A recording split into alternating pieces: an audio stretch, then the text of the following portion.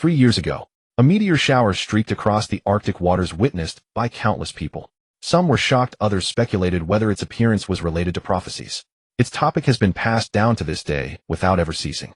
3 years later today, a fully virtual game Tianyu emerged abruptly. Its appearance utterly shocked the entire gaming industry, for its existence revolutionized the gaming world and disrupted decades of stability. A fully virtual game, 100% immersion. A real world hailed as a second life. Buy now for just $998 and you can take it home.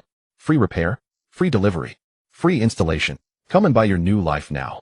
Zhou Ling walked alone on the street holding tonight's dinner in his hand. All around him were promotional videos and posters for the game Tianyu. He occasionally looked up at the breathtaking Tianyu promotional videos, and it was impossible for him not to feel excited. Tianyu, huh? He murmured, quickening his pace.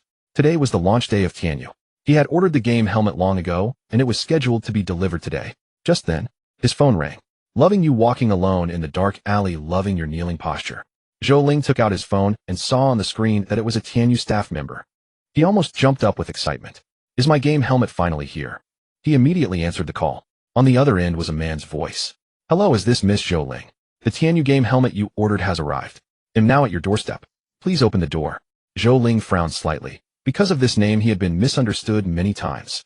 Okay, I'll be right there, he replied into the phone. Without much explanation, he couldn't wait to get the game helmet.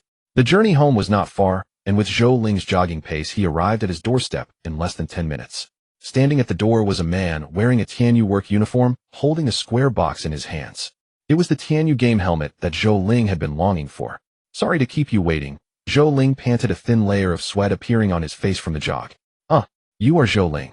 The Tianyu staff member was startled, not handing over the package immediately, but first checking the customer's information. When he saw that the gender column read male, the staff member's mouth twitched, realizing his mistake. He quickly apologized. Mr. Zhou Ling, I'm sorry. I was in a hurry when I came and didn't look at the information carefully. It's okay. Zhou Ling waved his hand, not caring at all. This name had been with him for 23 years, and he had been misunderstood for 23 years. Brothers, sisters, anything associated with girls, he had experienced it all. Now can you give me the game helmet? Zhou Ling asked. After the misunderstanding was resolved, the staff member immediately got into work mode. Okay, please sign here, sir. Zhou Ling nodded, wrote 2 graceful characters on the receipt, then picked up the game helmet and walked into his room. This was a bachelor apartment usually occupied only by Zhou Ling. Sometimes his younger sister, who was in college, would stay here for a while. So the room was very tidy with a faint, pleasant scent. Zhou Ling put the dinner on the table and rushed excitedly into his bedroom. He was too lazy to eat now, focusing entirely on setting up the game helmet. There are only 3 hours until the game launches. I need to get the helmet ready first. He carefully opened the packaging box, afraid of causing any scratches. The game helmet was an integrated unit requiring no assembly. The only thing inside was the helmet itself, not even a single wire. The battery inside the helmet was specially made and could not be disassembled. Even if the battery needed replacing, it could only be done at a specialized Tianyu store. There was no need to worry about battery life. The helmet's battery could be used continuously for a year. Zhou Ling looked at the helmet from all angles, even put it on his head, and turned on the power. However, all login devices would be activated uniformly only when the game launched. Wearing it now was useless. He could only use it as an ordinary helmet. Alas, forget it. Let's eat first. After glancing at the manual again, Zhou Ling felt hungry. He walked out of the room and started cooking. After dinner, he returned to his room, turned on his computer, and logged into the official Tianyu website. At the top of the website was a red countdown. Distance to Tianyu launch, 2 hours 15 minutes. Zhou Ling watched some Tianyu promotional videos for a while. The grand scenes and vast world view. Even though he had seen them many times, he never tired of them. Especially thinking that in just 2 more hours he could enter such a world, Zhou Ling felt even more excited. Zhou Ling murmured softly as he spotted an official post. On character selection and growth. Whoa, this title. Could the officials be giving out guides to players? Full of curiosity, Zhou Ling clicked on the pinned post. The content was not much, but still several thousand words. Zhou Ling read through it one by one. When he saw that the game also had a type of profession called special character, his breathing became rapid. Damn, can it really be played like this? NPC character profession. The so-called NPC character profession actually meant becoming an NPC in the game world. Although not a real NPC, your identity was a character that existed in the game world. Each of these characters was a cheat-like existence, each carrying a complete storyline. Based on the plot, they could obtain exclusive skills, equipment, and resources for special characters. However, such special characters were extremely rare. The officials had clearly stated that within the entire game world, they could be counted on one hand, definitely not exceeding single digits. That is at most 9. And from the number of people who had already purchased game helmets from officials, it was over 3 billion. Trying to select 9 special characters from 3 billion players was like winning a lottery from Penguin. Zhou Ling didn't even dare to think about it. After reading for a while, Zhou Ling kept browsing until 7 o'clock, the official launch time of Tianyu. It's coming, it's coming. Zhou Ling glanced at the last 10 minutes, immediately stopped browsing the forum, put on the game helmet, and lay flat on the bed. Ding. Welcome to Tianyu. A clear and pleasant female voice sounded, and the pitch-black view instantly turned into a vast expanse of white. It was as if walking on clouds, standing above the clouds. Before his eyes there was a 10-minute countdown number. 0845. Is this a fully immersive virtual game? Zhou Ling examined his body and found no changes. Except for the white robe replacing his clothes, he was still himself. The countdown slowly ended. When it finally reached 0, the white mist before him began to dissipate, and Zhou Ling finally realized his situation. He seemed to be standing on an endless expanse of water with a starry sky above. He could clearly feel the sensation of water beneath his feet, cold liquid flowing under his steps. He also felt like he was in a spring field with the fresh scent of air. Welcome to the heavenly domain. Please choose your character. The familiar female voice sounded again. Zhou Ling was startled and immediately perked up. Dozens of character figures appeared around him with their professions written in front of them. There were many Western warriors, mages, priests, and assassins, Eastern cultivators, Taoists, martial artists, and Confucian scholars, also monks from a certain country, and even warriors from a small island nation. Besides these, there was a shapeless mist-like figure, the random option. Yes, this is it. The random option that can draw a special character. Zhou Ling stared intently at that random figure. If he hadn't known about the lottery mechanic, he would have chosen the cultivator without hesitation. But now Zhou Ling fell into thought. A cultivator can later specialize in sword magic, artifact alchemy, or array cultivation. A Taoist is also good. In the preview, a Taoist could summon 10 Yama Kings and billions of ghost spirits with a wave. A martial artist is also impressive. One punch can shatter the void and destroy heaven and earth. As for a Confucian scholar, forget it. I'm here to play a game. This profession is probably unplayable unless you're from the Three Mouths faction. Zhou Ling shook his head and ruled out the scholar. As for the other countries' professions, Zhou Ling didn't even glance at them. After a long consideration, he finally made his choice. Cultivators are so awesome, so of course I choose random. In the end, he couldn't escape the gambler's mentality and tapped the misty random option. Otherwise, why would Tencent be so fat despite being so shady? In an instant, the water rippled. A vortex appeared around the random option, swallowing all the other character figures. Zhou Ling's eyes widened as he stared fixedly at the growing water mass. After a moment, all the figures on the water vanished, leaving behind a 5-meter turtle giant water sphere. The sphere kept churning as if something was about to emerge. It's coming, it's coming. Zhou Ling felt his heart tighten with nervousness. Please don't be a monk or a Japanese guy. Give me a cultivator. He began to pray inwardly, completely forgetting his original intention in choosing the random option. But just then a faint golden light appeared within the water sphere, very subtle. Yet it was extremely conspicuous in the colorless sphere. Zhou Ling saw it clearly. Holy crap! Golden legend. He jumped up in excitement. As if in a dream, he slapped himself hard twice on the face. The golden light radiated in all directions, turning into a brilliant golden disk that rose like a sun against the infinite starry sky. It blinded Zhou Ling. Holy crap! He quickly raised his hand to shield his eyes. With little culture to fall back on, he could only utter a curse to mask his shock. Slowly the golden light began to fade. When Zhou Ling adapted, he slowly opened his eyes, lowered his hand, and looked toward the water sphere. It had disappeared, replaced by a small, delicate character figure. It was entirely golden, with golden light particles flowing around it. Is this my special character? Zhou Ling examined it, then walked toward it. From afar it looked short, up close even shorter. With a strange expression, he furrowed his brow and gestured, comparing its height to his own. It only reaches my chest. Damn, did I roll a goblin? Ding. Congratulations. You have obtained a special character. Your character name Zhou Ruoling. Do you confirm the use of this character? Yes, no, yes, yes, yes. Zhou Ling didn't even look, frantically tapping yes. This was a special character. Only 9 possible among 3 billion people. If he chose no, he'd be a complete fool. Because your character is special, you need to enter an initial story quest. Do you wish to enter? Enter. Zhou Ling had roughly understood from the official forums that the special character's initial story was like a life experience. Entering the story. As the words fell, Zhou Ling felt a suction force, pulling him, his body uncontrollably rushing toward the golden character. Then the ground beneath his feet disappeared as if he was falling downward. Ah! Zhou Ling screamed. She suddenly sat up from the ground, her small face pale, with terror, panting heavily. Her forehead hurt, and something liquid seemed to be flowing down. She tried to wipe the liquid from her forehead, but unexpectedly saw two slender snow-white arms like a young girl's. I am. She paused, noticing her voice seemed different. Her gaze fell on her own body, and her pupils instantly contracted. Long hair fell past her shoulders. She wore a tattered cloth garment, exposing equally pale and delicate feet. This strange sight startled her, snapping her out of her daze. She anxiously lifted her head and looked around at the surroundings. This was a dilapidated temple. The roof was broken, with shafts of sunlight streaming through the damaged tiles. The walls were pitted and had large holes, revealing similarly ruined buildings outside. Behind her was a headless, armless Buddha statue. The cobwebs connecting the roof and the statue were also tattered with age. Heavens! Is it this realistic? Zhou Ling couldn't help but exclaim in surprise. Then she clamped her hand over her mouth in horror. My voice! She couldn't believe it. She looked around, confirmed no one was there, then began to examine her own body. Finally, she stared blankly at the ceiling. I'm screwed. This is a female character. After lying there for a while, Zhou Ling mentally commanded to see the character's attributes. Open panel. But the panel didn't appear. Instead, a story message showed up. Character Zhou Ruoling, first princess of the fallen Golden Dynasty. You are now homeless in a certain temple in Linyang Town. You have no money, and your frail body possesses not a shred of power. But as a princess, you must find your knight Lancelot within 7 days and survive for 7 days.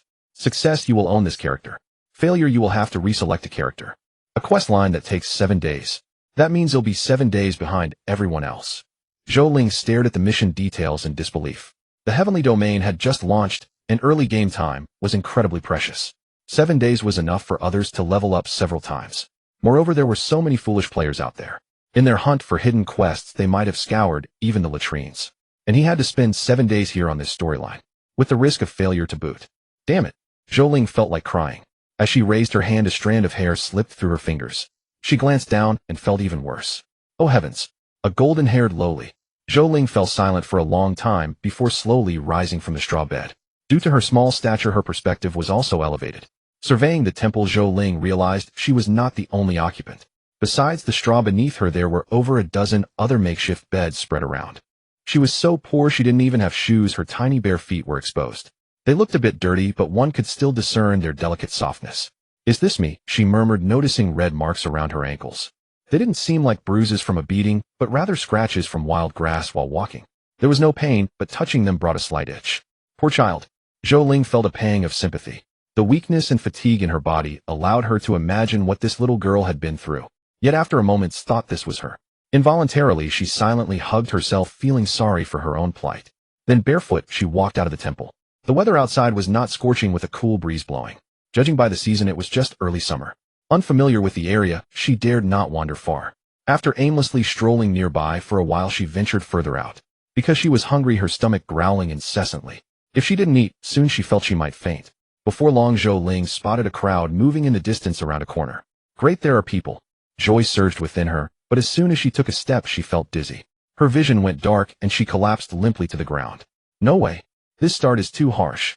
Those were Zhou Ling's final thoughts before she lost the strength to speak. Every word felt like it drained her life force. Her consciousness slowly faded, as if someone was coaxing her to sleep. Linger. At that moment, an anxious voice reached Zhou Ling's ears. Through the dimness, she faintly saw a thin figure running toward her. As her consciousness sank, she felt herself being lifted. In a daze, Zhou Ling seemed to catch a scent. It was the aroma of kanji. Instinctively, she parted her lips.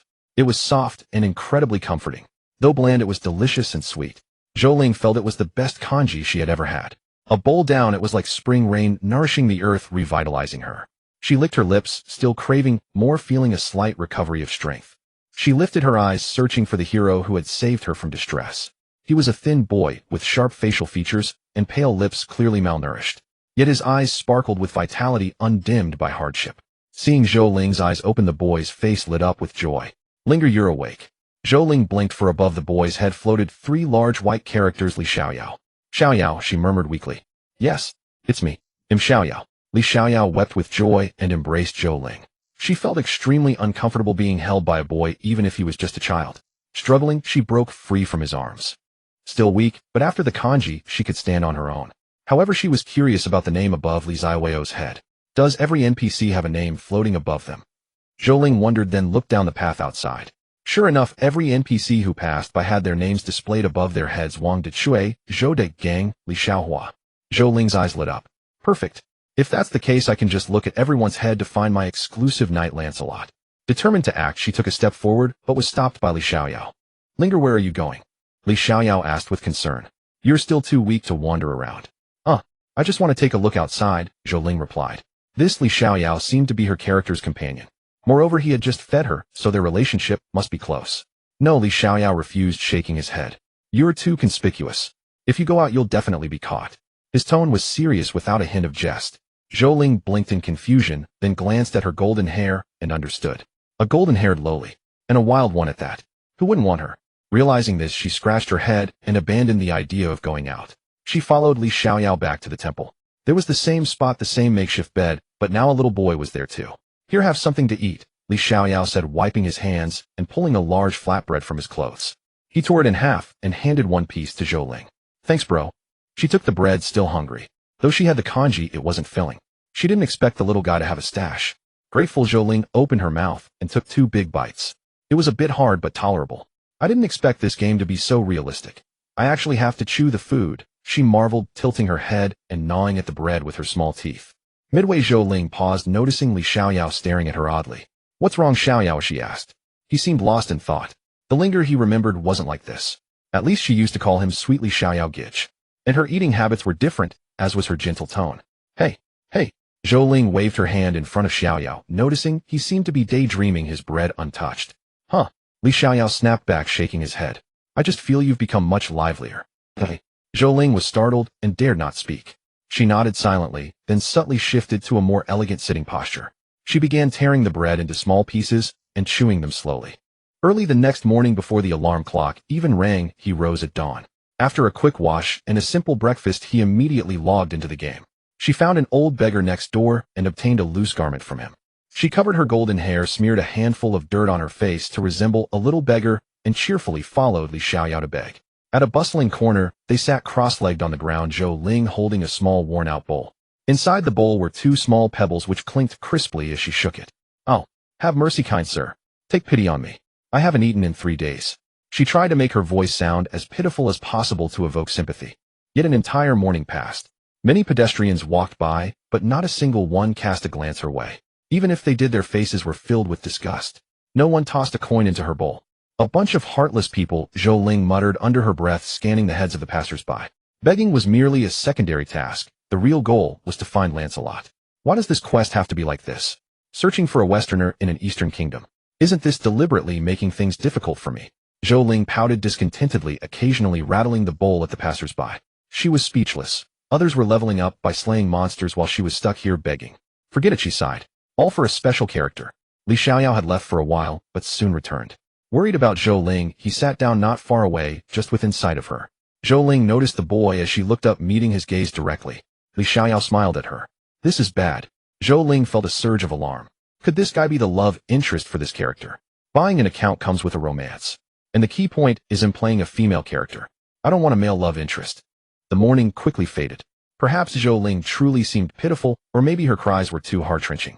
The aunt selling steamed buns next door couldn't bear it anymore. As she packed up her stall, she gave Zhou Ling a few buns. 2 of them had meat fillings. Poor child, here. Have some buns. Holding the steaming buns in her hands, Zhou Ling's eyes welled up with tears. Finally, a kind soul. Thank you, auntie, she said, then trotted off toward Li Xiaoyao. She had watched him all morning. Out of concern for her, he had been begging in that corner. Perhaps due to his poor location, Li Xiaoyao hadn't gotten any food all morning. Zhou Ling was never a stingy person.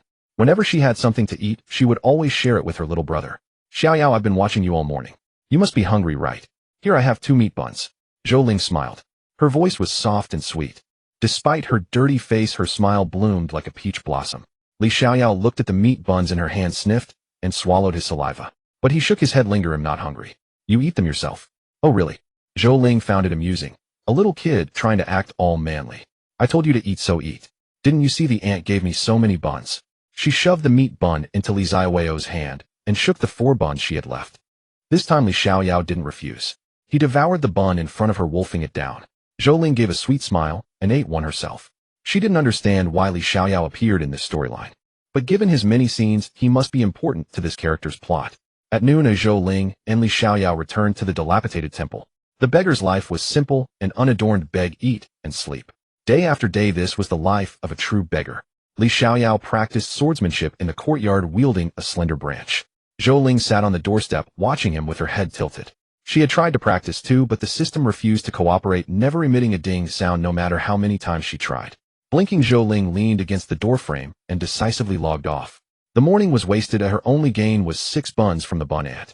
She had used 2 buns to earn Li Ziweo's favor, but the actual quest objective had made no progress. Zhou Ling felt troubled. She ordered takeout and opened the Tianyu game forum, hoping to find others who had drawn special characters like her. The forum was filled with posts, scenery enthusiasts sharing photos, guild recruitment ads, and guides on leveling up quickly. Notably, after one night, the highest player level was only 2. But this information was useless to her. She could only browse and vent her frustrations. Just then a post was instantly pinned with views skyrocketing. This is it. A special character. Zhou Ling's eyes lit up and she quickly clicked on it. Terrible special character. I can't play any more brothers. OP zombies. All zombies. Even I'm a zombie. This special character is a zombie. It's terrifying. The quest forces me to kill people. To eat people. I'm going crazy. I ate someone. Haha, I ate someone. Haha. DJDNDJNF. The rest of the post was garbled text. It was clear the player's mental state was unstable. Zhou Ling's heart sank. She hadn't expected another special character player to be in such a situation. Was he driven mad by the game? Zhou Ling dared not imagine what the player described. The game was highly realistic, and the special character quests felt like a genuine time travel experience.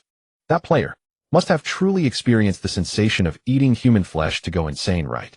Zhou Ling felt parched. She tried to scroll further, but the post had already been deleted. Looks like the officials stepped in, she thought. After learning this, Zhou Ling couldn't focus on other posts. Her mind was filled with images of zombies eating people. She shook her head, opened in the night garden, and distracted herself with the cute characters. After finishing her takeout meal, Zhou Ling logged back into the game, resuming her afternoon life as a beggar. Regardless of how other special characters fared, at least her own seemed fine for now. In the afternoon, Zhou Ling decided not to stay put. She planned to search elsewhere, hoping to encounter a foreign friend. Zhou Ling believed that the quest would never present an impossible task. If she was observant enough, she might just run into a foreigner. Come on, she cheered herself on. Throughout the afternoon, Zhou Ling wandered the ancient streets, her little head swiveling as she scanned the tops of everyone's heads. There was no guarantee that an Easterner named Lancelot might not appear. Yet after a whole afternoon passed, Zhou Ling had not found anyone named Lancelot. As for foreigners, there simply weren't any. This quest is so hard. Zhou Ling sighed, dejected, and trudged back toward the temple. When Zhou Ling was almost back at the temple, her path was blocked. Not by a person, but by a dog. This. Zhou Ling swallowed fearfully, her body stealthily inching backward. The big yellow dog wasn't enormous, but that was by adult standards. Compared to Zhou Ling's petite, lowly-like frame, this dog was like a mighty tiger.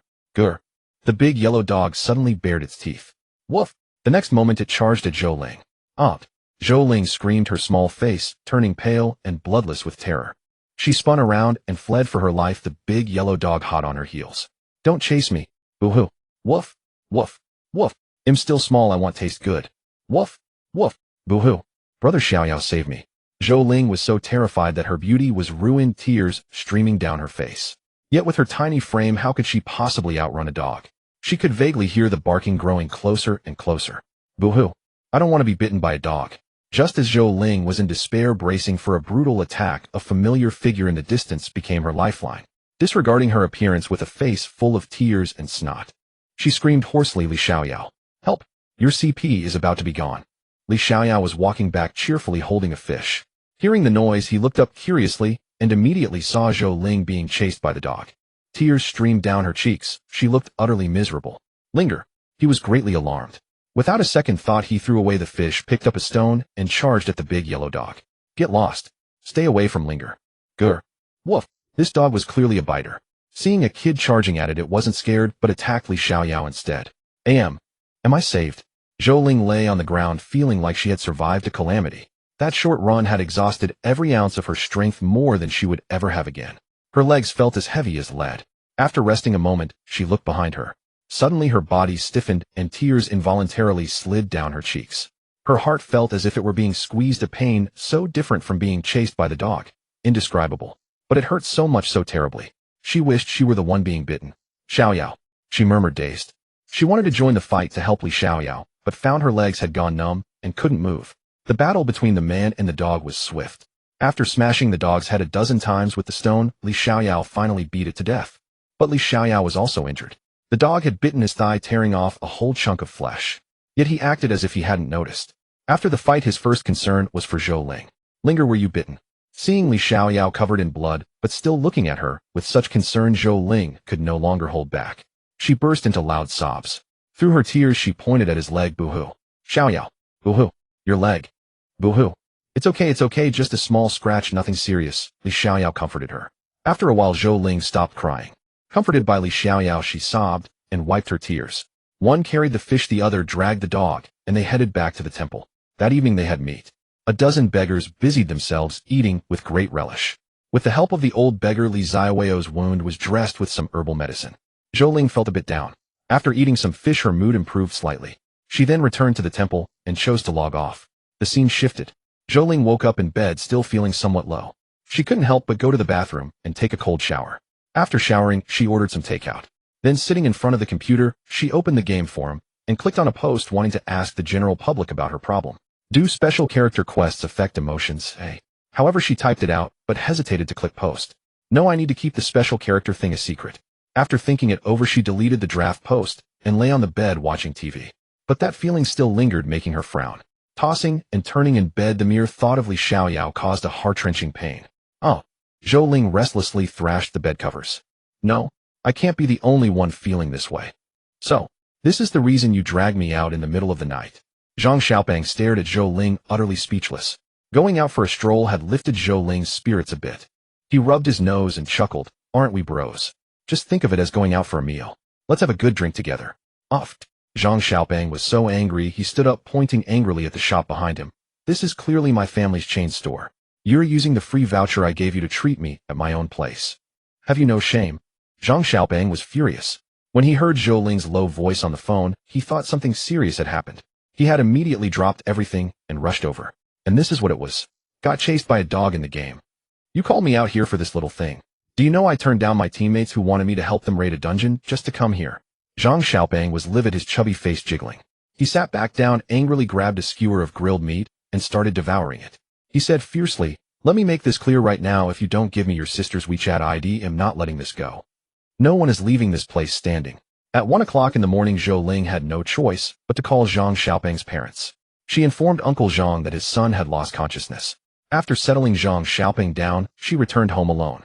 Washing her face, Zhou Ling put on her gaming helmet and entered the game. The timelines on both sides were synchronized, and during story quests her character would remain stationary. If something went wrong in the game, it could also cause the story quest to fail. In the days ahead, I must focus entirely on the story quests. I have to complete them. Keep it up. Zhou Ling encouraged herself before entering the game. At 1 in the morning, the beggars in the temple were all asleep. Zhou Ling opened her eyes, saw nothing unusual, then closed them again and drifted off to sleep within the game. The next day, Li Xiaoyao had a high fever, burning fiercely. Because of the dog bite the previous day, his wound had become infected. Zhou Ling had to spend her own time taking care of Li Xiaoyao. Fortunately, there was leftover dog meat from the day before. A group of beggars had saved a leg for Zhou Ling. This meant Zhou Ling didn't have to worry about food. As for herbs, there happened to be an old beggar who knew some medicine. He took Zhou Ling outside the town to gather medicinal herbs to treat the fever. That entire day, Zhou Ling devoted all her time to caring for Li Xiaoyao. She had no time at all to search the streets for her knight. On the third day, Li Xiaoyao's fever subsided slightly, but he still needed care. Having learned from the old beggar, Zhou Ling now knew which herbs to use for treatment, so she carried a basket and walked out of the town alone. To be honest, she had never cared for anyone so attentively in her life. Even when her sister was ill, she hadn't been this considerate. Perhaps it was the influence of this story quest. In the mountains, Zhou Ling encountered no special events. She spent the entire afternoon in a state of anxiety before finally gathering all the herbs she needed. Returning to the temple, she resumed her role as a nurse. On the fourth day, Li Xiaoyao could move. The dog bite wound on his leg had begun to scab over. Time passed uneventfully, and 4 days slipped by. Upon asking, Zhou Ling learned that Zhang Xiaopeng was now level 7, which was average. The true experts had already reached level 8. As for herself, she was still stuck in mundane daily life. Sigh. Where on earth is Lancelot? Zhou Ling sighed. She re-entered the game. Another day of begging passed. However, Li Xiaoyao had recovered and no longer needed her care. So Zhou Ling continued searching for Lancelot. The game wouldn't create an impossible quest. I must have missed something somewhere. Zhou Ling held firmly to this thought and searched with great diligence. She even considered adopting a child and naming him Lancelot. But she didn't dare. The 5th day. The 6th day. In the blink of an eye, it was the 7th day, the last day of the story quest. Zhou Ling was now restless and irritable. She had even started thinking about which profession to choose next. On the final day, Zhou Ling searched meticulously. She even ventured into the forbidden areas for beggars. Several times the people there caught her. Yet Zhou Ling did not give up. After escaping, she would head to other restricted zones to keep looking. By afternoon, Zhou Ling was disheartened and headed back toward the temple. She knew this story quest was likely coming to an end. She couldn't complete it. At the temple, several beggars sat by the entrance. Seeing Zhou Ling return, they immediately stood up and walked toward her. "Little girl, you're finally back. Nothing happened, did it?" The old beggar who had taken her to find herbs asked with concern. "Huh, I'm fine," Zhou Ling replied, somewhat puzzled. She craned her neck to look inside but didn't see Li Xiaoyao, so she asked curiously, "Where's Li Xiaoyao? Why isn't he back yet so late?" The beggars exchanged glances. Finally, the old beggar answered Zhou Ling's question. "Girl, someone saw you in the restricted areas. They told the boy. He was probably so worried about you that he went to those places to look for you." "What?" Zhou Ling's eyes widened. "What kind of places were those?" "Gambling dens, brothels, gathering spots for gangs. For beggars like them, appearing there meant death or severe injury at the very least." "No. I have to go find him," Zhou Ling cried out, turning to run outside. "No, you can't go." A strong arm grabbed her. "Don't stop me." Zhou Ling suddenly erupted with immense strength, shoving the beggar away. Then she ran outside. The beggar stumbled back several steps and fell to the ground. Such incredible strength. At the edge of the forbidden zone, Zhou Ling moved with a speed she didn't know she possessed. In just a few minutes, she had run from one street to another. As luck would have it, she saw several men dragging a child out. When she saw the child's face, Zhou Ling's eyes instantly turned red. "Xiaoyao," she shouted, immediately running toward them. "Hey boss, looks like a little girl." A scrawny man said, eyeing Zhou Ling with a certain leer. "Boss, looks like we'll be feasting tonight." The other men chuckled in response. One of them stepped forward, flexing his arms. "Watch me catch her." Seeing a grown man, a flicker of fear crossed Zhou Ling's eyes. But then she thought this was just a game. Suddenly, she felt her body surge with power. She wasn't afraid of the man rushing at her at all. "Little sister, let big brother show you a good time," the man snickered, reaching out as if to grab a chick. Seeing this, Zhou Ling rolled to dodge his hand, then kicked him squarely between the legs. "Whoa. The man's eyes bulged, and he let out a shrieking sound, clutching his groin as he crumpled to the ground. "Yo, Tang-san is done for. Too bad you won't be joining the fun tonight," the other men taunted, showing no concern. "What a useless piece of trash, can't even handle a little girl. Go play in the grass." A muscular man stepped forward and lunged at Zhou Ling without a word. His burly frame loomed over her like a great black bear, dwarfing her tiny figure. Zhou Ling's delicate brows furrowed. She clenched her fists and struck fiercely at the muscular man. Seeing her attack, the man puffed out his chest, not dodging, even welcoming her tiny fists. "Come on, hit me right here." Bang! A dull, heavy thud. The muscular man froze, staggered back several steps, and fell on his backside. SSS. He winced in pain, looking down at his abdomen. A small fist mark was imprinted just below his belly button. If it had been a bit lower, the consequences would have been dire. "Boss, this one's tough." After saying this, his eyes closed, and he passed out. "TCH. You lot have been living like dogs. One day you'll all die between a woman's thighs." The man addressed as boss by his underlings was a scar-faced man, a deep gash running from the corner of his eye to his mouth, making him look utterly ferocious. "Take this." He tossed Li Xiaoyao aside and strode slowly toward Zhou Ling. "Just a little girl, and you're all trembling like cowards." The scar-faced man sneered, approaching Zhou Ling, and reached out a large hand toward her. Zhou Ling's petite body was incredibly nimble. She easily dodged the scar-faced man's attack. Then, mimicking her earlier move, she punched him squarely. Yuck! Her fist landed heavily on his belly. "My." The scar-faced man grunted, a flicker of surprise in his eyes. Then a grin spread across his face, making him look even more terrifying. "This little girl does have some strength." He took her punch without budging, standing firmly in place. "My iron shirt skill might not hold up against the hall masters, but there's no way a brat like you can break my defense." With that, his large hand reached for the cloth covering Zhou Ling's head. "Let me see what this little lass looks like." Zhou Ling tried to dodge, but the scar-faced man caught hold of her clothes. "Ah!" She let out a startled cry as her hair along with the fabric was exposed. In an instant, the men were all stunned by the sight. Her hair, like golden silk, fluttered in the wind, dazzling under the moonlight. "Boss! Golden hair!" an underling exclaimed in shock. "Quick! Grab her." A rare woman like this, sold to the Ihong brothel, would fetch at least 100 silver taels. The men, as if injected with adrenaline, charged madly at Zhou Ling without waiting for orders. "Ha! A walking silver ingot," the scar-faced man laughed. In moments, they had encircled Zhou Ling. Zhou Ling felt trapped, and a pang of panic rose in her heart. But then she thought, this is just a game. Why should she be afraid? "Oomph." She snorted and charged at the weakest-looking man, a scrawny one. Seeing the beauty coming for him, he was delighted rather than alarmed, opening his arms to catch her. Thud. But that single punch taught him the harshness of the world. Never judge by appearances. Up. He cried out in agony and crumpled to the ground unconscious. Useless, the scar-faced man cursed. Everyone get back. He'll handle this. He roared, taking a few rhythmic steps as he charged at Zhou Ling. It's the boss Bawa step. The underlings cheered, eager to witness their leader's prowess. Before Zhou Ling could flee far, the scar-faced man blocked her path. His massive arms reached for her like giant pincers. Zhou Ling noticed his stance, and her eyes lit up. What a perfect opportunity. She sped up, and just as he was about to embrace her, she mustered all her strength and kicked upward. Oob. The scar-faced man's eyes bulged. He clutched his groin, his legs squeezed together, staggering as he walked. He had been too cocky and left his vital spot exposed. Seeing his state, Zhou Ling quickly slipped aside and ran toward Li Xiaoyao. Xiaoyao, she called out. But Li Xiaoyao had already been knocked out and couldn't hear her. With no other choice, Zhou Ling hoisted Li Xiaoyao and bolted. Boss. The underlings crowded around their leader. You idiots. What are you looking at me for? Chase her.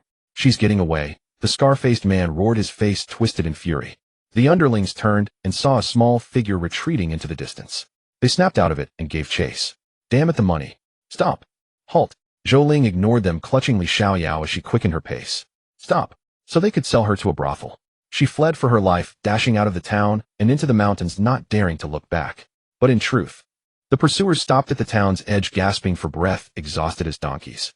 Damn. This girl runs like a rabbit. No. My money. Huff. In the forest, Zhou Ling panted heavily, utterly spent. Oh, I can't go on. She collapsed, and Li Xiaoyao tumbled from her arms. After resting a moment, Zhou Ling turned to Li Xiaoyao. Xiaoyao, are you okay? She asked. Getting no response, she nudged him with her foot. Xiaoyao. Still nothing, so she pushed him. She then noticed his dire condition. His lips were black. A sign of poisoning. Zhou Ling froze, a strange ache welling up in her heart. It felt like a sour, unbearable pain. Kneeling beside him, she shook him repeatedly, her nose stinging as tears began to fall. Xiaoyao, don't scare me, okay? Xiaoyao, wake up. Didn't you say you'd protect me? Didn't you want to become a great hero, punishing evil and promoting good? Wake up. Are you abandoning Linger? Overwhelmed by sorrow, Zhou Ling burst into tears. She wept heart-wrenchingly, pitifully. But then, a hand slowly rose, gently brushing her cheek and wiping away her tears. Zhou Ling jerked and looked up joyfully. Xiaoyao, you're awake. I knew you'd be fine. Li Xiaoyao smiled weakly, his blackened lips curving, his eyes tender and reluctant. He whispered feebly, I'm sorry. Linger. A pang of pain shot through Zhou Ling's heart. She grabbed his hand and shook her head. I'm sorry, it's my fault for running off. It's all my fault. I don't want a knight anymore, I really don't. As long as you live, I want nothing else. I only want you. With you by my side, you are my knight. Li Xiaoyao smiled, looking at the sky with a hint of resignation as his pupils began to dilate. In his dying moment, he seemed to see a golden light flicker before his eyes. Ding. Congratulations, you have entered the next stage of the quest, Knight's Ordination. Continue. The system prompt suddenly appeared. The golden light before Zhou Ling coalesced into a magnificent golden sword. Though filled with confusion, Zhou Ling also felt a spark of clarity. Continue, she replied, seizing the golden sword and raising it high with one hand. Boom. In that instant, the world shifted. Countless fortunes surged toward Zhou Ling. Her tattered beggar's garb vanished, replaced by a set of resplendent and noble phoenix feather robes. Imperial aura erupted from Zhou Ling, shooting straight into the heavens. Chirp! Suddenly a phoenix's cry rang out. A phoenix drawn by the imperial aura circled the pillar of light. Zhou Ling was now like a supreme empress, her golden hair radiant and dazzling, commanding awe. She held the golden sword, gazing at Li Xiaoyao with cold majesty. The sword tip lightly touched Li Xiaoyao's shoulder. Li Xiaoyao, I ask you, are you willing to become my knight? Li Xiaoyao nodded. Very well, I now bestow upon you the rank of Knight Lancelot. Ding. Congratulations, player. The story quest is complete. You now own this character. Proceeding with quest. As the quest was completed, the world before Zhou Ling's eyes dissipated like foam. Then a magnificent and resplendent hall appeared before him. I'm back to my original form. Zhou Ling examined himself, finding his male self. Where is this now? He looked around, surveying his surroundings.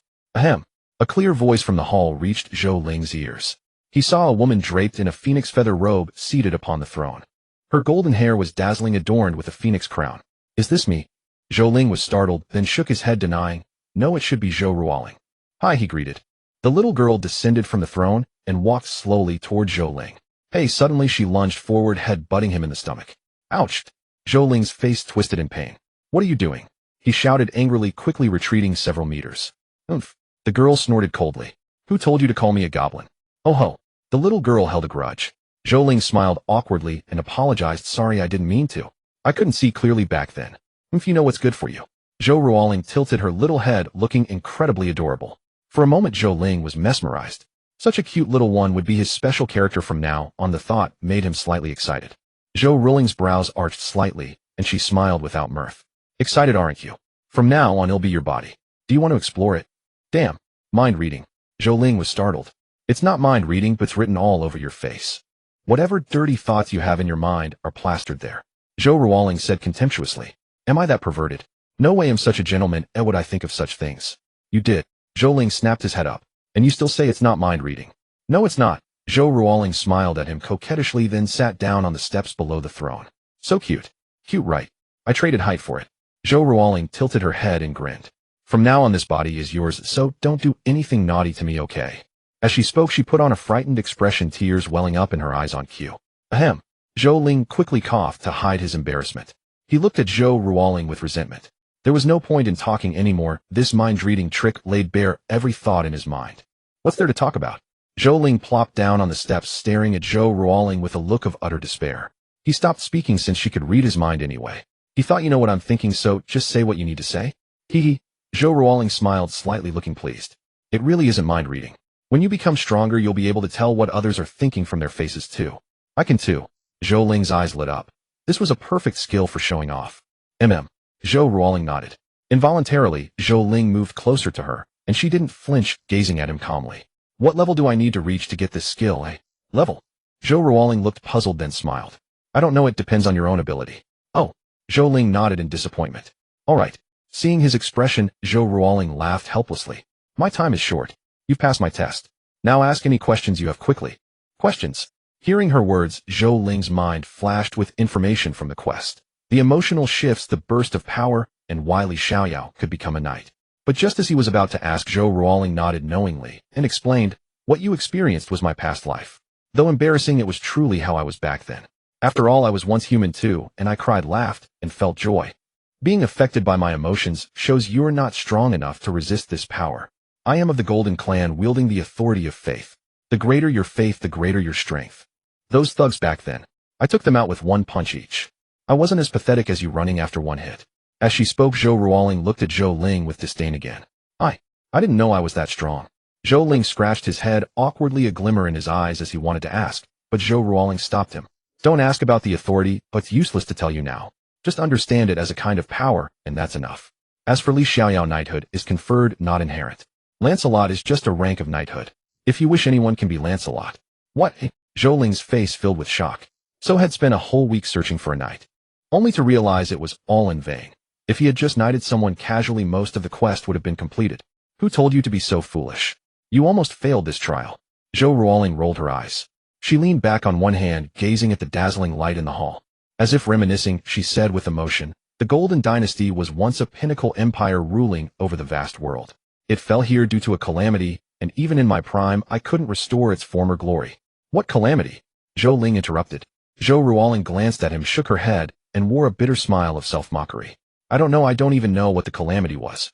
My father, mother, brother, master, the national preceptor. Everyone died in that disaster. Billions upon billions of the Golden Clan perished, and only I survived. I carry their hopes, yet I can't even reach the heights they once did. The little girl's voice carried a hint of sorrow and guilt toward those she had failed. For some reason, Zhou Ling felt a pang in his heart, as if boundless grief surged within him. He instinctively opened his arms and pulled this homeless little girl into his embrace. Zhou Ruoling's body trembled slightly as if she wanted to resist, but she calmed down and let herself be held. The hall fell silent, both savored the tranquility. After a while, Zhou Ruoling lay in Zhou Ling's arms and said, I'm already dead, this is just a remnant of my consciousness. My future is gone, and in a few minutes it'll dissipate. Zhou Ling was startled, tightening his arms around the girl. She nuzzled against his chest, finding it amusing. With a smile, she looked up at him and asked, Are you willing to become me? To inherit me? To bear everything I carry? Without hesitation, Zhou Ling nodded, immediately stroking her smooth golden hair. He said solemnly, I am willing. No matter what lies ahead. Mountains of swords or seas of fire, thorns or swamps. I will shatter all difficulties with thunder and stand at the pinnacle revered by all beings. Let all creatures in the world sing praises to the true name of me Zhou Ruoling. I'm sorry for leaving everything to you. Zhou Ruoling departed, her words unfinished, dissolving into specks of golden light within Zhou Ling's embrace. As she vanished, Zhou Ling's perspective shifted. Her body radiated a golden glow, shrinking until she took on Zhou Ruoling's form. Suddenly, beams of multicolored light cascaded down upon the hall, landing on Zhou Ling. A notification chimed declaring the story mission's evaluation complete, congratulating her on perfectly acquiring the special role of Zhou Ruoling. Zhou Ling nodded slowly, yet her expression betrayed neither joy nor excitement. She turned to gaze at the throne upon the dais and walked toward it. This seat embodied the lifelong aspiration of Zhou Ruoling. Caressing the throne, she spoke softly in the empty hall, "Leave the rest to me." With that, she sat down without hesitation. A phoenix's cry rang out as 9-tailed phoenixes emerged from the throne, circling Zhou Ling. The aura of imperial destiny enveloped her, making her feel as though she commanded everything. Of course it was an illusion. Soon after, Zhou Ling logged out of the game as someone was calling her. The timing was truly inconvenient. She had just begun to feel exhilarated. "Hello, Zhang Xiaoping. Get to the point. If there's nothing, I'm hanging up. Want to grab dinner tonight? My treat." Hearing someone else was paying, Zhou Ling, never one to pass up a bargain, agreed. "Sure, what's on the menu?" She checked her phone. It was already 1 in the morning. "Probably barbecue. The same place you treated me last time. You were a real jerk, getting me drunk and calling my parents to pick me up. You know how many beatings I got after I went home and in a drunken stupor hit on my own dad." Zhou Ling was speechless. Had that really happened? Zhou Ling chuckled. This little fatty was indeed her source of joy. The frustration from a day in the game instantly lifted. After a quick tidy-up, she grabbed her phone and took a cab to the barbecue joint. Zhang Xiaoping was already feasting, though his face looked a bit swollen. TSK. How exactly did you hit on him? Uncle Zhang really went all out. Linger, you're here. Come have some freshly grilled lamb kidneys. Good for you, Zhang Xiaoping called out eagerly. Get lost. I don't need that stuff, Zhou Ling retorted. Sitting at the table, she grabbed a skewer and started eating. Spill it. Why do you call me out? Don't tell me it's just a vent. I'm not your Linger sister. After a few bites, she pressed him. Zhang Xiaoping rolled his pudgy eyes, looking utterly ridiculous. He flashed a mysterious smile. Your big bro here successfully changed classes today. Hearing this, Zhou Ling almost forgot. She had been stuck on a story mission for 7 days while others had long since reached level 10 and completed their class change quests. What class? Zhou Ling asked, playing right into his hands. He stood up abruptly, 1 foot on the stool, brandishing an uneaten skewer. Prepare to be blown away. Sword cultivator. Awesome, right? A sword cultivator who can fly on a sword. Oh wow, Zhou Ling replied, feigning surprise with a clap. Was that really impressive? Could it beat her special role? She mused. With your build, can the sword even hold you up when flying? The game emphasized realism, accounting for every detail, even weight. Despite being called Little Fatty, Zhang Xiaoping tipped the scales at 300 gene. It was hard to imagine such a hefty guy soaring on a sword. Screw you, Zhang Xiaoping snapped. I can make the sword bigger, one that can change size. Get it? Fine, Zhou Ling laughed. So, oh mighty sword cultivator, what level is your sword force? Can you take an enemy's head from 1,000 miles away? Well, Zhang Xiaoping deflated, seeming to lose weight. Ashamed, he admitted, I only invested in the sword flight skill. What? Zhou Ling was taken aback. What do you mean? Zhang Xiaoping explained, I only put points into one skill, sword flight. Zhou Ling fell silent. She thought she understood. Are you kidding me? So you're telling me a dignified sword cultivator can only fly on a sword? Unable to believe her ears, Zhou Ling asked again. Not exactly. Zhang Xiaoping stood up again, shaking his head. I can also hit people with the sword. Zhou Ling was speechless. Are you an idiot? Is sword flight the only skill available at the start for sword cultivators? She pressed. No, there's also sword control and sword chi mastery. I chose sword flight. Zhou Ling was lost for words. She grabbed a skewer and started eating. I just got here and you've already silenced me 3 times. I can't even wrap my head around your logic. Sword control and sword chi mastery are clearly the core skills for a sword cultivator. What were you thinking picking sword flight?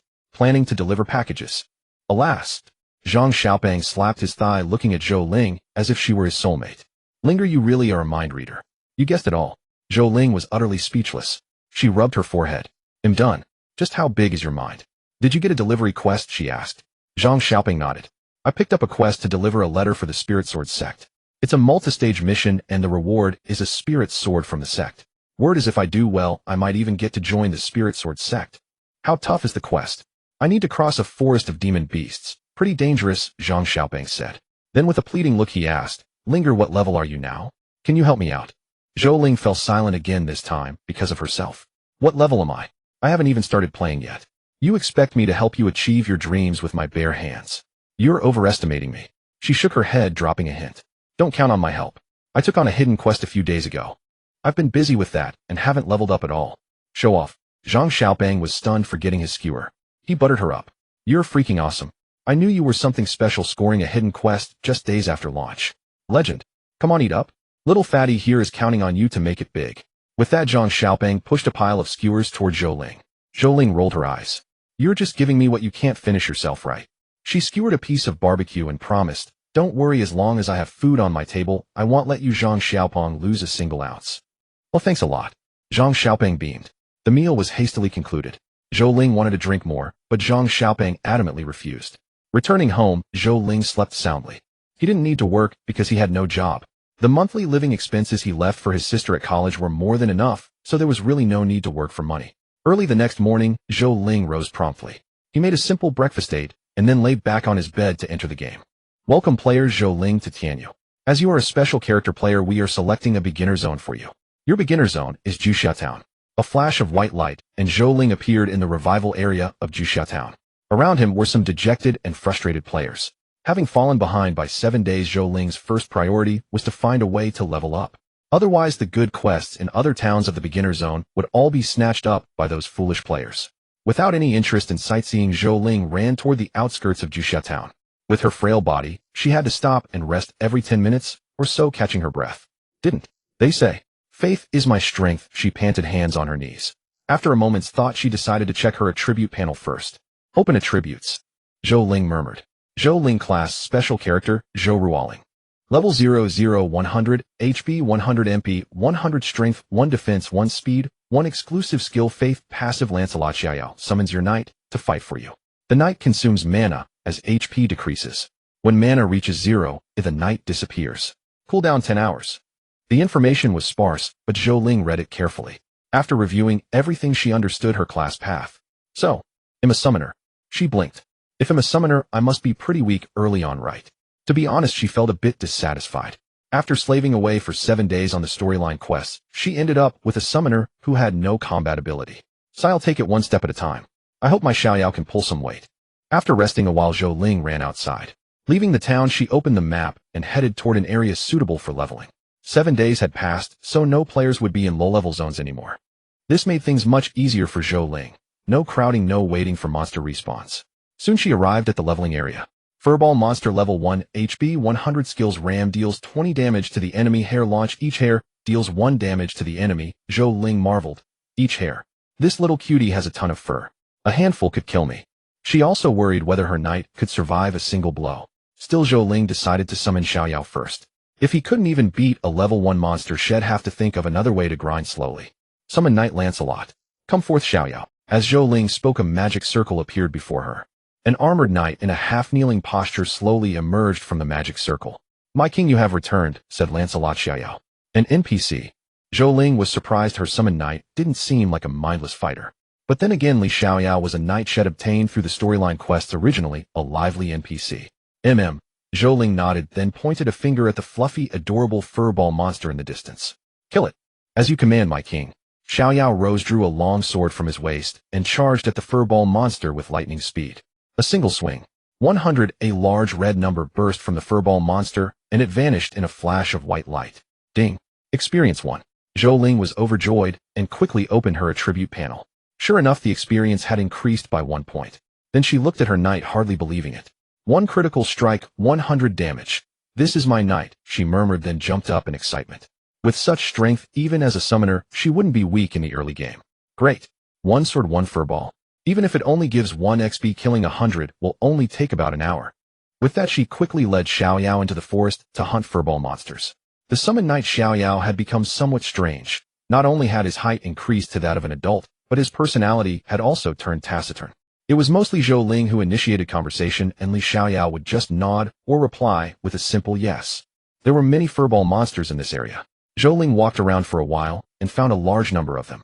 Xiaoyao, kill them all. Seeing the furballs, Zhou Ling's eyes gleamed. Finally, she felt the thrill of playing a game. Even though she wasn't fighting herself, the experience notifications were real. Zhou Ling was ecstatic, grinning from ear to ear. An hour later. Ding. Congratulations. Your level has increased to 1. You have gained 1 free attribute point. Zhou Ling glanced at it, and immediately put the point into defense. What does a summoner fear most?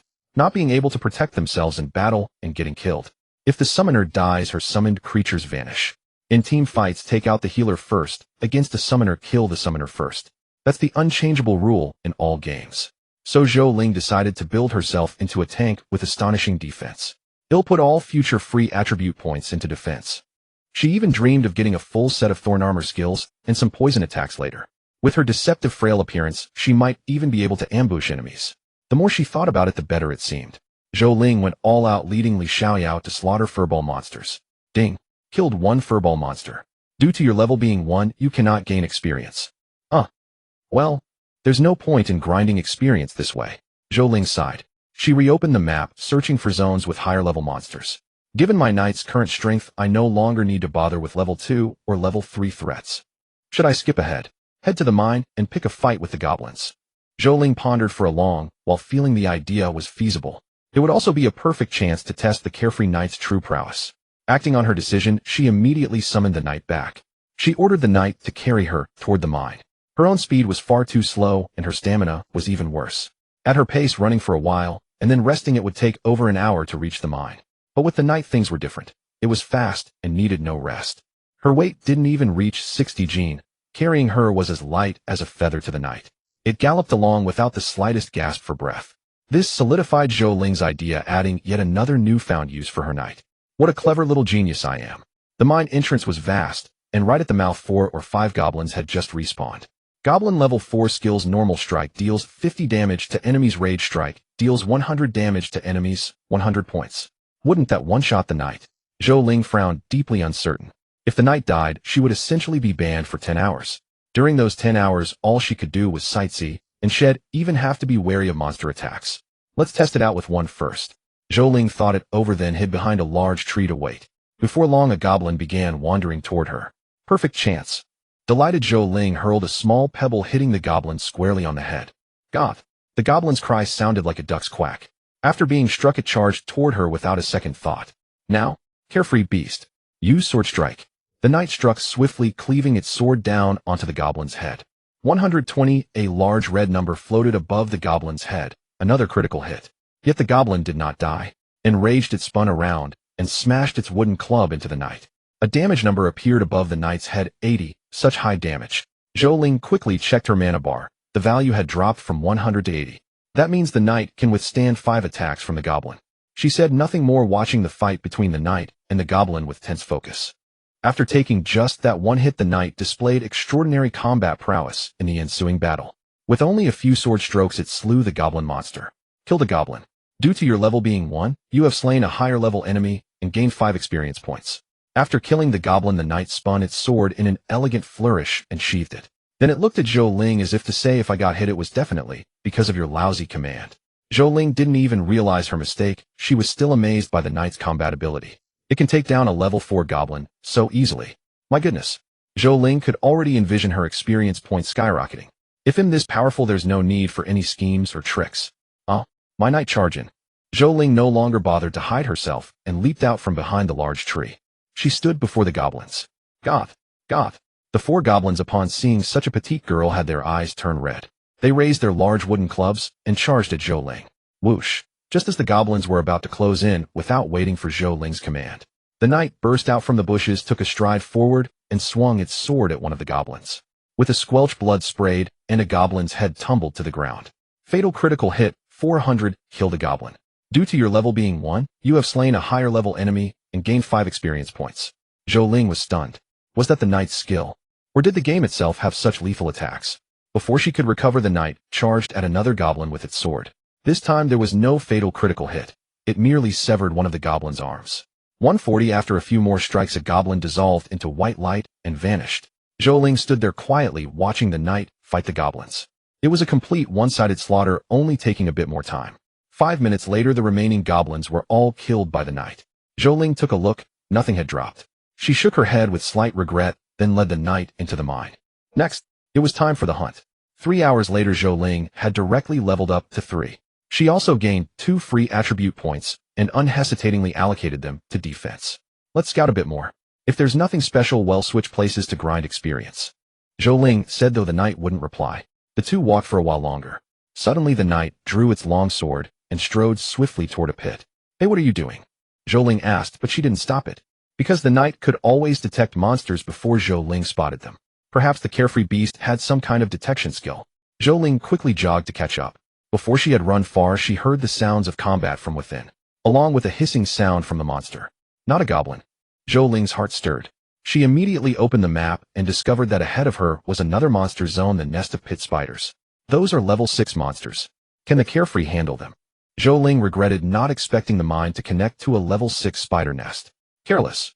All due to insufficient intel. She quickened her pace, and along the way she could see strands of white spider silk. When Zhou Ling arrived at a spacious cavern, she saw the carefree knight thrusting its sword straight into a spider's head. Kill the pit spider.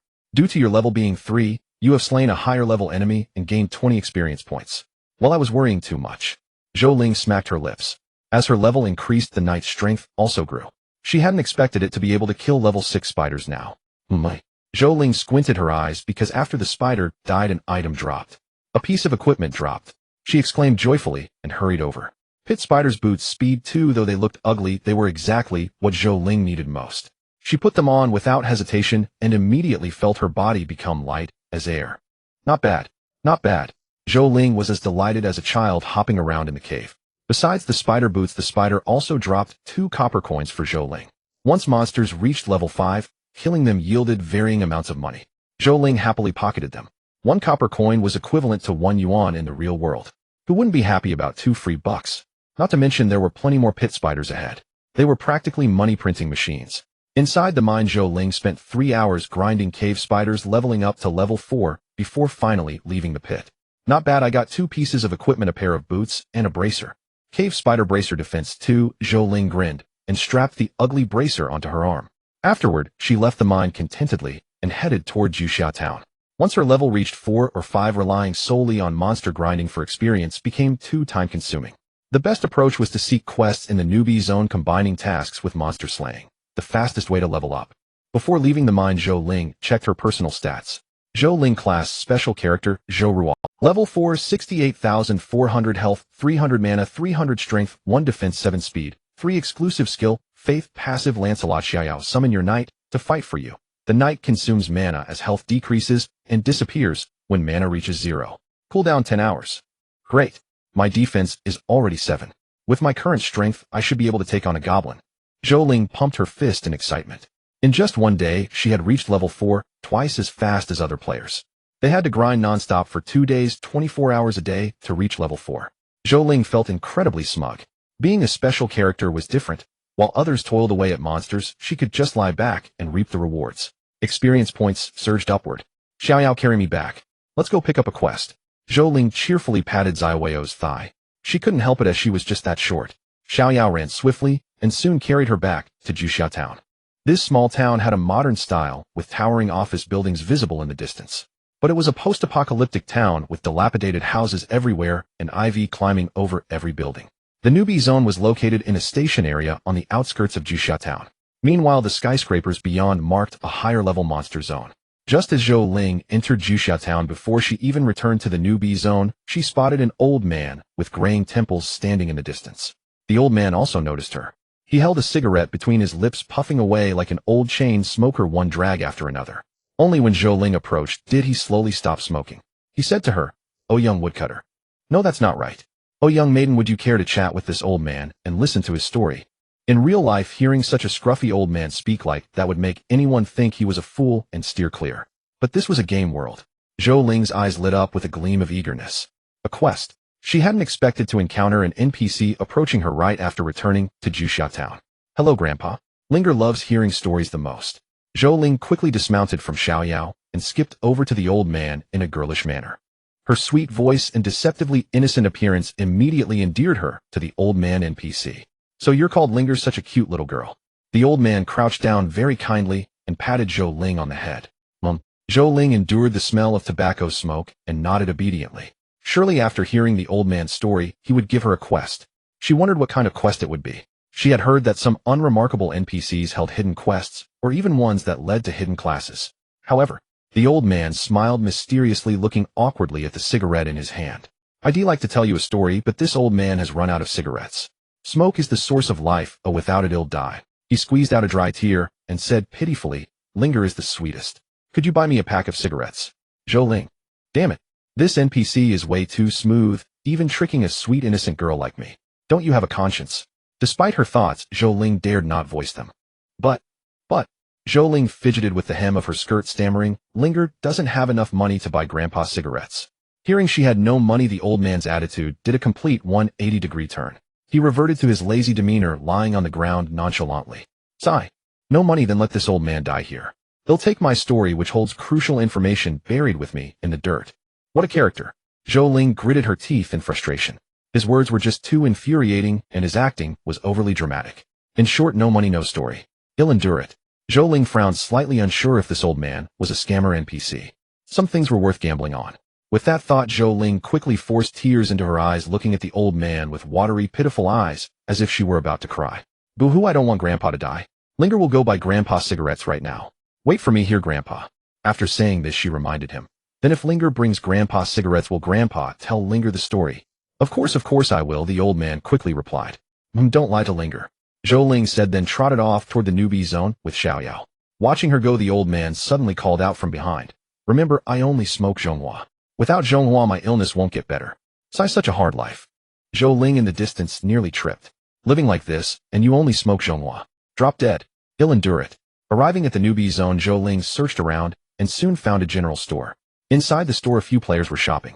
When they saw Zhou Ling, a little girl, their eyes lit up. What a cute loli. This adorable loli captivated their gazes. But what she needed to buy left them stunned. Boss, how much is a pack of Zhonghua? The boss, a plump middle-aged man, glanced at her briefly and said flatly, buying it for your dad. Zhou Ling nodded earnestly, for my grandpa.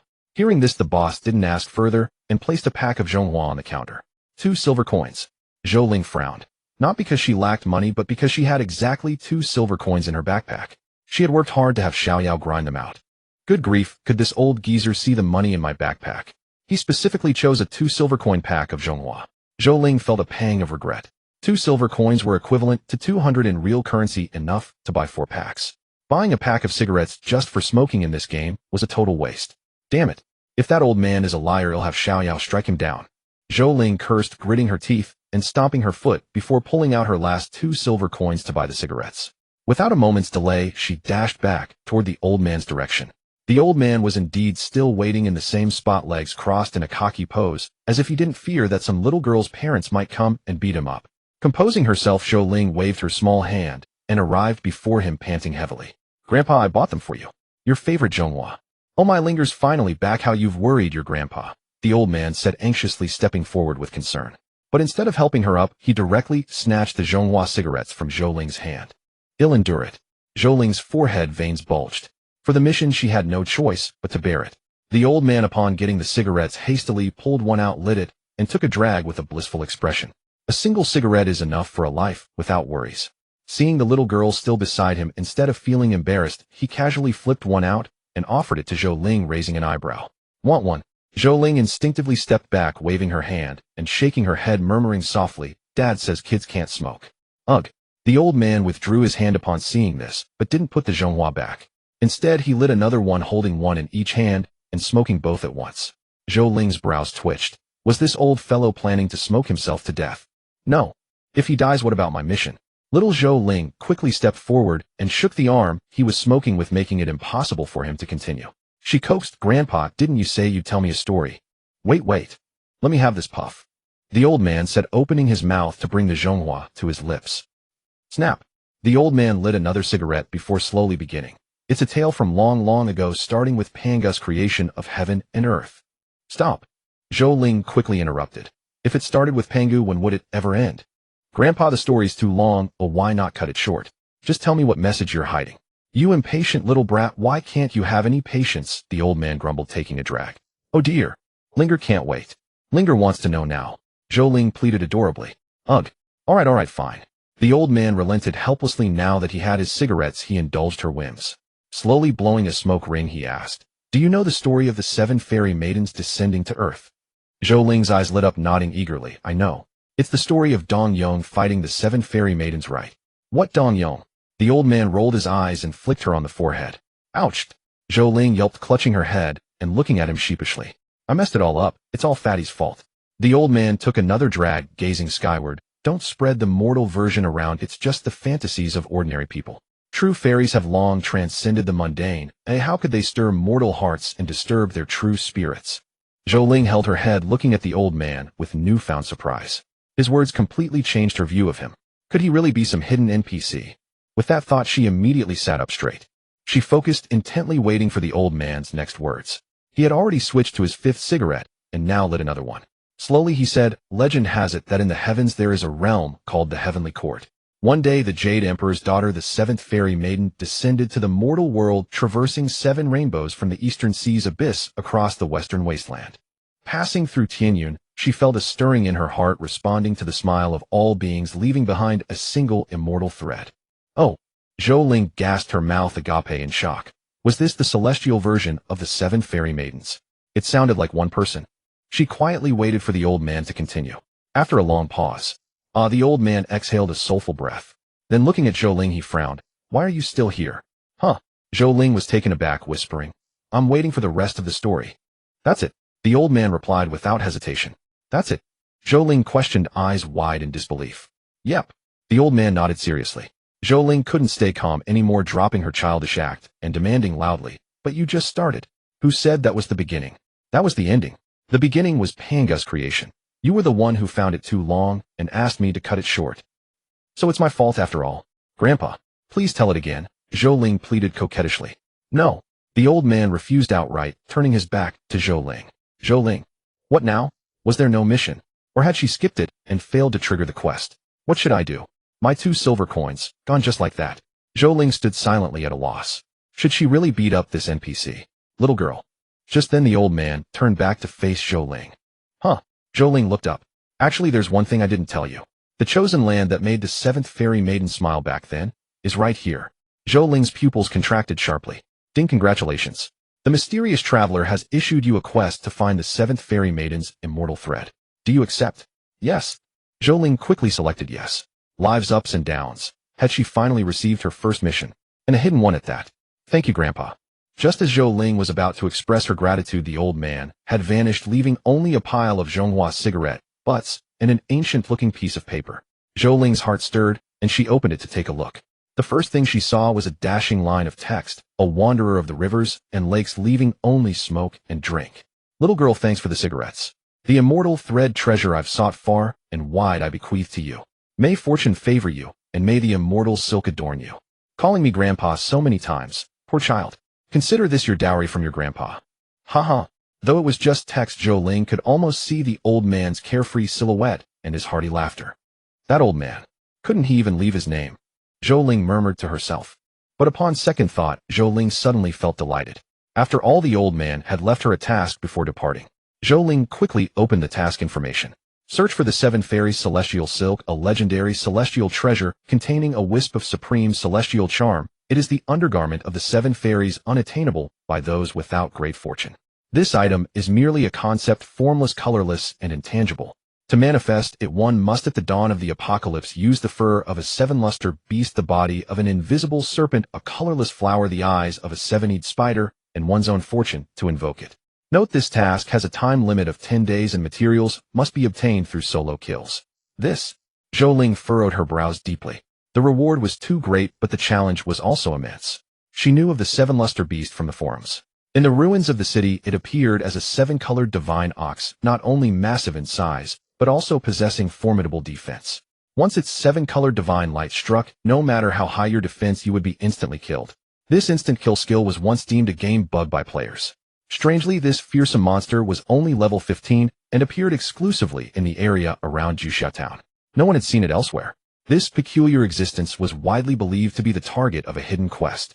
Consequently, several guilds formed parties to hunt this 7-colored divine ox.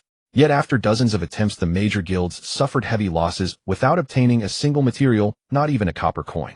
The matter eventually fizzled out. So this is where the quest was. Zhou Ling clicked her tongue. But because of this, she found herself in a dilemma. The quest stipulated that it must be done solo. If she formed a party, the 7-luster beast would not drop the materials. Level 15. And with an instant kill skill. Zhou Ling felt the immense difficulty. Besides the seven-luster beast's fur, there was also the invisible serpent. So far there was no trace of this monster on the forums. Just from its name Zhou Ling could guess it was a highly elusive creature. I'm only level 4 now. Even at maximum Zaiweo's combat power is probably only level 8. I can't rush the highest level quest now. I need to find a way to level up first. Zhou Ling mused. With this thought she decided not to be impatient and focused on raising her level. I remember someone on the forum said that in the novice town every player can get high experience quests from the village chief, and from the hunting captain there are plenty of hunting quests every day. With these quests I can quickly level up to 10. Having made her decision, Zhou Ling hurried to the village chief's house. The village chief was an old man with a long beard. When Zhou Ling arrived, he was lying on a rocking chair basking in the twilight. Village chief. Before she even reached him, the chief heard the sweet voice of the little girl. Since obtaining this female character, Zhou Ling had grown increasingly adept at playing it, especially by leveraging her cute and petite appearance to gain such great benefits. She had become more accustomed to using an endearing tone. The village chief lifted his eyelids, saw it was a little girl, and sat up straight. When Zhou Ling stood before him, the village chief's wrinkled face broke into a smile. He asked with a chuckle, "What can I do for you, little girl? Where are your parents?" Zhou Ling stumbled slightly. Why did all adults immediately ask about her parents? What did my parents steal your rice? After a moment's thought, Zhou Ling explained, "My parents haven't arrived yet. They sent me to ask if you need any help." I see. You're such a sensible little girl, helping your parents at such a young age. The village chief chuckled and praised her. Zhou Ling scratched her head, feeling a bit embarrassed. Ever since you warriors came to the town, our lives have been getting better. Many people are now starting to venture outside the town. The village chief sighed with emotion. Not at all. For the development of humanity, we are duty-bound. Such trivial matters are not worth mentioning, Zhou Ling said with a sweet smile. She interrupted the village chief, who seemed about to continue. Village chief, is there anything else in town that needs our help? The village chief looked up at the sky, then said, "There is one thing I'd like to trouble you with." Go ahead, village chief. Just now some villagers encountered a wolf pack attack while reclaiming wasteland outside the town. The village chief frowned with concern. Ding. The village chief has issued a quest: kill the wolf pack. Do you accept? Accept. Zhou Ling immediately took the quest. Village chief, I'm off. Without waiting for the village chief's rambling, Zhou Ling waved goodbye and ran toward the hunting captain's location. I haven't finished yet. That wolf pack is very dangerous. The village chief clicked his tongue. These sudden warriors were good, but rather strange. They came rushing in and left just as hastily, never letting anyone finish speaking. In the distance at the hunting camp. Little girl, why are you alone? Where are your parents? The hunting captain bent down to ask. Zhou Ling. Helpless Zhou Ling had to repeat the same explanation she had given the village chief. After picking up 2 more quests from the hunting captain, Zhou Ling took a stroll around the town. She accepted 4 or 5 quests in one go before leaving the town and heading toward the outskirts. All the quests were ordinary white-tier ones except for a herb-gathering quest from the herbalist. The rest were monster-killing quests. The Tianyu game was very user-friendly yet rigid in its quest design. Except for special quests, normal ones never exceeded 2 levels above the player's level. That meant the highest level quest Zhou Ling had was the level 5 wolf pack kill quest. For Zhou Ling, who had a knight like Xiaoyao, completing these quests was a piece of cake. She didn't even need to lift a finger, as she just had to watch and the quest would be completed effortlessly. Dusk quickly passed. Zhou Ling completed the 5 quests in just 3 hours, with most of the time spent traveling. Although the quests were low-level, the experience rewards were incredibly high. After finishing these quests along with the monsters she killed along the way, Zhou Ling went from level 4 to level 5, just a little over 100 experience points shy of level 6. He'll grind a bit more, level up to 6, and then log off. Zhou Ling clenched her little fist, then ordered Xiaoyao to charge into the monster horde and wreak havoc. Half an hour later, Zhou Ling successfully ascended to level 6. After reaching level 6, Zhou Ling chose to log off. She couldn't be like those gaming addicts, endlessly grinding monsters day and night. When playing games, balancing work and rest is the best approach. After having dinner, Zhou Ling lay on her bed. With nothing else to do, she picked up her phone and called her half-sister. Has this little girl not come to see me for half a month? Zhou Ling felt a bit worried. Her sister was not only the school beauty, but also articulate and mischievously clever. In university, countless single guys were eyeing her covetously. The little girl was now in her rebellious phase, and as her brother, if he didn't keep a close watch, she might bring home a boyfriend someday. Then where would he go to cry? The sky is blue, waiting for the rain. And I am waiting for you. After a mysterious ringtone sounded, only half a minute passed before the call was answered. Beep, what is it? Her sister Zhou Yu's impatient voice came through. Faintly, Zhou Ling also heard the sound of running water. The little girl might be taking a shower. Good, she could even make time to answer his call while bathing. This showed how important he was in her heart. Zhou Ling organized his thoughts and asked, "Are you at school?" "Of course. It's so late at night. Where else would I be if not at school?" Her tone was irritable, but Zhou Ling wasn't upset at all. After all, this was how his sister talked to those closest to her. Glancing at the calendar, he noticed that Zhou Yu's birthday was just a few days away. Zhou Ling quickly found a topic. "Your birthday is in a few days. When are you coming back? He'll celebrate it with you." Hearing his words, Zhou Yu fell silent on the other end of the line. The only sound was the water in the bathroom. After a while, Zhou Yu asked uncertainly, "You're not trying to trick me out of my allowance again, are you?" Zhou Ling was embarrassed. Was he really that kind of person? How could that be? "I have money now. Treating you to a birthday celebration is more than enough. Don't overthink it. I love you so much. How could I possibly trick you out of your allowance?" The sound of water continued, but Zhou Ling seemed to hear Zhou Yu muttering discontentedly, "Last month you tricked me out of several thousand for a gaming helmet." Zhou Ling's mouth twitched. Was this little girl still holding a grudge? Last month was ages ago, right? Why was she still remembering it? No, he had to regain his dignity. Otherwise what face would he have as a brother? "Oh, sister, you." Before he could finish, Zhou Ling quickly covered his mouth, a look of horror on his face. Damn, he had actually slipped into the lowly tone he used in the game. But the words were already spoken like water spilled on the ground. This sentence struck Zhou Yu like a thunderbolt. Even with the water running, she heard it clearly. "Wow." Zhou Yu screamed in shock. "Bro, what's up with your voice? Have you gotten a boyfriend? Are you a crossdresser? Have you been sneaking into my room to wear my clothes?" It was as if she had hit her breaking point. Her words gushed out like the yellow river's endless flow. "No." Zhou Ling's forehead bulged with veins as he said emphatically. "Impossible. What was that tone just now? I've been a girl for so many years and I can't even speak that delicately." Zhou Yu simply didn't believe him. She had long suspected her brother had a cross-dressing fetish. Otherwise, how could he be so used to his buddies calling him Linger all the time? It was over. His reputation was ruined. Zhou Ling stared at the ceiling in despair. On the other end of the line, Zhou Yu kept asking incessantly, then suddenly her tone turned pleading. "Bro, can you do that tone again? It sounds really cute. If you say it just once, he'll come back tomorrow." "No, you'd better stay at school." Zhou Ling refused, imagining how she would pester him to cross-dress once she came back. The image was unimaginable. Ignoring Zhou Yu's desperate pleas, Zhou Ling resolutely hung up. A nice phone chat ended like this. Zhou Ling lamented. After scrolling through videos for a while in bed, Zhou Ling turned off the light and went to sleep. The next day, Zhou Ling logged into the game. After taking on some daily quests, she began grinding monsters and successfully leveled up to 8. On the third day, by evening, she finally reached level 10. At this time in the Tianyu game, the highest level was only around 18. Although she was 8 levels lower, she was now considered a mid-tier player. Upon reaching level 10, players needed to break through the level cap. This quest didn't require an NPC, it automatically triggered upon reaching level 10. Break through the level 10 realm limit challenge, an exclusive dungeon. Successfully clearing it will complete the quest. The reward depends on the clearance rating. Enter the exclusive dungeon. Has this moment finally arrived? Zhou Ling couldn't contain her excitement. She immediately clicked confirm. The scene shifted and Zhou Ling appeared at the foot of a mountain. Before her was a small path leading uphill. Ding! You have entered the exclusive dungeon Blackwind Stronghold. Kill all the bandits in Blackwind Stronghold. The faster you clear it, the higher the reward. 0001. The timer began ticking. Zhou Ling didn't dare hesitate. With Carefree Knight by her side, clearing this dungeon was only a matter of time, but time precisely determined the reward's size. "Come forth, my knight." Summoning Li Xiaoyao, immediately Zhou Ling gave the order. "Kill. Leave no bandit alive. Finish them as quickly as possible." "Yes." Li Xiaoyao acknowledged. After level 10, Xiaoyao had gained tremendous speed. With just a few steps, he vanished from Zhou Ling's sight. After a short while, Zhou Ling heard the system notification. Killed a bandit, experience 200. Due to your current level being 10 and the level cap not broken, experience cannot increase. You killed a bandit. Current quest progress 1200. Zhou Ling walked along the mountain path, the system sounds of her killing bandits constantly ringing in her ears. What a pity, all this experience would have been enough to level me up again.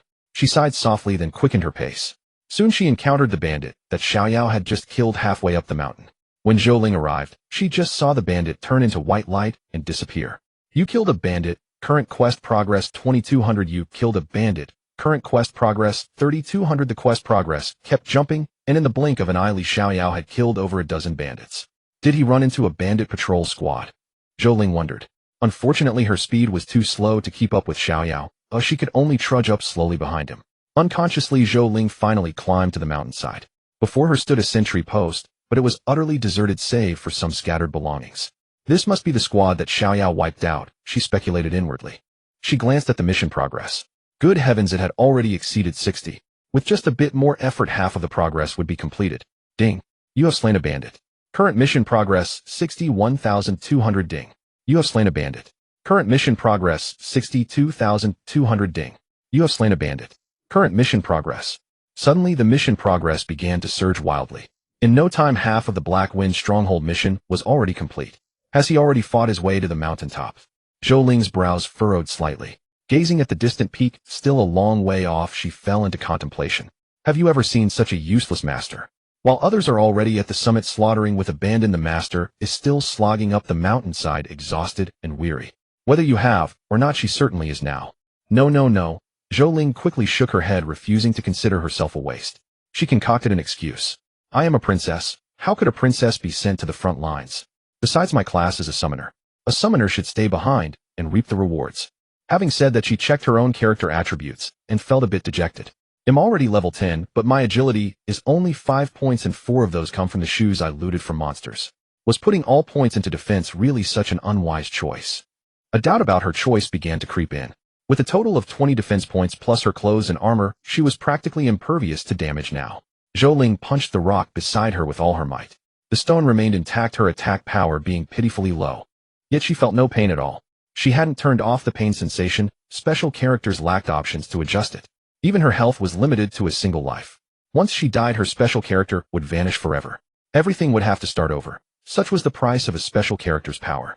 She looked down at the back of her hand and casually brushed away the dust. A small, fair, and tender hand came into view without a single trace of injury, not even a red mark from the impact. Tisk tisk tsk. Harder than a tortoise shell, she muttered, smacking her lips. She perked up and continued her journey towards the summit. In the brief moment she had been lost in thought, Li Xiaoyao had already killed over 30 more bandits for her. It was terrifyingly efficient, almost inhuman. However, Xiaoyao's health had also taken a considerable hit. Black Wind Stronghold isn't just crawling with ordinary bandits, it also has some powerful elite monsters and a boss, Zhou Ling calculated briefly. But given Xiaoyao's strength, he shouldn't find them too difficult to handle. It's just that there are so many of them, killing them all will take some time. Thinking of Xiaoyao's prowess, Zhou Ling felt much more at ease. She trotted up the mountain path with light steps, daydreaming about acquiring some formidable equipment from the boss. Ding. You have slain an elite bandit. Current mission progress 147200. Seeing this notification, Zhou Ling quickened her pace, fearing that if she arrived too late the loot would dawn on its own. After a long while she finally reached the end of the path and the world before her opened up. The corpses of several dead bandits were dissolving into faint white lights. Haha, boss, your daddy is here. Gazing at the structures of Black Wind Stronghold ahead, Zhou Ling felt a surge of exhilaration. With a loud shout, she sprinted into the stronghold. The thought of the equipment from her first dungeon run made her unconsciously grin. Xiaoyao, spare the boss. Let me kill him. She stepped into Black Wind Stronghold and shouted loudly to Li Xiaoyao, whose location was unknown. Ding. You have slain the boss, Li Kueifeng. Current mission progress 200,200. Congratulations. You have completed the level-restricted mission. Time taken 23 minutes. Current rating S. You have received the Scrade level 10 breakthrough pill. Ding. The dungeon has ended perfectly. Do you wish to exit? You have 3 minutes to remain here, after which you will be forcibly ejected.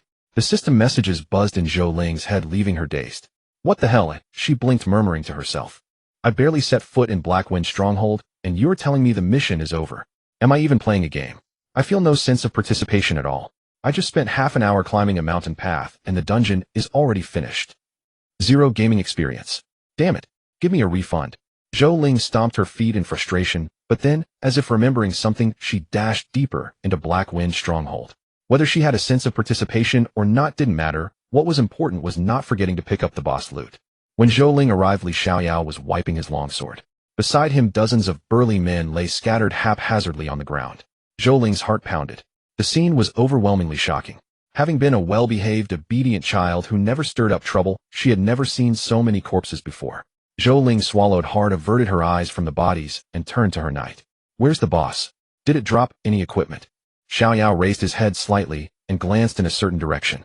Following his gaze, Zhou Ling saw a corpse that had been mutilated into a human stump lying there. Half of its face had been sliced off, a truly gruesome sight. But Zhou Ling was overjoyed, for on the chest of that human stump a blue light orb was flickering. Equipment, she cried out, and immediately dashed over. Every bit of effort she had put in over the past half hour was worthwhile. Equipment radiating a blue light orb was of fine quality. In this early stage of the game, even selling it could net a considerable sum. Hee hee. Zhou Ling giggled happily, rubbed her little hands together, and walked towards the blue light orb. Li Xiaoyao looked up at Zhou Ling's actions with surprise, a faint golden light flickering in his helmet. A memory that seemed not his own surfaced in his mind. In that memory, she was completely different from the her in his own recollections. Yet she was exactly like the her of now, if not more so. Ding. You have acquired the stolen earrings. In Zhou Ling's palm appeared a pair of clover earrings. They looked ancient with the 4 leaves carved from 4 verdant jade stones. Ding. Stolen earrings. Luck 1.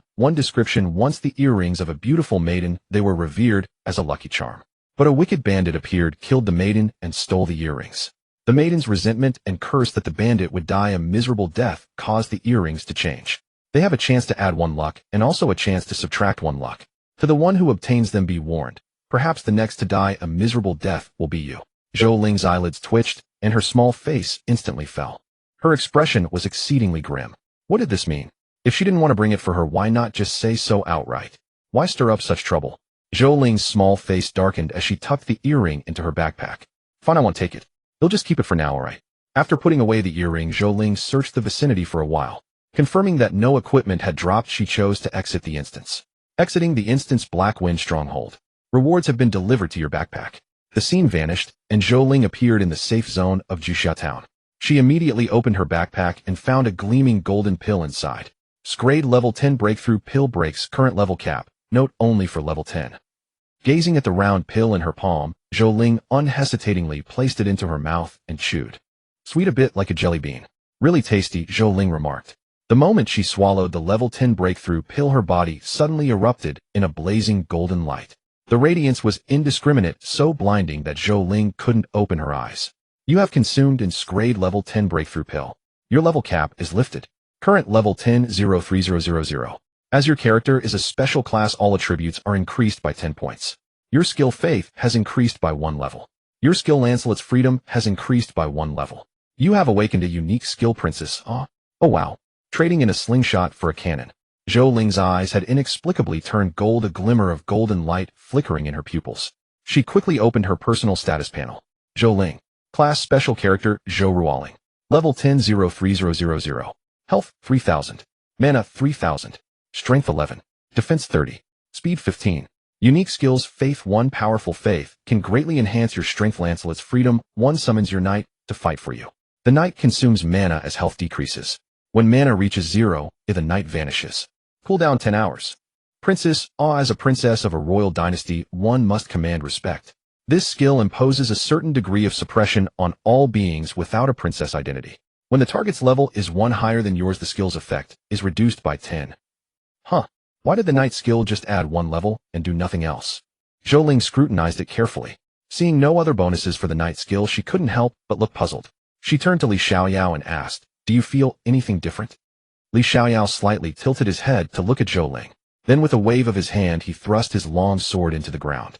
30 magic arrays appeared on the open space before them. Just as Zhou Ling had summoned him, from each of the 30 arrays emerged soldiers clad in armor. Your generals pay respects to the general. Pay respects to our king. The 30 soldiers declared in unison, their momentum mighty, shaking the clouds. Awesome. Zhou Ling was stunned, speechless. So this was what a special character should be like. One person matching an entire army. Who could withstand that? Don't judge me by my small size. With a wave of my hand, I summon a general, and the general summons 30 soldiers. When I level up later, won't the soldiers summon even more soldiers? It's an infinite nesting doll. Who can compete with me? Zhou Ling's heart surged with excitement beyond words. She trotted over to the 30 soldiers, curiously looking left and right. Sometimes she even reached out to touch their armor. Seeing the tiny Zhou Ling, the 30 burly soldiers felt a surge of emotion, tears welling in their eyes. Beneath their helmets, their faces were streaked with old tears. Princess Tianruo. One soldier choked out, disregarding military discipline, as he bowed deeply to Zhou Ling.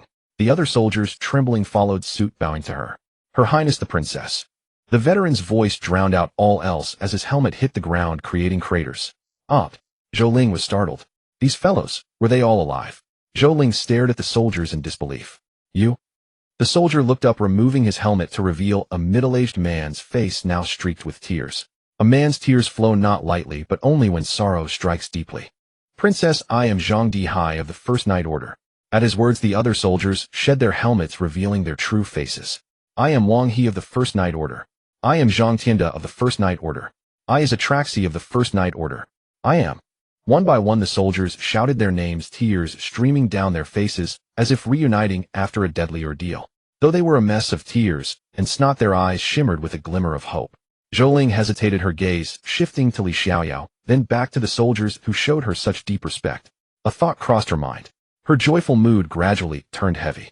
Zhou Ruoling, what exactly did you leave me? She murmured inwardly. Surprised too. Suddenly the usually taciturn Li Xiaoyao spoke. Zhou Ling was momentarily dazed, looking up at him. Li Xiaoyao raised his hands to his helmet and slowly removed it. As a sliver of space appeared, strands of white hair spilled from beneath the helmet. Inexplicably, Zhou Ling felt a pang in her heart, an unbearable ache surging in her chest. You, she exclaimed in disbelief, a single tear sliding down her cheek. Li Xiaoyao took off his helmet, revealing a young man with delicate features and a trace of melancholy between his brows. Such a handsome youth, yet his face bore a weariness beyond his years. Li Xiaoyao smiled softly, then knelt on one knee before Zhou Ling. Li Xiaoyao of the First Night Order pays respects to Her Highness Princess Tianruo. He lifted his head, revealing a gentle smile like a spring breeze, and said softly, linger. I've returned. Zhou Ling's tears flowed freely. These weren't her tears, they belonged to the character. She shook her head, overwhelmed with pain. I'm sorry. I'm no longer that Linger. I know, Li Xiaoyao said slowly. Linger is gone. I knew it from the moment I saw you. Then. But you have inherited her. You have earned her recognition, received everything she had, including us. That is enough. We are the embodiment of her will. We were born for her, die for her, fight for her. And we exist for you. As long as you are here, she is you. I vow to serve you, to fight for you for this life and beyond. We vow to serve you, to fight for you for this life and beyond. Zhou Ling nodded slightly, murmuring softly, rest assured, this time I will absolutely not allow tragedy to occur.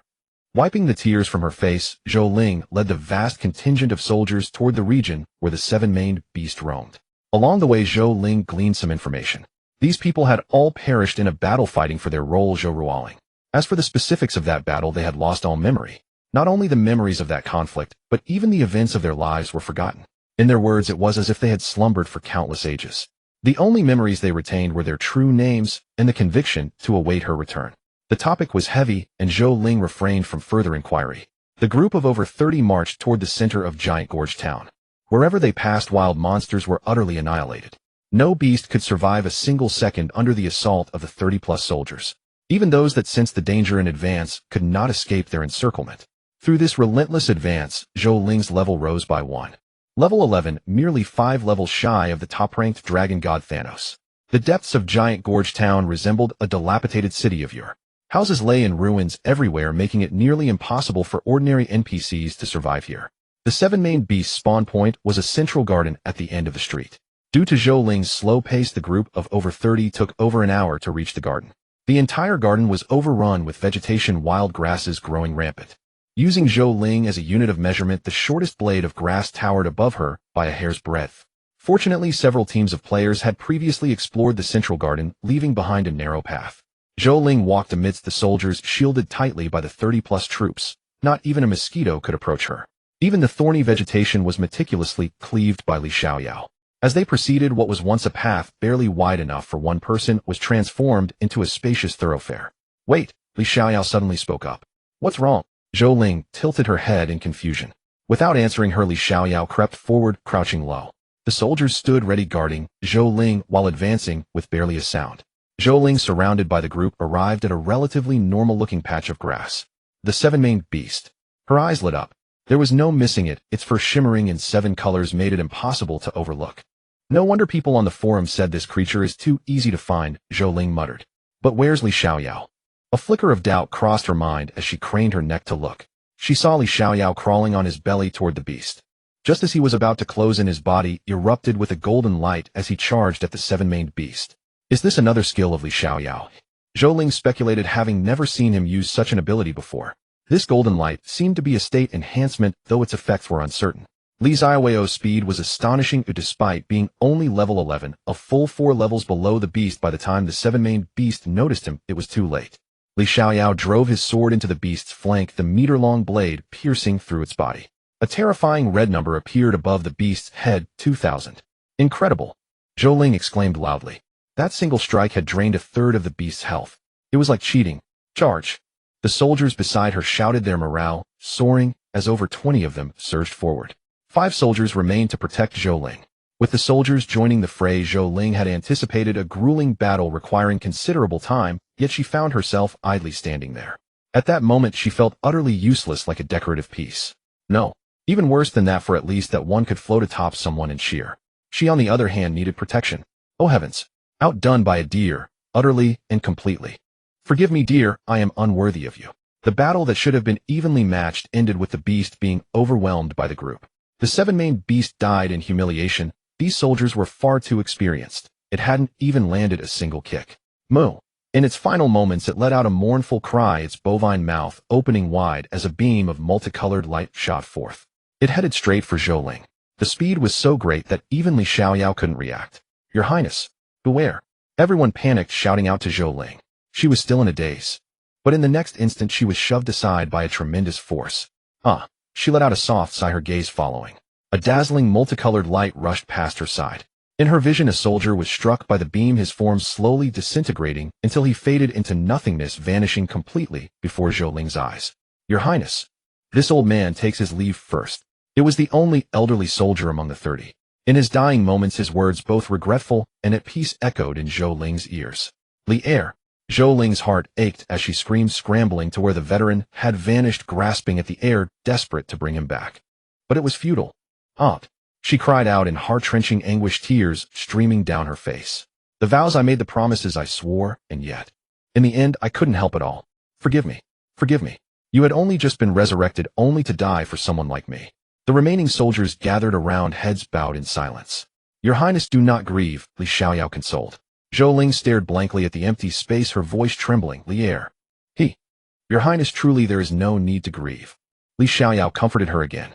He shook his head helplessly. Your survival is the greatest help to us. He encouraged, raising his hand, and a magic circle appeared before Zhou Ling, right where Li Er had vanished. Then Li Er, with a bewildered and dazed expression, materialized before the group. He appeared in Zhou Ling's sight. Didn't I die? He looked around in confusion, then at the teary-eyed princess, equally dumbfounded. Your Highness, why are you crying again? I am not. It's just windblown sand. Zhou Ling broke into laughter with a hint of reproach in her eyes, as if to say, why didn't you remind me? You made me look so foolish. Li Xiaoyao revealed his true face and spread his hands helplessly. You never asked. Thus the comical misunderstanding came to an end. Zhou Ling pulled herself together, but still harbored a trace of anger. Spotting the 7-maned beast floating in the distance with several luminous orbs around it, she brusquely pushed Li Xiaoyao aside. What's wrong with your Highness? This doesn't seem like the behavior I recall. A soldier mused, voicing his question. Li Xiaoyao gazed at Zhou Ling's petite retreating figure and shook his head slightly. Perhaps this is the truest version of your Highness. Zhou Ling approached the corpse of the 7-maned beast and reached for one of the orbs. You have obtained colorful yarn. You have obtained the hoof of the 7-maned beast. You have obtained skill talisman radiant colors. You have obtained 5 silver coins. Ding. Successfully slain the 7-maned beast. Obtained colorful yarn.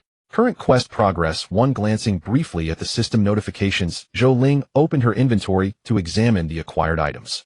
1 quest item, a piece of equipment radiating purple light, and a talisman pattern also glowing purple. Zhou Ling gave the colorful yarn a cursory look and dismissed it as its description offered little of interest. She then turned her attention to the equipment. A purple tire item, I hope it's worth something, she said with anticipation, already having one unreliable piece. Hoof of the 7-maned beast. This weapon was born from resentment. Its master, besieged by petty foes in life, died in utter indignation. Filled with rage and unwillingness, it gave birth to this item. Classified as a conceptual weapon, it possesses no attack power. Any living being struck by it will have a cherry blossom hoof print appear on its face. An indelible mark that cannot be washed away, removable only by another conceptual item that can cleanse its resentment. What kind of nonsense is this? Reading the description, Zhou Ling's mouth hung open, at a loss for how to express her thoughts. Can't we just have fun and peace? She plopped down on the ground in despair. After a moment's thought, she took out the hoof of the 7-maned beast for a look. It was simply a hoof half a meter long, covered in fluffy multicolored fur that felt soft and surprisingly pleasant to the touch. Forget it. It's useless. Zhou Ling quickly dismissed the idea. A weapon with no attack power. What was it good for? Marking others. Worse still, it would leave a mark right on their face, a surefire way to draw hatred. In games, appearance is more precious than life itself.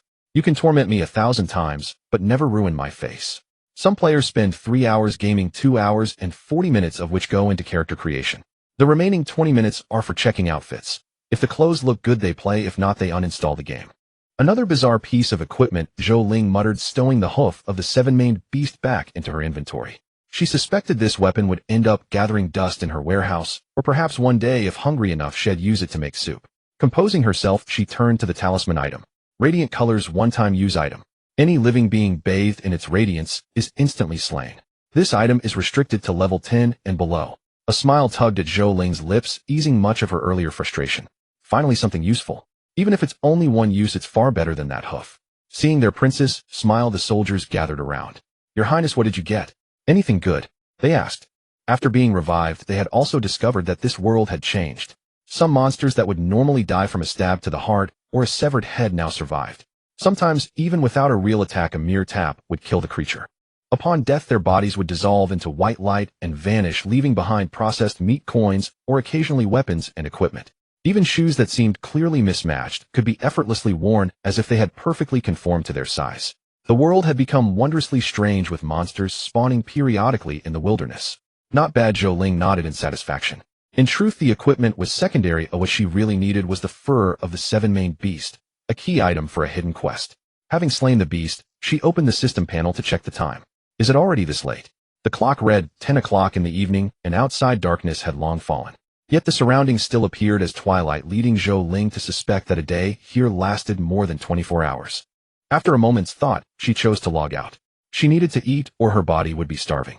Exchanging a few brief words, she bid farewell to the group, dismissed her skills, and returned Li Xiaoyao and the other soldiers to the summoning space. With a single thought, Zhou Ling exited the game. She removed the gaming helmet, and sure enough, the room was pitch dark, the outside world shrouded in night. Sigh, it's so late. I might as well find little fatty and grab a bite outside. He'll need to come up with an excuse to make him pay. Having made up her mind, Zhou Ling fumbled around the room, searching for the light switch on the wall. Suddenly she felt something unexpected, a familiar touch. Soft, silky, smooth, and faintly warm. She let out a soft exclamation and rubbed her fingers against it. A thought crossed her mind. It felt like the fabric of a woman's garment, incredibly soft and pleasant. Having spent days as a female character in the game, he had often touched himself and could identify women's clothing by feel alone. Strange. Why would there be women's clothes in my room? Bewildered, he rubbed his eyes and squinted in that direction through the darkness. Vaguely, he seemed to make out a silhouette.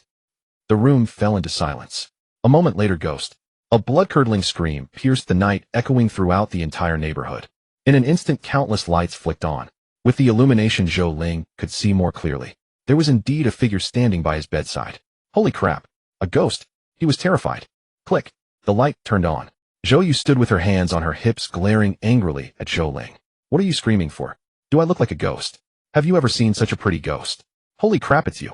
Relieved to see a living person, Zhou Ling demanded, why are you in my room in the middle of the night? Don't you know men and women should keep their distance? What if I wasn't wearing anything? Zhou Yu sneered, unflustered. We've seen everything when we were kids. It's not like I haven't seen your body before. And it's still so small. She even raised her hand to gesture, looking at him provocatively. I've grown up now, Zhou Ling retorted, angrily refusing to back down on this matter.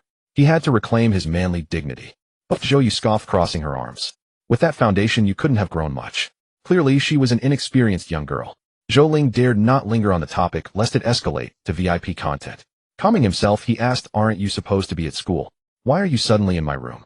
I came back, Zhou Yu replied bluntly, then pointed downward, saying coldly, before you speak, how about taking your pervy hand off me? Zhou Ling was momentarily stunned. Well, it turned out what he had been groping was Zhou Yu's skirt. No wonder it felt so pleasant. Was his body this honest? Instinctively, he looked up, then quickly released his hand, curling his lips into a faint, indistinct murmur. TCH, safety shorts again. Is there no trust between siblings anymore? What did you say? Zhou Yu furrowed her brows, her voice rising sharply with indignation. Nothing. Zhou Ling shrank his neck in fright, waving his hands hastily. I was just saying you look really nice today, sis. Hearing Zhou Ling's words, Zhou Yu rolled her eyes. Come on, I'm wearing a school uniform. Yes. Zhou Ling nodded frantically, forcing a smile as he praised, the uniform looks great too. You're naturally beautiful, sis. You look good in anything. TCH, you coward. Faced with his sister's insult, Zhou Ling could only wipe the cold sweat from his brow. By the way, how come you have time to be home today, he asked. Zhou Yu pulled over a nearby chair and sat down in front of Zhou Ling without any hint of ladylike grace. For a moment a glimpse of allure was revealed, but alas, still safety shorts. This isn't just your home. I have a room here too, you know. Just because I'm in school doesn't mean I can't come back, does it? Zhou Ling nodded, finding her logic sound and beyond reproach, but he couldn't let it slide so easily. He reorganized his thoughts. But this is my room. You could at least knock. Seeing Zhou Yu remain silent, he suddenly grew bolder, as if reclaiming the upper hand. Immediately he put on the air of an elder and began to lecture. You're not a little kid anymore. You can't be so reckless in the future. No matter whose room you're entering, you should knock first. Especially a boy's room. A girl absolutely positively must knock beforehand. Never just barge in. At least wait until the guy is tidied up before coming in. But I did knock. Zhou Yu cut him off in one sentence. Huh. He was taken aback. You knocked. I didn't hear a thing. Thinking back to that moment, Zhou Yu's anger flared up again. She kicked Zhou Ling hard with her little foot clad in white stockings. No kidding. You were playing like a pig. In the middle of your game you suddenly started wailing. I barged in because I was worried about you. Zhou Ling was too scared to speak. Wailing. Wasn't that when Li Er died in the game? Could getting immersed in a game really carry over into real life? Zhou Ling etched this lesson deep in his heart. He would never ever do anything outrageous in a game again. If someone happened to hear or see it one day, wouldn't that be social suicide? After a moment's thought, he decided to change the subject. Sorry for worrying you, sis. Have you eaten? Let me treat you to a meal. I got a great piece of equipment today. Not yet. Hearing the offer of a meal, Zhou Yu's mood improved slightly. Great. I haven't eaten either, so we'll go together. With that, Zhou Ling scrambled out of bed.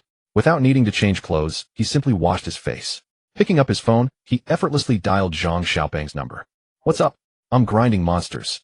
Zhang Xiaopeng's clearly impatient voice came through. Oh, is that so? Then forget it. I was going to treat you to a meal. Zhou Ling put on a disappointed tone. Huh? Did the sun rise from the west? You're not trying to use my family's discount coupons again, are you? You actually think of your bro Ling like that? You've let me down so much.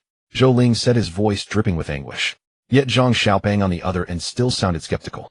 For real this time? Zhou Ling furrowed his brow slightly. When did this little fatty get so smart? At this rate it seemed impossible to scam his best buddy anymore. Oh well, he replied directly. I got a piece of equipment in the game, and am happy. I wanted to treat you to a meal, and you're already so suspicious. How heartbreaking. No, I'm on my way. Where? Hearing this, a faint smile curled at the corner of Zhou Ling's mouth. Same old place. That barbecue joint is pretty good. No problem, I'm heading out now. At that, a glint of cunning shone in Zhou Ling's eyes. He glanced at Zhou Yue, who was idly playing with her toes, then quietly stepped out of the room and into the living room. Speaking softly into the phone, he said, Don't drink tonight. My sister's coming too. A sudden silence fell on the other end of the line. The next moment, Zhou Ling heard the sound of a fall followed by the clatter of things being knocked over. After a brief pause, the silence returned, and Zhang Xiaopeng's equally low voice came through. Is the intel reliable? It felt like an illegal transaction. Zhou Ling found it somewhat amusing and replied in the same low tone. She's right here with me. 100% reliable. Brother-in-law, I'm coming to pick you guys up right now. Zhang Xiaopeng's voice was a little rushed. Huh, what was this guy thinking? No need, right? That barbecue place isn't far, just a 10-minute walk. Barbecue. Zhang Xiaopeng suddenly lost it and shouted at Zhou Ling. How can you bear to take Sister Yue to a place like a barbecue joint? Is that a suitable place for someone of her status? Barbecue joints are so dangerous. How can you be so heartless? His outburst left Zhou Ling utterly bewildered, not understanding a word of it. Before he could ask, Zhang Xiaopeng continued on the other end. As Linger's most loyal bro, I have the right to decide on this meal. A girl like Sister Linger should dine at the finest hotel in this city. His voice was so pained that even Zhou Ling was taken aback. What the hell had gotten into this little fatty? And now he wanted to go to the most upscale hotel. Wasn't that a bit much? Did it really need to be so grand? The cost at a big hotel was no joke. A casual meal would start at 1,000 or two, enough for several meals at the barbecue place. Zhou Ling hesitated. Scamming and fleecing were two different things. Usually scamming his buddy for a meal or two maxed out at 100 or 200 bucks. If they went to a big hotel with that much money, Zhou Ling couldn't let the little fatty pay alone. Doing the math, he winced inwardly. Zhou Yu earned money by painting, 400 or 500 per piece. This would be equivalent to several days of her work. No way. They couldn't go to a big hotel. With that thought, he quickly said to Xiaopeng, let's skip the big hotel, okay? Xiao Yu isn't used to the food there. Who says, eh? Just then Zhou Yu walked out of the room, and overhearing, Zhou Ling directly contradicted him. The Juhalu Hotel is pretty good. I've been there before with Mu Mu and the others. Her voice wasn't loud, but Zhang Xiaopeng on the phone heard it clearly and immediately decided, great. Juhalu it is. Wait a bit. They'll be right there to pick you up. Oh no. Zhou Ling was dumbfounded. Was it really okay for you two to chat like this across the room? It was over. He had ended up scamming himself this time. A meal would cost several thousand, and with two of them on his side, and only Xiaopeng alone. If they split the bill, evenly he'd have to fork over at least 1,000. He couldn't help but glance at Zhou Yue, who still looked a bit dazed, and his heart sank even further. Raise boys with poverty, girls with wealth. Since childhood, Zhou Yu's allowance had been 10 times his. And with Zhou Yu's love for good food, this hotel meal wouldn't just bleed him dry. It would suck out his very marrow. Zhang Xiaopeng arrived with remarkable speed, for in his mind this was the pivotal event of his future life. To make an impression, he had even taken out his father's vintage convertible, the Bull. Zhou Ling could hear the roar of the engine clearly from outside the residential complex. Catching sight of the car from the window, Zhou Ling's expression shifted subtly. Whoa, driving without a license. He smirked slyly, immediately pulling out his phone to capture every angle, leaving nothing undocumented. Beholding the photos in his hand, Zhou Ling was elated. Perfect dinners sorted for tomorrow. Yet the thought of the upcoming Grand Hotel caused a pang of pain in Zhou Ling's heart. The hunter, after years of success, had finally been blinded by the prey. Thousands of bucks. What are you muttering about? Zhou Yu asked, puzzled. Wasn't it just a meal? Nothing. Zhou Ling shook his head, retrieving his cherished coin bank from the room. Let's go, the little fatty's here to pick us up. He said, his figure slouched as he led Zhou Yu downstairs. Along the way, that damn fatty called 4 or 5 times. Zhou Ling had told him repeatedly that they were already downstairs, yet he persisted, calling over and over again. Zhou Ling regretted ever inviting the little fatty. If not for him, how would he have been swindled out of so much? Though initially it was he who had planned to trick someone. Bro Ling. Over here. As soon as they exited the complex, Zhou Ling heard Zhang Xiaopeng's booming voice. He's calling me Bro Ling now, huh? Zhou Ling found the address oddly distasteful, burying his old face as he looked toward the source of the voice. Zhang Xiaopeng, dressed formally, stood solemnly by the car, one hand resting on the doorless frame, offering Zhou Ling a dashing profile. Show off. Zhou Ling cursed under his breath. Honestly, he really didn't want to walk over there now. Oh, it was too embarrassing. But Zhang Xiaopeng winked and gestured at him, sending a shiver down his spine. Zhou Ling was utterly mortified. He stole a glance at Zhou Yu. Her large eyes sparkled with a strange glimmer. Zhou Ling's heart skipped a beat. If this continues, we'll never be able to clear our names. What the hell are you playing at? Zhou Ling rushed forward to demand. However, Zhang Xiaopeng with deep emotion gently pushed Zhou Ling aside and walked toward Zhou Yu. Zhou Ling, Sister Yue, I've heard of your famed beauty for ages, yet never had the chance to behold your visage. Now that I see you, I'm utterly astounded. Holy crap. Which mental hospital did this guy escape from? Zhou Ling was creeped out. But Zhang Xiaopeng's theatrics weren't over yet. Under Zhou Yu's stunned expression, he suddenly flicked his sleeve. In Zhou Ling's visible sight, he swiftly pulled a rose from his back pocket. A single flower can only serve to complement your beauty. Ugh. Zhou Ling nearly retched from the disgust. This wasn't the Zhang Xiaopeng he knew. Could love really turn a person into a fool? Oh no. This was already in the realm of mental illness. Zhou Yu's face stiffened, goosebumps erupting all over her body as she instinctively hugged herself. She could be certain this was the most terrifying confession she had ever received in her life. She tilted her head, looking at Zhou Ling behind Zhang Xiaopeng. Tears glistened in her eyes, reflecting the iridescent light. Is this your friend? Did you call him here to get back at me? Zhou Ling understood Zhou Yu's meaning all too well. He shook his head, unable to help but feel sorry for her. After a moment's thought, he walked over to Zhang Xiaopeng, wrapped an arm around his shoulders, and forcibly dragged the bulky man aside. Hey, don't pull me. I haven't finished my lines yet. Finished what? If you keep going, I'll puke. Zhou Ling gave him a hard kick. Where did you learn that crap? Don't you find it cringy? From a game. Zhang Xiaopeng answered without a second thought, dead serious. Oh my god. Games are a plague. Zhou Ling held his forehead. If the person being confessed to wasn't his own sister, he'd probably be laughing out loud. Game lines, and you dare to use them in real life. I surrender. Stop daydreaming, you have no chance with my sister. Zhou Ling struck him down without mercy. The reason he dared to bring Zhou Yu to meet Zhang Xiaopeng was that he was confident about this guy. His sister would never fancy him. Now with Zhang Xiaopeng's stunt, forget it, her impression of him was definitely in the negatives. Zhang Xiaopeng grew anxious. This was about his life's future. He quickly asked, then what do I do? What kind of guy does your sister like? Zhou Ling rolled his eyes. What are you thinking? Do you think you still have a chance? What do you mean, what do I do? Get in the car and go eat. He said irritably, then ignoring Zhang Xiaopeng walked to the driver's side and sat down with practiced ease. Zhang Xiaopeng looked at Zhou Yue, then at Zhou Ling, thought for a moment, and ran over to Zhou Ling saying, Hey, this is my car. Zhou Ling shot him a look that said, figure it out yourself, and said flatly, driving without a license. Zhang Xiaopeng's face stiffened, turning the color of liver. After a moment of silence, he finally sat down in the back seat, looking at Zhou Yu with some anticipation. Get in my car. Get in my car. And indeed, Zhou Yu got in. She hesitated between the passenger seat and the back seat before ultimately choosing the front passenger seat. The engine roared as Zhou Ling drove toward the Grand Hotel. The distance wasn't far, especially by car. It took only about 10 minutes to reach Juha Building. Throughout the drive, Zhou Ling's expression was grim. It wasn't just because Zhang Xiaoping kept muttering in his ear. More importantly, it was the cost of the meal to come. Thinking about it. Oh no, my heart condition is acting up again.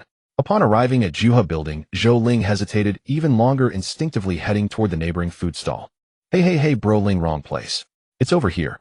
Zhang Xiaoping resolutely pulled him back. The three of them entered Juha Building, and Zhang Xiaoping grandly waved his hand, generously booking a private room. Zhou Ling felt like he was bleeding money. A private room. A minimum charge of 3,000. When ordering, Zhou Ling's heart couldn't take it after just one look at the menu. You guys order, he said, shakily handing the menu to Zhou Yu while subtly tilting his head to look at her.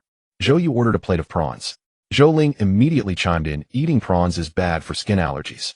Zhou Ling paused, finding the logic somewhat sound, and switched to a fish. Zhou Ling added, this is a sea fish. The sea is so salty. This fish must be salty too, not tasty. Zhou Yu frowned slightly. All right, then no seafood. She then ordered a roast suckling pig. Zhou Ling felt a pang in his heart and lamented painfully, Piggy is so cute. How can you get lost? Zhou Yu shot him a glance. The sideways glare made Zhou Ling shrink his neck in fear, hastily putting some distance between himself and Zhou Yu. Without Zhou Ling's interruptions, the ordering was finished quickly. There were 4 or 5 dishes, some desserts, and a bottle of drink. Well, the drink cost $60. Damn, the meal was thoroughly enjoyable. Zhou Ling buried herself in her food, determined to stuff every last bite into her stomach, even if it killed her. This was all hard-earned money. Zhou Yu ate slowly and delicately. Being a young girl with a naturally small appetite, she only took a few bites from each dish. As for the chubby boy, he barely touched his food. He sat like a gentleman, swirling the goblet in his hand, stealing glances at Zhou Yu from time to time. He was staring so hard his eyes were about to pop out. Zhou Ling took a sip of her drink and glanced over, shaking her head with a sigh. This kid is beyond saving. Uncle and Auntie, you should just start a new account. Huh, doesn't he have a little brother? Oh, never mind then. After wiping the table clean, Zhou Ling poked Zhang Xiaoping with her chopsticks. What? Zhang Xiaoping turned around impatiently. Couldn't he see he was admiring his goddess? Zhou Ling frowned and interrupted, how's your game going? The mention of the game instantly sparked Zhang Xiaoping's interest. He let out a sly chuckle. I've already mastered the flying sword technique and sword chi. I can take a man's head from 1,000 miles away now. As he spoke, he glanced at Zhou Yu. Seeing that she seemed somewhat interested, his heart raced with excitement. He quickly added, right now I'm an outer disciple of the Spirit Sword sect. Let me tell you, I'm not bragging. I'm the only outer disciple in the entire Spirit Sword sect. Zhou Ling showed a hint of surprise. Just you? Then you've got some serious potential. At that moment, Zhou Yu interjected, Spirit Sword sect? Isn't that Mu Mu's sect? Sister Yue, you play too? Zhang Xiaoping jumped up in excitement and leaned closer to her. Zhou Yu frowned slightly, but nodded. Qianyu is so popular now. All my roommates in the dorm are playing it. Ha ha ha, I knew it. Sister Yue, what level are you now? I'm already a level 15 greatsword cultivator. I can take you along sometime. Zhang Xiaoping's face lit up with joy. As long as he could connect and interact more with Sister Yu in the game, maybe there was a chance. And even if not, he wouldn't mind getting closer to her roommates. I just hit level 15 too. No need for you to carry me. Mu and I can team up for quests. Zhou Yu declined Zhang Xiaoping's invitation and turned to Zhou Ling, puzzled. Speaking of which, that guy who never leaves the house and spends all day gaming. What level is he now? Why did this have to come back to me? Zhou Ling looked embarrassed. When it came to levels, he was only at level 11, far behind the others. Actually, I know, Zhang Xiaoping quickly chimed in. What a good buddy. Ling Ge just told me the other day. He got a hidden quest and finished it a couple of days ago. I bet he'll be really strong once he levels up. Really? Zhou Yu's adorable eyes sparkled with delight. Zhou Ling set down his drink and nodded mysteriously. Not only did I finish one quest, but I've also picked up another hidden quest in the newbie area. Holy crap. Ling Ge is amazing. Zhang Xiaoping exclaimed in shock. He had been grinding in a cultivation sect like the Spirit Sword sect for so long, and the toughest quest had ever gotten was a purple tier 1. And the purple elite boss inside. He still couldn't beat it. Ling Ge. Suddenly, he put on a pitiful face, not caring about losing face in front of the girls. Girls. What were they compared to the game? He grabbed Zhou Ling tightly, forcing out tears. I'm stuck on a purple quest, and can't get past it no matter what. I've used who knows how many potions on that boss, but I still can't beat it. Zhou Ling frowned, feeling a bit annoyed. He pushed Zhang Xiaoping away. Damn, he was hugging so tight that his belly fat was practically trapping Zhou Ling's leg. A wave of disgust washed over Zhou Ling. Get up first. My quest has a time limit, at most a week. He'll come find you right after I finish it. By the way, does your quest have a time limit? Zhang Xiaopeng shook his head and sat back up. No time limit, but the sect has a rule: if you can't complete a quest, you can't take the next one unless you give up voluntarily. This is a purple quest. How could I ever give it up? Zhou Ling nodded in understanding. Alright, I'll come find you in 7 days. Let me tell you, my combat power right now is already comparable to players above level 16. Zhang Xiaopeng was stunned and blurted out a single word. Awesome. He gave a thumbs up. My vocabulary's too limited, so I can only call you awesome. Nothing else to say. Lingu, you're my water buffalo. Zhou Ling's mouth hung open, utterly dumbfounded. Is that supposed to be a compliment? It feels like you're roasting me. Uncle and Auntie told you to study hard, but you went and became a scalper instead. I just can't get into studying, Zhang Xiaopeng said, scratching his head. Big brother, a sweet, delicate voice rang out. Zhou Ling's heart skipped a beat. He turned in surprise toward the source. Well, this girl wasn't exactly normal either. Zhou Ling sighed helplessly. Drop the fake sweet talk. Just say what you want. I knew you were the best, big brother. Zhou Yu leaned in with a sweet smile. Moo Moo and I took on a team quest. I want to ask, can you take down a level 20 big boss right now? Level 20. Zhang Xiaopeng was the first to scream in shock. Zhou Yu shot him a disdainful look. What was there to be so surprised about? Then she turned her gaze to Zhou Ling, waiting for his answer. Level 20. Zhou Ling furrowed his brow, thinking it over. Finally, he said, with my current strength, I'm afraid I can't handle a level 20 boss. Oh. Zhou Yu's head drooped, looking disappointed. This girl. Zhou Ling gave her an exasperated look and tapped her forehead. I said right now? In a week, whether or not I finish that hidden quest, you'll be able to kill it. But Zhou Yu shook her head regretfully. In a week, Moo Moo and I can just go farm it ourselves. Well, then I can't help it. Zhou Ling shrugged helplessly. By the way, what's your ID? I'll add you when I get back. Zhang Xiaopeng asked. His question made Zhou Yu look up at him too. ID. Zhou Ling froze. Of course he knew his own ID. But how could he ever tell them his character name, Zhou Ruoling? He had to keep this secret hidden forever. No one could find out he was playing a female character. With that thought, Zhou Ling scratched his head sheepishly. Sorry, I've been so focused on grinding experience and doing quests that I haven't even checked my ID. Seriously, you're going the lone wolf route. Zhang Xiaopeng was shocked again. Zhou Ling quickly went along with it and nodded. I guess. I'm a lone wolf. A lone wolf leading a pack. Did that still count as a lone wolf? The dinner party finally concluded, yet Zhou Ling had not revealed his own game ID, though he had memorized those of Zhang Xiaopeng and Zhou Yu. When it came time to pay, Zhang Xiaopeng stopped Zhou Ling and said, let me cover this meal. No. Zhou Ling shook his head despite his reluctance to part with the money. He could not forget his principles. Hearing this, Zhang Xiaopeng's lips parted slightly, and observing Zhou Ling's resolute tone, she scratched her head and ultimately proposed, how about we go Dutch? That works. Zhou Ling agreed without a second thought. Zhang Xiaopeng was left speechless. The trio exited the private room, and under the cashier's bewildered gaze, Zhou Ling pulled out a 100 yuan note, moistened his fingers with saliva, and began counting the bills one by one. A pained expression was etched across his face. Let me handle it. Zhang Xiaopeng could not bear to watch any longer. She took out her phone and stared at Zhou Ling with a strange look. In this day and age, who still used cash? No. We agreed to split it. If you dare pay the full amount, you'll never let it go. Zhou Ling quickly stopped her. Wait a moment, I'm almost done counting. With that, he started counting again from the beginning. Oh my God. Zhou Yu held her forehead, unable to stay any longer. Hurry up. He'll wait for you outside. Without waiting for Zhou Ling's reaction, she fled in panic. If she stayed any longer, she would lose all face. Over 3,000 yuan. That was the cost of this meal for Zhou Ling. His hands trembled as he handed over the money. After paying, as Zhou Ling and Zhang Xiaopeng were leaving, the hotel server politely bid them farewell. Welcome back anytime. Come again. Dream on. I'd rather die than set foot in this place again. Zhou Ling left the voracious hotel with a dark expression. On the way back, Zhou Ling was still driving. Zhang Xiaopeng did not have a driver's license. If they got caught, the entire car would be impounded. As for Zhang Xiaopeng's home, Zhou Ling had been there several times before. It wasn't too far, but the route was plagued with traffic lights. His family lived in a rural area in one of the few grand villas there. When Zhou Ling drove up to Zhang Xiaopeng's front gate, he was met with the sight of Fatty's father sitting on the doorstep, a wooden club as thick as an arm resting beside him. Zhang Xiaopeng's face instantly turned purple.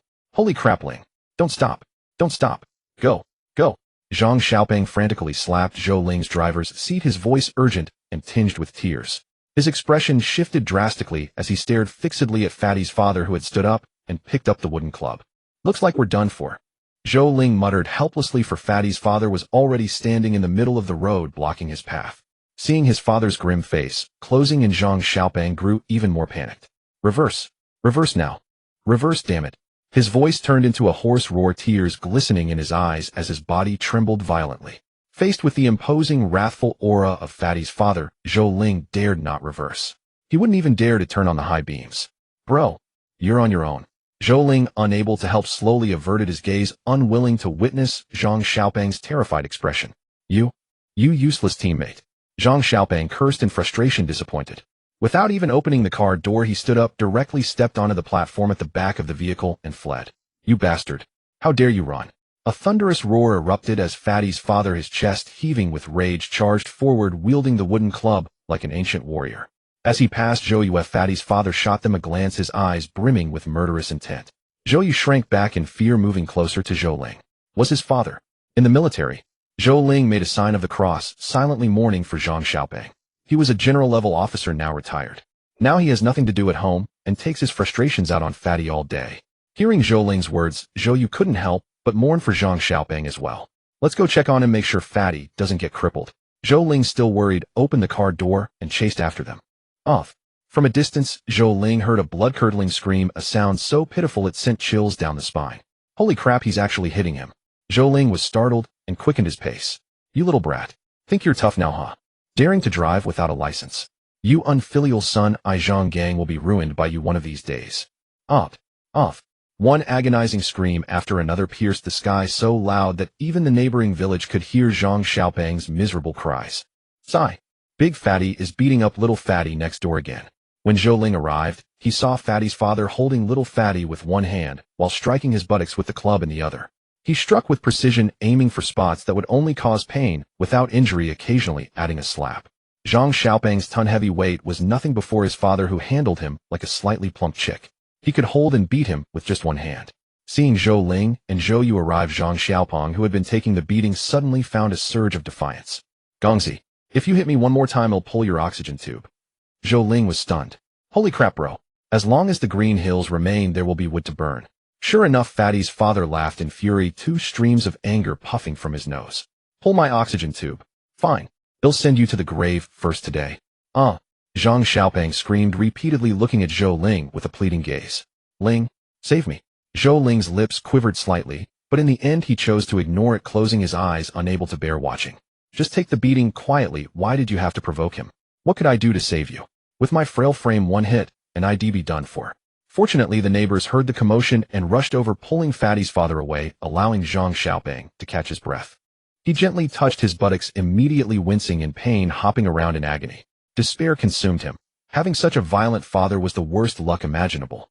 It took over 100 neighbors to barely stop Fatty's father from following through on his threat to bury Zhang Xiaopeng. It wasn't until Fatty's mother arrived with her 12-year-old younger son that the incident finally ended. The neighbors sent Zhang Xiaopeng to the hospital. Zhou Ling wiped the cold sweat from his brow, still shaken. Later, Fatty's mother drove them back to their own neighborhood. Back home, Zhou Ling took a shower and immediately went to sleep. With his sister staying over tonight, many things were inconvenient, and he didn't want to make too much noise. The night passed without event.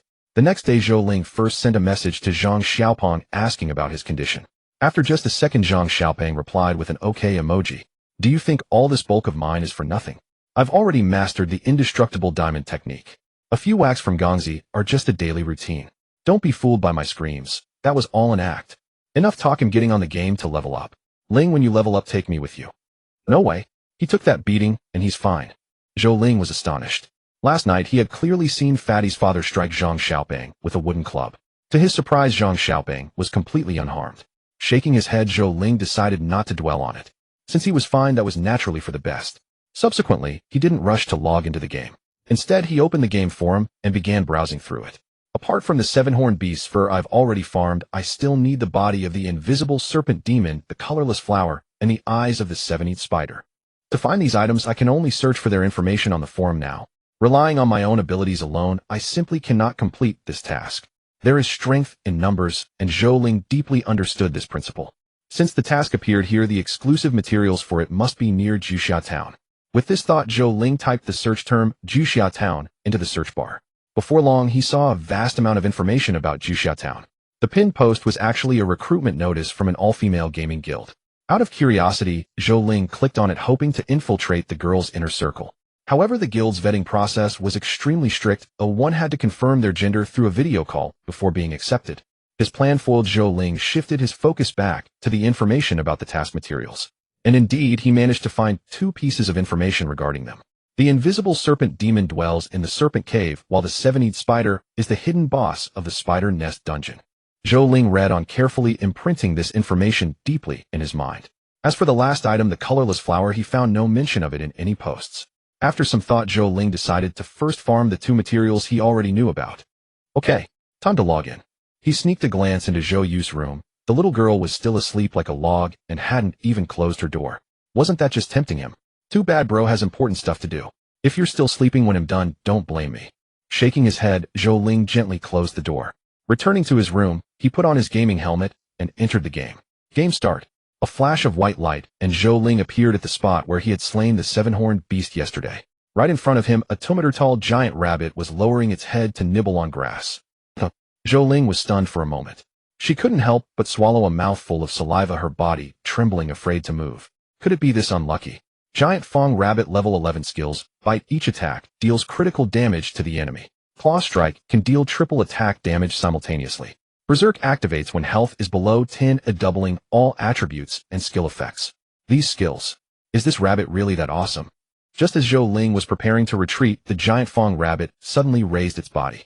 Its red eyes, as big as fists, stared intently at Zhou Ling, neither of them reacting for a moment. How did she get so close to it? The rabbit and the girl stared at each other, eyes wide. Hi. Zhou Ling gave an awkward smile and offered a greeting. Roar. The giant Fong Rabbit let out an enraged roar, spitting the grass from its mouth right onto Zhou Ling's face. Mom, run, she yelled, immediately turning to flee. However, she was just a person, a girl with such slender arms and legs. How could she outrun a monster, let alone a rabbit famed for its speed?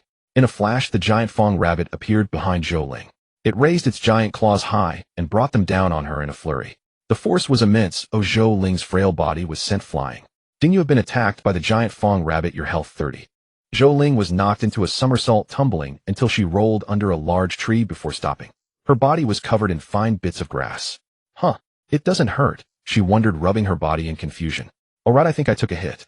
She remembered hearing the system sound when she was sent flying. With that thought, she immediately opened the system interface and found the system prompt. Only 30. Seeing the number, Zhou Ling almost thought she had gone blind. She rubbed her eyes again and looked at the system info. It really is 30. Oh my god. Seeing this number, Zhou Ling's courage surged. To be safe, she checked her own health bar. Health 3075-3100. In that short time, her health had even automatically recovered by 5 points. 30 damage per hit, and I have 3,100 health. At this rate, to kill me, you'd need at least 100 hits. Tisk tisk tsk. After some quick math, Zhou Ling grew bold. Her petite frame looked up at the giant Fong Rabbit, which was 3 times her size. She slowly walked towards it, shaking her head as she went. Little bunny, you're not cutting it. Roar. The rabbit roared in fury and sent Zhou Ling flying back with a single slap, slamming her hard into a tree trunk. Health 30. Zhou Ling. With this knockback force, the system only giving 30 attack damage is an insult to this bunny. In my great mercy, I'll give you another chance. Bunny, prepare to die. With that, she charged at the giant Fong Rabbit. Thump. Zhou Ling got up, spat out a blade of grass, and wiped the mud off her face. This isn't right. My defense is this high. Why am I still getting knocked back? She fell into deep thought, unable to believe she was this useless. Roar. But the enraged giant Fong Rabbit wasn't about to stand idly by. It leaped forward and rammed into Zhou Ling's body. This time it was a critical hit. A bright red number floated above Zhou Ling's head. 35. Well, 5 points more. However, Zhou Ling was overjoyed because she had seized the opportunity to grab the giant Fong Rabbit's fur. Finally got you. Zhou Ling was ecstatic. She raised her little fist and punched the rabbit right between the eyes. This punch also dealt a bright red number to the giant Fong Rabbit. Miss, this can't be. Zhou Ling yelled in disbelief. She then threw several more hard punches at the rabbit's forehead. Miss, still miss. FK this game. Refund. I quit. Zhou Ling fumed in frustration. However, when she saw the giant Fong Rabbit's 2 eyes, an idea struck her. My attack is low, but if I poke its eyes, shouldn't that deal damage? Without overthinking, she jabbed her finger towards the rabbit's crimson eyes. Miss? She couldn't even poke through its cornea. Zhou Ling was quite exasperated. After all, she was a rare special character, yet she kept landing misses. Not just once, but every single attack. It made her want to curse. Although my attack power is a bit low, could you at least show me a number? What's the point of showing a miss? Am I really this weak? She began to doubt herself. Right? Skills. An idea struck her, and she immediately started activating her abilities. As for the faith skill, she dismissed it. It was unreliable, working only sporadically. Aside from a single burst during a storyline quest, she had never felt its presence. Majesty of the Princess. Zhou Ling focused her mind and unleashed the skill, Majesty of the Princess. In the next moment, a golden light burst from her pupils. A silver-white crown adorned with several gems materialized above Zhou Ling's head, floating ethereally and rotating slowly. A gentle spring breeze swept outward, carrying an aura of both authority and warmth. The skill's range was modest, only about 5 meters, but it perfectly enveloped the giant-toothed rabbit. Ding! Giant-toothed rabbit's favorability toward you 111. The system notifications refreshed continuously, and the once furious rabbit gradually calmed down. It extended its paw and pulled Zhou Ling's half-arm out of its mouth. Then with surprising gentleness, it licked the mud off her. Ding! Giant-toothed rabbit's favorability toward you has reached 100. Current favorability is maxed out and cannot increase. Ding! You have successfully tamed the giant-toothed rabbit. Do you wish to accept it as a pet? No, I refuse. Zhou Ling selected no without hesitation. What a joke. She wanted to kill this wild beast, not raise it. She had Li Xiaoyao and his entire entourage. Only an idiot would keep such a huge pet. One meal alone would devour a whole Zhou Ling. No way. Seeing the now docile giant-toothed rabbit, Zhou Ling's greed got the better of her, and she threw another punch at it. Miss? Sorry. I'm leaving. Ignoring the rabbit's reluctant gaze, she turned and left without a second thought. Before departing, she summoned Xiaoyao. The wilderness was fraught with peril. One could never guarantee they wouldn't encounter a boss several levels above them. One more Xiaoyao meant 30 times more safety. Let's head to the snake lair first. She opened the map, located the snake lair, marked it, and set off with her entourage. The power of a group assault was formidable. Along the way, Zhou Ling inexplicably leveled up again. This made her even more grateful for her decision to summon Xiaoyao rather than go alone. Higher experience points meant higher-level monsters with greater attack power and tenacity. Halfway there, Zhou Ling encountered a group of players.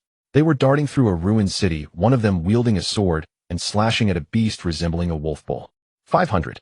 The impressive damage made one of his teammates shout, "Nice met." But the monster suddenly roared and charged at that player, relentlessly pursuing him. After a few attacks, the player was sent back to town in style. Damn, the healer's dead. What a big mouth. His teammates showed no grief. In fact, they had the presence of mind to capture his tragic fall on video. And they captioned the video, "Healer, don't AFK." With the healer dead, the rest couldn't withstand the monster's assault either, and soon followed in his footsteps. Must be nice. Infinite lives. Zhou Ling felt a pang of envy. She only had one life. Death meant starting over entirely, losing her account. She wished she could pull off risky stunts like them. But her circumstances didn't allow it. Li Xiaoyao and his subordinates wouldn't let her suffer a single scratch. She couldn't even get a paper cut. Seeing the players return to town, Li Xiaoyao, with a killer-be-killed mentality, charged at the monster, followed by his soldiers. In just a few minutes, the beast that had wiped out an entire team met its tragic end under a flurry of blades, earning Zhou Ling 600 experience points. The group pressed on. As the area's level increased, Zhou Ling encountered more and more players. Some were lone wolves like her, others formed parties, and there were even couples showing off their affection. The closer they got to the snake lair, the more the monsters they faced were predominantly snake-type. The sight of countless writhing snakes sent chills down Zhou Ling's spine. If it weren't for Xiaoyao leading the charge, she would have turned back immediately. She wasn't afraid of snakes, but that didn't mean she could navigate through a sea of them without a shred of fear. Finally, Zhou Ling reached the snake lair's territory. It was a canyon formed by a fissure in the earth. Along the canyon's edge, rows of houses tilted precariously inward, and the snake lair lay at the bottom. It's not too deep, about 100 or 200 meters. Zhou Ling peered down into the canyon. With a careful look, she could make out the bottom. But how do we get down there? Surrounded by sheer cliffs, she was at a loss. Just as Zhou Ling frowned in confusion, Li Xiaoyao appeared from behind. "Your Highness, hold tight." Huh. Before she could question him, he grabbed her and leaped down the cliff face. Seeing this, the other soldiers followed without hesitation, dropping like dumplings into a pot. Zhou Ling's scream echoed through the canyon. Li Xiaoyao was incredibly agile. Even while carrying someone, he nimbly traversed the cliffside. In no time, he landed steadily on the canyon floor. When he let go, Zhou Ling's legs gave way, and she collapsed to the ground. Her heart pounded wildly. Her young frame couldn't handle such excitement. The soldiers landed around her one by one like her guardian spirits until everyone was safe and sound. Only then did Zhou Ling slowly come to her senses. Her first act was to glare fiercely at Li Xiaoyao. "Can you warn me next time?" Li Xiaoyao remained silent, merely nodding before beginning to survey their surroundings. Hiss, hiss, hiss. Then Zhou Ling sensed something wrong. Wherever she looked, large and small snakes surrounded them, their tongues flickering, their cold, sinister gazes fixed on the group. We're surrounded by snakes. Her face turned pale, and her small frame trembled uncontrollably. No matter, Li Xiaoyao said calmly, drawing his sword. A golden light shimmered along the blade. Formation. Understood. The soldiers behind him responded in unison. They encircled Zhou Ling, forming two concentric rings, and their long swords simultaneously gleamed with golden light. Led by Li Xiaoyao, they created a semicircular golden barrier. What the heck? Are you guys stacking buffs like a card game? Zhou Ling's eyes widened in astonishment, never expecting this group to have such a synergy. Wait, wasn't she the master? Why didn't she know anything about this? Feeling rather inferior. Just basic moves, a soldier turned, and said, having picked up the phrase from players and finding it fitting for the moment. Zhou Ling. Hiss hiss. At that moment, all the snakes surged forward, attacking Zhou Ling and her group. Xia Weio's expression turned icy as he roared, "Kill!" All the soldiers swung their swords in a disciplined rhythm, seemingly unhurried, yet striking every snake without fail. To Zhou Ling, these snakes seemed utterly foolish, charging directly into their weapons. Ding. Your experience points 10. Ding. Your experience points 10. With each swing of the soldiers, sword system notifications kept flashing in Zhou Ling's mind. Though the experience was meager, the sheer volume made up for it. In just over 10 minutes, her level rose another glorious step. At this rate of leveling up, she was undoubtedly first place. After the last snake was slain, Xiaoyao led the way, advancing deeper into the canyon, with Zhou Ling at the center. The snakes inside grew more numerous, and their tactics began to change. Instead of simply charging, they spat venomous fangs, spraying poison at the group. Can't win, so they played dirty. Zhou Ling worried, realizing no one was guarding above her head. But her concern vanished moments later. Indeed, the soldiers' protection was meticulous. As the venom shot toward Zhou Ling's head, the golden barrier erupted, instantly vaporizing the poison with a sizzling sound above her. With that, the heavy stone in Zhou Ling's heart finally settled. Charge! She waved her hand grandly, as if commanding a battlefield, leading the soldiers on a slaughterous advance toward the deepest parts. Deep within the canyon, a team of players was locked in battle with the snakes, their bodies reeking of an unbearable stench. Yet they ignored it, focusing entirely on the fight. These were seasoned players, their coordination seamless and flawless. The healer healed, the tank defended, the warrior attacked, and the support bolstered them. It all seemed like obvious roles. Among the team, one player stood out. Elegant and upright, he stood between the healer and support, forming sword gestures with his hands, his piercing eyes scanning the snake horde. 3 flying swords hovered above the snakes, each strike claiming dozens of lives. Yet despite this, the sword cultivator's brow remained furrowed. His gaze darted through the swarm. Found it. Suddenly his expression lit up with joy. He swiftly formed a sword seal, and the 3 swords trembled before simultaneously striking a black spot snake hiding in the grass. A snake hiss echoed, and a red damage number appeared above its head. 3000. Captain, great shot, his teammates cheered. Quick, it's not dead yet, the captain shouted. A mage player immediately rubbed his hands together, conjuring an apple-sized fireball, then thrust it toward the black spot snake. 1000. The captain didn't relent, controlling his flying swords to relentlessly strike the snake. After a series of attacks, the black spot snake died, unwillingly vanishing in a burst of white light, leaving behind several blue orbs. With the Snake King's death, the snake horde scattered, fleeing into the jungle. Check if there's a key, the captain commanded. On it. The tank, a burly man, grinned, raising his shield and cautiously approaching the blue orbs. Before the orbs, the man took a deep breath, then picked them up. But when he saw their contents, his smile vanished, replaced by a grim look. He turned and shook his head at the group. Damn it, the captain fumed, stabbing his sword into the ground. This is the 5th Snake King, and it still won't drop the snake lair dungeon key. The healer patted his shoulder, consoling him. Ling Tian, don't worry. Only our 2 big guilds are in Juxiao Town. September's group won't explore the lair. The key will be ours. Hearing her words, Ling Tian's expression softened, though he still looked displeased. We've already fallen 2 days behind searching for this dungeon key. That bunch of women has left us far behind. The team lowered their heads, crestfallen. Someone's coming. The most vigilant warrior suddenly whispered. No way. Only our Tai guild could get this deep into the snake lair, the mage muttered in disbelief. But the group warily followed the warrior's gaze. Soon over 30 people appeared before them in a grand procession. Everyone gasped, their hearts tightening. Had someone discovered the key quest? Move aside. Move aside. Amid their stares, a delicate voice emerged from the armored soldiers, followed by a small figure pushing through. Seeing it was a girl, Captain Ling Tian's face darkened. Damn it, those women found us. Oh, people here too. Zhou Ling looked at this well-equipped group of high-level players, puzzled. She asked, are you guys grinding levels here? Not here for the key. The Tai guild members exchanged glances, relieved, but still cautious. Ling Tian stepped forward with a smile. Yeah, lots of snake monsters here, good for farming experience. As he spoke, he eyed the soldier-like figures around Zhou Ling, a flicker of doubt crossing his mind. Something seemed off. This tiny girl was actually the team leader. It was hard to believe, but judging by how obedient these people were, it might actually be true. Ling Tian's heart was tense and uneasy. It was impossible not to be afraid. After all, there were over 30 people before him. If a fight broke out, his side would surely be the one to fall. He calmed himself and asked, "Little sister, are you here at the snake pit to train too?" Zhou Ling lied without blinking. Yeah, the snake pit has plenty of monsters perfect for leveling up. Plenty of monsters. Perfect for leveling up. The teammates behind Ling Tian exchanged odd looks. Every time they came to the snake pit, they prepared thoroughly, bringing at least 100 bottles of healing potions. Even with that, they could only stay for about an hour. If it weren't for the captain's mission, no one in their right mind would train here.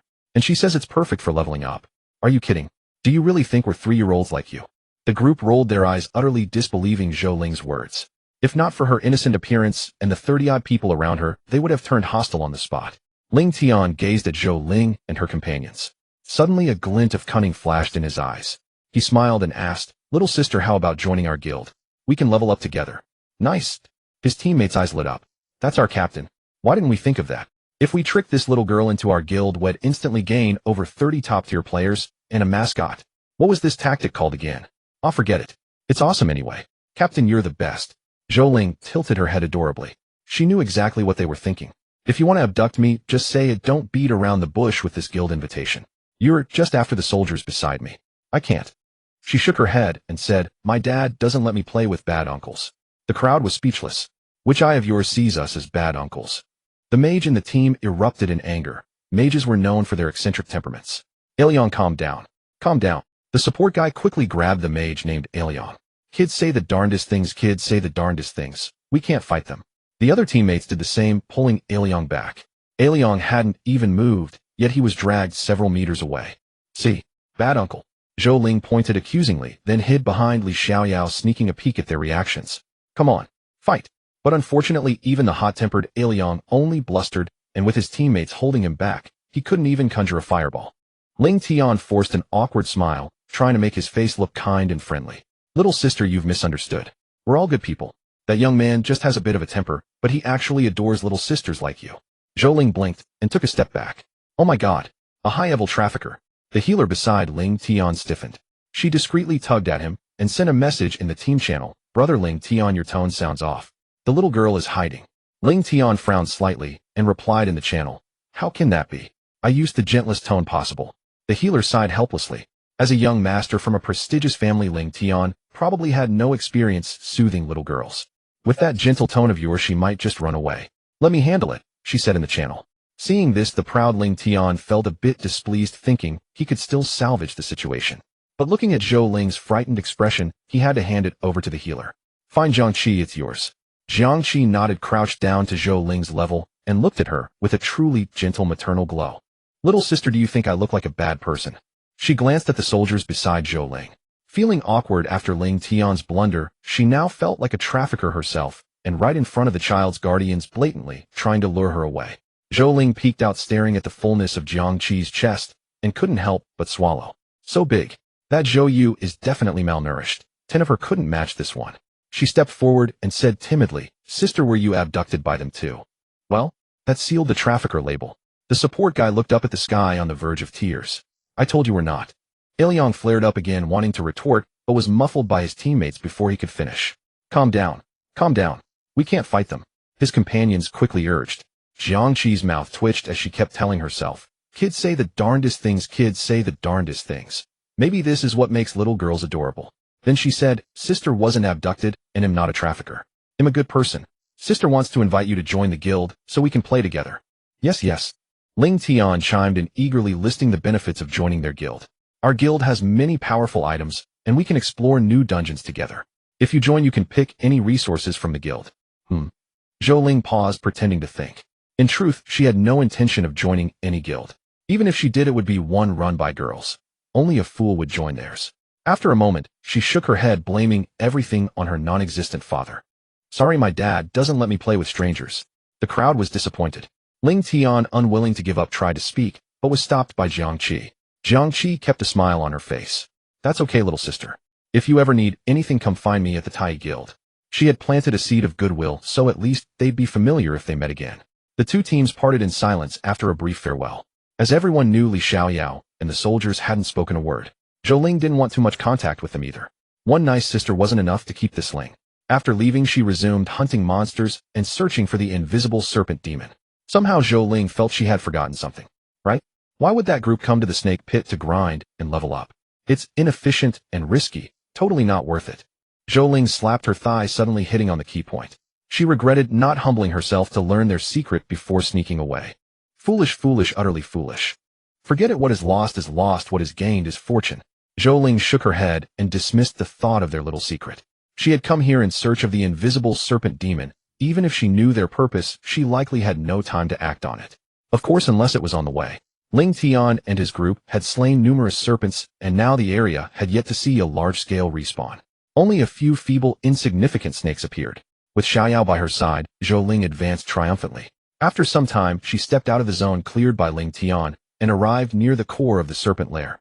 The serpents here were far more formidable than those outside. Yet they were still beneath her notice. Her craving for slaughter surged. The dense swarm of serpents could not hinder Zhou Ling's greedy heart. She simply shrank back, hiding behind Li Xiaoyao, and the soldiers unable even to see the terrifying horde. Only the constant stream of system notifications stimulated her soul. Gah! I'm about to level up again. Zhou Ling gazed at the starry sky, watching the experience points on the system panel leap like a heartbeat monitor steadily climbing. Yet suddenly she froze, her small face turning pale. Snake! She exclaimed, her golden pupils contracting like needles, her body trembling with fear. Hearing their prince's terrified tone, several soldiers swiftly turned around. Your Highness, rest assured these snakes cannot harm you. No. Zhou Ling shook her little head, pointing a tiny finger at the sky. A snake. A huge snake. The group's hearts lurched. Disregarding whether she was joking, they immediately entered their highest state of combat readiness. Li Xiaoyao looked up. Indeed, a terrifying, monstrous serpent coiled upon the cliff wall, its body larger than the nearby trees. Its forked tongue, as thick as an arm, could easily swallow 4 Zhou Ling whole, without even expanding. Withered Serpent King, Elite Level 18 skills, serpent-like abilities, employing serpent attack methods that triple damage and inflict sustained poison damage. Serpent Gaze forcibly controls enemies. Those with low defense will be corrupted. Serpent Venom sprays massive venom, causing area damage with lingering effects. These 3 skills signified the Serpent King's might, and judging by its bulk, even a casual tail swipe could deliver a critical blow. All troops prepare for battle. Xiaoyao roared. Instantly, the egg-like protective barrier solidified, shielding everyone tightly, especially Zhou Ling, who was enveloped in a second smaller barrier. It was utterly secure. Attack! Xiaoyao bellowed, his voice like thunder. The 30-odd soldiers trembled, channeling their energy outward. A spear materialized, slowly solidifying. Absorbing their power, the spear was hurled by Xiaoyao toward the serpent coiled on the cliff. The giant serpent dodged nimbly, but its body was too massive. The spear pierced its flesh. For 1,000, a terrifying number appeared above it. So strong. Zhou Ling's eyes sparkled, momentarily entranced. Roar! The serpent let out a beastly cry, then activated its serpent gaze skill and lunged at the group. Its colossal frame blotted out the sky. Zhou Ling felt her body freeze. Only her eyes could move. Damn it, she thought bitterly. Was she destined to fall here to die in regret? I'm sorry, Xiaoyao. I can't live up to your hopes. Her heart ached as she turned her eyes toward Li Xiaoyao for a final glance. Huh. Out of the corner of her eye, she saw Li Xiaoyao swinging his sword at the serpent along with the other soldiers. Wait. What's going on? She wondered, dumbfounded. After a moment's thought, her expression twisted with confusion. Good grief. This is a single target control skill. Seriously, oh mighty Serpent King, are you blind? Can't you see that massive, that formidable Li Xiaoyao? Why target me? What were you thinking? She felt like grabbing a microphone and interviewing the Serpent King face-to-face, even wanting to pry open its brain. With such a huge body, could its brain really be the size of a sesame seed? About 10 minutes later, the Serpent King died, utterly meaningless, its massive body a mere target. It tried to spew venom, but before it could open its mouth, some cunning rogue sealed its jaws, interrupting its skill. Then under the group's onslaught, it perished, battered and helpless. Well, it only managed to control one person. Ah, forget it. It might as well have done nothing. It collapsed, its body dissolving into white light. 3 orbs burst forth, one radiating a dazzling purple glow. Oh ho! A stroke of luck. From afar, Zhou Ling spotted that brilliant purple orb.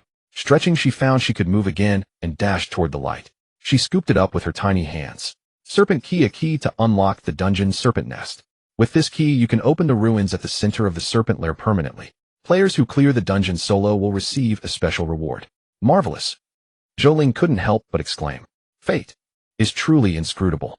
A thought struck her, and she secretly rejoiced. Those players must have been farming for this dungeon key. Little did they know I'd snatch it right from under their noses.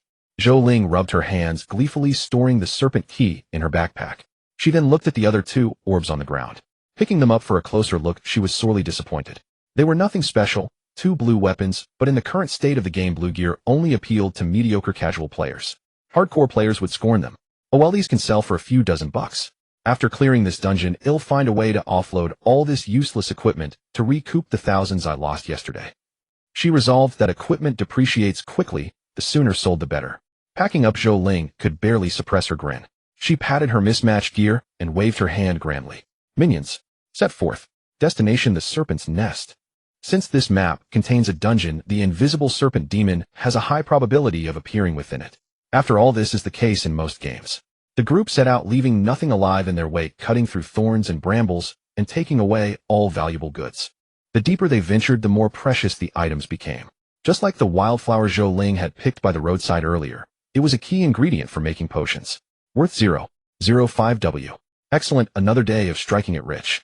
After continuously slaying several elite serpent kings, Zhou Ling finally arrived at the ruins at the very center of the snake cave under the heavy protection of Xiaoyao and his men. It was a wall beneath which stood a gate. It had been abandoned for a long time, surrounded by rubble and weeds with some bronze artifacts partially visible.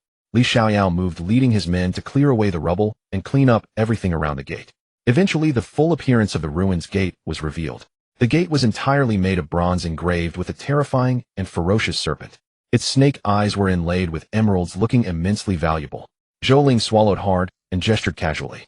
It was 3 heads taller than her, completely out of reach, no chance at all. She was too embarrassed to ask Xiaoyao to get them for her. That would be beneath her dignity. After all, she was a princess, albeit a fallen one, but she couldn't abandon her royal status for 2 gems. Pride brings suffering. Move aside, move aside. He'll open the door. Zhou Ling cleared her throat, forcing herself to look away from the 2 gems, and walked toward the gate. She took out the serpent key, and as she approached the gate, a system prompt appeared before her eyes. You have arrived at the Serpent Cave ruins. Do you wish to consume the serpent key to open the dungeon serpent nest? This key is single use, and will be consumed upon use. The serpent nest will exist permanently, and the first clear will grant special rewards. Yes.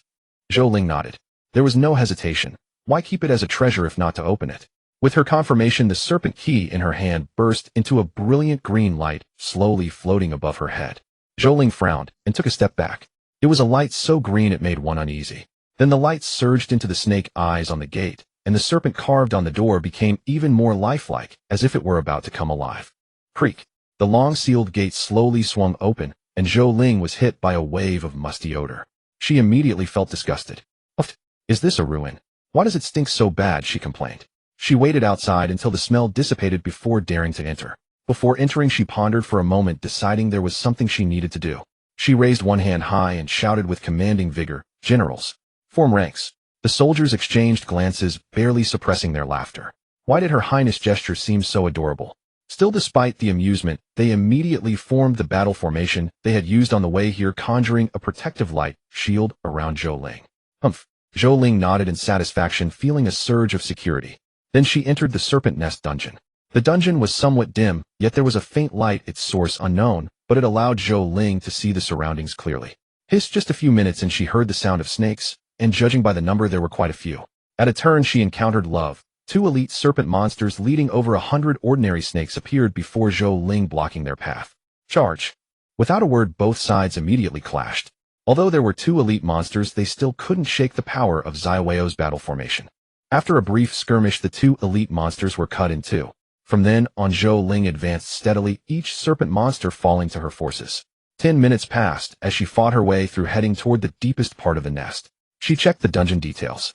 According to the prompt, clearing the dungeon within a certain time would not only grant the first clear reward, but also unlock a unique hidden boss. Zhou Ling immediately thought of the invisible serpent demon. In her mind, it was the most likely possibility. The group quickened their pace. With over 30 people crushing everything in their path, Zhou Ling reached the dungeon's central area in just over 10 minutes. It was a vast open space, and in the center coiled a massive, colorful serpent. Seeing this giant serpent, Zhou Ling quickly checked its information.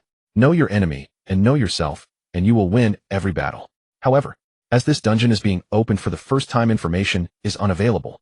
Players must discover everything on their own. There's such a thing. Zhou Ling was stunned, but had no choice.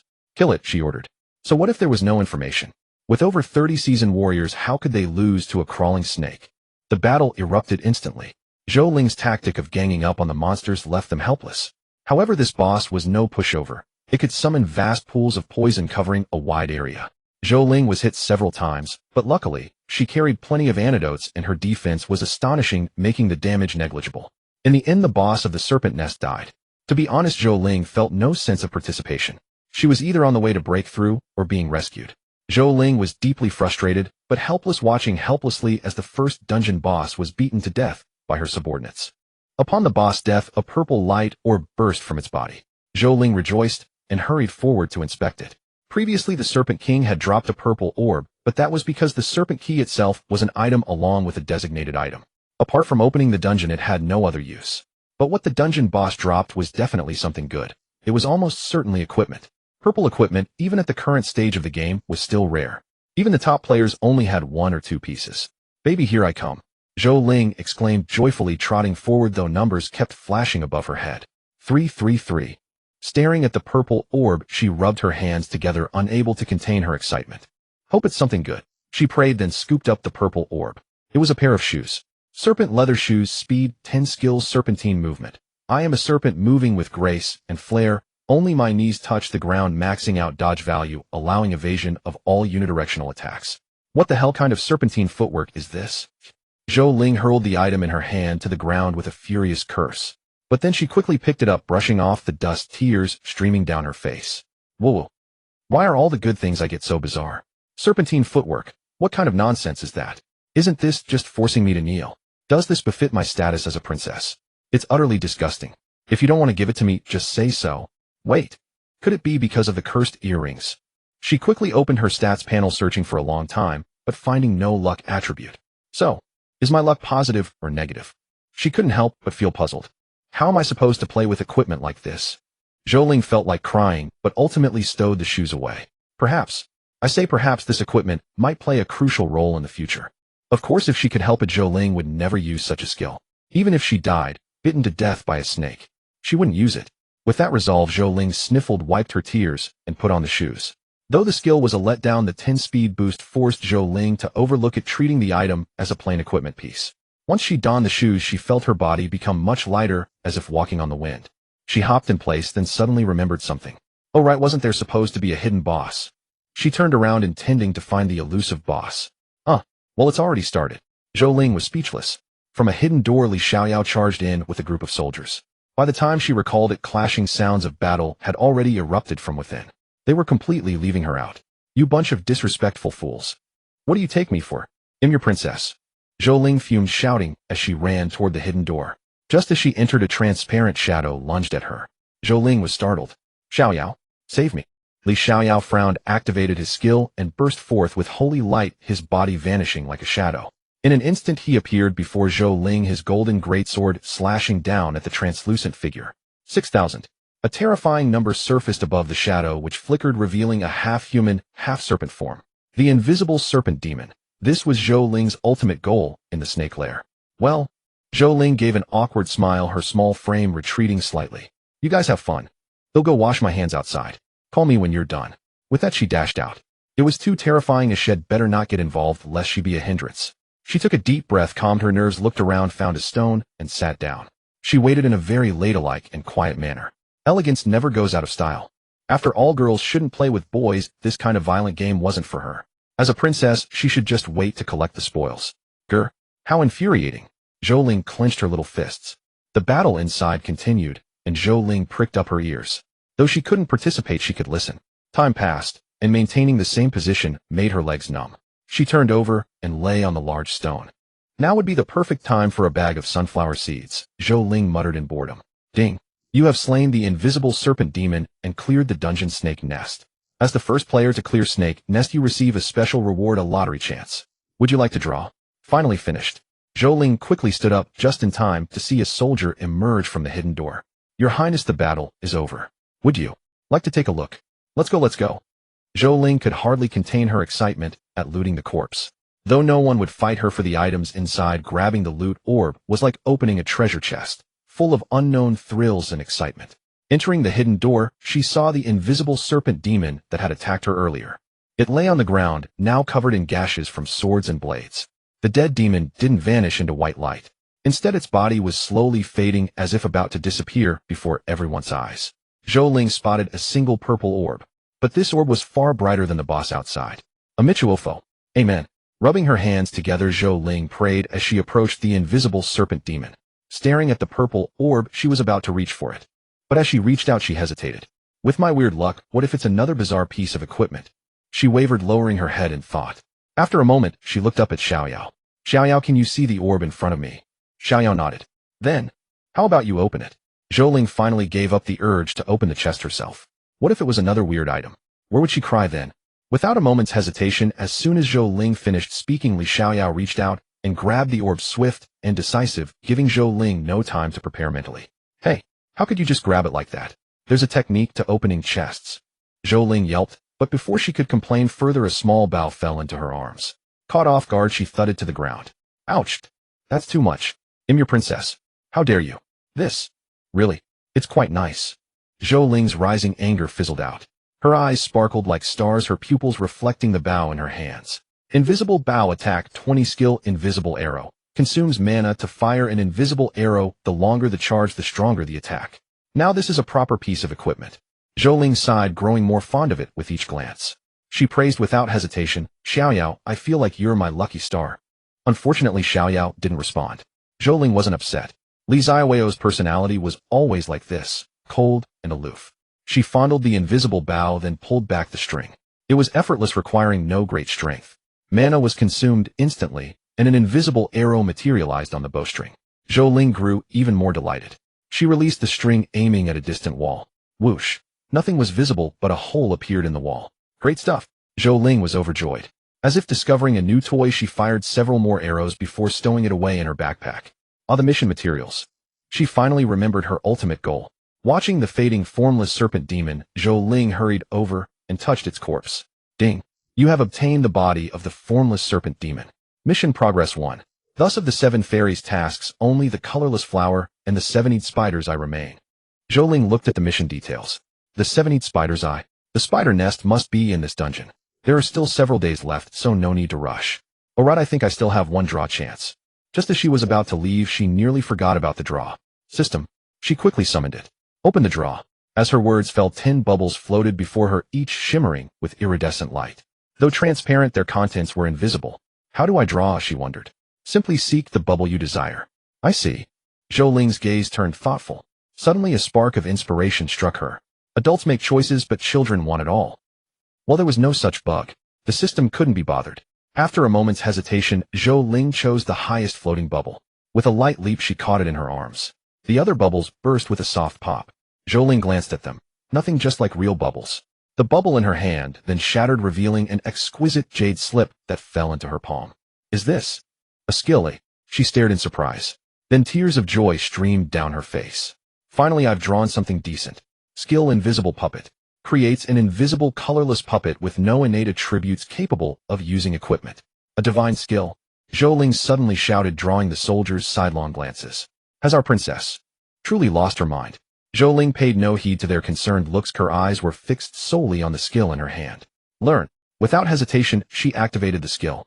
The jade slip dissolved into white light, surging into her body. Ding. You have learned the skill invisible puppet. Invisible puppet. The moment she learned it, she cast it immediately. As for the result, well, it was invisible. Before Zhou Ling materialized a formless, colorless puppet. Unseen, yet as the caster, she could clearly sense its presence. This is practically my doppelganger, she murmured, reaching out to stroke the invisible puppet. Under the soldiers' gaze, their princess was acting like a fool, groping at empty air while grinning idiotically.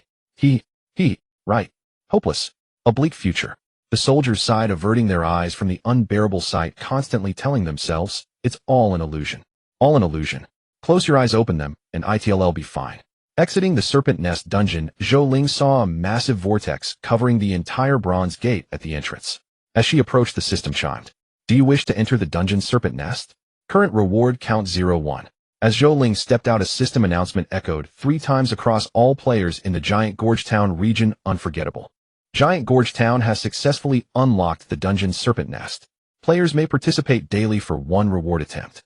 Players were stunned. After Spider Nest, someone had opened another new dungeon. I always suspected the Serpent Cave would have a dungeon. Damn it. I should have searched the Serpent Cave earlier. I wonder which pro player unlocked this new dungeon. Who else? It must be guild leader Ling Tian of the Tai Guild. I've seen them heading to the Serpent Cave frequently lately. Some marveled, some speculated, but the most common voice was this: go, go, go. A new dungeon has appeared. How can we stand still? Charge. Players in Giant Gorge Town abandoned their tasks and rushed toward the Serpent Cave. Charge. They'll be the first to clear the dungeon. Are you stupid? If the dungeons open, the first clear has already happened. Damn it. Outside the Serpent Cave, Ling Tian and his party, who had just emerged, also heard the system announcement. Ling Tian slammed his fist into the wall. Damn it. Someone beat us to it. His face twisted in fury. No wonder we couldn't trigger it after all that grinding. Someone had already claimed it. The support mage speculated. He recalled the party they encountered deep in the cave. Could it be that group we ran into? Possible, the warrior nodded. Hearing his teammates' whispers, Ling Tian gritted his teeth, slowly calmed, and said flatly, whoever opened it, as long as it's not those women, it's fine. So what now? Jiangxi asked. Ling Tian smiled bitterly, spreading his hands in resignation. What else? Everyone gear up and meet here in half an hour. We may not be the dungeon openers, but we still have the advantage. At least we can be the second to clear it. All right. The group agreed. Then they quickened their pace, leaving the Serpent Cave without looking back to prepare potions and begin the new dungeon's exploration. Half an hour later, Zhou Ling arrived in grand style, but she didn't linger, soon departing. No sooner had she left than Ling Tian's group arrived. I just saw that little girl from before, the mage said. Whoa, don't lose your cool. Did you start a fight? The teammates panicked, immediately asking if the mage had offended them. Enough. Do I look like that kind of person? The mage fumed, conjuring fireballs in both hands, glaring. Believe me, you'll send you back to town right now. Returning to the safe zone of Giant Gorge Town, Zhou Ling first listed the equipment of little use on the exchange. Confirming nothing was forgotten, he chose to log off. There was no rush, after all, lunch was almost upon him. Though he feasted in the game, in reality, he hadn't touched a single morsel. Stepping out of his room, Zhou Ling stealthily crept toward Zhou Yu's door. The little girl's room was unlocked, a gentle push opened it. The room was filled with a maiden's delicate fragrance. Yet the quilt on the bed lay flat, a clear sign that the room was empty. Disappointment washed over Zhou Ling. Has she left? He sighed, then shuffled to the refrigerator, opening it to prepare a meal before diving back into the game. Huh, where are my supplies? He stared dumbfounded at the empty fridge, unable to believe his eyes, reaching in to wave his hand through the void. There was nothing. Where's my huge stash of food? He cried out. He dashed to the kitchen. Sure enough, on the table sat 2 dishes with a sticky note at the corner. I saw you gaming, so I made you 2 dishes. You'll have to make do. After all, a virtuous little sister like me is rare. Zhou Ling drew a sharp breath, swallowing hard. Setting down the note, he looked at the dishes on the table. The sight nearly sent him to an early grave. One dish was pitch black, its original form unrecognizable. The other was a bowl of muddy paste, a riot of colors with something that looked like a turd in the center. Zhou Ling knew it was the only sausage from the fridge. Zhou Yu. He ground out through clenched teeth, fists tight. He glanced at the kitchen, coated in grease, as if a volcano had erupted, a mess of chaos. The once clean pot now held a layer of black, unidentifiable gunk. No wonder she ran off so fast. Zhou Ling's eyes brimmed with bitter tears, tilting his head back to keep from letting them fall. Calm down, calm down. Who doesn't have a sister with 0 cooking skills? Zhou Ling suppressed his rage and began to clean the kitchen. Bit by bit, his anger only mounted. Take 1 step back, the sky is wide. Take another, and you're back to back with trouble. The more he thought, the angrier he grew. Damn it. He hurled the steel wool aside. That black layer in the pot. Head scrubbed for half an hour without budging it. Fuming, he stormed to his room and dialed Zhou Yu's number. Hello. A different girl's voice answered. Where's Zhou Yu? Get her on the phone. Zhou Ling struggled to contain his fury. Oh, okay. Moo hesitated, then caught on. A moment later, Moo voice rang out from the other end. Zhou Yu, your brother's on the phone for you. The call echoed several times, then fell silent. Oh, sorry, Zhou Yu's in the shower. Moo's apologetic tone came through, followed by another pause. How about? When she's done, I'll have her call you back. Veins bulged on Zhou Ling's forehead. Fine, playing it smooth, aren't we? He knew all too well that little brat, Zhou Yu, was directing the show from the sidelines. Hanging up, Zhou Ling trudged back to the kitchen, staring at the ruined pot, his heart aching. Their already strained household budget took another blow. The pot was beyond use, forcing him to buy a new one. And Zhou Yu had used half a jug of oil. How on earth did she manage that? After half an hour of cleanup, Zhou Ling dragged the kitchen trash out of the apartment. On the way, he ran into Xiao Chong from the same complex. Xiao Chong held a bag of apples, pulling one out to offer Zhou Ling. But catching the stench from the trash bag, he quickly withdrew it. "Well, you been in seclusion, or what? That's a ton of trash." Xiao Chong held his breath, pressing himself against the wall. Zhou Ling let out a wry chuckle, unsure how to respond. The two hugged the wall, squeezing a wide gap out of the narrow corridor. Leaving the building, Zhou Ling headed straight for the dumpster outside the complex, tossing the garbage in. Little did he know had lugged that 60-plus-pound bag all the way there. Phew, finally over. He sighed, washing his hands before heading to his usual fast food joint for a meal. Then he restocked supplies for the coming days and bought a brand new iron pot. Back home, he collapsed, utterly exhausted, and fell into a deep sleep. He didn't stir until the afternoon. Without a moment's hesitation, Zhou Ling logged back into the game. A flash of white light, and he appeared in the safe zone of Giant Gorge Town. This was another safe zone now teeming with players due to its proximity to the Snake Cave. The crowd flowed endlessly. Though not packed shoulder to shoulder, it was a sea of bobbing heads. Players occasionally materialized beside Zhou Ling. Some had just revived, others like Zhou Ling were fresh logins. Appearing among so many players for the first time, Zhou Ling felt a mix of nervousness and excitement. Yes, this was the real feel of gaming. Hey, look, a loli. The game didn't allow face customization, how everyone bore their real appearance. A rare golden-haired loli like Zhou Ling was an extreme oddity. "Don't stare, she's a minor. No chance for you," someone remarked. 3 years. At that, the player who'd mentioned her age paused, turning to scrutinize Zhou Ling. He patted the interested fellow on the shoulder and said gravely, "Tempting, but this one isn't just a 3-year sentence." Zhou Ling's gaze swept across the surrounding players, a chill running down her spine. She even considered summoning Li Xiaoyao to slaughter them all. "This is why I didn't want to be a girl." Suppressing the urge, she slipped through the leering stares and sat down in a less crowded spot. She opened the exchange where Shed listed her gear that morning. As expected, everything had sold. Zhou Ling beamed, instantly pocketing 2 gold coins, equivalent to 2,000 yuan. "I'm rich," she rejoiced, her steps lightening. Leaving the safe zone, she immediately summoned Li Xiaoyao along with his retinue of soldiers. With these guards protecting her, Zhou Ling felt an overwhelming sense of security, safer than the safe zone itself. "Next, I need to go to the spider nest dungeon to kill the 7th spider." Zhou Ling recalled the news about the spider nest, where the boss she needed was precisely the 7th spider. With this, most of her mission objectives were already accomplished. Moreover, there were still 4 days remaining until the deadline. She was not flustered at all. In fact, she could take her sweet time. "Perfect chance to test my invisible bow." Zhou Ling produced the delicate invisible bow, which looked as tiny as a toy, evoking not a shred of fear in anyone. One might think Zhou Ling was seized by a childish whim, wielding a Cupid-like bow to act cute. After searching for a while in Giant Gorge Town, and with Li Xiaoyao's hints, Zhou Ling found a monster resembling a tiger. This tiger stood atop a 10-story building, chest puffed out, exuding a majestic and imposing aura. Just by standing there, it emanated the dominance of the king of beasts. On its head grew a pair of long horns, shimmering with silver light, with threads of lightning crackling along them. Thunder Tiger level 18 skills Thundershot. Fires 2 bolts of lightning simultaneously, dealing 2,000 damage and inflicting paralysis. Tiger's Might. Halves the damage of enemy attacks. "Don't anyone move. Let me handle this." Zhou Ling waved her hand grandly, exuding a princess-like demeanor. She stepped before the group, struck a pose, drew the bow with both hands, and an invisible arrow materialized on the string. Her eyes narrowed slightly, a glint of golden light flashing within. Whoosh! The invisible arrow left the bow unseen, yet undeniably real. 100 meters away, seemingly distant, yet crossed in an instant. Thud! 300. The Thunder Tiger struck inexplicably, showed a mediocre damage number above its head. Yet this enraged the beast immensely. Roar! It let out a furious roar, its kingly aura radiating outward as lightning spread across the horns on its forehead. It scanned its surroundings and finally locked onto Zhou Ling and her group. Glaring angrily, it took a step forward. But its foot met empty air and it plummeted straight toward the ground. "Oh, does it come with a special effect?" Zhou Ling's eyes lit up, hoping the Thunder Tiger would kill itself by falling. Unfortunately, her wish was in vain. Just before hitting the ground, the tiger twisted its body, used the nearby walls to leap up, and landed smoothly. Upon landing, it roared again and charged at Zhou Ling and her companions. Invisible Puppet.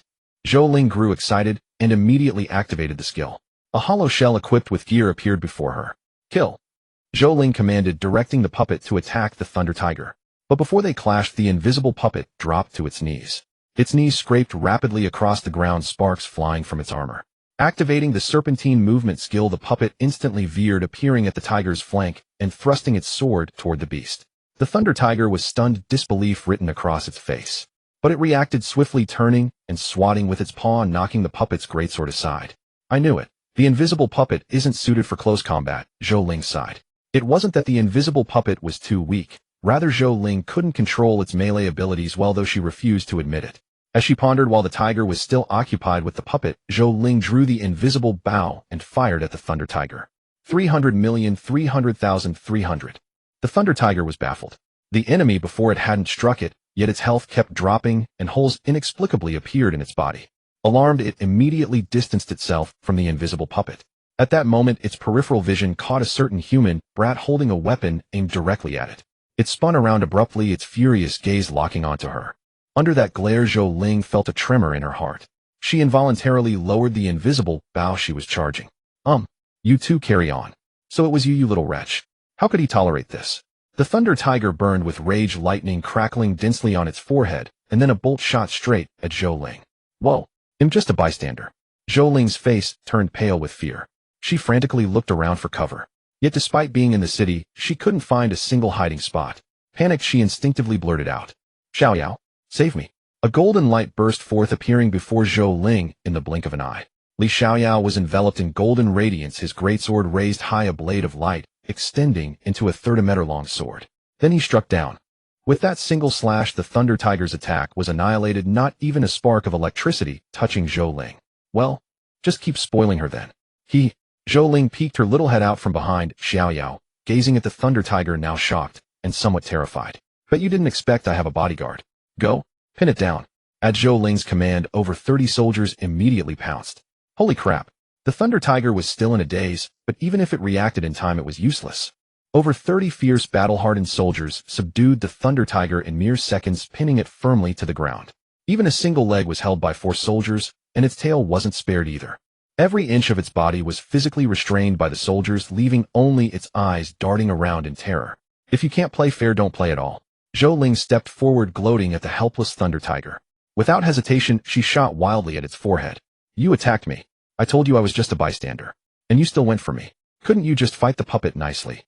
400,400,400. After a relentless barrage, the Thunder Tiger finally turned into white light, its eyes wide with unresolved grievance, granting Zhou Ling some experience points and a few game coins. Zhou Ling was quite satisfied, patted her invisible bow, and then strode confidently, leading the group toward the spider nest. Along the way, with Xiaoyao and the others handling the fights, all the monsters died in utter frustration, each with a look of eternal regret. If only they could be reborn. The spider nest was quite remote, and with Zhou Ling dragging them down, it took 3 hours for the group to reach its vicinity. Has time flown by so fast? Zhou Ling glanced at the clock, somewhat reluctant to stop. Slaying monsters herself gave her the true gaming experience. Monsters, yeah right. We had 0 experience. System, please get rid of this bug soon. Kill. A delicate shout rang out in a place blanketed with cobwebs. Li Xiaoyao cut down spider after spider with his sword, leaving none alive. Unbeknownst to her, Zhou Ling had already drawn near the spider nest, approaching the spider nest dungeon. She had never cleared the spider nest before, so she wasn't worried about today's attempt limit. She charged straight in, sweeping everything aside, and the spiders along the way were all but annihilated. Still, letting Xiaoyao and the others handle it is much more efficient. My own attack power is just too pitiful. Sigh, the more I think about it, the more tears I shed. Zhou Ling's face fell. After personally taking down a few monsters along the way, she gave up on the idea of fighting herself. It was a complete waste of time. She could have them swarm the enemies, so why was she foolishly trying to solo them? Moreover, if it weren't for Li Xiaoyao and the soldiers pinning them down, she couldn't have killed a single monster herself. How disheartening. As Zhou Ling ventured deeper into the spider nest, she encountered more and more players. Gradually, she arrived at a bustling market. Players were everywhere. They set up small stalls outside the dungeon, selling equipment and potions needed for the run. There were also materials dropped from the spider nest. Zhou Ling glanced at them, found nothing worthwhile, and led Xiaoyao and the others toward the dungeon entrance. With so many bodyguards protecting her, the other players, even with ill intentions, didn't dare to act. Their eyes burned with envy as they watched Zhou Ling walk away. Guh, what a lovely loli. Arriving at the dungeon gate, Zhou Ling didn't hesitate and walked straight in. With Xiaoyao in hand, the world was hers. It was the same slaughter as always. No surprises in the entire dungeon, fighting all the way to the end. They encountered the quest target, the 7-eyed spider, a creature with 7 enormous eyes. They'll wait for you over there. After confirming eye contact, it was a boss she couldn't defeat. Well, one that couldn't even stand its ground. Zhou Ling felt bored. Since she couldn't beat it anyway, she might as well leave the boss to Li Xiaoyao and find a place to sit for a while. Good luck, she called out to Li Xiaoyao. She had already chosen to slack off. The character Zhou Ruoling was perfect in every way except she was too strong. The problem was that strength wasn't hers. Still, Zhou Ling didn't believe she would remain useless forever. After all, she was a big shot in her own right. How could she have zero combat ability?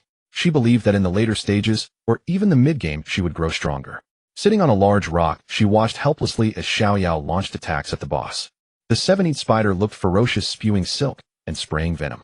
It was incredibly fast, forcing even the battle-hardened soldiers to give their full attention. But it was ultimately outnumbered.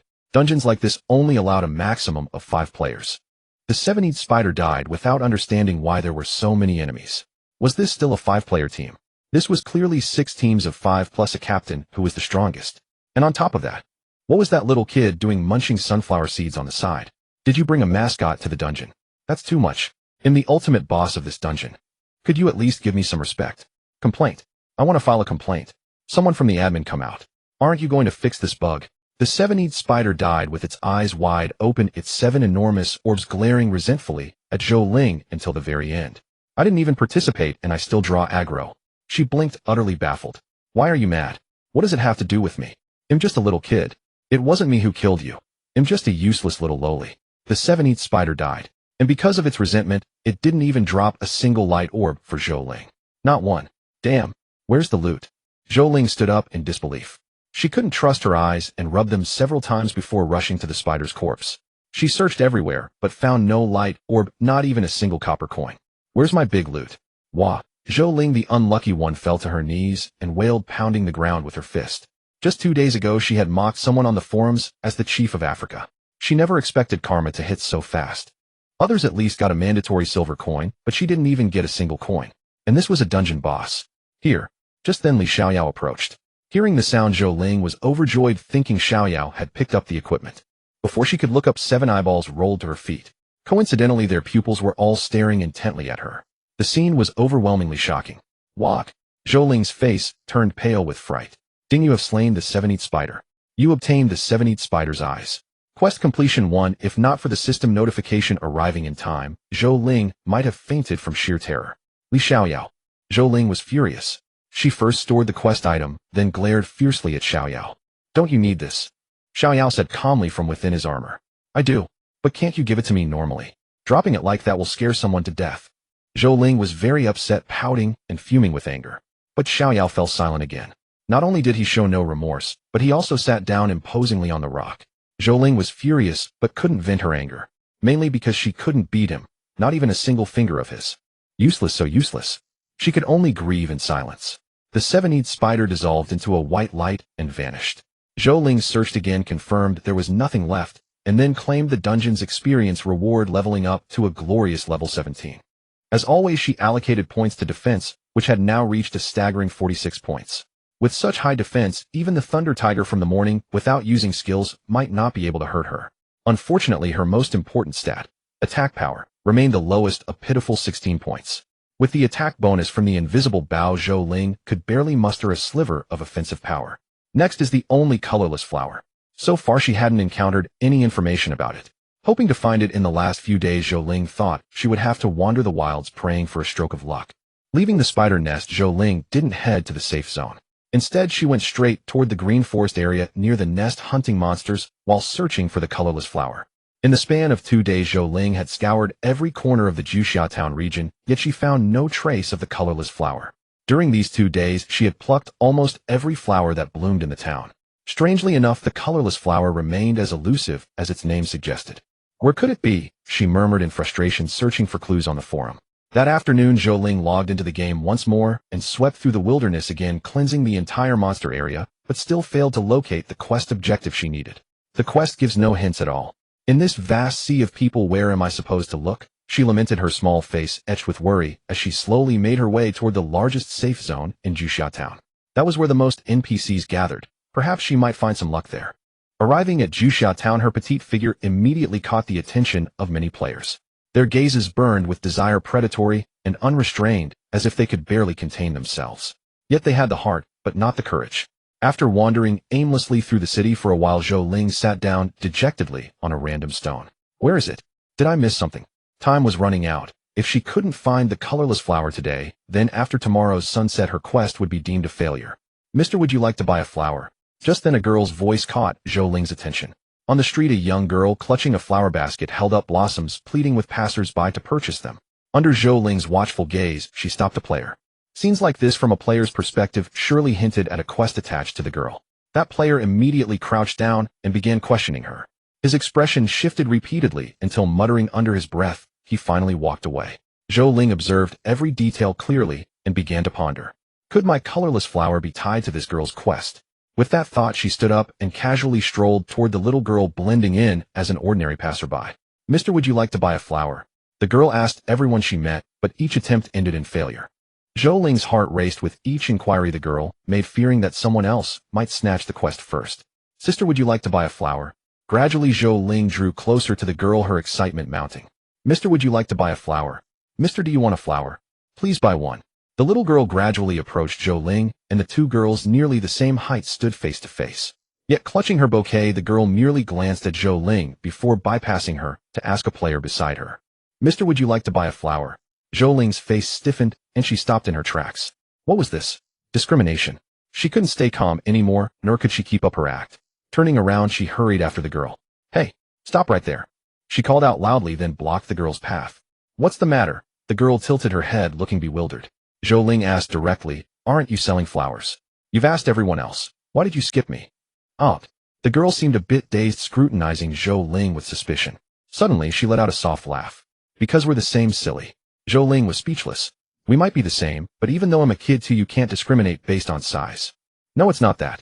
The girl shook her head, hesitant and embarrassed, unable to speak until she kept shaking her head. Then what is it? If you don't tell me, I won't let you go. Zhou Ling declared stubbornly and unreasonably. It's. The girl stammered finally, whispering almost inaudibly, we're both beggars. How could I bring myself to sell flowers to you? Gah! Zhou Ling was dumbfounded. She couldn't help but look up, wondering if the title beggar was floating above her head. How could she tell? I mean, I was only a beggar for 7 days, yet it feels like it stuck with me for life. She couldn't believe it. How did you know? No. I'm not a beggar. I can sense that we're kindred spirits. The girl said weakly. No, I'm not. Zhou Ling quickly shook her head. Really, I'm not a beggar. Not anymore. You've moved up, boy. The girl's face lit up with delight and a hint of envy. There was no denying that statement, and Zhou Ling couldn't argue. She pressed her forehead and finally steered the conversation back on track. Yes, I'm no longer a beggar now. So can you sell me the flower? Of course. The girl's eyes sparkled, radiating the gleam of a first sale. She bent down, picked the most vibrant bloom, and handed it to Zhou Ling. Zhou Ling accepted it, inwardly rejoicing. This might just land her the quest. How much? 3 gold coins. Zhou Ling fell silent. What? Did she hear that right? How much? 3 gold coins. The girl replied casually. Are you trying to rob me? Zhou Ling's face darkened, and her body trembled involuntarily, causing the flower to slip from her hand. That drop startled her immensely. She reacted instantly, catching the bloom with lightning speed. Holy crap. I almost lost 3 gold coins. Little girl, are you joking with me? This thing is worth 3 gold coins. The girl looked disappointed. So you can't afford it? No. Zhou Ling explained. I'm asking why this flower is so expensive. Because it's alive. The girl spoke with innocent charm. This flower of mine is alive, vibrant, and full of beauty. But gold coins are lifeless. Even if made of gold, they're just dead objects. Why shouldn't a lively flower like this be worth 3 gold coins? Sigh. Zhou Ling was left speechless, hardly believing her ears. She asked, who taught you to say that? It doesn't matter who taught me. The girl shook her head with an air of indifference. What matters is, can you afford it? What a money-grubbing little girl. Zhou Ling's eyes widened in fury. She nearly burst with anger at the girl. However, the girl slowly extended her hand. If you're not buying, could you return it to me? I still have to wait for the next destined one. Destined one, my foot. That just means a sucker. Honestly, she really wanted to hurl the flower back in the girl's face and snarl, I don't want it. But then she thought of her quest, and the flower in her hand was a variety she had never seen before. Could it be the colorless flower? Even if not, the quest attached to it had a 50% chance. Wait for me, she said with an unnatural tone, not returning the flower, but opening her backpack instead. 3 gold coins. Not too many, not too few, just enough. Oh my god. Can you NPCs see the wealth in my backpack? Or after much deliberation, Zhou Ling ultimately purchased the expensive flower. As 3 gold coins fell into the little girl's hands, her face bloomed with an irrepressible smile. Thank you, big sister. May you be blessed with a peaceful life. It's nothing. Zhou Ling waved her hand. Though she felt a pang of regret, money was but an external possession. Her original self was a princess after all, viewing wealth as mere dirt. Watching the little girl bounce away with a joyful silhouette, Zhou Ling couldn't help but smile, and at last a heavy weight lifted from her heart. Finally bought this flower. Now I don't have to worry about anyone snatching my quest right. As long as I complete the quest. Had she forgotten something? A flicker of confusion passed through Zhou Ling's eyes. She looked at the vibrant flower in her hand, then raised her head to see the little girl's figure had vanished into the distance. She slapped her thigh abruptly. Damn, I didn't accept the quest. Little sister, don't run. She reacted swiftly and chased after her. Though her speed stat wasn't high, catching up to a little girl was still a simple task. However, the girl had wandered quite far, and by the time Zhou Ling caught up, they had arrived at a desolate wilderness with a lush green grove in the distance. Stop! Zhou Ling shouted, startling the little girl into turning around, her face filled with fear as she looked at Zhou Ling. As Zhou Ling drew nearer, the girl's body trembled, and she hugged herself in terror, stepping back with tears streaming from her eyes. Don't you dare say it. I'm a girl too. How could I harass you? Zhou Ling cut her off without hesitation before she could finish. She now possessed an intuitive understanding of infiltrating female circles, awaiting only practical application. The little girl fell silent, as if something were lodged in her throat, unable to voice her grievances. Her usual foolproof trick had been thwarted. Do you have something else? She asked, weakly retreating in fear as Zhou Ling approached, looking pitiful, as if Zhou Ling were about to her. Zhou Ling was speechless. Was she really that frightening? She was just a harmless little loli. She decided not to dwell on it, and cut to the chase. It's not about what I want. Have you forgotten something? As she spoke, she held up the purchased flower between them. The little girl stood dumbfounded, glancing at the flower, and then at Zhou Ling, her mind racing. Finally, as if struck by a thought, she clapped her hands together. Oh, you mean this? Yes. Zhou Ling rejoiced, nodding eagerly. Unreliable child NPCs. She had almost forgotten the crucial quest. She waited, anticipating the system's quest prompt. The little girl rummaged through her flower basket, retrieved a watering can, and poured water over the flower in front of Zhou Ling. Silly me, I forgot. Flowers need watering or they'll wilt. After watering, she showed it off. See, it's even more vibrant now. Zhou Ling was watering the flower what she wanted. She wanted the quest. To accept the quest. Whether the flower wilted or not was none of her concern. Hurry up and give her the quest. The atmosphere grew awkward. Zhou Ling remained silent, somewhat dazed. But the little girl seemed at a loss, unsure if she had watered too little. So she watered the flower again, then looked timidly at Zhou Ling's expression. It shifted like the phases of the moon, perfectly mirroring Zhou Ling's current mood. A foreboding thought crept into her mind, and her face twisted with pain. Do you have no quest? Zhou Ling cut straight to the point, abandoning all pretense. Quest? What quest? The little girl tilted her head blankly, utterly confused. Zhou Ling's face fell into utter misery. Look at the sky. I'm done for. It's not over, the little girl insisted anxiously, also glancing upward. The sky was clear and sunny with no sign of rain. But just then the vibrant flower in Zhou Ling's hand began to fade. Under the incredulous gazes of both Zhou Ling and the little girl, red paint began to drip down. It flowed onto Zhou Ling's hand, between her fingers, and finally onto the ground. Gulp! The little girl swallowed hard. The vivid red was strikingly conspicuous. Zhou Ling's eyes nearly bulged out. She couldn't fathom that even this could be counterfeit. After a long silence, the two little lolas stared at each other wide-eyed. Finally, Zhou Ling broke the stillness, murmuring, "Your thing loses its color." Maybe. The little girl stammered, nervously twisting her fingers. It's a new variety. Sorry, she couldn't keep up the pretense. She had no idea why this was happening. With that, she bolted, running as fast as a rabbit. Faster than a giant-toothed rabbit. Watching the little girl's fleeing silhouette, Zhou Ling, even in her naivety, realized she had been duped. I shouldn't have believed in miracles. Zhou Ling cursed loudly, then gave chase. Stop right there. Give me back my hard-earned money. They chased each other under the blazing sun, marking the passage of youth. No of Zhou Ling's lost gold. But to Zhou Ling's surprise, the brat was quite fast. When she slowed, the girl slowed. When she sped up, the girl matched her pace. As everyone knows, she never caught up. On the verge of tears, Zhou Ling roared as her stamina neared its end. Li Xiaoyao. Catch her. The skill activated, a summoning array appeared, and Li Xiaoyao's figure burst forth without hesitation, showing no mercy to the little girl. In his heart, only Zhou Ling mattered, leaving no room for another. He kicked the little girl directly. Sensing the danger behind her, the girl turned, her face filled with terror. Instinctively, her delicate hand shot out toward Li Xiaoyao. No! Zhou Ling cried out in shock, never expecting Li Xiaoyao to act so swiftly.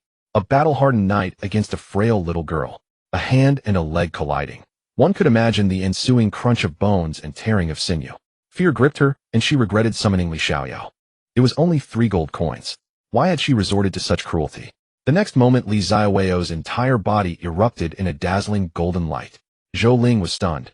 Using a kick against a little girl was one thing, but activating a skill too. She wished she could recall Li Xiaoyao, and she tried. But the next moment she was dumbfounded. That golden light wasn't Li Xiaoyao's skill, it was his damage numbers.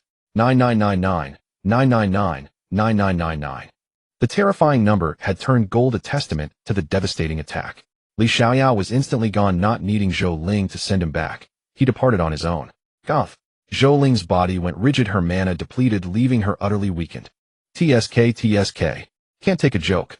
The little girl smiled faintly, her demeanor completely transformed. She twirled her fingers like orchid petals, and with a spin she changed from a little girl into a young woman, looking down at Zhou Ling with a hint of mockery. Just then Zhou Ling noticed 3 golden question marks floating above the young woman's head. A golden NPC. Good heavens. What a stroke of bad luck. Well, I didn't mean to. Zhou Ling swallowed hard, her heart pounding with extreme tension. That string of 9,999 damage was far too astonishing.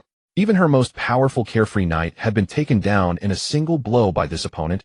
As a fragile class, she stood no chance of survival. Oh, so you meant to do it intentionally. The golden NPC chuckled. No, how could I dare? Zhou Ling quickly waved her hands. When the situation was unfavorable, one must yield. If I thought as much. The golden NPC scoffed, planting her hands on her hips in irritation. After a moment, she gazed up at the starry sky, a trace of melancholy in her eyes. You must be very curious about who I am, aren't you? Hearing this, Zhou Ling nodded vigorously. Indeed, who wouldn't want to know such an incredibly powerful golden NPC? Come sit. A chair materialized behind her, and she sat down, gesturing for Zhou Ling to join her. Zhou Ling stepped forward, took a look, and furrowed her tiny brow. There was no chair at all. Was she supposed to sit on the ground? Still, after a moment's thought, she supposed it wasn't entirely unacceptable. She bent down, searching around, until she spotted a rock in the distance that might serve as a passable seat. Just as she was about to drag it over. You silly girl. The golden NPC let out a soft laugh, and a ribbon flew out from her sleeve. It wound around Zhou Ling, pulling the little girl over with a single tug. Aunt! Zhou Ling yelped in surprise, her little heart thumping wildly. She squeezed her eyes shut in fear, thinking that this big shot was finally about to make a move on her, this little loli. The next moment she felt herself settle onto something soft, her nostrils filled with a fragrant, ethereal scent. Ding. Experience 500. Ding. Experience 500. Hee. What is this? Zhou Ling was momentarily stunned. She slowly opened her eyes and found herself sitting on the golden NPC's lap, held snugly in her arms. I. Zhou Ling's face flushed bright red. It was a first for her, a grown man. It was the first time he had been this close to a girl. Well, Zhou, you didn't count. Oh, so you can blush after all. The golden NPC seemed to have discovered something amusing. She teased Zhou Ling. You didn't look like this when you were chasing me earlier. Back then you were just like those vulgar men out there, all fierce and aggressive. Hitting the nail on the head made Zhou Ling even more frightened. She quickly lowered her head, not daring to meet her gaze, silently counting the 500 experience points ticking by every second. Alright, I'm just teasing you. The golden NPC, unaware of Zhou Ling's true thoughts, assumed the little girl was simply shy. She reached out to stroke Zhou Ling's golden hair, a look of fondness appearing on her face. She spoke slowly. Do you still remember your quest? At the mention of the quest, Zhou Ling perked up immediately. Write the quest. Give me back my flower. No. Give me back my money. Are you sure? Of course that was. Zhou Ling blurted out instinctively, but stopped herself mid-sentence. A thought struck her, and she quickly brought the faded flower up to her eyes. Colorless flower, a crucial item for a special hidden quest. The system couldn't lie, meaning the flower in her hand was indeed the colorless flower she had been longing for. Then, she suddenly looked up, staring at the golden NPC in shock. Are you the 7th Celestial Maiden? The 7th Celestial Maiden smiled, nodding, and then shaking her head. Yes, and yet not entirely. What did that mean? Zhou Ling was utterly bewildered. Was it a common flaw among big shots to speak in riddles? The 7th Celestial Maiden faced west, her gaze fixed on the distant horizon, and said slowly, I am not Xiani. I am merely a divine thought she left behind here. So the 7th Celestial Maiden's name was Xiani. Zhou Ling pondered for a moment, then looked up obediently and asked, where is the real 7th Celestial Maiden then? She left, heading to the edge of the world to seek a method of redemption. Where did she go? Hasn't she returned? Zhou Ling inquired. The Western Abyss, Forbidden Land. She told me that if she ever returned, she would come to find me. But I suppose she won't be coming back. Xiani explained calmly, her expression sorrowful. Her hand continued to stroke Zhou Ling's golden hair, as if it could ease the pain in her heart. Zhou Ling remained silent, her head bowed. Another tragic woman. Wait, why did I say another? If she won't come to you, you can go to her. What's the point of waiting here forever, she suggested. Little one, do you know what this place is, eh? Caught off guard by the question, Zhou Ling shook her head, but then ventured a guess. The land of heavenly fortune. Xianyi smiled faintly and nodded slightly. It is heavenly fortune. I cannot leave this place. I am her, or rather their, last hope. Zhou Ling's face fell, a hint of helplessness creeping in. So what exactly is the land of heavenly fortune? That old man mentioned it before. The land of heavenly fortune is where the world's fortune converges. Xianyi once foresaw that a great power would be born here, one capable of overturning the world. Xianyi explained. This plot sounds a bit familiar. Zhou Ling's eyes lit up, sparkling with excitement. You mean? In that future great power who will dominate the world. Silly girl. Xianyi flicked her forehead in exasperation. Ouch! Zhou Ling winced in pain and shot Xianyi a dissatisfied look. If I'm not the one, you didn't have to hit me. But Xianyi looked at her with utter seriousness. You possess an incredibly dense aura of imperial destiny. I have never seen its like in all my life.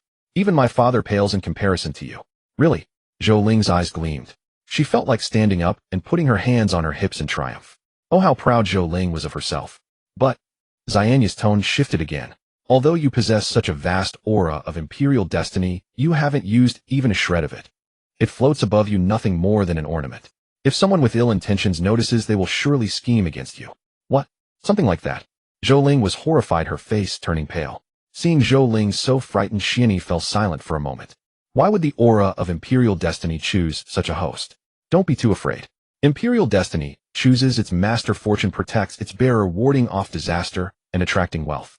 Unless a powerhouse of grandmaster level makes a move, you will be safe. Zhou Ling's face twisted in anguish. This wasn't comfort, it was outright intimidation. Then what should I do? Zhou Ling grasped at the last straw, asking urgently. Naturally, you should learn to harness this aura of imperial destiny as soon as possible, Xianyi stated directly. But I don't know how. I can't even see what the aura of imperial destiny looks like, let alone use it. Zhou Ling said wistfully. All her offensive power came from Li Xiaoyao. She had no idea how to wield the aura of imperial destiny. There is a way. As a celestial maiden, I possess the means to help you harness that aura of imperial destiny. You're willing to help me? Hearing Xianyi's words, Zhou Ling looked up at her with hopeful eyes. Xianyi let out a soft chuckle, caressing her hair, and said gently, my appearance isn't it just for you? Then, before Zhou Ling could feel joy, Xianyi continued, I can help you, I can even follow you forever. But as a condition, I need you to do one thing for me. What is it? Zhou Ling asked. Find the true form of Xianyi and tell her that I can no longer wait. Xianyi said directly, without waiting for Zhou Ling's agreement. She set Zhou Ling down from her lap and floated gracefully in midair like an immortal. Young maiden, are you willing to form a contract with me? Zhou Ling's gaze froze, but then a system prompt appeared before her eyes. The NPC Xianyi Divine thought wishes to become your guardian spirit. Do you accept? Becoming a guardian spirit, she will obey your every command. As a price, she will lose all her memories and all her intellect, becoming merely a battle puppet. Zhou Ling's breath caught in her throat. She couldn't believe such a price existed. A pang of pain struck her heart, and Zhou Ling couldn't help but look up at Xianyi. Don't be sad. As if reading Zhou Ling's thoughts, Xianyi sighed. She had intended to hide it, but it had been discovered. Her expression was calm, devoid of sorrow, as she said softly, I am merely a divine thought. Memories and intellect do not belong to me. Perhaps by becoming your guardian spirit, I can become my true self. Actually, don't be sad. When you grow strong, I will regain my intellect. It's a form of rebirth. She smiled faintly, her eyes filled only with a radiant light of love. Thus she floated in the air, her immortal ribbons dancing, her body leaning as she caressed Zhou Ling's hair.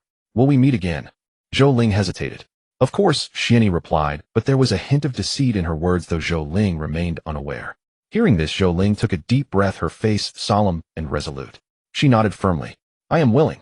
As the sun set and dusk descended, golden rays scattered like fine sand falling upon Zhou Ling's hair, further accentuating her radiant destiny. Above her head, unseen by any, a golden phoenix coiled in the sky, flapping its wings and circling endlessly. Gradually, a golden dragon emerged. Dragon and phoenix brought auspicious signs and soaring fortune. Driven by the dragon and phoenix, strands of golden silk rose from the land of destiny, Juxia Town. Still invisible and unknown to all people, only felt a majestic presence, the world becoming fresher and brighter. Strands of golden silk ascended, coalescing into a spiritual orb, now in the dragon's claw, now in the phoenix's beak. What a magnificent dragon and phoenix playing with the pearl. Xiani gazed at the sky, then her immortal silk fluttered, as if a heavenly maiden soared through the air. She stood between the golden dragon and the golden phoenix, raising high the spiritual pearl condensed from the power of destiny.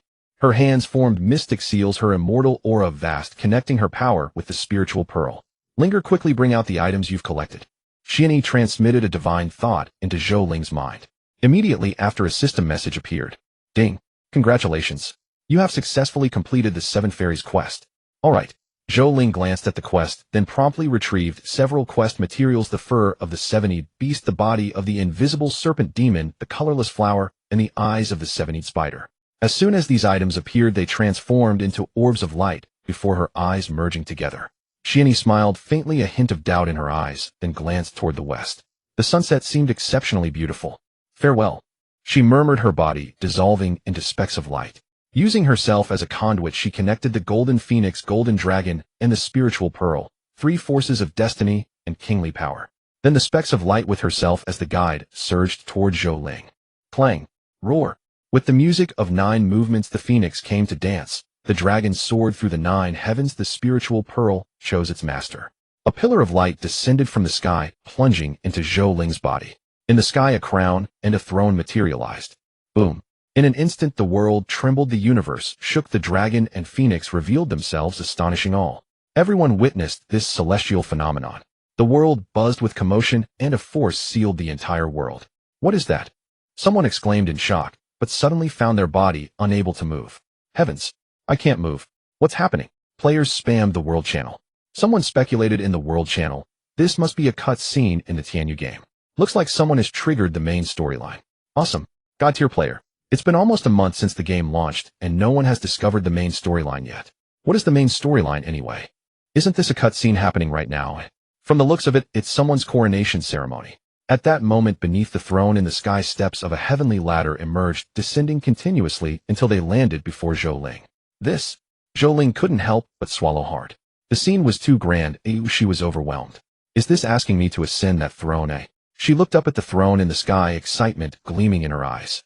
Then she took a step forward, placing her foot on the heavenly ladder. Look, someone's appearing. Players were stirred. Whoa, it's a golden-haired loli. Queen, please trample me. Zhou Ling was unaware that her figure was now visible to everyone. Over 3 billion players and the NPCs protecting the natives were all watching her intently. Step by step, Zhou Ling walked on her small legs toward the throne in the sky. With each step on the heavenly ladder, her kingly aura and fortune grew stronger. When she reached the 500th step, her attire transformed into the phoenix feather robe befitting an emperor. With another step, the world quaked, and all the spiritual energy in the realm surged toward Zhou Ling. All beings bowed in submission, welcoming the descent of the sovereign. Step after step, the crown trembled, its vast majesty spreading across the world. The might of an emperor pressed down upon all living creatures.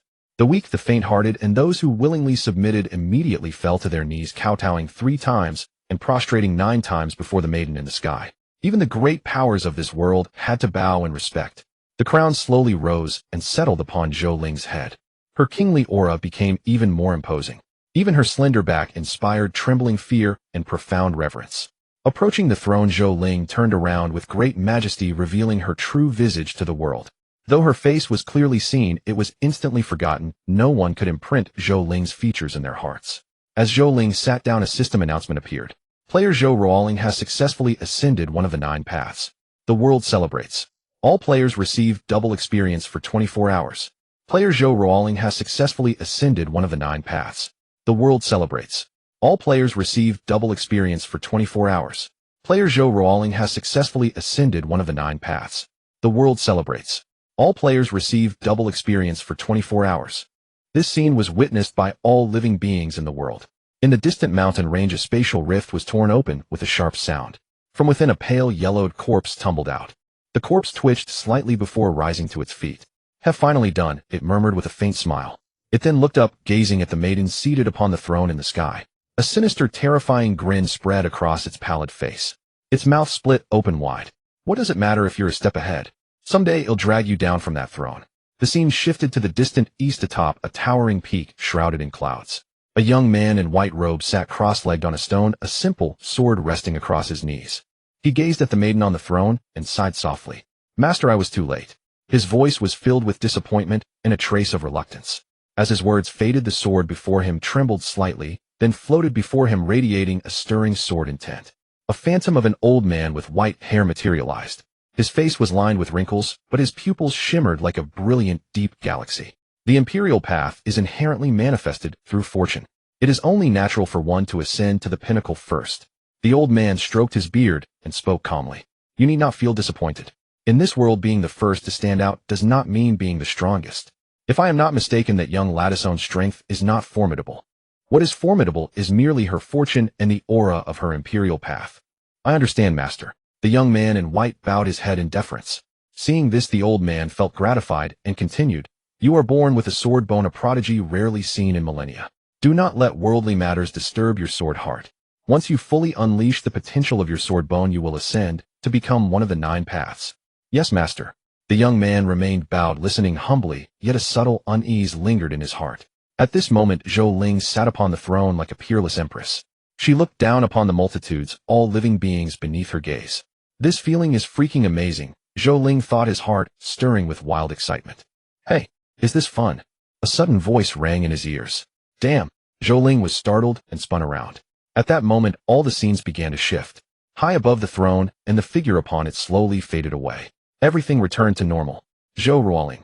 Zhou Ling exclaimed, finding himself back in the hall, where he had completed the storyline quest. In the hall, a young girl sat on a small stool, her arm resting on the edge of the throne, her cheek propped in her hands, staring at him with curiosity. Are you my successor? She asked, seemingly with no memory of their first meeting. She looked at Zhou Ling with a strange expression. Why are you such a pervert? She muttered under her breath, her voice soft but clear to Zhou Ling. Where do you get off calling me a pervert? Zhou Ling roared inwardly. Zhou Ruoling blinked, tilted her head, and asked innocently, In this day and age, a man wearing women's clothes isn't considered a pervert anymore. She pointed at his attire. Although it fits you well, this was my clothes once. Seeing you in them feels really awkward. Women's clothes. Zhou Ling was shocked. He quickly stood up and looked down at himself. He wore a phoenix-patterned robe trimmed with gold thread, a long trailing skirt, and a light gauze shawl. What else could it be but women's clothes? Worse still, for some reason, he had become a man again. No, it's not what you think. Let me explain. Zhou Ling panicked. Don't come near me, Zhou Ruoling said with a look of disgust. Frantic, Zhou Ling began to tear off his clothes, only to find them clinging seamlessly to his body. Damn, why can't I take them off? Zhou Ling grew increasingly anxious. Of course you can't, Zhou Ruoling stated matter-of-factly. This is the Imperial Phoenix robe, condensed from the aura of the Imperial Path and the fortune of the Golden Clan. It's not something you can put on or take off at will. Then what do I do? Zhou Ling's face fell. He glanced at the golden strands of hair falling over his shoulders and was startled. He stammered, unable to believe it. It's okay, Zhou Ruoling said, standing on tiptoe to pat his shoulder in comfort. You're still you. So what if you're wearing women's clothes? I'm sure there are like-minded souls in your era. Zhou Ling's face darkened. I don't want like-minded souls. I just want to go back to normal. Then I can't help you. Zhou Ruoling spread her hands, indicating she had no solution. You chose this path. No matter how hard it gets, you have to walk it. Good luck. With that, she winked playfully and made an encouraging gesture at Zhou Ling. I'm screwed. I don't want to be a cross-dresser. Zhou Ling felt like crying. Oh, by the way. Zhou Ruoling seemed to remember something and turned serious. What is it? Zhou Ling looked up only to see a golden-haired head rushing toward him. Damn it. You two are just alike. Zhou Ling's face filled with alarm, but before he could react, his stomach was struck hard, sending him flying backward. What are you doing? He shouted angrily, flicking his sleeve, the long skirt making him uncomfortable. Strangely, the blow didn't hurt at all. It even felt somewhat pleasant. But being hit for no reason would annoy anyone. Oomph. Zhou Ruoling snorted. Didn't I warn you? Not to do anything weird with my body. Zhou Ling was speechless, his confidence instantly deflating. Had she? No. Definitely not. I'm such a gentleman, I would never do such a thing. I did not, he retorted immediately. Zhou Ruoling rolled her eyes. Your heart has already given you away. Damn this mind-reading ability. He unconsciously smoothed his hair and defended himself weakly. Anyway, this is my character. A few bumps and bruises are inevitable. However, Zhou Ruoling put on a sorrowful expression like an abandoned wife. Are you trying to shirk your responsibility to me? Damn you, drama queen. Zhou Ruoling grew bored, dropped the act, and said seriously, Congratulations. You have fully become me. The aura of the Imperial Path and fortune are my very foundation. With these, the divine authority you inherited will unleash its true power. In the future, there will surely be a place for you. Zhou Ling was at a loss for words, a troubling thought arising in his mind, causing his heart to tighten.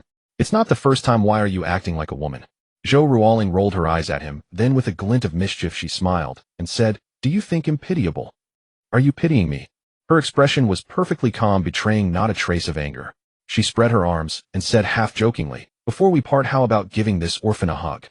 Yet Zhou Ling truly embraced her gently, without any impropriety. Zhou Ruoling froze, her thoughts drifting back to memories long buried. In the next moment her cheeks flushed crimson and her face twisted with anger. "You scoundrel!" She fumed, trying to push him away. "Don't worry, I will definitely fulfill the promise I made to you." Zhou Ling's voice was hoarse, tinged with a hint of sobbing. Zhou Ruoling's body trembled momentarily, forgetting to push him away. After a long moment, she finally pulled back, breaking free from his embrace, a blush lingering on her cheeks as she laughed through her tears. "You took advantage of me this time, but there won't be a next time." "A next time?" Zhou Ling blurted out. Understanding his implication, Zhou Ruoling shook her head. "I don't know. My memories stop here. I can't say if we'll meet again. Even if we do, the next time you see me, it'll be a completely new Zhou Ruoling, and the one who disappeared will be gone forever." Zhou Ling nodded in disappointment. Soon Zhou Ruoling's body began to dissolve, turning into specks of golden light. She exhorted, "The authority of divine power is no weaker than the imperial path. Don't abandon this power, unleash it." Until the very end she was thinking of Zhou Ling, even as she faded away. Not until Zhou Ruoling had completely dissipated did Zhou Ling slowly nod in the great hall. "All right, I won't let you down." After lingering in the empty hall for a while, Zhou Ling logged out of the game. Waking up in his room, he stared blankly into space. A full hour passed before he got up, went to the kitchen, and cooked himself a meal. Returning to his room, he turned on his computer. As expected, a flood of new posts was refreshing wildly. The little emperor's coronation ceremony and the main storyline of Tianyu begins. These two threads were pinned by the officials with comments numbering in the hundreds of millions. Even the news headlines were all about the Tianyu game. "Damn, was I being watched by everyone?" he exclaimed, then clicked on the emperor's coronation. A high-definition video appeared showing the moment the throne emerged and him walking step by step to the highest point before sitting down. At least, Zhou Ling breathed a slight sigh of relief. "My face was blurred out. With the speed of modern internet, I wouldn't even be able to go out and grind monsters." He scrolled through, finding most replies utterly devoid of substance. Some begged to be carried, others wanted to lift the empress high or give her a piggyback ride. All sorts of improper thoughts. Zhou Ling's brows furrowed deeply. After watching for a while, he closed the forum. The immersion was too strong. After all, the object of their fantasies was him. Oh, double experience. Zhou Ling spotted this message. Confirming it was true, he lost all interest in browsing the forum. Getting into the game early would let him level up a few more times during the double XP period. Plus, his hidden quest was already complete. It was time to check his rewards. Re-entering the game, Zhou Ling appeared at the spot where he had talked with Xianni. Sadly, that fairy had also vanished. It felt as if the people had changed and the tea had gone cold. The flower basket she left behind was now empty. Another one gone. Zhou Ling felt a pang of sorrow. He hadn't interacted much with Xianni. Though she was just an NPC, she reminded him of the big sister figure from his childhood. Both unfamiliar and endearing. Shaking his head, he opened his status panel. It's been a while. I wonder what's changed. Zhou Ling class, special character, Zhou Ruoling. Level 19, 0 HP, 0 MP, 0 strength, 11 defense, 40 speed, 20 authority, belief, skill, immortal silk.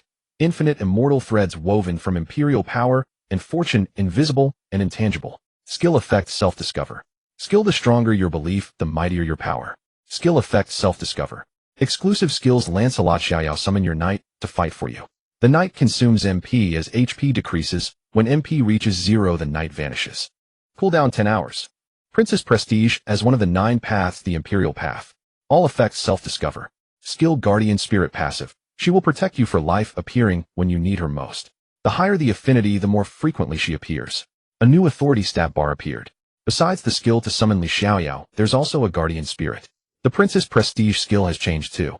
Before it had specific conditions, but now everything requires self-discovery. Zhou Ling blinked. This wasn't a bad thing. It meant these 3 skills had immense potential, full of infinite possibilities. But when he saw the strength stat, his mouth twitched. Damn it, why is strength still at 11? Not a single point increase. Suddenly an idea struck Zhou Ling. Right? I can use authority to try boosting my strength. Acting on the thought, he clenched his small fist, staring intently at it, as if it were a punching bag. Increase strength. Increase strength. He roared inwardly. As his belief gradually intensified, his fist, the size of a sandbag, began to emit a faint spiritual glow. And on the strength stat, changes began to occur. It jumped from 11 to 12, then 13, 14, 15, finally stopping at 20. After that, no matter how hard Zhou Ling tried, his strength remained at 20. Can I only add 9 points? He felt a bit dissatisfied. For something called authority, this boost was far too underwhelming. How about trying defense? So saying, he focused his belief on defense. Then he glanced at the panel. That single glance left Zhou Ling dumbfounded. With such a casual effort, his defense had shot from 40 straight to 400. An entire digit had been added. Is there no justice? Zhou Ling was startled. Was the system trying to turn him into a turtle? System, can you explain this? He inquired. The effect of authority depends on you. The stronger your belief, the greater the power. It indicates that your desire for strength is not high. Are you talking nonsense? My desire for strength isn't high. Who would believe that? What player doesn't crave immense power to dominate everything? Zhou Ling was utterly speechless. Her complaints proved futile as the system showed no intention of heeding her words. Zhou Ling turned her attention to the newly acquired skill. Immortal Silk. With a mere flicker of thought, a strand of immortal silk materialized, floating before her eyes like a delicate spider's web swaying in the breeze. Invisible and colorless immortal silk, seemingly unseen by others. Zhou Ling glanced at the skill description. Yet in her sight the silk shifted hues, with her thoughts glaringly vivid under the sunlight. Time to test its power. She directed the immortal silk toward a distant stone, slicing through the air with breathtaking speed, as swift as her own thoughts. But to her dismay, the silk failed to sever the rock. Instead, it clung tightly to its surface. Is that it? Zhou Ling stared in disbelief. She had imagined it would cut through everything like some legendary fruit. Yet this was all it could do. How utterly disappointing. Just as she resigned herself to this feeble ability, an unconscious thought stirred, and the massive boulder suddenly shifted, dragged directly toward her by the immortal silk. This was an enormous stone weighing at least a ton or two. Did I? Just think about it, she murmured in astonishment. She tried again, and the boulder began to move. Laboriously, yes, but undeniably pulled by her will. If that's the case. A cunning strategy took shape in her mind. Bind the enemy with immortal silk, then rain arrows upon the monster with her bow. Wouldn't that make her invincible? Zhou Ling smirked crookedly. Without hesitation, she dashed toward the monster zone. Li Ziweo's skill is still on cooldown. Ooh, I can't get too cocky. Let's find a low-level monster to test this out. She checked her map and veered toward the level 10 monster area. In the monster zone, she quickly spotted a lone wind wolf, already wounded with half its health depleted. A perfect target. Immortal Silk Bind. She unleashed the skill. Countless strands of immortal silk rose from nowhere, cocooning the wind wolf into a tight ball. How? The wolf yelped in shock, its eyes wide with confusion. How had it ended up like this? Its body was completely immobilized, and it stared around in terror, yet saw no enemy. Hey, this works. Zhou Ling rubbed her hands together gleefully, pulling the invisible bow from her inventory. She stayed hidden in the grass, drawing the bowstring. Whoosh! An invisible arrow struck the wind wolf. 500 howl. The wolf began to panic, having never encountered such terror in its life. Its health plummeted by 500 points with each hit, yet it had no recourse. It couldn't break free, couldn't even see its attacker or understand what attacked it. Zhou Ling snickered from the grass, knocking another arrow. Just 400 HP left. Become my experience points in style. She drew the bow fully, an invisible arrow forming, but just as she was about to strike, a sudden exclamation rang out. Oh my god! Look what I found, a half-dead wind wolf. A man's voice shouted, followed by a fireball hurtling toward the wolf. 400, a perfect killing blow. The wind wolf perished in bitterness, its body dissolving into white light. In the next moment, a purple orb burst forth from its remains. Whoa, gear dropped. And it's purple, the man exclaimed. Zhou Ling was dumbfounded. That was my kill. She couldn't believe it. A level 10 wind wolf had dropped purple gear. What insane luck. Wait. Luck. Luck equals fortune, fortune equals Zhou Ling. So, that gear is mine. Zhou Ling's composure shattered. Stealing my monster is one thing, but taking my gear too. This is intolerable. It's mine, it's all mine. She crouched low, motionless in the grass. Soon a man in a mage robe scurried over, his face alight with undisguised joy as he snatched the gear from the ground. His expression shifted to sheer awe. Awesome. What a treasure. This is incredible, he shouted, oblivious to Zhou Ling lurking in the grass. Each cry grated on her nerves, solidifying her resolve to take down this mage. Immortal Silk Bind. In an instant, countless threads erupted from the ground, piercing through the mage's body and locking him in place. He remained frozen, holding the gear aloft as a mysterious item slowly materialized in his hand. It was a golden chalice gleaming brilliantly under the sun. Zhou Ling was even more certain, this treasure is destined for me. What's happening? Why can't I move? The mage realized, his entire body bound and immobile. Yet he saw no visible skill, as if time itself had stopped. His eyes darted wildly, panic etched on his face. Which fellow cultivator is this? Care to show yourself? He called out, but received no response. Thud. A bloody hole appeared on the mage, and a damage number floated above his head. 600, holy crap. Dude. Bro. Let's talk this out. A gentleman uses words, not fists. Seeing the damage in the system log, he cried out frantically. He tried to conjure a fireball instinctively, but his body was completely restrained, unable to move even an inch. Humph. Too bad, Zhou Ling replied coolly. I have nothing to say and am no gentleman. You should be grateful you didn't die under Li Ziaweo's group attack. She smirked, drawing her invisible bow. Player versus player combat was the norm in the game. Killing another player carried no guilt for Zhou Ling. In fact, it brought a hint of satisfaction. Whoosh. This arrow flew true, striking the mage square in the forehead. A terrifying number appeared above his head. 2,000. The mage was only level 16, with barely over 10,000 HP total. That 2,000-point hit took out a fifth of his health. Aya! The mage screamed in agony, even though he had pain feedback turned off. His cries were blood-curdling, as if he were enduring inhuman torture. You dirty ambusher. You coward. Come out and fight me, Onion. Are you even a man? What kind of hero uses such tricks? Zhou Ling raised an eyebrow. Oh, quite cocky, aren't you? She drew her bow, fully channeling her authority into it. Die by a god's arrow. You should feel honored. Whoosh. This arrow was terrifying beyond measure. 7,000. The damage value shocked even Zhou Ling herself. She seemed to have discovered a new playstyle. The sheer damage left the mage stunned and speechless. He no longer dared to be arrogant. Big shot. Great one, let's talk this out. I'm sorry, okay? Please don't kill me. Dying costs a whole level. Zhou Ling paid no heed to the adversary's pleas for mercy, instead worrying that his cries would attract the attention of other players. She crouched low, hiding in the grass, not daring to make a sound, yet her bow was already drawn taut. After a moment of concentration, she loosed an arrow toward the mage player. 7,000. Another devastating critical hit. No. The player let out a miserable shriek before his body dissolved into white light and vanished. Not only that, but he also dropped a blue light orb. Zhou Ling crouched, slightly waiting in the grass for a long while. Seeing no one approaching, she happily dashed out. What luck! She chuckled, softly grabbing 2 pieces of equipment with each hand. The blue one was a sword useless to her, but sellable for currency. A blue weapon could still fetch a few hundred real-world dollars these days.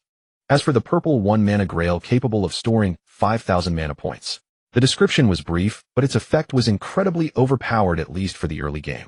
Zhou Ling's current mana pool was only 300 points, so this represented about 1/6 of it. No wonder that player was laughing so much. Zhou Ling mused. A mage's greatest weakness was a lack of mana. This mana grail was practically a divine artifact for mages. Oh, poor thing. You just had terrible luck. Zhou Ling shook her head slightly. Glancing at the time, she felt it was about right, and chose to log out of the game. Although double experience was active, her monster killing speed was far too slow. At this rate, even with the double experience buff, it wouldn't be as fast as Li Ziaweo's group farming method. After logging out, Zhou Ling idly flipped through TV channels. She also sent a message to Zhang Xiaopeng asking for his address. Having reached level 19, she was now among the top 100 players on the leaderboard. She no longer needed to grind the game day and night, racking her brains to catch up with the main force. But at this moment, Zhou Ling also noticed something. Under normal circumstances, the leaderboard rankings wouldn't change much. However, aside from Zhou Ruling's extraordinary character, she discovered several other players who had suddenly appeared on the rankings, leveling up at an astonishing speed, even comparable to hers. One was a player named Jin Chun, and another was Su Yin. These two were leveling up even faster than she was. Special characters. Zhou Ling's expression shifted slightly. If that were true, the future competition would be immense. 9 special characters correspond to 9 paths, which means these people's future achievements won't be inferior to mine. Troublesome. Zhou Ling felt a twinge of nervousness and unconsciously rubbed her cheeks. My. Suddenly she froze. My hair seems longer. She was puzzled. Although she hadn't had a haircut in a month, it shouldn't have grown this much in such a short time. Could it be that my male hormones are kicking in? A gleam of excitement appeared on her face as she rushed to the bathroom to examine herself in the mirror above the sink. TCH. Besides longer hair, not even a single stubble. Zhou Ling pouted, feeling disappointed. At 24, she still had no facial hair at all. Wasn't that abnormal? Looking at herself in the mirror again, Zhou Ling suddenly shuddered. Wow, I've turned girly. The hair wasn't extremely long, but it had reached her neck. Paired with her fair complexion, it gave off a campus vibe, like a short-haired schoolgirl. No way. I have to get it cut. If Zhou Yu sees this, she'll force me into something weird. He tugged at his hair, then grabbed his phone and headed out. There was a barbershop outside the complex called Brother Wang's Barbershop. Zhou Ling always got his haircut at Brother Wang's. Brother Wang was skilled, but oddly enough, the shop's business was dismal. Many tenants in the complex, including plenty of young pretty girls, would rather walk an extra block to another street than come here. When Zhou Ling entered the barbershop, Brother Wang was cutting the hair of a large obese man. Zhou Ling couldn't help but take a closer look. Though impolite, his curiosity got the better of him. This man's physique was even more terrifying than Zhang Xiaopeng's. Xiaopeng was just slightly chubby, but this guy was massively obese. Moreover, the fat man had tattoos on his chest, 2 crossed broadswords. Despite his chubby, somewhat cute face, the tattoos made him look ferocious. Hearing someone enter, Brother Wang, who was busy cutting hair, looked up.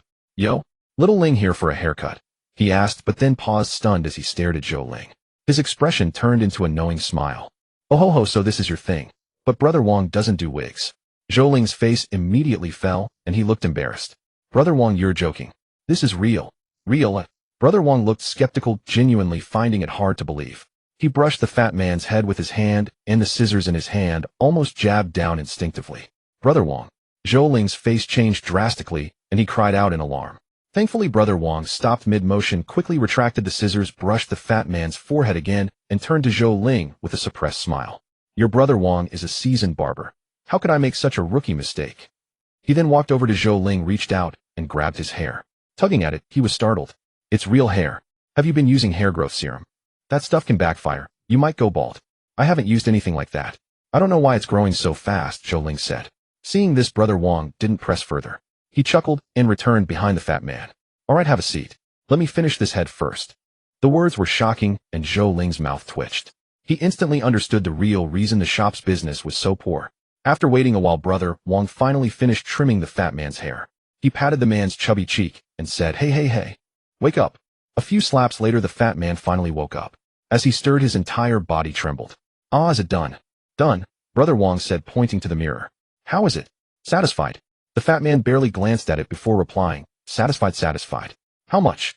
"They'll give you a discount, 2,000, Brother Wang said. He then picked up the fat man's briefcase, pulled out a stack of cash, and tossed the briefcase back to him. "That's enough. Keep the change." Zhou Ling's eyes widened. Holy crap, this was robbery. But strangely, the fat man wasn't angry. Instead, he picked up his briefcase with a beaming smile. "All right, thanks for your hard work, Brother Wang. They'll be off now." Watching the fat man leave, Brother Wang looked at Zhou Ling, who was utterly dumbfounded, and laughed. "Don't overthink it. He's an old subordinate of mine. He's made it big now and likes to come by to support my business." Zhou Ling. "No, this is even more terrifying than I imagined. Come sit. You're the last one today."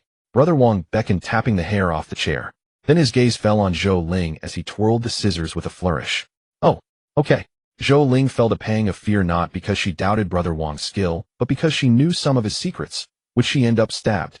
Catching Brother Wang's threatening yet subtle stare, Zhou Ling couldn't help but swallow hard, and tremblingly sat down on the chair. Before Brother Wang could make the first cut, she quickly said, "Just a little trim, don't cut too much." "All right. With your Brother Wang's skill, what are you afraid of? A century-old establishment, a family craft passed down for 18 generations. Brother Wang boasted. He took a sip of water, then lifted the hair at the back of Zhou Ling's head, glanced at it briefly, and chuckled. "It's only been a month, right? And it's this long." Zhou Ling nodded, feeling that Brother Wang's technique seemed oddly familiar. Snip, snip. Brother Wang began to work the scissors, darting swiftly around Zhou Ling's head. The fancy hand flourishes that once seemed so impressive now felt terrifyingly close. Fortunately, no accident occurred. Her hair wasn't long, and it was soon trimmed. "Done, looks good, right? Want a dye? Or a perm?" Brother Wang smiled. "No thanks, I prefer black hair, something natural." Zhou Ling declined. After paying, Zhou Ling didn't linger in the barber shop a moment longer. Later, after grabbing a bite to eat, she returned home. The day passed by calm and simple. But what a pity. Hurley Xiaoyao still had 4 hours before the cooldown ended. Once people get used to a comfortable life, they lose the will to work. Just like now, even though she knew that during these double experience hours plenty of players were surpassing her. But the thought of having to grind monsters herself made Zhou Ling too lazy to log into the game. She was waiting for Li Ziweo's cooldown to end. The moment it did, she would rush back into the game. After lying in bed in sheer boredom for a while, Zhou Ling's phone finally chimed with a notification. She glanced at it. It was a reply from Zhang Xiaopeng. "I'm in Tianhong City now. Was grinding experience earlier, didn't check my messages. Aren't you playing today's double experience?" That little fatty probably never dreamed that your double experience bonus was all thanks to me. He chuckled to himself and quickly replied, "I've already been on. I know about the double experience, but I'm level 19 now, no need to grind so hard." "Level 19. Zhang Xiaopeng replied swiftly along with a shocked emoji. "You're not kidding me, are you?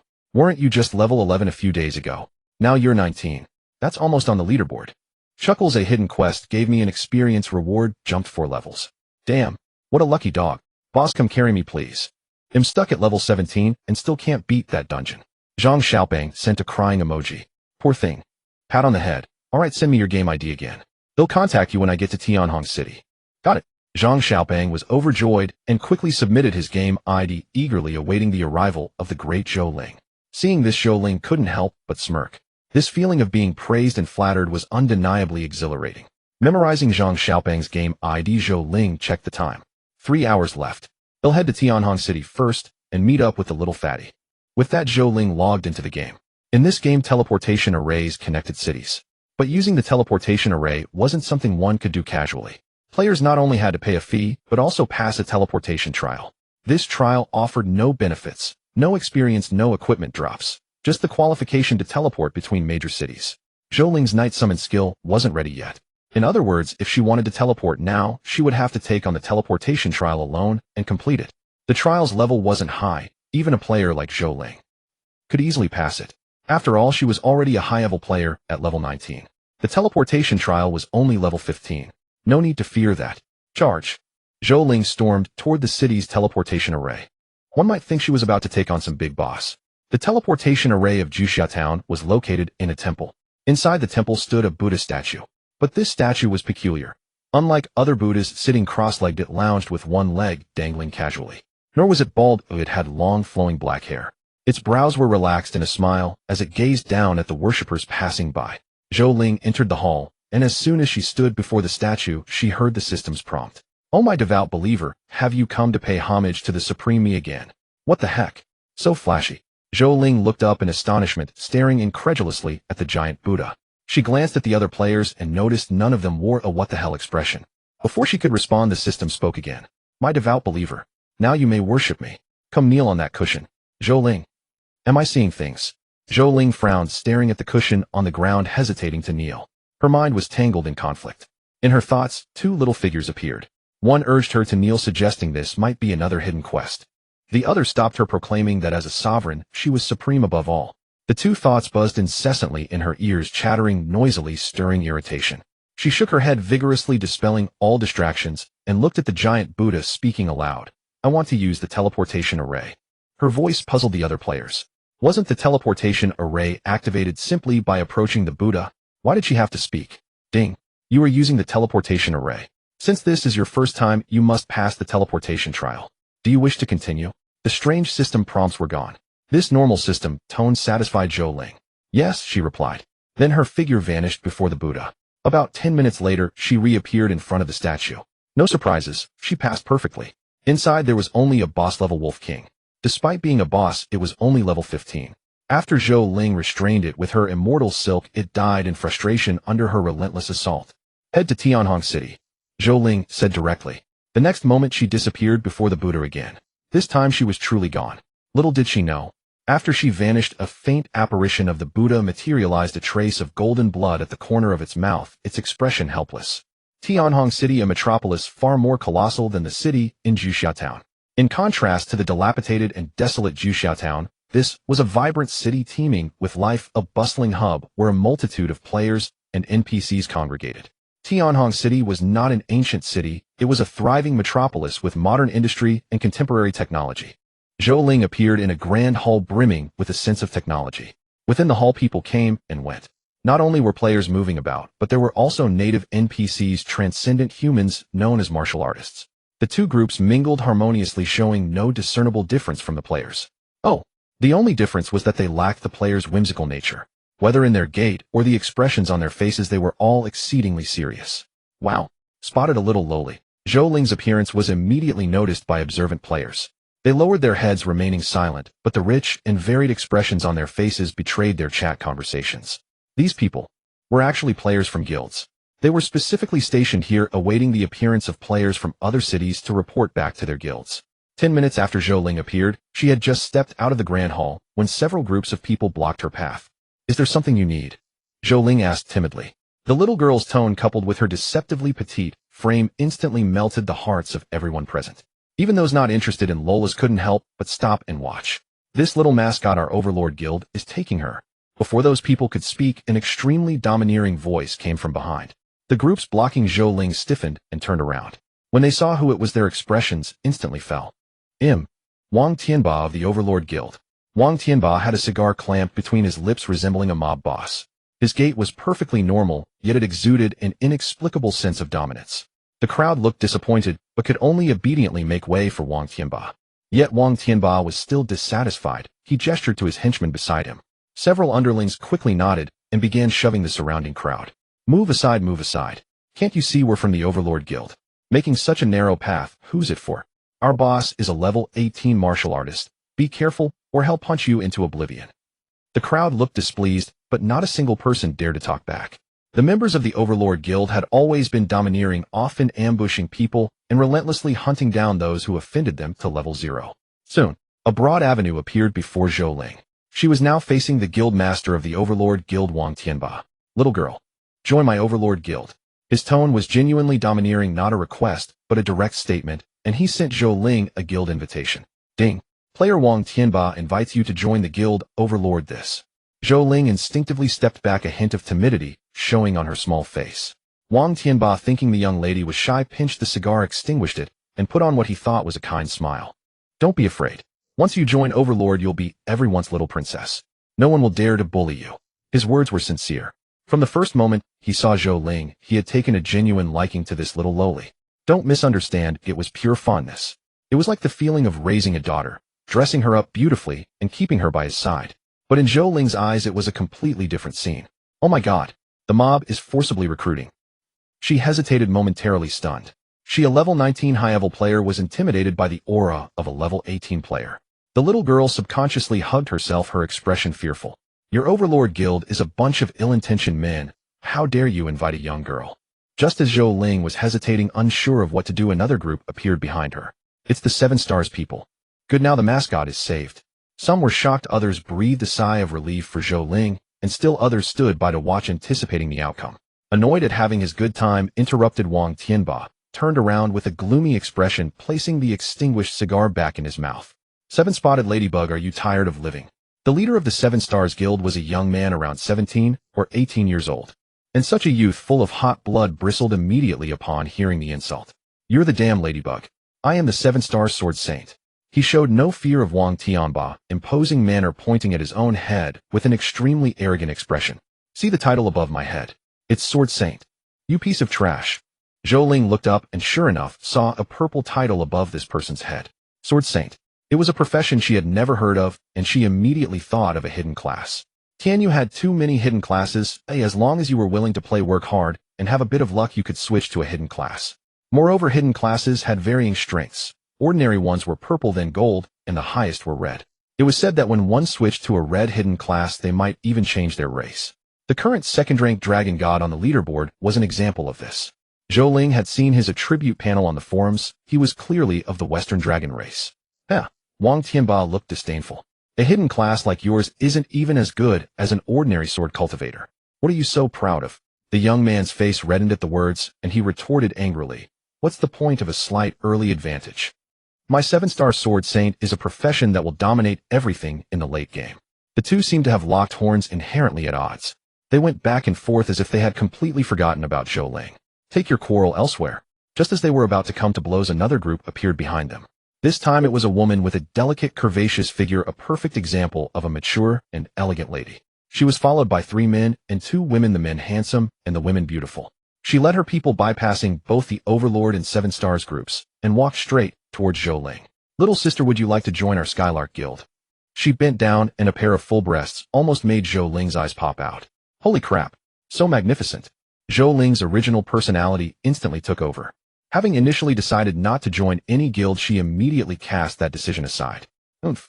But before Zhou Ling could nod in agreement, yet another group appeared from behind. This time it was a prideful petite voice. Hearing this voice, Zhou Ling's mind conjured the image of a proud young lady. A gathering of elites. Behind her appeared a group that caught the eye. Each one was tiny, none exceeding 1.6 meters in height, and all wearing beautiful little dresses. It was like a field of lilies in full bloom, vying for splendor. At the forefront was a girl in a pink floral dress. Even her hair was pink, tied in pigtails, holding a plastic wand like a magical girl from an anime. And indeed above her head were the red characters for Magical Girl. That's a red-level hidden class. Zhou Ling was extremely shocked. At that moment she felt as if she had found her tribe. Look at this group of girls standing there. Wouldn't she seamlessly blend and thoroughly integrating into the girl group? My name is Qin Shiyao. Little sister, may I get to know you? Qin Shiyao extended her hand, an orange hairband adorning her wrist. Zhou Ling chuckled, a peculiar smile spreading across her face. Zhou Ro. She was about to reveal her in-game name, but abruptly stopped herself. My. Qin Shiyao tilted her head, a look of innocent confusion clouding her eyes. My name is Zhou Ro. Zhou Ling smiled, reaching out to grasp Qin Shiyao's delicate hand. It was smooth as silk, soft and tender, its touch evoking a cascade of delightful thoughts. Though it was merely a handshake between two maidens, it stirred envy among the surrounding players. They couldn't help but swallow hard, yearning to trade places with either of them, for they would lose nothing by doing so. Not only the male players, but even a little loli behind Qin Shiyao shot a jealous glare at Zhou Ling, her face etched with displeasure. Zhou Ro, I'd like to invite you to join our guild. Is that okay? Qin Shiyao's voice was incredibly sweet, carrying a hint of a spring breeze. Sure. Zhou Ling agreed without a moment's hesitation, completely forgetting her previous resolve to walk the path of a lone wolf. Great, I'll invite you. Qin Shiyao's face lit up with joy, a tiny dimple forming on her cheek. Ding. Player Qin Shiyao invites you to join the guild Fairy Tale. Do you accept? Accept. Zhou Ling confirmed the invitation. Congratulations, player. You have joined the guild Fairy Tale. As a special character, you may redefine your name. Would you like to use this feature? Oh wow. Such a fortunate turn of events. Zhou Ling had just been fretting over her name, and the system arrived, as if a pillow were handed to her just as drowsiness set in. Zhou Ling quickly redefined her name as Zhou Ro. This feature didn't truly change her identity, but merely concealed her real name. Guild channel player Zhou Ro has joined the guild. Let's welcome her. Yuming'o, a newcomer. Lu Jingxi, welcome, welcome. Another adorable little treasure, let's cuddle. As soon as she joined the guild, several young ladies came out to greet her. Each name was elegant and poetic, evoking the shy, youthful images of maidens with every utterance. Oh my. Zhou Ling wiped the drool from the corner of her mouth. How do you like my guild? Qin Shiyao beamed with delight, smiling at Zhou Ling. Great. Great. Zhou Ling nodded repeatedly, concealing the expression that might have betrayed her as a lecher. I'm glad you like it. Come, let me show you the guild base. With that, Qin Shiyao took Zhou Ling's hand and led her outside, followed by a group of adorable companions leaving the grand hall. Sigh. The remaining players let out a collective sigh of lament. The mascot had been claimed by a group of mascots. Now Zhou Ling felt like a doll trapped inside a claw machine. Inside there were beautiful dolls everywhere, but for these players they could only gaze through the glass, longing to snatch one out. Not a chance. The guild base of Fairy Tale was nestled within a castle, its architecture brimming with color and a fairy tale essence. Lawns, gardens, amusement parks. All sorts of entertainment scenes suited to a maiden's fancy were present. How do you like it? Upon arriving at the Fairy Tale guild base, Qin Shiyao frolicked joyfully onto the lawn. Then she turned around, a smile gracing her face as she gazed at Zhou Ling, gracefully remarking, "This is the Fairy Tale castle I invested heavily in. Besides what you see outside, there's also a tea party room inside. Remember this." Zhou Ling nodded, dazedly, utterly stunned by the castle before her. Heavily invested. Those two words should be underlined. Rich lady, feed me. Somehow Zhou Ling blurted out unconsciously. Who could resist a cute little loli who was both adorable and wealthy? Uffed. Qin Shiyao burst into laughter, pulling Zhou Ling into a tight embrace. The two maidens pressed close together. Oh, you little rascal. Don't worry, big sister will take good care of you and keep you fair and clean. A fragrant scent wafted over, stirring Zhou Ling's heart. Casting aside all maidenly reserve, she hugged Qin Shiyao tightly. Darn it. No shore leave tool available. Arriving at the gates of the Fairy Tale castle, Qin Shiyao pushed with all her might, opening the entrance to a world of fantasy. Sisters, look who I've brought. As the gates swung open, a sea of blossoms spread before them, vibrant flowers blooming everywhere. Zhou Ling could hardly believe her eyes. Inside was yet another amusement park brimming with maidenly charm. Beneath her feet lay a soft carpet surrounded by fresh flowers, while above a colossal chandelier bathed the scene in gentle hues. At the heart of the castle stood a giant birdcage housing a round table. Seated at the round table were several young maidens, all dressed in exquisite Lolita attire. Among them, a silver-haired girl sat poised, holding a cup of black tea. Zhou Ling was stunned not by their beauty. Rather, it was the colored titles hovering above these maidens' heads. The silver-haired girl bore a large red inscription, Blood Ancestor. Is it a hidden class of the vampire clan? Zhou Ling wondered. Come, let me introduce you. Qin Shiyao took Zhou Ling's hand and dashed toward the golden birdcage at the center. Along the way, curious little heads popped out, gazing at the newcomer with interest. Qin Shiyao led Zhou Ling to the silver-haired girl of the vampire clan and introduced Letitia de Crea. Her Chinese name is Wei Wei. She's a genuine Westerner. If you find the name too long, you can just call her Wei Wei. Zhou Ling blinked in surprise, never expecting to encounter someone from another country in the Eastern Game region. Wei Wei glanced at Qin Shiyao, then stood up, lifted her skirt, and curtsied to Zhou Ling. Hello, welcome to Fairy Tale. Hello. Zhou Ling was at a loss, clumsily lifting her skirt to return the curtsy. Truly a unique way of greeting. Wei Wei stared at Zhou Ling for a moment, her crimson eyes, making Zhou Ling feel particularly nervous. Fortunately, Wei Wei only looked for a brief moment before turning away. Would you like some black tea? Wei Wei asked, though she had already poured a cup for both Qin Shiyao and Zhou Ling. A sip of black tea instantly eased Zhou Ling's earlier tension. Almost. She feared her lecherous nature had been exposed. Qin Shiyao took a sip of black tea, then pulled a girl from outside the birdcage who was about the same height as Zhou Ling. This is Yunming, the strongest healer in our guild, she introduced. Hello, Zhou Ro. Sister Yunming giggled, shaking the lantern in her hand. If you ever need help with dungeons or grinding monsters, just call me. I'm really skilled and experienced. Zhou Ling's eyes sparkled. Why did this feel so familiar? Come to think of it, was Yunming reliable? After some inquiry and Qin Shiyao's introduction, Zhou Ling gained a rough understanding of the Fairy Tale Guild structure, which differed from many gaming guilds. Members here were divided into two types. The first were those who preferred a lone wolf style, hunting monsters, leveling up, and completing quests on their own. The others were those who formed teams, mostly adorable little ones of average strength and mediocre levels, huddling together for warmth, playing, and gaming together. After all, everyone in Fairy Tale was a cute little loli. These people were likely underage girls in reality. Naturally innocent and carefree, encountering an adorable little bunny, they'd probably giggle foolishly even if it beat them to death. In Fairy Tale, it was high-level players like Xiang Weiwei and Qin Shiyao who upheld the guild's banner. Without their protection, this group of little cuties would have long been lured away by members of other guilds. By the way, Zhou Ruo, what level are you? Wei Wei set aside her empty cup and asked softly. Me. Zhou Ruo felt a bit embarrassed. Wei Wei cast a casual glance, her crimson eyes deep and shimmering with wisdom. One look at Zhou Ruo's expression told her she was a low-level mascot.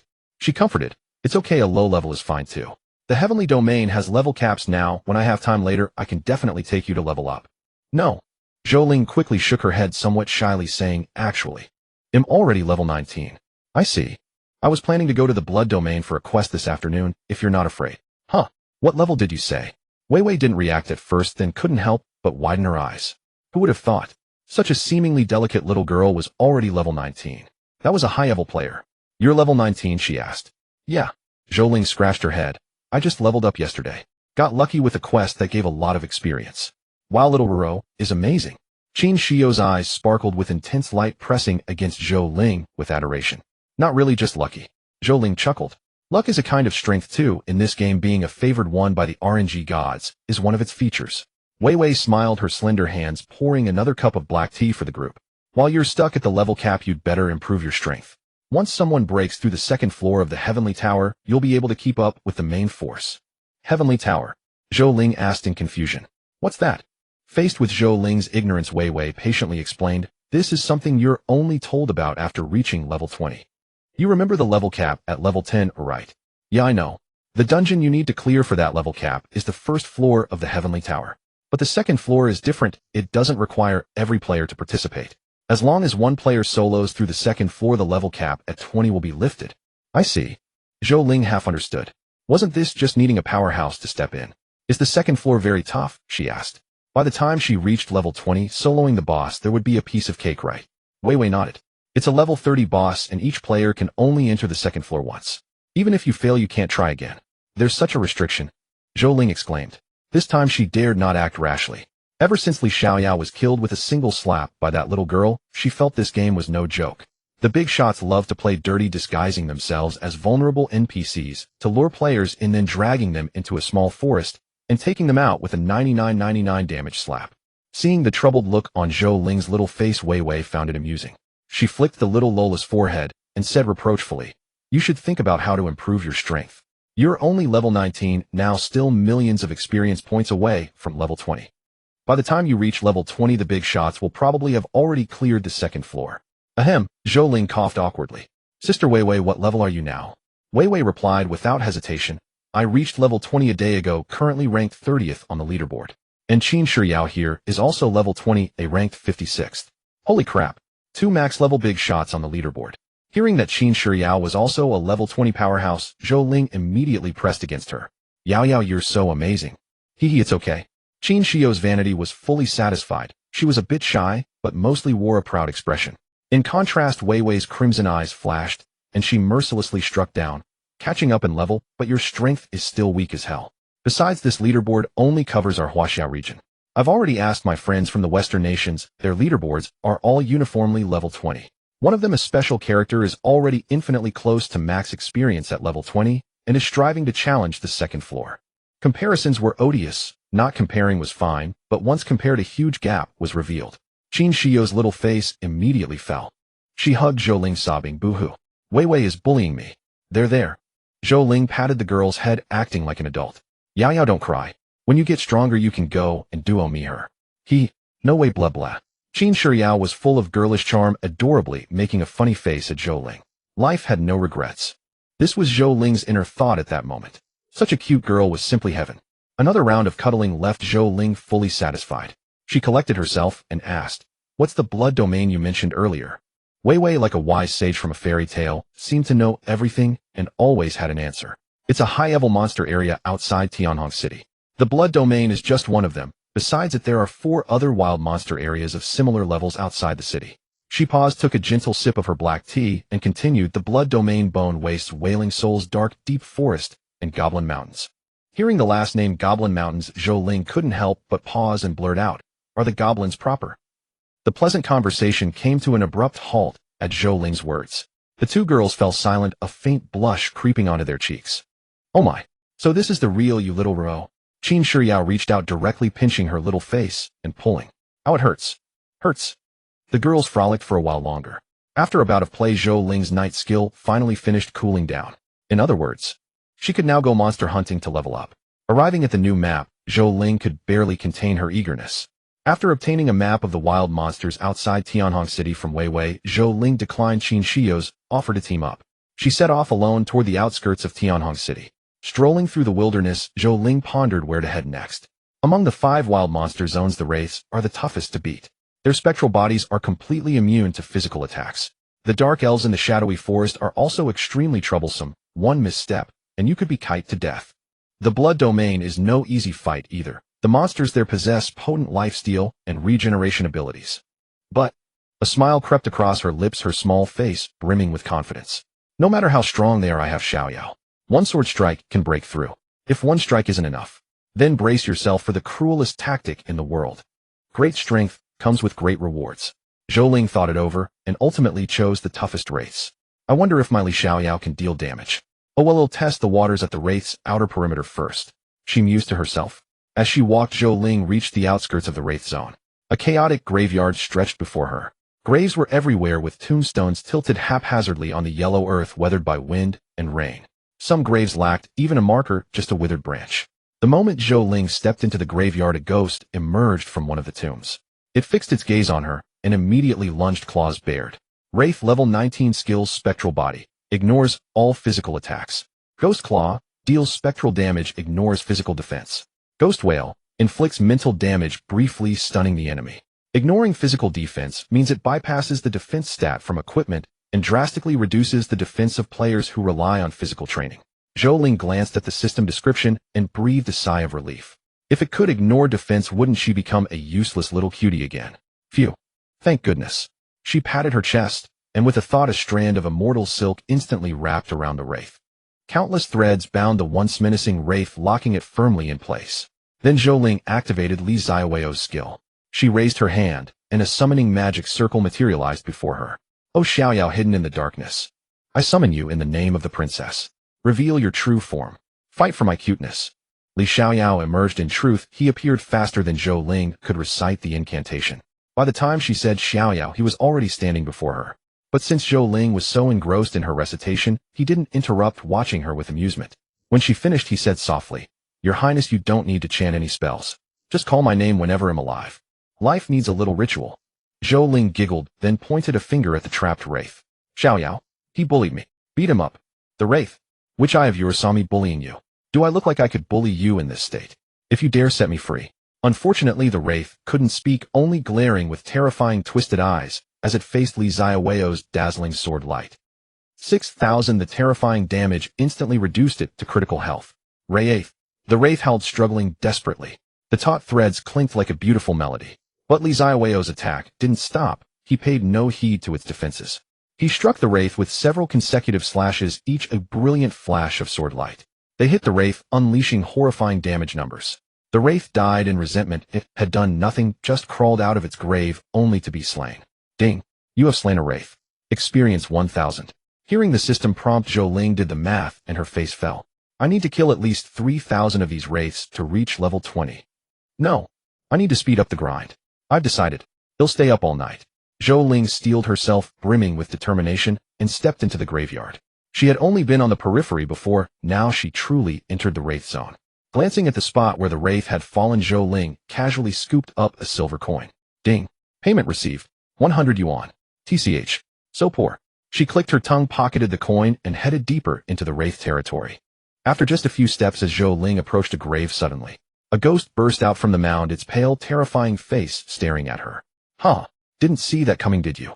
Zhou Ling jolted in fright, every hair standing on end, her pupils contracting. She didn't run, she was frozen in shock, her small face turning deathly pale.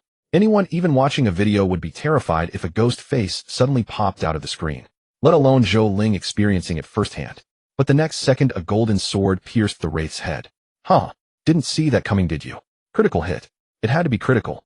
This strike, fueled by Li Ziaweo's fury, burst with golden light, and with the lethal blow, a red number appeared above the wraith's head. 40,000. Such damage instantly killed the wraith.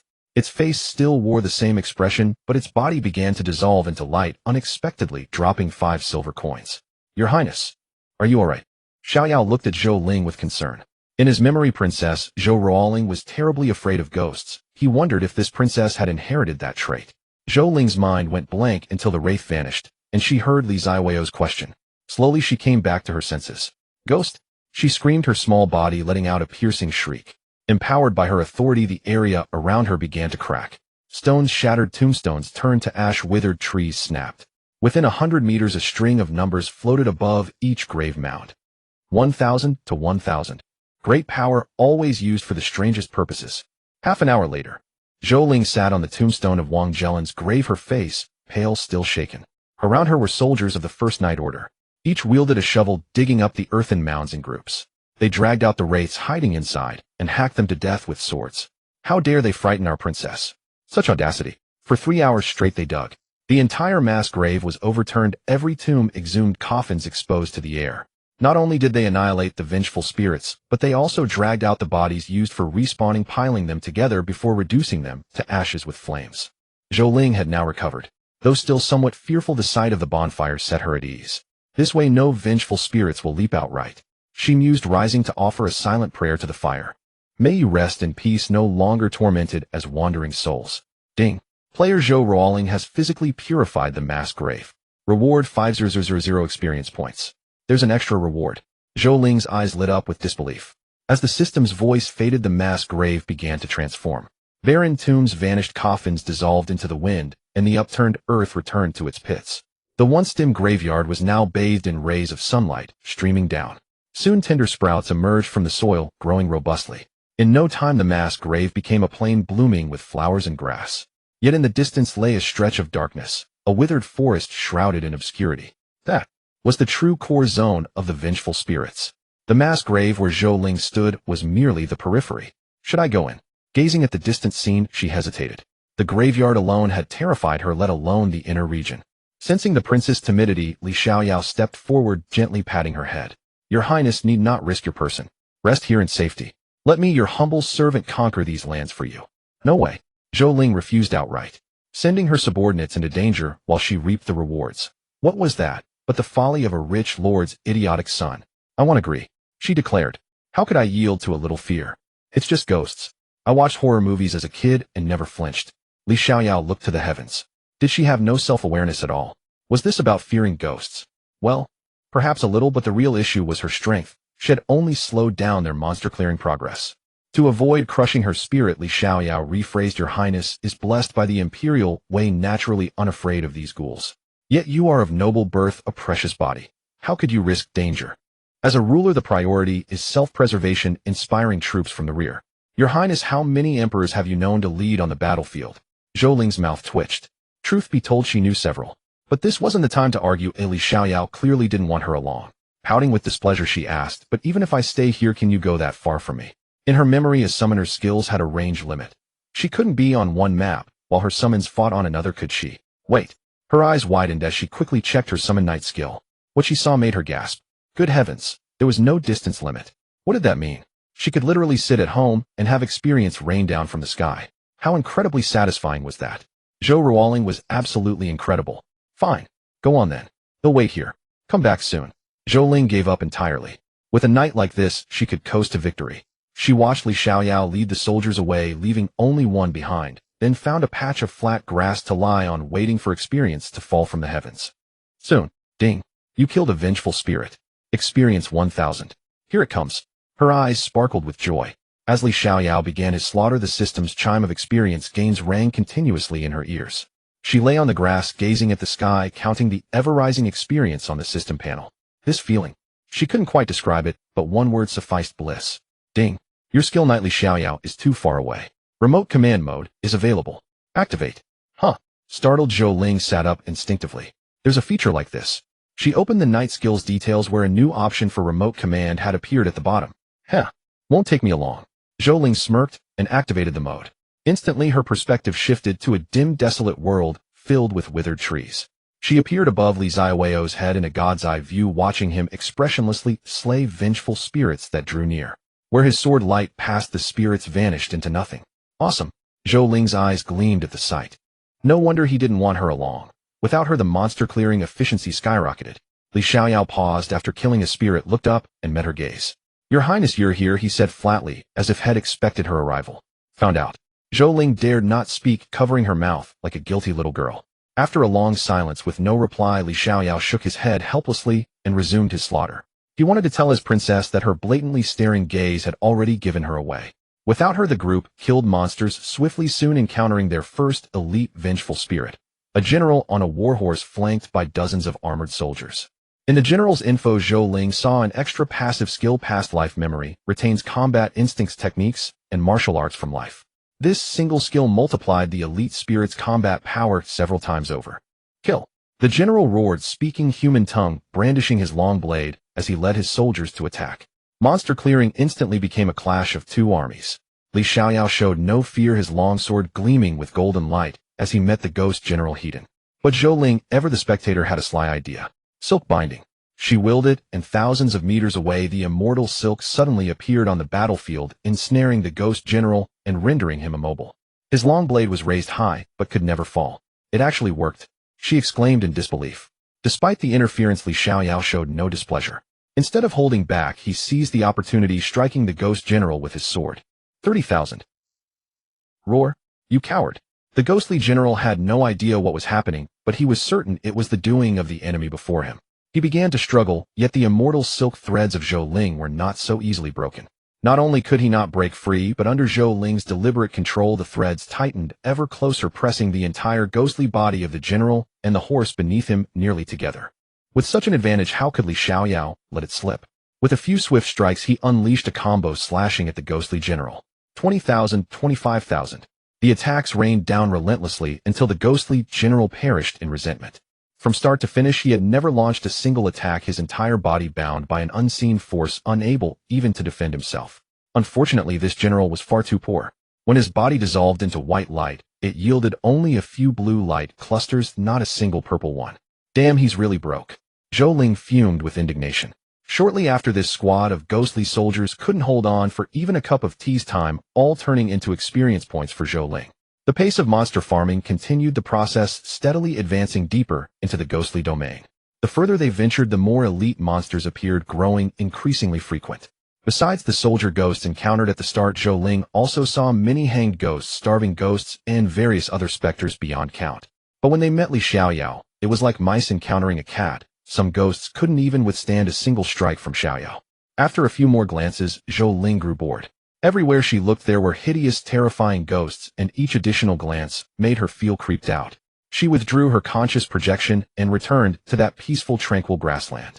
A spring breeze brushed past, stirring Zhou Ling's hair cool and refreshing, bringing her immense comfort.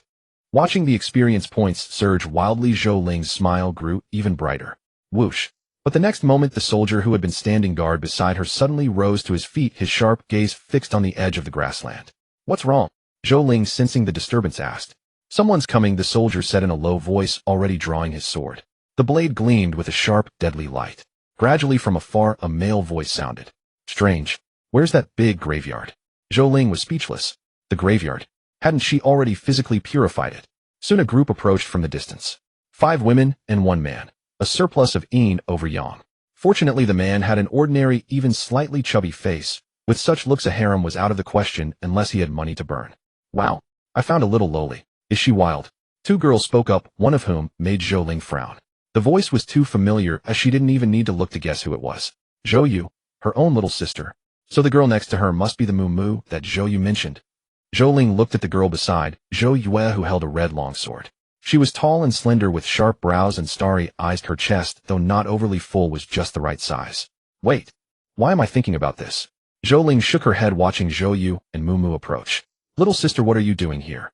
Zhou Yu asked with a gentle, refined air, lightly flicking her hair with her fingers, exuding an indescribable charm. Acting. Zhou Ling rolled her eyes, showing no respect for Zhou Yu. Stealing my ingredients, wrecking my furniture. I haven't settled that score with you yet. I'm here to level up, of course, Zhou Ling replied with a precocious air. Shall you? Mu tugged at Zhou Yu and then nodded toward the soldier beside Zhou Ling. She might be a big shot. Don't offend her. A big shot. Zhou Yu found it hard to believe, sizing up Zhou Ling's current little loli figure. Then her eyes lit up, and she couldn't help covering her mouth. 9 out of 10 lolis are rich, and the 10th is super rich. Could this be a walking money-printing machine? Out with her bodyguard to farm monsters. Still she dared not overstep. This was a game after all. Some people would kill over a mere displeasure, as if it were a blood feud or a stolen wife. If she said the wrong thing, that bodyguard might strike her down with a single sword stroke. Zhou Ling's gaze lingered on Zhou Yu. Seeing the little girl's nervous expression, she smiled with great satisfaction. Yes. That's the look. Fear me. Worship me. Little sister. Do you know what happened to the graveyard here? Mu pulled Zhou Yu aside, crouching down to ask. It's Mu. Zhou Ling's expression shifted. Her sister was definitely out of the question, but her sister's best friend. That had potential. What if I first infiltrate my sister's group to learn Mu's preferences? Zhou Ling's mind spun, feeling like a genius. Her initially indifferent little face suddenly lit up with joy. Hello, big sister. Huh? Why do you treat me like this? What did I do to you? Zhou Yu was dumbfounded, her eyes wide. Even a little loli knew how to play favorites nowadays. Zhou Ling turned her head, her small face instantly turning flat, and gave her a sidelong glance. Do you even need to ask what you did? Sigh. Mu laughed heartily, even taking the initiative to hug a wolf cub. It's jasmine-scented shampoo, not bad. Zhou Ling's mind wandered. She was already planning their future children. After a moment's thought, she replied to Mu, just a while ago the graveyard was still here. I was lucky enough to pick up a purification quest, so I purified the entire graveyard. Zhou Yu nearly revealed her true nature, quickly covering her mouth. Haha, can't keep up the act, can you? That's right, I've cleared out the whole graveyard, Zhou Ling said, lifting her proud little nose. Mu exchanged glances with her teammates, but they were actually discussing it furiously in the team channel. She says she purified the entire graveyard. Do you believe it? Because I don't. Not necessarily. Don't judge a book by its cover. Tianhong City has its share of such people. Then, could she be from Fairy Tale? Anyway, that's not the point, right? Without the graveyard, where should we go to farm monsters? After a brief discussion, Mu asked, Little sister, do you have a guild? Which guild are you from? Fairy Tale. So you're from Fairy Tale. A look of understanding dawned on their faces. As everyone knows, Fairy Tale recruits cute little lolis like her. Though most are mascots, there are plenty of powerhouses within. Moreover, with their petite and adorable appearance, they thrive among the native NPCs. They never expected to run into a big shot from Fairy Tale here. A true legend from the fairy tales, they exclaimed, their hearts brimming with admiration. TCH. Fairy tales are all lies. Zhou Yu pursed her lips, her tone dripping with sourness. Is the legendary big sister resting here? Mu asked. No. I'm grinding experience to level up. Facing Mu, who was close at hand and had potential for the future, Zhou Ling replied, without concealment. Leveling up. Grinding experience. The others looked puzzled, watching Zhou Ling lying there resting. How is that grinding experience? Could it be that experience comes to you on its own? Faced with their confusion, Zhou Ling merely smiled, offering no explanation. What do we do now? The mass grave is gone. Those low-level vengeful spirits probably won't respawn, right? A busty girl in their team asked. Well, the girls hesitated, uncertain. How about we venture deeper into the spirit domain? The only male teammate, a chubby healer, suggested. He was the team's support, which was why he was grouped with all these girls. No. Mumu directly vetoed his proposal. The deeper parts are mostly level 20 elite monsters, and they always appear in groups of 3 to 5. Even ordinary vengeful spirits with their physical attack immunity take a huge toll on our time to deal with. Everyone's racing to level up now, or we can't afford to die because of this. Sigh. They sighed, the girls' faces etched with worry. The busty one looked utterly heartbroken, on the verge of tears. Zhou Ling raised her hand and asked, "Are you trying to complete some quest?" Come to think of it, the disappearance of the mass grave was somewhat her doing. Besides, there were 2 acquaintances in this team. Zhou Ling felt she should help if she could. It's not a quest, though we need to catch 5 ghosts for Qin Lian to learn a skill. Zhou Yu said. Without guessing, Zhou Ling knew that Qin Lian was the busted girl. What skill? She asked curiously. Some skills required prerequisite recommendations, usually purple grade or higher. Like her own immortal silk, it not only required gathering all those materials, but also had to be completed at a specific time and under specific conditions. The girls exchanged glances, then all looked at Qin Lian. After all, it was her skill. Whether to reveal it was her decision. Qin Lian bit her lip, hesitating, but finally mustered the courage to step forward and say, "It's the 5 ghosts fortune-gathering art. I've finished the previous tasks, I just need 5 ghosts to practice it." As she spoke, her chest heaved nearly, making Zhou Ling's eyes pop out. Zhou Ling quickly shook her head to dispel her impure thoughts, blinking with a feigned innocence. Is it that skill for stealing money? Her understanding of such skills was still rooted in the TV series Legend of the White Snake, where Shaoqing summoned 5 ghosts to rob the government treasury. Speaking of which, Su Xian almost got himself killed because of it later. No. Qin Lian waved her hands, frantically shaking her head. It's a skill focused on control with secondary attack capabilities. It can summon 5 ghosts to restrain enemies or attack them. I see. Zhou Ling suddenly understood. She looked up at Mumu, then at Zhou Yu beside her. Sigh. After all, she was her sister. By the way, have all 5 of you learned it? Zhou Ling asked abruptly. The question caught them off guard, and the girls' faces stiffened instinctively. Zhou Ling was sharp as a tack, and could easily read their expressions. As long as the skill wasn't unique, they'd probably all learn it too. Stare. Then Zhou Ling fixed her gaze on them unrelentingly. The girls averted their eyes under her stare until Zhou Yu finally stepped forward and said, "If you want to learn it, we can tell you where to get the quest. But as a condition, you need to help us catch ghosts." In truth, they didn't want others to know, at least not yet. After all, they had discovered it first. Good skills were usually learned and used thoroughly before the information was leaked. But for now, they lacked the strength to fight in the depths of the spirit domain. If Zhou Ling weren't possibly a legend from the fairy tales, they wouldn't have made such an offer. Unfortunately, Zhou Ling couldn't care less about their so-called 5 ghosts fortune-gathering art. Control. How could it compare to her immortal silk? An attack. One sword strike from Li Xiaoyao could take down any foe. Learning such a skill would be a grave disrespect to Li Xiaoyao. Fine, I'll help you catch ghosts, and you give me the method to get the skill. Zhou Ling stood up, brushing off her skirt. She acted as if she were quite interested. In reality, she was only doing it to help Zhou Yu and Mumu. The others were just incidental. Especially that chubby guy leering at her with a sleazy look. Clearly a lolicon. Let's go. I've rested enough. Before we leave, I'll show you what real power looks like. Zhou Ling declared, brimming with bravado. She truly led the charge, exuding the aura of a formidable expert. Your Highness. Before they had walked far, the soldier assigned to protect her hesitated before speaking up. What is it? Zhou Ling turned and asked coolly. With others around, she couldn't act too much like a mascot and had to maintain the facade of a big shot. The soldier rolled his eyes. Had you forgotten why the general didn't want you along? It's because you're too weak. And now with the general away, you're actually thinking of sneaking out. Your Highness, are you trying to rebel? Zhou Ling could easily read the soldier's thoughts. He was worried about her safety. She patted his hand and gave him a reassuring look.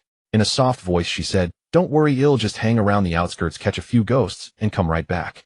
The soldier's eyes nearly rolled into a bloodshot glare. Outskirts? What outskirts are left? Haven't we already dug up and swept everything clean? Your Highness, do you have any self-awareness? Going further, it means the depths of the spirit domain. Have you forgotten how scared you were of those ghosts before? But Zhou Ling had no mind-reading ability and had no idea what the soldier was thinking. She had already reached the depths of the spirit domain. From a distance, she spotted a couple of freshly spawned hanging ghosts. Aside from their overly long tongues and faces etched with misery, they weren't all that terrifying. Sigh. Your Highness. Seeing this, the soldier could only follow helplessly. Sigh. Being a soldier these days is really tough. I wonder if Her Highness has any plans for a pay raise. It's way too exhausting. Zhou Ling led Zhou Yu and the other 4 as they gradually approached the depths of the vengeful spirits. The hanging ghosts naturally became her primary targets. How about these two? She turned and asked. Up to you. Qin Lian replied, not particularly picky about the quality of the ghosts as long as she could learn skills she would be delighted. All right. These two it is. How do we catch them? Zhou Ling nodded, and after confirming the targets, she inquired further. We just need to reduce their health to 5, then we can capture them with a skill, Qin Lian answered without any hesitation.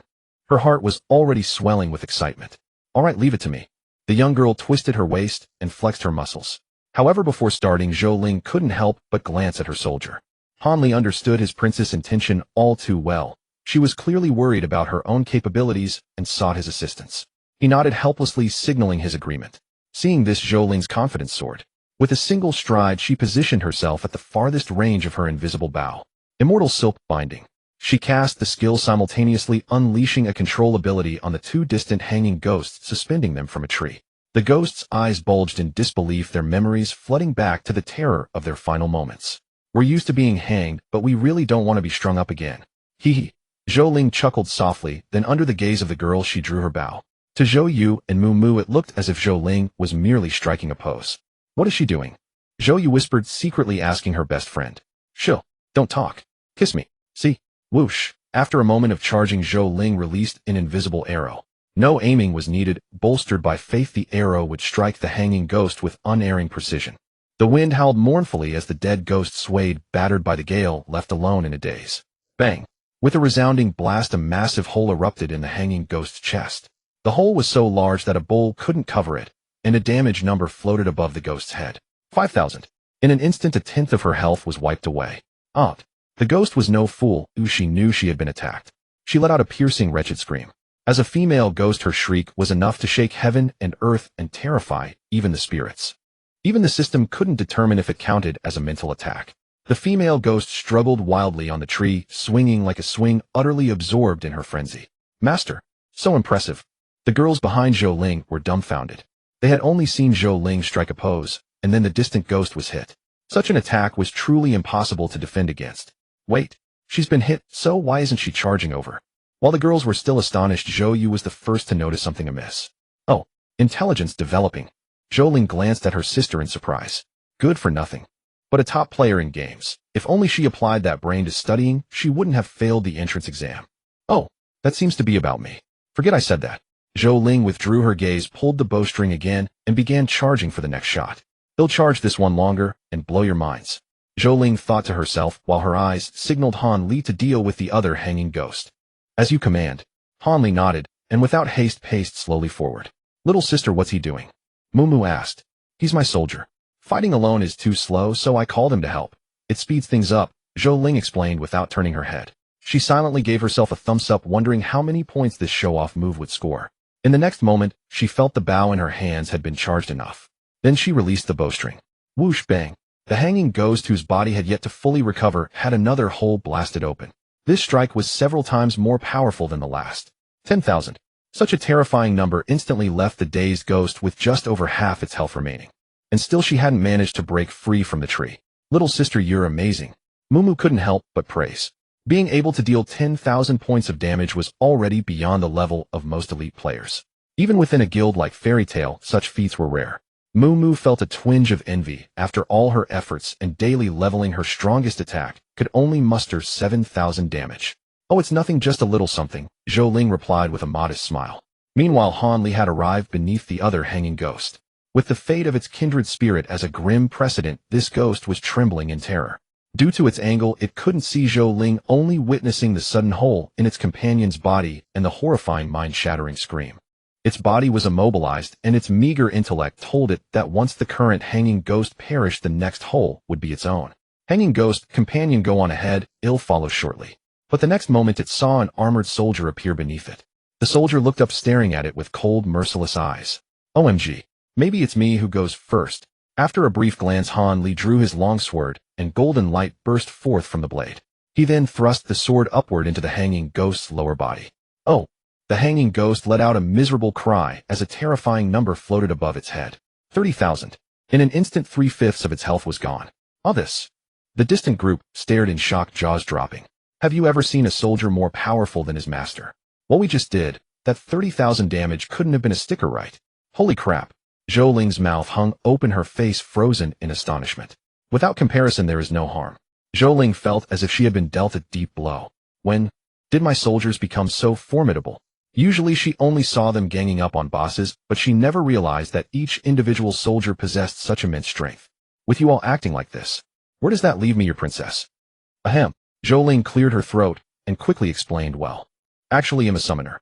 Oh, the crowd suddenly understood. So she was a summoner. That explained everything. It was only natural that a summoned creature was stronger than its master. With Han Li's help, the male hanging ghost's health was reduced to a mere 5. Had Zhou Ling not instructed otherwise, a single touch from Han Li would have finished it off. All right, you can capture it now, Zhou Ling said. Thank you. Qin Lian expressed her gratitude, then dashed excitedly toward the hanging ghost with her friends. Zhou Ling followed behind, casually drawing her bowstring and firing arrows at the female ghost. Without charging her shots or the aid of her authority, Zhou Ling's attacks were pitifully weak. It would take quite a while to kill it this way. Forget it. He'll take it slow. Since her identity as a summoner was already exposed, there was no need to put on a show. Whoosh whoosh, yeah. By the time Zhou Ling arrived, the female hanging ghost had already stopped breathing. Her disheveled hair hung limply in the air, her body still dangling from the tree branch. She looked utterly broken. At that moment, under the watchful eyes of her friends, Qin Lian had already captured the hanging ghost into her backpack. She turned to look at the female ghost. Whoa, that's brutal, Zhou Yu remarked. Will capturing ghosts like this affect the power of our skills? Probably not. The skill description doesn't say anything about it. Qin Lian couldn't be certain, so she could only speculate. All right. Be grateful you even caught a ghost. Don't be so picky. Mumu clapped her hands, dismissing the topic. Someone kindly helps you catch ghosts and you're nitpicking. What would that big shot think of you? Fortunately, Zhou Ling didn't overhear their conversation. She raised her bow and after several shots finally reduced the hanging ghost's health to 6. Hurry up and catch it. Once you're done, we need to find the next one. It's almost dinner time, Zhou Ling urged. Nothing could interfere with her mealtime. Sure thing. The girls quickly nodded. They set off searching for the wandering souls nearby. For the next battle, Zhou Ling didn't participate at all. She simply cast Immortal Silk Binding, tying up the wandering souls and tossing them to Zhou Yu and the others. Although Han Li would help with some damage, it was mostly Zhou Yu and Mu Mu who surrounded a helpless bound soul and rained down blows. The scene was a gruesome sight, hard to witness. The girls' fight was a pure display of brutal violence. Injustice. The wandering soul wailed in agony, crying out over and over again, its lament filled with grievance, as if it had endured the most inhumane torture. Another half-hour passed. Zhou Ling clapped her hands and tossed a wandering soul in front of Zhou Yu. This is the last one, right? Catch it quickly. I need to log off for dinner. Thank you, Sister Zhou Rua. Can I add your game ID? Zhou Yu's face was filled with joy. She really wanted to have a loli who was so powerful, cute, and adorable. Zhou Ling rolled her eyes. Add you? No way. I might still need to appear before you as your brother in the future. Adding you on the game would expose everything. Forget about adding IDs. I'm very busy. She shook her little head, rejecting Zhou Yu's ill-intentioned request. All right. Zhou Yu looked disappointed, but quickly perked up, her eyes sparkling as she asked, is your guild Fairy Tale still recruiting? Could you ask the guild leader to let me join? Oh boy. You want to infiltrate the Loli Society too? I don't know. You'll have to ask the guild leader about joining. Zhou Ling shook her head, passing the matter to Qin Shiyao. All right. I need to go. Having seen her sister capture the soul, Zhou Ling was already thinking of leaving. Girls were nice, but the game was more important, and she hadn't had dinner yet. Food is the priority, no matter what. She couldn't let her stomach go hungry. After bidding farewell to Zhou Yue, Zhou Ling returned to the vast grassland. With a thought, her consciousness shifted to Li Ziweo's side. The moment she appeared, her small face was filled with shock. Did they trigger a boss? She murmured. Right before her eyes was a wandering soul with 9 heads, each bearing a different face. Men, women, old, young. Each expression distinct: joy, anger, sorrow, happiness. 9 Nether level 20 BOSS. Ghostly Howl mental attack deals magic damage to enemies. Ghostly Shadow mental attack releases 9 ghostly shadows that pierce enemies, dealing magic damage and causing stun. Nether Soul increases own attack, reduces enemy attack and defense. All 3 skills were mental attacks, completely ignoring a player's physical defense, showcasing its terrifying nature. However, it was still putting up a futile resistance. Facing the mighty Li Xiaoyao and his soldiers, no matter how powerful this 9 Nether was, it was no match for their combined onslaught. Even if it summoned a horde of souls, they couldn't withstand a single sword strike from Li Xiaoyao. By the time Zhou Ling appeared, the 9 Nether had only a tenth of its health left. It had also entered a berserk state, which was why it hadn't died immediately. But its health was steadily dropping. Zhou Ling estimated that this mid-boss would fall to Li Xiaoyao and his men within 5 minutes. After a moment's thought, Zhou Ling decided to join the fray. Immortal Silk Binding. Countless immortal threads shot forth piercing into the nine nether. The moment they appeared, they instantly bound it, sealing all its movements. It's the princess. Li Xiaoyao immediately sensed the anomaly. Seeing the nine nether immobilized, he charged forward with his sword and struck the boss down. 80,000, a terrifying number. One sword strike opened the gates of heaven, instantly finishing off the boss' last sliver of health. Bang! With a loud crash, the nine nether exploded, and two purple orbs of light burst from its body. Equipment dropped. Xiaoyao, bring them here for me to see. Zhou Ling was overjoyed. She was still wearing only a few pieces of purple equipment. That was far too beneath the status of her special character. Hearing her voice, Li Xiaoyao nodded slightly and picked up the two purple orbs. Zhou Ling focused her consciousness on them and immediately saw the attributes of the equipment. They were a pair of phoenix feathers, one left and one right. They had no physical form, appearing as two faint cyan rays of light. Wearing them would make it look like one had green smoke rising from their head. 9 nether feather plume left when attacking additionally inflicts spiritual damage on the enemy. Spiritual defense bonus 20. 9 nether feather plume right when defending additionally inflicts spiritual damage on the enemy. Spiritual defense bonus 20. These were two accessories that could be worn together, and when equipped their effects would stack. I seem to be straying further and further down the path of defense. Zhou Ling blinked, unable to comprehend it for a moment. Is this implying my spiritual defense is too low? Zhou Ruoling, are you that worried I might die? Zhou Ling gazed at the sky as if sensing Zhou Ruling's abundant affection. She was certain that without the influence of imperial destiny, such equipment would never appear. Why can't I feel happy about this? Zhou Ling was on the verge of tears. At least with increasing defense, I don't have to worry about being one-shot by a big boss. After instructing Li Xiaoyao to store the equipment, Zhou Ling waited for his return on the vast grassland. Since she had already accepted the path of defense, having an extra layer of spiritual defense was fine. Without needing to hunt monsters, Li Xiaoyao traveled swiftly and soon returned to Zhou Ling from the depths of the vengeful spirits. He handed the two items to Zhou Ling. Zhou Ling put them on, and immediately a pair of drifting phoenix feathers appeared above her small head. However, their elongated shape and pale blue glow clashed starkly with her flowing golden hair. This won't do. It completely diminishes the prince's charm. Zhou Ling frowned, her cheeks puffing up in displeasure. Sensing the prince's dissatisfaction, Li Xiaoyao calmly stepped forward and stood before her so close that Zhou Ling could feel the faint fluctuation of his spiritual energy. Zhou Ling was utterly bewildered, unsure of Li Xiaoyao's intentions. Don't move. Li Xiaoyao suddenly spoke, his tone brooking no argument, exuding an air of domineering authority. Yet his next move completely shattered that impression. Li Xiaoyao rubbed his hands together, and under Zhou Ling's gaze they began to glow with golden light. He then raised his hands and reached for the top of Zhou Ling's head. Grabbing one phoenix feather in each hand, he pulled them off. Pop! Zhou Ling. Absolutely outrageous. These things could be pulled off. Zhou Ling couldn't believe it. In the moment the feathers were removed, she quickly checked her equipment slot only to find that both effects were still active. How did you do that? Zhou Ling asked hurriedly, her small head filled with immense confusion. This felt like a system bug. But Li Xiaoyao didn't answer her.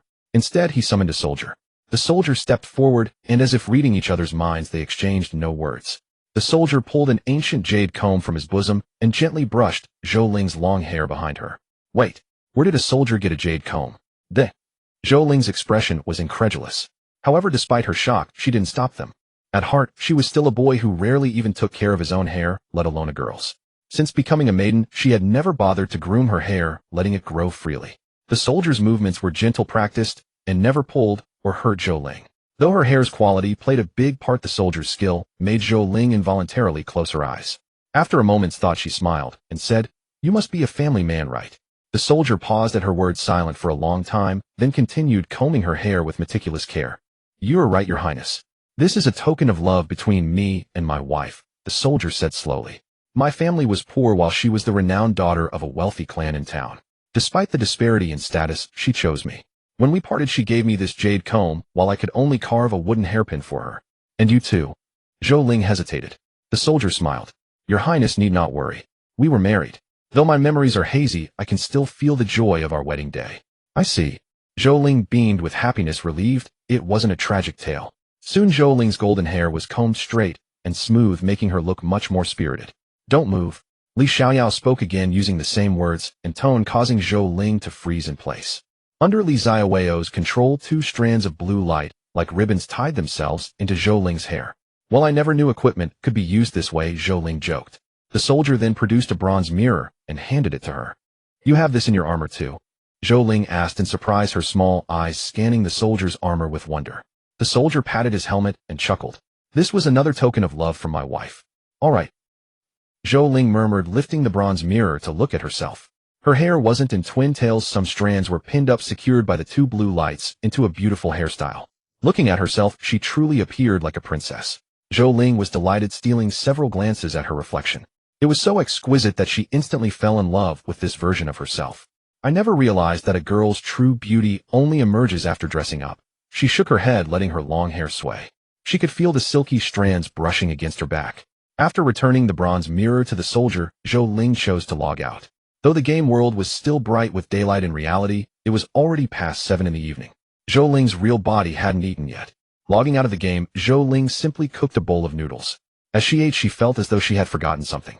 But for the life of her, she couldn't recall what it was. Resigned, she slurped down the noodles, pondering what to do the next day.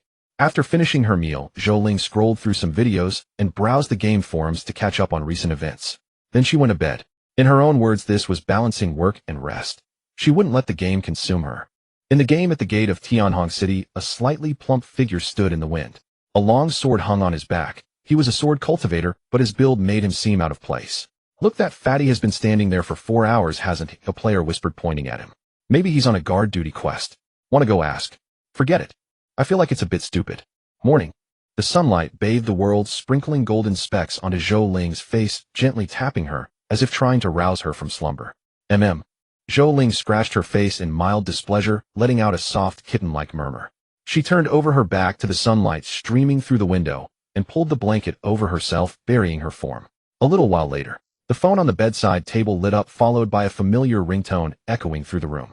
Loving you, walking alone in the dark alley, loving your unyielding posture. The chime persisted, but even after the song ended, it failed to wake Zhou Ling. Yet the ringtone refused to give up. After one song finished, it repeated itself several times over. Then, time and again, it reverberated endlessly through the room. Zhou Ling furrowed her brow. In her dream, he wore tattered clothes and a ragged cloak, sobbing and roaring in the dark city, gambling with a fateful pistol, locking eyes with someone who loved him. Even if outmatched, Zhou Ling stood tall, unyielding, and indomitable. He opened his mouth to speak his final defiant words before death. Fight! Shall we fight? With the humblest of dreams. The scene instantly shifted, and Zhou Ling found herself on a stage below which a sea of heads swayed, waving fluorescent lights in their hands. And Zhou Ling was moving her body. Her face was filled with confusion. Wait, wasn't I just running freely with Zhou rolling through the countryside fields? What's with this song? No, I think I was asleep, right? Zhou Ling abruptly opened her eyes, greeted by the familiar ceiling above. Her ears buzzed with the song still playing on her phone. Startled me. It was just a dream. Zhou Ling turned over, reaching for the phone and bringing it before her eyes. Huh, Zhang Xiaoping. Why is he calling me so early in the morning? And he's called 48 times. What's going on? Still half asleep, Zhou Ling pressed the answer button. Hello, Zhou Ling murmured. Hello, my foot. What were you doing last night? The voice on the other end instantly erupted into Zhang Xiaoping's hysterical roar, thunderous and sharp, jolting Zhou Ling fully awake from her drowsy state. Damn, I promised Zhang Xiaoping I'd meet him at Tianhong City. It's over, it's over. Zhang Xiaoping is coming to settle the score. Thinking this, Zhou Ling felt a surge of guilt and embarrassment, whispering softly, well, Panga. Don't call me G. I don't have a brother like you. Zhang Xiaoping retorted in exasperation. Let's talk business. I waited for you a full 5 hours yesterday. At my current hourly rate of $50, you now owe me 250 in favors. So, how are you going to repay it? Zhou Ling was displeased. Bro, talking money hurts feelings. Can't we skip the money talk? Talk about feelings. It's just 5 hours, right? How about I give you my whole day today? What do you think? Zhou Ling asked softly. But the next moment, Zhang Xiaoping flatly refused. Forget it. Eating my food, staying at my place. You're dreaming. Then Zhang Xiaoping continued. My current task hasn't been cleared yet. Have you finished that hidden quest? They'll give you a chance to redeem yourself. Help me clear it. Done. Zhou Ling immediately replied. As long as money wasn't involved, anything was fine. It was just a game, dungeon carry. This princess could stand there and output effortlessly. Alright, get online now. I don't have much time left for the task, Zhang Xiaoping said urgently. Hearing this, Zhou Ling couldn't help asking, didn't you say that task had no time limit? Not officially, but you know how smart the NPCs are in this game. Many senior brothers are pressing me now. I see. Zhou Ling nodded in understanding. Alright, I'm logging in now. Good. He'll wait for you at the gate of Tianhong City. If you stand me up again, I'm done with you. Yes. Zhou Ling nodded in reply. After hanging up, Zhou Ling first had breakfast. Then returning home, she turned on her computer and pondered for a moment. She needed to operate undercover. There was no way she could appear before Zhang Xiaoping using Zhou Ruling's female character. Otherwise, the label of trap would stick for sure. I can use the invisible puppet for the identity, but Zhou Ruling herself needs some adjustments. Zhou Ling thought, opening the game's trading platform on the computer. After searching for a while, she found a maiden's mask that could conceal names. Next, she bought several sets of girlish clothes in the game. Damn. Women's clothes are more expensive than gear and items. Where's the humanity? Zhou Ling scratched her head in frustration. 2 outfits cost him 1,000 real-world dollars plus the mask equipment totaling 1,200. Fuck. I should have just treated Zhang Xiaoping to a $250 meal instead. Heart-aching Zhou Ling's heart bled. But this expense was unavoidable. Concealing Zhou Ruling's identity was a must. After the purchase, Zhou Ling logged into the game. With a flash of white light, the scene shifted, and Zhou Ling appeared in a garden within the fairy tale castle. This was the benefit of joining a guild. No matter where you logged off, you'd appear in the guild upon logging in. It was early morning now, and the girls were still peacefully asleep, with only a few hardcore players swinging on the castle's swings. Are you a new sister? A chubby little girl approached curiously. Zhou Ling turned to look and was instantly charmed. Lolis are supreme. Yes. Hello, I'm Zhou Ruo. What's your name, little sister? How old are you? Zhou Ling giggled, taking the little girl's hand. I'm Lingling, and I'm 9 years old, Lingling said happily. Oh, damn. A jailbait beast. Zhou Ling instinctively let go of Lingling's hand, keeping a safe distance. Patting the little girl's head, she smiled. Lingling is such a good girl. Big sister has things to do, so I'll be going now. Okay, go slowly, big sister. Zhou Ling fled in a panic. Fairy tales were nice, but they required time to nurture, and Zhou Ling didn't want to lose herself in the world of Lolis. Arriving at the resting room designated for members in the fairy tale, Zhou Ling hid inside, and took out the mask she had bought earlier along with the girlish clothes. First she put on the mask, then changed into the cute little dress. As for the details, holy light prevented any action. Even if Zhou Ling had the will, she lacked the means. Soon she was dressed. Then she activated the invisible puppet skill, summoning a humanoid figure similar to her real-life build. It was invisible, but if clad in a full suit of armor, it would take on a human-like form. Everything's ready, just waiting for Fatty. Zhou Ling opened her friend list, which only contained 3 friends: Qin, Shiyao Weiwei, and Yunming. Entering Zhang Xiaoping's ID, Zhou Ling sent a friend request. It was accepted instantly. Soon Zhang Xiaoping sent a message. Life is lonely and cold. Does this little lady seek this sword cultivator for something important? If not, would you mind if this sword immortal invites you to share a sword and journey together hand in hand, watching the world's changes and mortal affairs? Zhou Ling. Wow. Trying to flirt with me of all people. Zhou Ling retched silently. Even through the text, she could picture Zhang Xiaoping's smug expression. An eye for an eye only leads to endless cycles. This time she finally understood how Zhou Yu must have felt. She was this close to deleting him. Disgusting or not. I'm your daddy, Zhou. Zhou Ling replied. Zhou Ling. Zhang Xiaopao responded instantly, his tone full of confusion. Aren't you called Zhou Ling? Why does your name show as Zhou Ruo? Zhou Ling answered. The name Zhou Ling was too flashy, I changed it. Flashy? What's the difference between Zhou Ling and Zhou Ruo?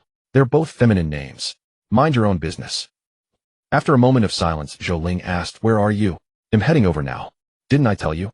At the entrance of Tianhong City. Hurry up, will you? I've been waiting over half an hour. Since when did you become such a dawdler like a girl? Ouch, that stung, bro. Got it, I'm coming now. Zhou Ling's pretty face twisted in agony, though every word from that fat guy struck a nerve piercing straight to her heart. She closed the chat interface, ignoring Zhang Xiaoping's barrage of messages. Taking the invisible puppet's hand, she let it lead her toward the gates of Tianhong City. It was Saturday, and the city was swarming with players. Some areas were so packed it was shoulder to shoulder. With more people came more trouble. Every now and then a hand would sneak out from the crowd to pat Zhou Ling's head. 10 minutes later, Zhou Ling arrived at the Tianhong City gate. Just as she spotted Zhang Xiaoping's figure, she caught whispers from nearby players. That fatty's been standing guard again. Didn't he stand for 7 or 8 hours yesterday? I feel like there's a waiting for husband stone vibe here. What? Zhou Ling froze, her gaze fixed on Zhang Xiaoping. He leaned against the wall, slightly bloated, staring at the sky with a melancholic expression, occasionally letting out a sigh. It resembled a woman waiting for her husband at the doorstep, gazing into the distance, longing for his return. The feeling wasn't obvious until someone pointed it out. Zhou Ling frowned, reluctant to even greet him.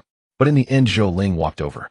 After all, he had waited so long for her, and she had even stood him up once. Her conscience pricked her. Hey, fatty, she called out as she approached. But Zhang Xiaoping didn't seem to hear, still staring at the sky. Sigh. Such a beautiful name, why does it belong to a boy? Zhou Ling. Her tiny fist itched with anger, as if she couldn't hold back without venting. You fat bastard. The next second a slap landed. A metallic clang echoed as it struck Zhang Xiaopeng's forehead. "Which bastard dares hit me?" he roared, turning around in fury. When he saw the invisible puppet's intimidating armor, his momentum faltered. "Who are you?" The invisible puppet pointed to itself. "Me, Zhou Ling." Zhang Xiaopeng was startled, then a grin spread across his face. "So you went with a warrior class. And who's this?" His gaze lingered on Zhou Ling's real body, even his words were directed sideways. "I'm not a warrior, I'm a puppeteer," Zhou Ling explained. "This is my puppet." Zhou Ling manipulated the invisible puppet to raise their clasped hands. "Puppeteer? Is that a hidden class?" Zhang Xiaopeng's eyes showed confusion. He didn't recall a regular class like puppeteer. "Yeah, a purple hidden class." Curious, Zhang Xiaopeng bent down to examine Zhou Ling. What are you doing?" Zhou Ling tensed up, almost letting out her feminine voice. "Nice figure, but why the mask?" Zhang Xiaopeng rubbed his chin. Before Zhou Ling could answer, he grinned knowingly. "Oh, I get it. Did you make your character so ugly you're embarrassed to show your face?" "You..." Zhou Ling's eyes twitched beneath the mask as she fought the urge to beat him up. Seeing no reply, Zhang Xiaopeng grabbed Zhou Ling's arm. "You? What are you doing?" Zhou Ling yelped, caught off guard. "Whoa." The feel, smooth and tender skin fair with a rosy glow like congealed fat, so delicate it might break, just like real flesh. Zhang Xiaopeng's eyes sparkled as he exclaimed, using both hands to stroke Zhou Ling's slender arm. "I never knew you had a thing for this, Zhou Ling." He even leaned in, wanting to feel a maiden's skin. "Someone call the cops. There's a pervert here. Arrest him." Slap. Zhou Ling's skin crawled with goosebumps. She quickly made the invisible puppet swing a palm, hitting Zhang Xiaopeng square on the forehead, without holding back. The force was immense. Zhang Xiaopeng flew backward and slammed into Tianhong City's wall. 50,000. Ding. You have been attacked by player Zhou Rua. You may choose to retaliate without gaining a red name. Zhang Xiaopeng checked his HP and was utterly stunned. Holy crap. I'm almost dead. Serves you right, doing such perverted things in public. Be glad I didn't send you back to the city. Zhou Ling snorted coldly, still fuming, and quickly wiped her arm with her dress, where he had touched. "If Li Xiaoyao were here, he'd have chopped you down, without me even ordering. It's just a puppet. Is it that serious?" Zhang Xiaopeng flipped over, stood up, and chugged several health potions. "Even a puppet is off limits." Zhou Ling insisted firmly. After a thought, she lied seriously. "Don't do weird things next time. This puppet has a protection mechanism. If triggered, one slap from her can really kill you." "Really?" Zhang Xiaopeng looked at Zhou Ling incredulously. "Believe it or not, don't blame me if you die." Zhou Ling couldn't be bothered to explain. "All right." Zhang Xiaopeng shrank his neck, then eyed Zhou Ling's earlier attack. "Your damage is impressive. One slap took out 5,000 of my HP. I'm not a tank, but that attack beats most players." He glanced nervously at his recovering health bar. With just over 5,000 HP total, if that slap had been a bit stronger, he'd have been sent back to the city. Of course. Zhou Ling wrinkled her nose, finally feeling a sense of superiority as a high-level player over Zhang Xiaopeng. "All right. Isn't your quest about to expire? What is it? Let's get it done quickly. I need to level up." "By the way, what level are you now?" "Level 18, Zhang Xiaopeng answered without thinking. Zhou Ling frowned. "Weren't you level 17 5 days ago? Why did it take so long to gain just one level?" At this question, Zhang Xiaopeng scratched his head in embarrassment and shifted all the blame onto Zhou Ling. "It's all because of you. I didn't take any other quests while waiting for you to lead me." "Huh?" Zhou Ling was dumbfounded. "Do you even have any shame? What's it got to do with me? Can't you just abandon the quest and level up first?" Zhou Ling was so angry she nearly stomped her foot, but managed to hold back. "I can't give it up," Zhang Xiaopeng pouted and explained.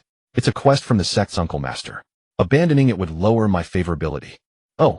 Upon hearing this, Zhou Ling's eyes narrowed instantly, and she asked, "Is your uncle master a woman?" Zhang Xiaopeng grinned and gave a thumbs up. "You know me well, Sister Linger. Get lost." Zhou Ling rolled her eyes. "So what's your quest?" she asked.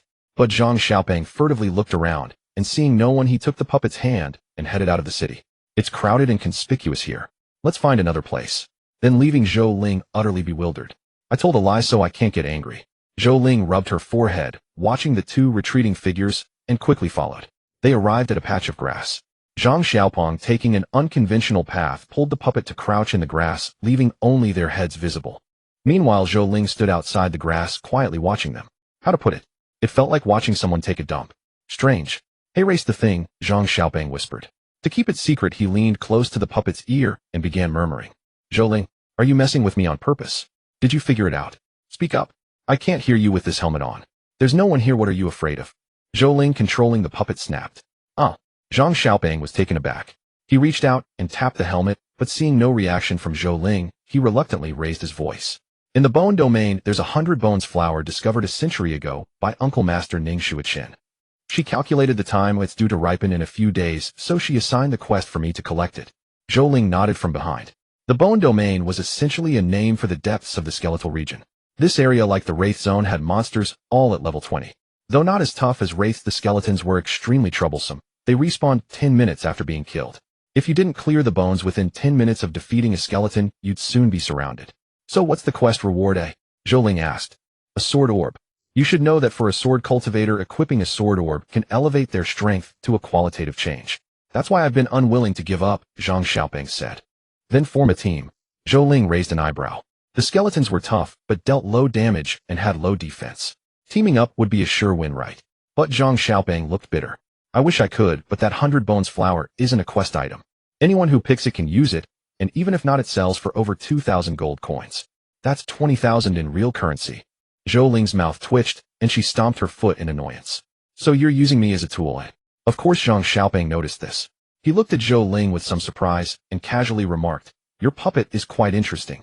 It mimics a girl's gestures based on your tone. An idea struck him, and he whispered, why don't you disguise yourself and turn the puppet into your real self? Maybe that way you can infiltrate the girl's circle. With this figure, you could even join the fairy tale guild. Holy crap.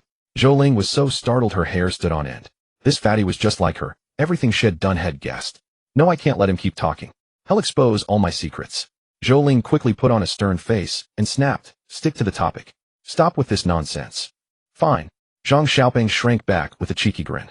I was just hoping to bask in the glory of a big shot. They'll treat you to a meal afterward.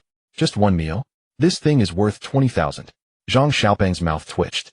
After a moment's thought, he said, there are 2 free meal vouchers in my mom's cabinet. They'll get them for you afterward. Is that enough? That's more like it. Zhou Ling nodded, then controlled the puppet to stand up. Let's go now. Got it. Big shot rules, big shot forever. After that, the two set off toward the skeletons. Along the way, Zhang Xiaoping eagerly took the lead, clearing obstacles for Zhou Ling. The only downside was that his eyes kept lecherously staring at her. By the time they reached the edge of the skeletal area, Zhou Ling couldn't take it anymore. Can you stop staring at my puppet? Pervert. But Zhang Xiaoping raised a finger and shook his head. You don't get it. This puppet of yours is so exquisite. It's like a webtoon replica figurine. You know, if word of this gets out, countless people would covet it.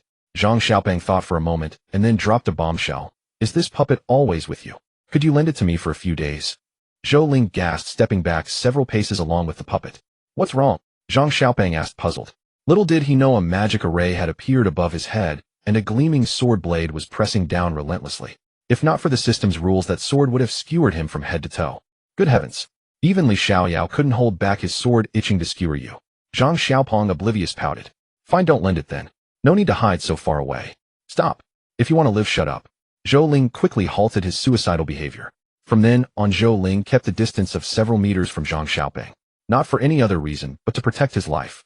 Entering the skeletal area, they immediately spotted a leisurely skeleton soldier. It wore tattered armor and held a rusted longsword.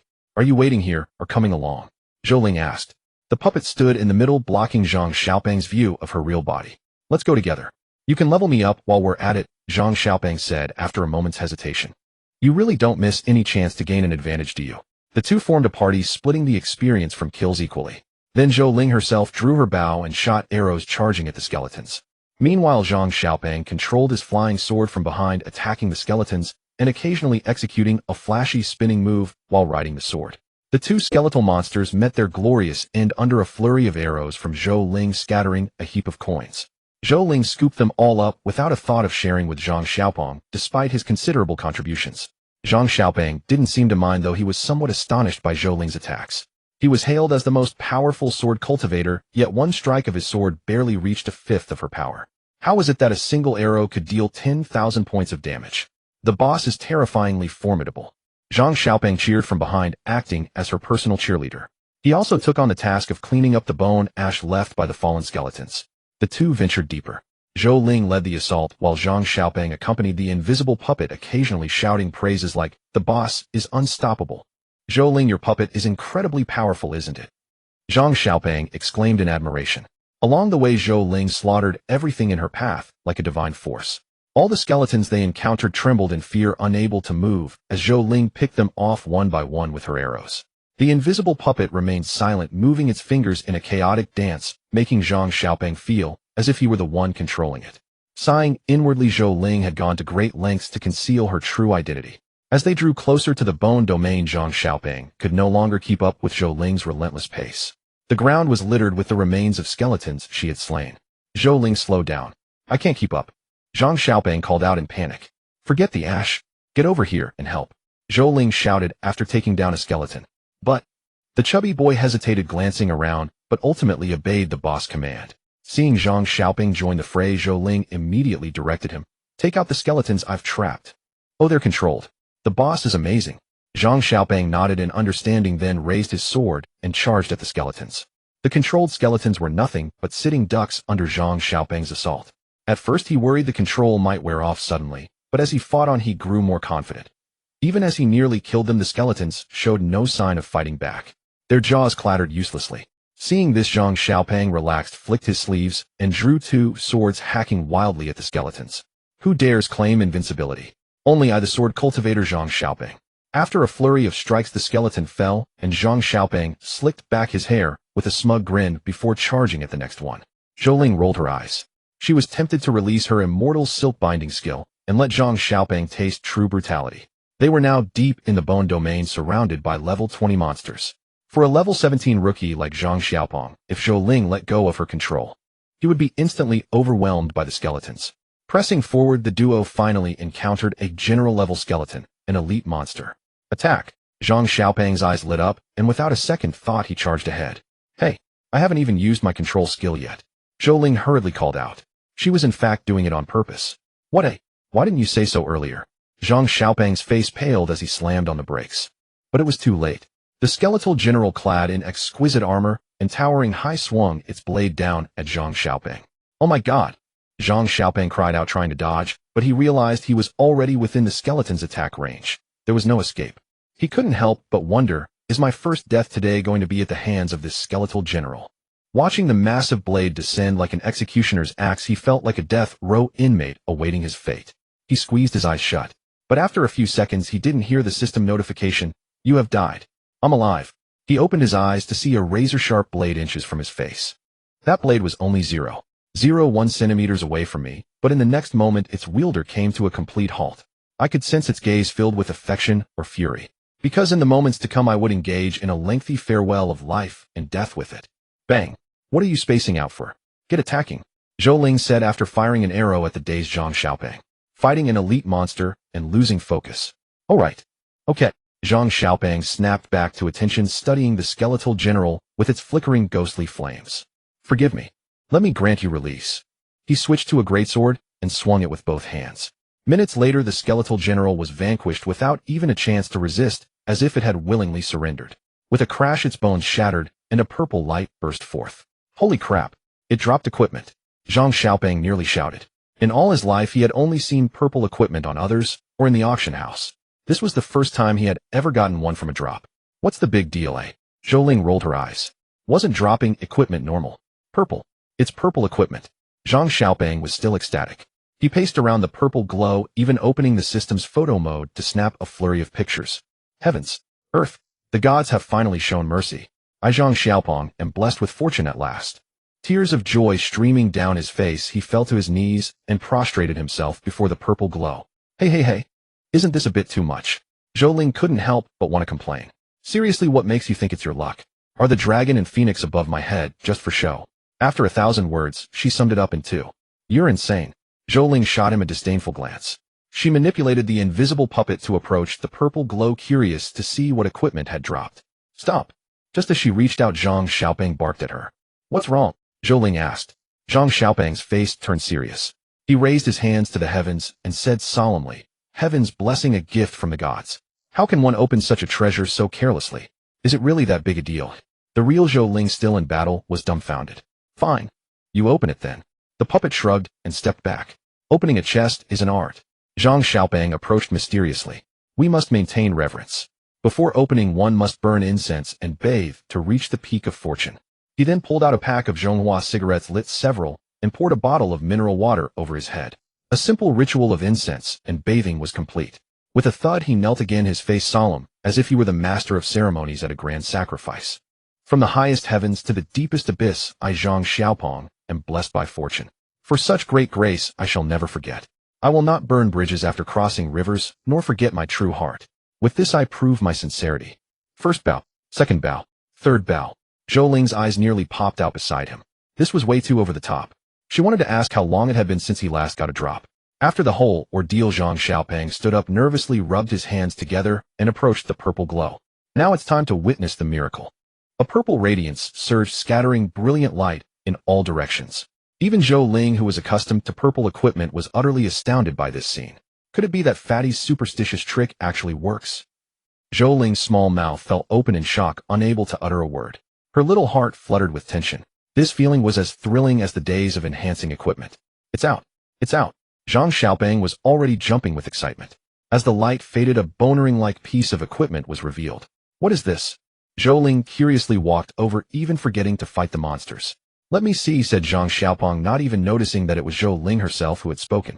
Skullbone Ring magical artifact, gender requirement female, attack power 500, skill suppression. The bone ring enlarges, dealing 3 of attack power as damage within its range, consuming mana based on usage. Bone domain summons skeletal hands within the area. Flying wheel allows long-range attacks based on control.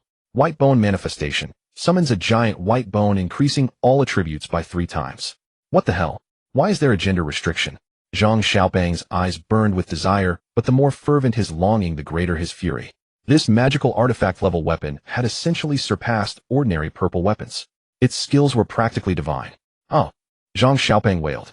His voice was heart-wrenching enough to make anyone who heard it shed tears of sorrow. Only Zhou Ling remained silent, afraid to speak. Why was there a gender restriction? Did it even need saying? She. Zhou Ling was playing a female character. This bone ring was destined to drop for her. It was highly likely that the gender restriction was bolstered by the Emperor's chi fortune. Without the gender restriction, there was a high chance Zhang Xiaopeng would have claimed the bone ring. Although he was a sword cultivator, no rule dictated that a sword cultivator must use only a sword.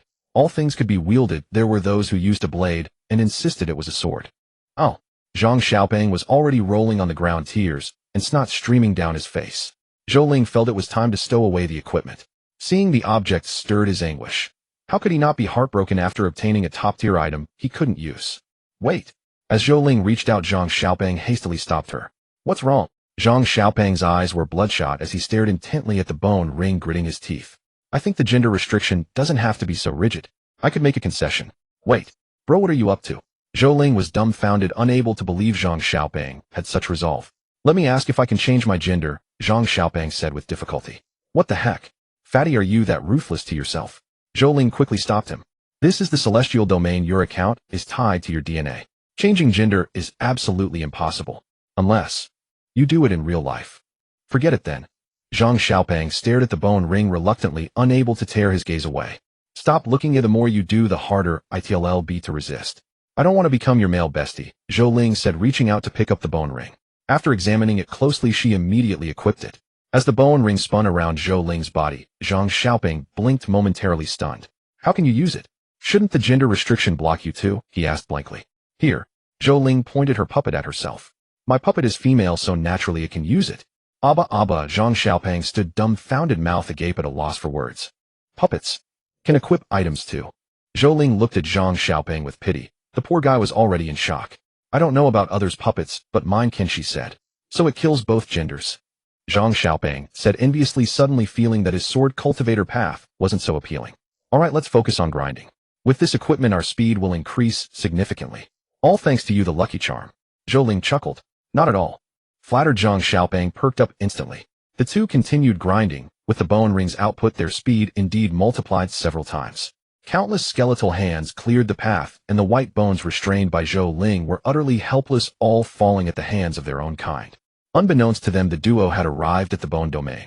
Zhang Xiaopeng executed his sword control technique, surrounded by swirling flying swords already exuding a hint of a sword immortal's aura. The scene in the bone domain matched its name perfectly. Everywhere was a vast expanse of white bones. As far as the eye could see, nothing else was visible. The ground was entirely covered in scattered bones, some piled into mountains. We've reached the bone domain, Fatty. Do you have a map? Zhou Ling asked. Let me check, Zhang Xiaopeng murmured, glancing at the system map. This way. After a moment, he pointed in a direction. The two immediately headed that way. The white bones here were significantly stronger. When faced with Zhou Ling's immortal silk binding, they showed faint signs of resistance. This realization startled Zhou Ling, making her understand that her immortal silk binding was not invincible. Powerful beings could still break free from her control. With this in mind, Zhou Ling became even more cautious. After traveling further in the bone domain, the two finally spotted Zhang Xiaopeng's quest target, the 100-bone flower. It resembled a skeletal hand perched atop a mountain of bones. It was as if a great figure unwilling to die had stretched out a hand trying to crawl back up. He finally found it. Zhang Xiaopeng's heart surged with excitement as he strode toward the bone mountain on his thick legs. Zhou Ling frowned, sensing that things were not so simple. She called out, "Fatty, be careful. Where there's a mystical flower, there must be a guardian beast. Better come back before you get eaten." Zhang Xiaopeng had already climbed halfway up the bone mountain. Hearing Zhou Ling's warning, he turned and smiled at her. "Don't worry, I know this kind of plot. It's a sure thing. They'll treat you to a meal when I get back." He made an okay gesture and continued climbing. Zhou Ling blinked, wanting to say something, but not knowing where to start. "Forget it'll go up too." Zhou Ling quickly moved toward the bone mountain. But the next moment a crack suddenly split open the bone mountain and several skeletal hands reached out. In less than a second, they dragged Zhang Xiaopeng's bulky body inside. Then the sound of crunching and chewing came from within. Zhang Xiaopeng had only screamed when he was grabbed. Afterward, there was complete silence. He was probably already dead. "Ding. Your teammate Zhang Xiaopeng has died." Soon Zhang Xiaopeng sent a message. "Linger. I'm dead. When you see this message, I'm already back in Tianhong City. I thought it would be a heroic battle, but I never expected to forget the plot where a teammate gets sacrificed. Life is unpredictable. Only after death do I realize the preciousness of life. The rest is up to you. They'll be watching you from the underworld." That's quite poetic. Zhou Ling blinked with curiosity. Without a doubt, Fatty must have copied it from somewhere. After a moment's thought, she replied with a friendly message. "Are you out of your mind?" Zhang Xiaofat responded instantly. "I dropped 2 levels. Now that was more like Fatty's style. Still, it was truly pitiful. Normal players only lost 1 level upon death, but he had lost 2. So all the leveling today was for nothing, and I even lost a level on top of that." Zhou Ling clicked her tongue, feeling a pang of regret for the lost experience points. She wished she hadn't teamed up with him. With no outsiders around, Zhou Ling dropped all pretense. She retracted the invisible puppet skill, intending to play with the group. Raising her hands, she opened her eyes wide, exuding an air of supreme arrogance, as if she were the ruler of all. Her petite frame could not conceal her overwhelming pride. "Sacrifice a teammate for boundless power. Come forth." Li Xiaoyao. Before the magic circle even materialized, a golden sword shot out first straight toward the bone mountain that had devoured Zhang Xiaofat. With a thunderous boom, the sword struck the bone mountain, landing a critical hit of 50,000 damage. Li Xiaoyao then burst forth, his eyes cold and golden pupils blazing like 2 threads of light slicing across half the sky. 30 formations instantly appeared, each spawning fierce soldiers bristling with killing intent. The bone mountain never expected to be suddenly surrounded. In that moment of stunned hesitation, it had already lost 1/5 of its health. Ant-like figures swarmed over it, hacking and slashing wildly. It roared in fury, struggling to rise from its heap of bones. Yet it felt trapped in the small crater, unable to stand despite its basin-like size. Could sitting on bones too long make one's legs numb? This baffled it completely. But the ant's assault continued, and its health had already dropped by half. If it didn't fight back soon, it would be done in by this group. The bone mountain roared again, unleashing its skill. Ghostly hands thrust up from the ground, lunging at the insolent ants. The soldiers, battle-hardened, were prepared the moment the bone hand struck. With a lazy roll, they deftly evaded the bone hand's attacks, even landing a blow on the bone mountain in passing. Its health had plummeted to 40%. The bone mountain was astounded. Its mindless form couldn't fathom why its health was draining so fast. But it remained unfazed, knowing it had a bloodburst skill. Once its health fell to 20%, all its stats would surge tenfold. Then crushing these weaklings would be effortless. Go for it. Zhou Ling hid behind a massive boulder. Having found her spot the moment, she summoned Li Xiaoyao. With Li Xiaoyao around, she had grown accustomed to this laid-back spectator role. Without needing his instructions, she instinctively concealed herself. "Why does my head feel a bit sore?" Zhou Ling muttered, touching her head before returning to watch the show. The bone mountain's health had dropped to 30%. It could now sense a surging power within, ready to erupt at any moment. "Oh ho! Here it comes. It's coming." It roared incessantly, feeling its attack speed quicken as countless bone hands assailed the soldiers. They were battered and forced to dodge frantically. "It'll wear you down before the eruption. Keep going." Zhou Ling had fully embraced her role as cheerleader, boosting the soldiers' morale with her shouts. Encouraged by Zhou Ling, the soldiers fought even harder. The bone mountain's health visibly dwindled. Vaguely, Zhou Ling felt like a princess. Is this what Li Xiaoyao meant by your highness? Zhou Ling pondered. It felt off, yet it matched the image Li Xiaoyao had described. Go for it, she cheered. Why is my head hurting more? Confused, she instinctively glanced behind her. 3 skeleton soldiers stood there swinging large cleavers chopping at Zhou Ling's head. 221 miss, are you kidding me? What's this all about? Zhou Ling rolled her eyes. Initially startled, she relaxed upon realizing they couldn't even breach her defense. She stood still, letting the skeletons attack her. Their blades grew dull from striking, yet they failed to chip away even 1% of her health. Her defense was terrifyingly formidable. But Zhou Ling was furious, and the consequences would be dire. Li Xiaoyao, a bone bully is picking on me. She cried, her voice tinged with a sob as if genuinely wronged, pitifully endearing. Clang! The golden sword sang in unison as 31 sword beams struck simultaneously. One beam was particularly fearsome, dwarfing the others by several meters.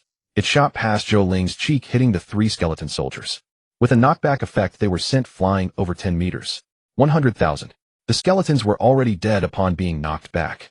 Before they could fade into white light, the remaining 30 sword beams caught up. With a thunderous blast, they were obliterated, leaving no trace for the system to reclaim. Oomph! Zhou Ling lifted her chin, brimming with pride. After this minor interlude, she returned to her boulder, watching the clash like a spectator at a mountain, cheering the soldiers on from time to time. The Bone Mountain's health finally fell to 20%. It had been waiting for this moment, its inner energy stirring. It was about to go berserk, unleashing its fury to annihilate these ants. But why was its leg still numb? Oh no, it's entering a rage state. Zhou Ling warned loudly. Powerful monsters, especially bosses, often entered a berserk state when their health dropped to 20%. She recalled the frustration of wiping during raids just when the boss had only a few % health left. Xiaoyao, finish it now, Zhou Ling shouted.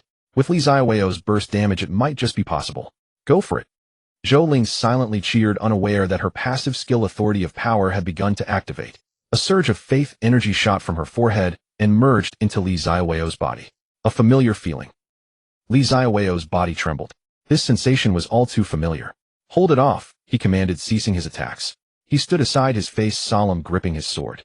The blade blazed with golden light, soaring 100 meters into the sky. Is he about to unleash his ultimate move? Zhou Ling's brow lifted in delight as she readied her seat.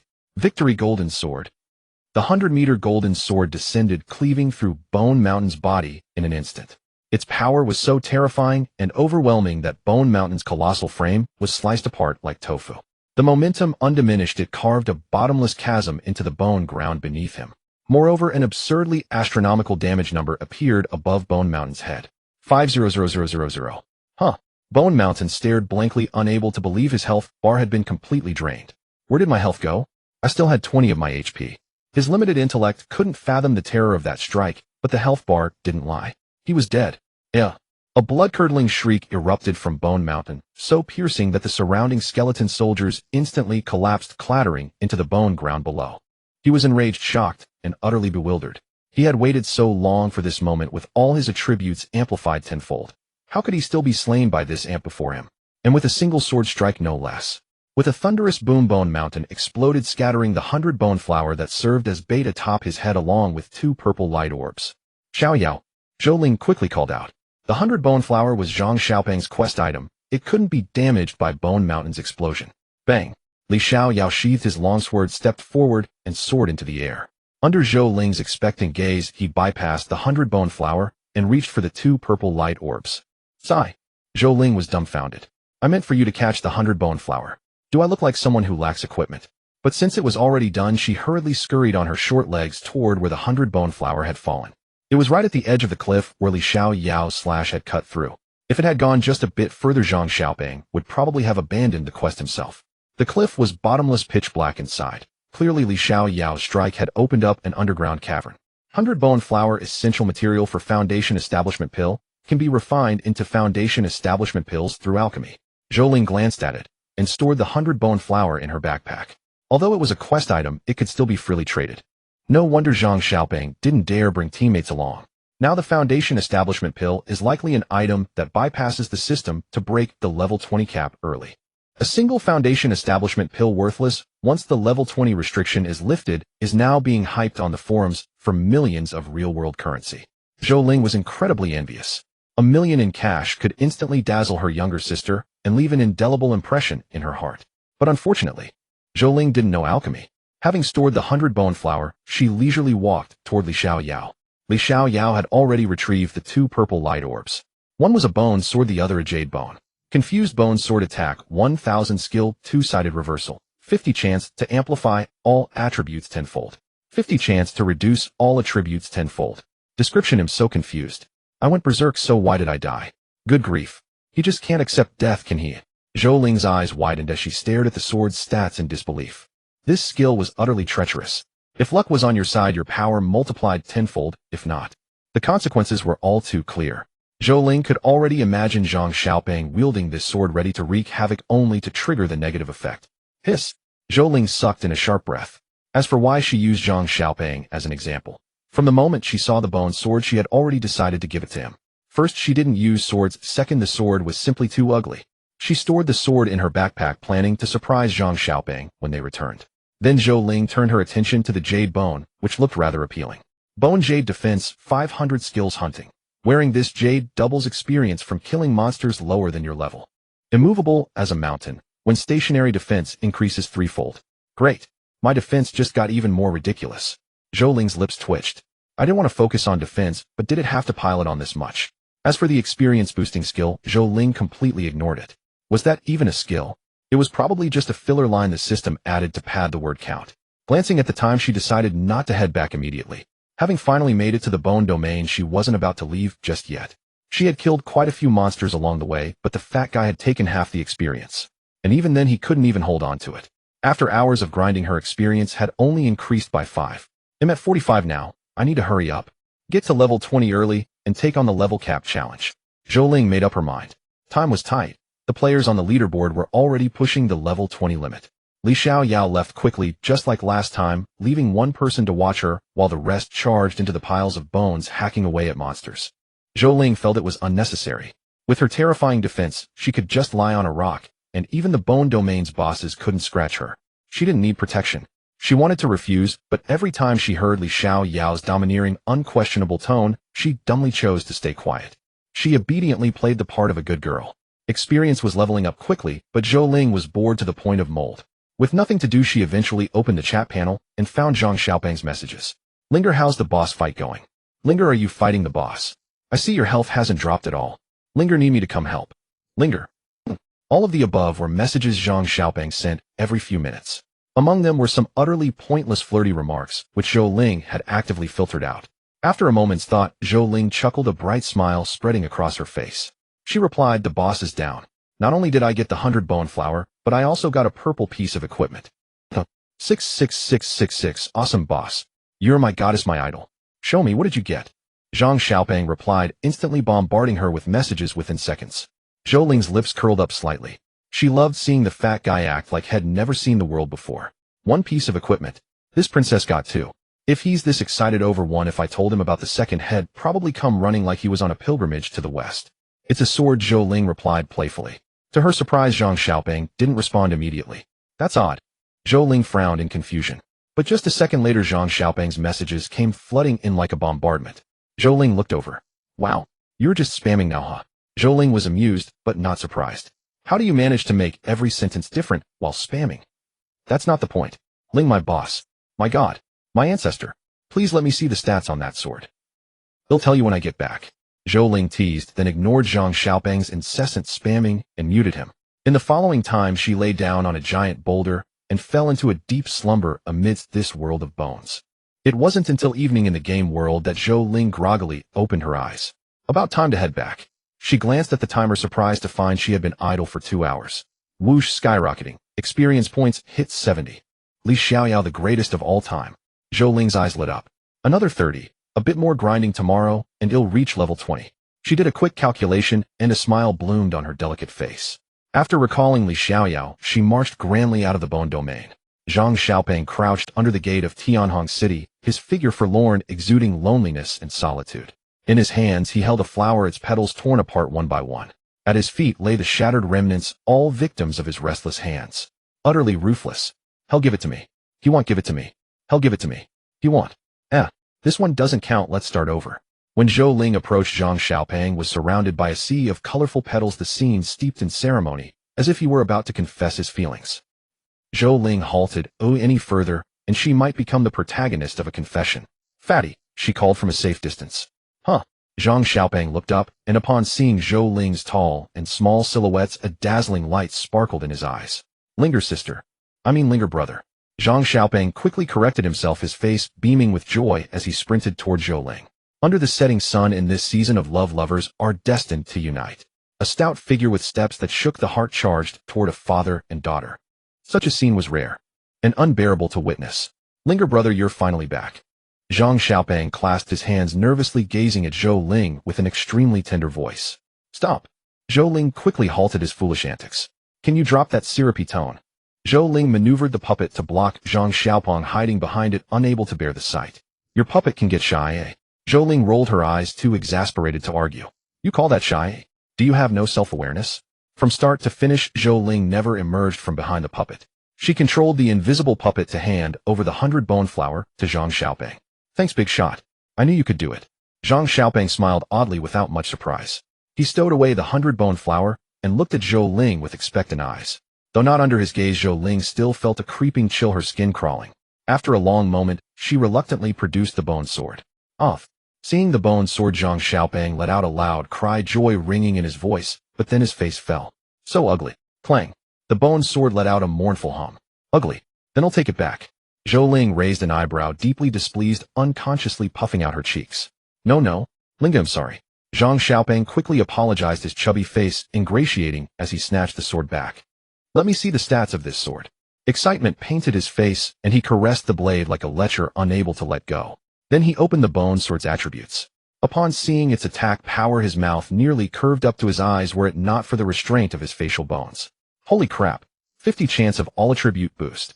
Zhang Xiaopeng exclaimed, the corners of his mouth lifting to rival the sun. Holy crap.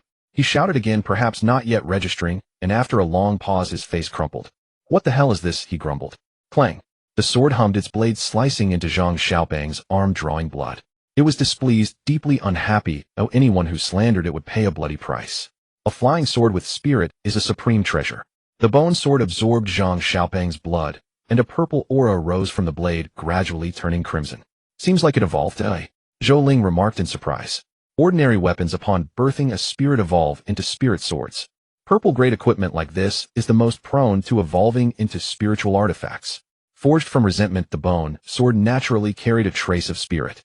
Now by chance scorned by Zhou Ling and Zhang Xiaopeng, its outburst triggered a full evolution into a spirit sword. It really did evolve.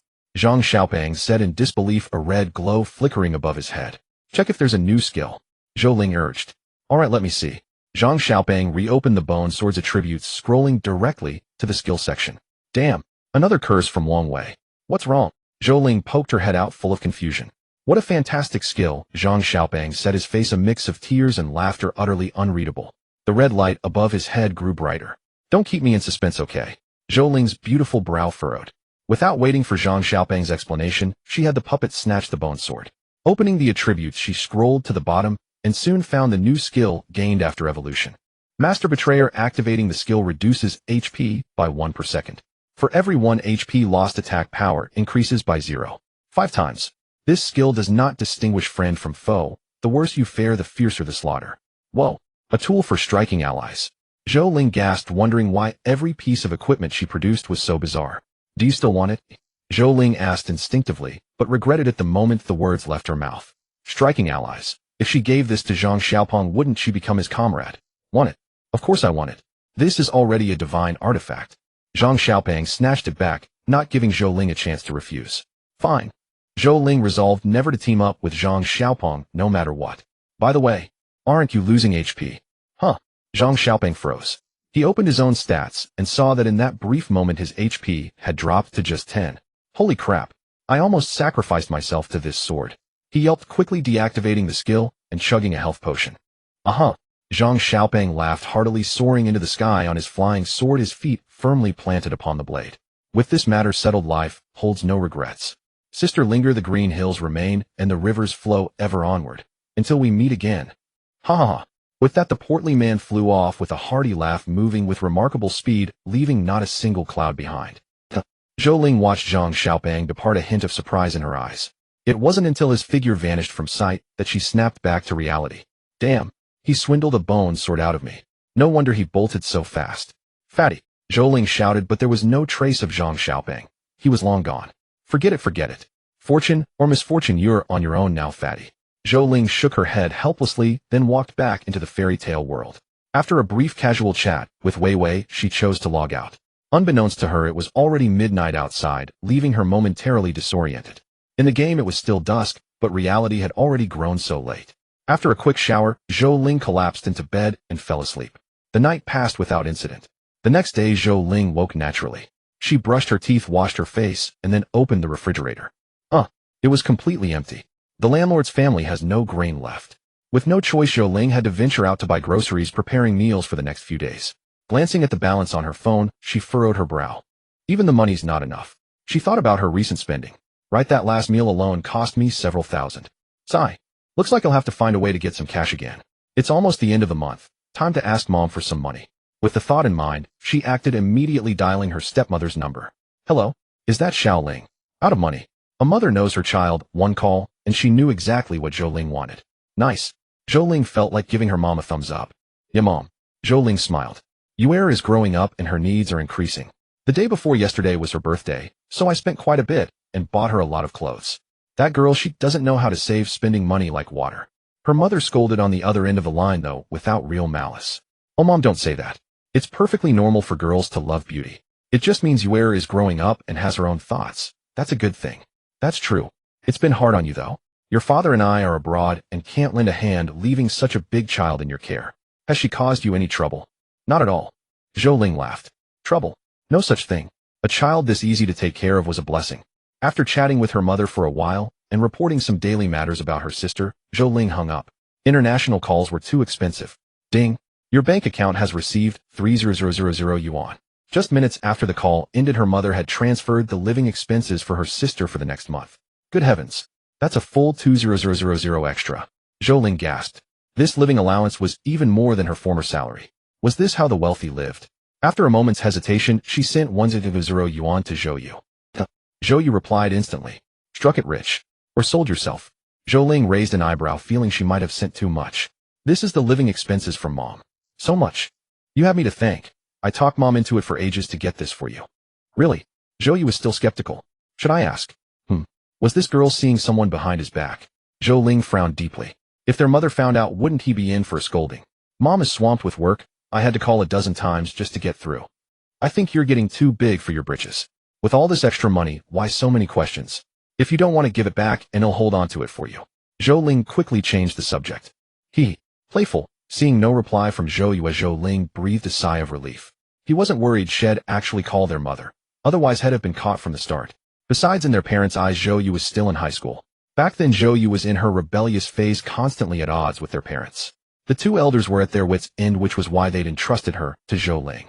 After browsing the game forums in his room for a while, Zhou Ling headed out to buy groceries. With a sudden windfall, Zhou Ling decided to treat himself. He bought only fresh meat, including several cuts of beef along with plenty of vegetables and fruits. Not a single instant noodle in sight. After shopping, he lugged several kilograms of bags back home. He tidied up, put everything in the fridge, and started cooking. Click, the door handle turned. Zhou Ling looked up in surprise, still tying on his apron. There stood Zhou Yu carrying 2 bottles of cola. What are you doing here? Zhou Ling asked. Don't you have class today? Zhou Yu giggled, placed the cola on the table, and walked straight to the fridge. Familiar with the routine, she opened it and pulled out all her favorite snacks. Bro, you never learn. Every time Mom sends the living expenses, you stock up on tons of ingredients. Zhou Yu, damn, had forgotten about that. Okay, this is enough. They'll play some games of call me when it's ready. Zhou Yu gestured to the pile of ingredients on the table. Zhou Ling's eyes widened. There was at least 5 or 6 kilograms of food there. Are you a pig? He asked. Can you even finish all that? And besides, I bought this. How can you be so shameless? Zhou Yu rolled her eyes, giving him a knowing look, and smiled. If half of this stuff isn't mine, I'll take your last name. Besides, didn't I bring 2 bottles of cola? Zhou Ling was speechless, unable to find a retort. Well, he thought he had the upper hand, but it turns out he was the one being played all along. But, my foolish little sister, you probably never expected Mom to send a whopping 3,000 yuan this time, did you?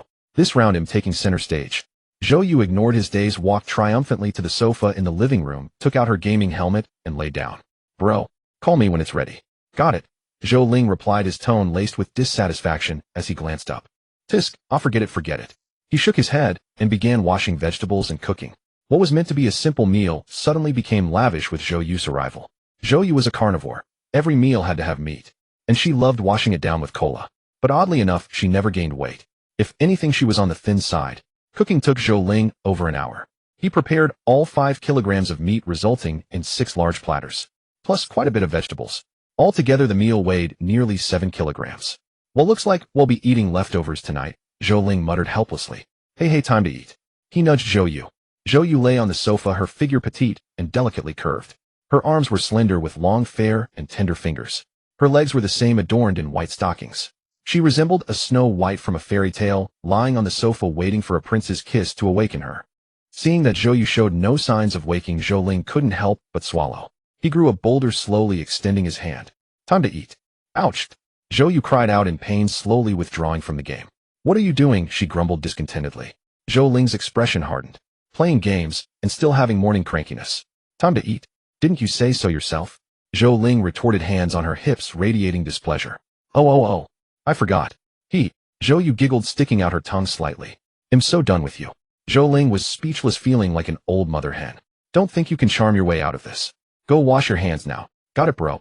Zhou Yu sprang up and dashed into the bathroom. Sighed. Zhou Ling rubbed his forehead in exasperation. Dealing with you as a sister. I really am. Whatever. The money's already paid. Lunch was sumptuous.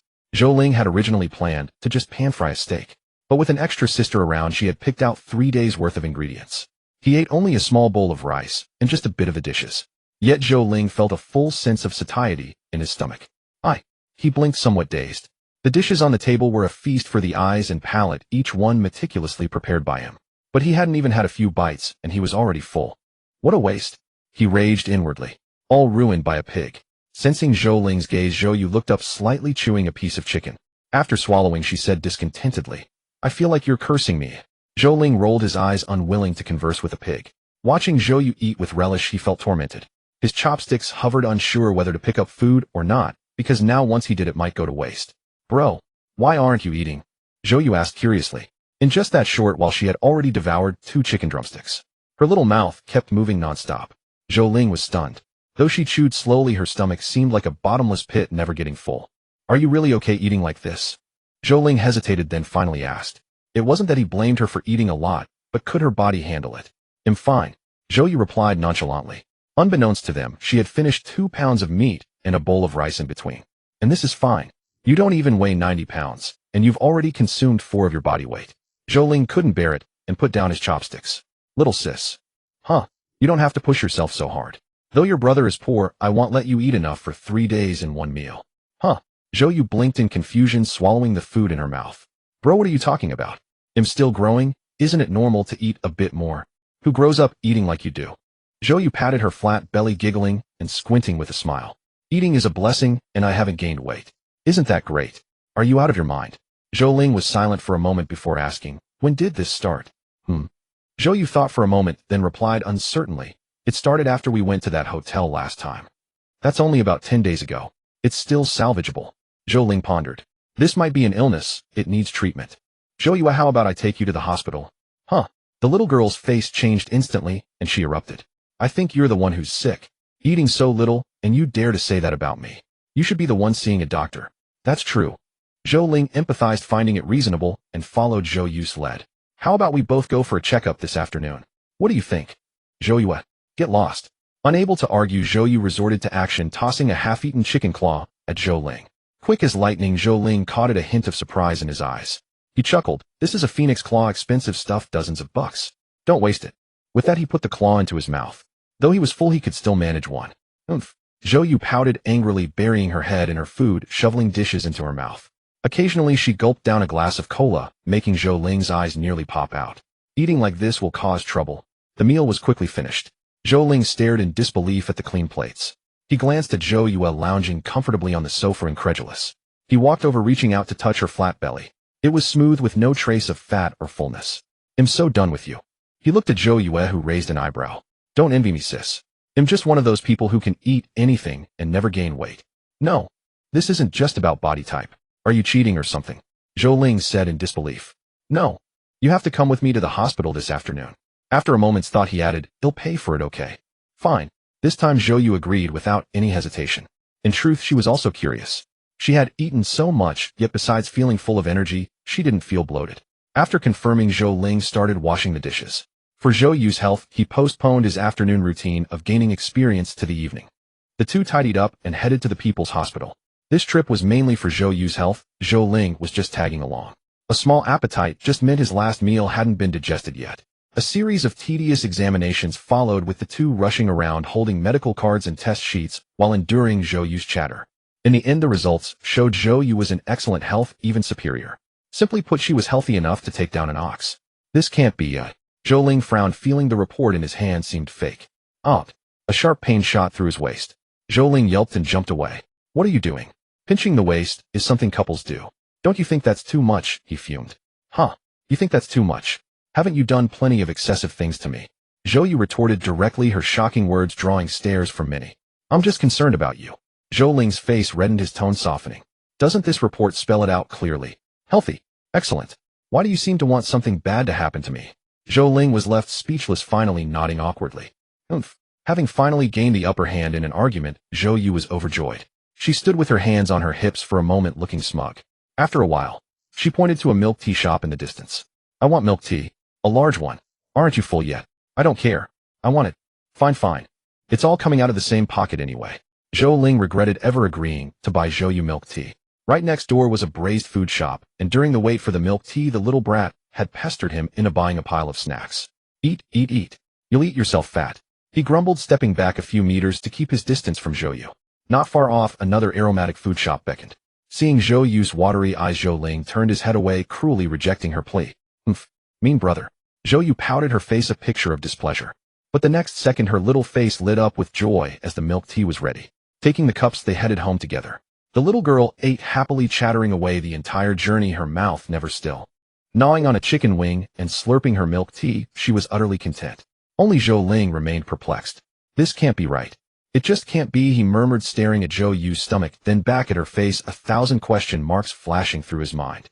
Meow? Suddenly a cat's meow caught their attention. They looked over to a secluded corner of an alley where two tiny kittens poked their heads out of a cardboard box. Their adorable appearance instantly melted Zhou Yu's maiden heart. Even Zhou Ling felt a momentary flutter. So cute, little kittens. Zhou Yu exclaimed, running over joyfully. British short hair. Walking cash. Zhou Ling rejoiced, following close behind. Their motives differed, but their goal was the same. The two British short-hair kittens were exceedingly cute, their white fur veiled with a faint gray, and their blue-green eyes sparkling. Purebred for sure, judging by the look. Never thought Zhou Ling would have the luck to find a cat on the street, he thought, overjoyed, his earlier gloom swept away. At market price, a good British short-hair can sell for 1 to 2,000. Two of them, roughly rounding up, that's 4,000 bucks. The thought of 40 red bills made Zhou Ling's eyes gleam. Whoa, brothers, we've hooked a pretty good one. Suddenly a flippant voice sounded from behind. Zhou Ling and Zhou Yu jumped, spinning around. 5 or 6 thuggish figures appeared in the alley, blocking their path and sealing off any escape. Seeing this, Zhou Ling understood immediately. Those two British shorthairs were clearly bait, a trap for naive youngsters like them. They'd even used valuable breed cats instead of ordinary strays to ensure the lure was irresistible. Lesson learned. Zhou Ling was filled with regret. Bro. Zhou Yu whimpered, hiding behind him in fear. Oh, the little sisters shy, the thugs teased, their tone and gaze brimming with naked greed. Brothers, are these your cats? Knowing he was outmatched, Zhou Ling put on a fawning face. How, what a stupid question, the gang leader sneered, extending a hand. He'll cut the crap. I'm short on cash lately. Hand over your money.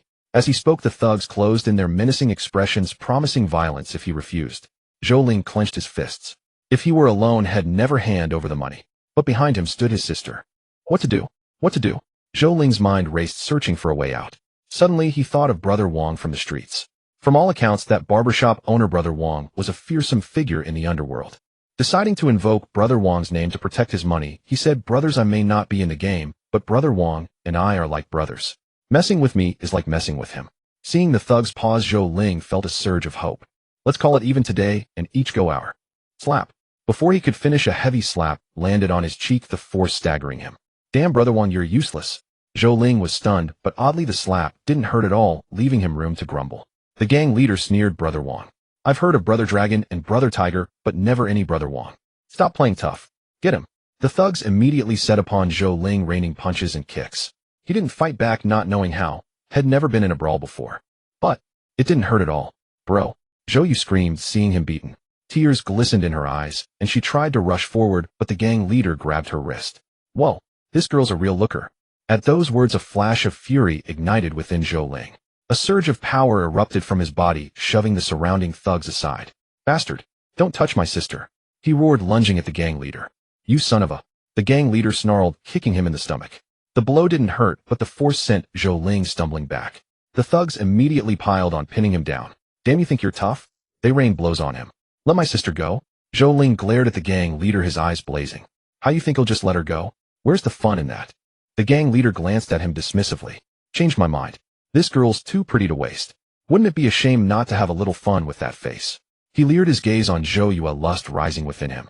Watching the gang leader reach out with his filthy hand, Zhou Ling's rage reached its peak. Let my sister go? He shouted, enduring the blows from the other thugs. But the gang leader continued undeterred, his hand creeping closer to Zhou Yu. Bro. Zhou Yu cried, tears streaming down her face. It was the first time in 3 years Zhou Ling had seen her cry. His fury could no longer be contained.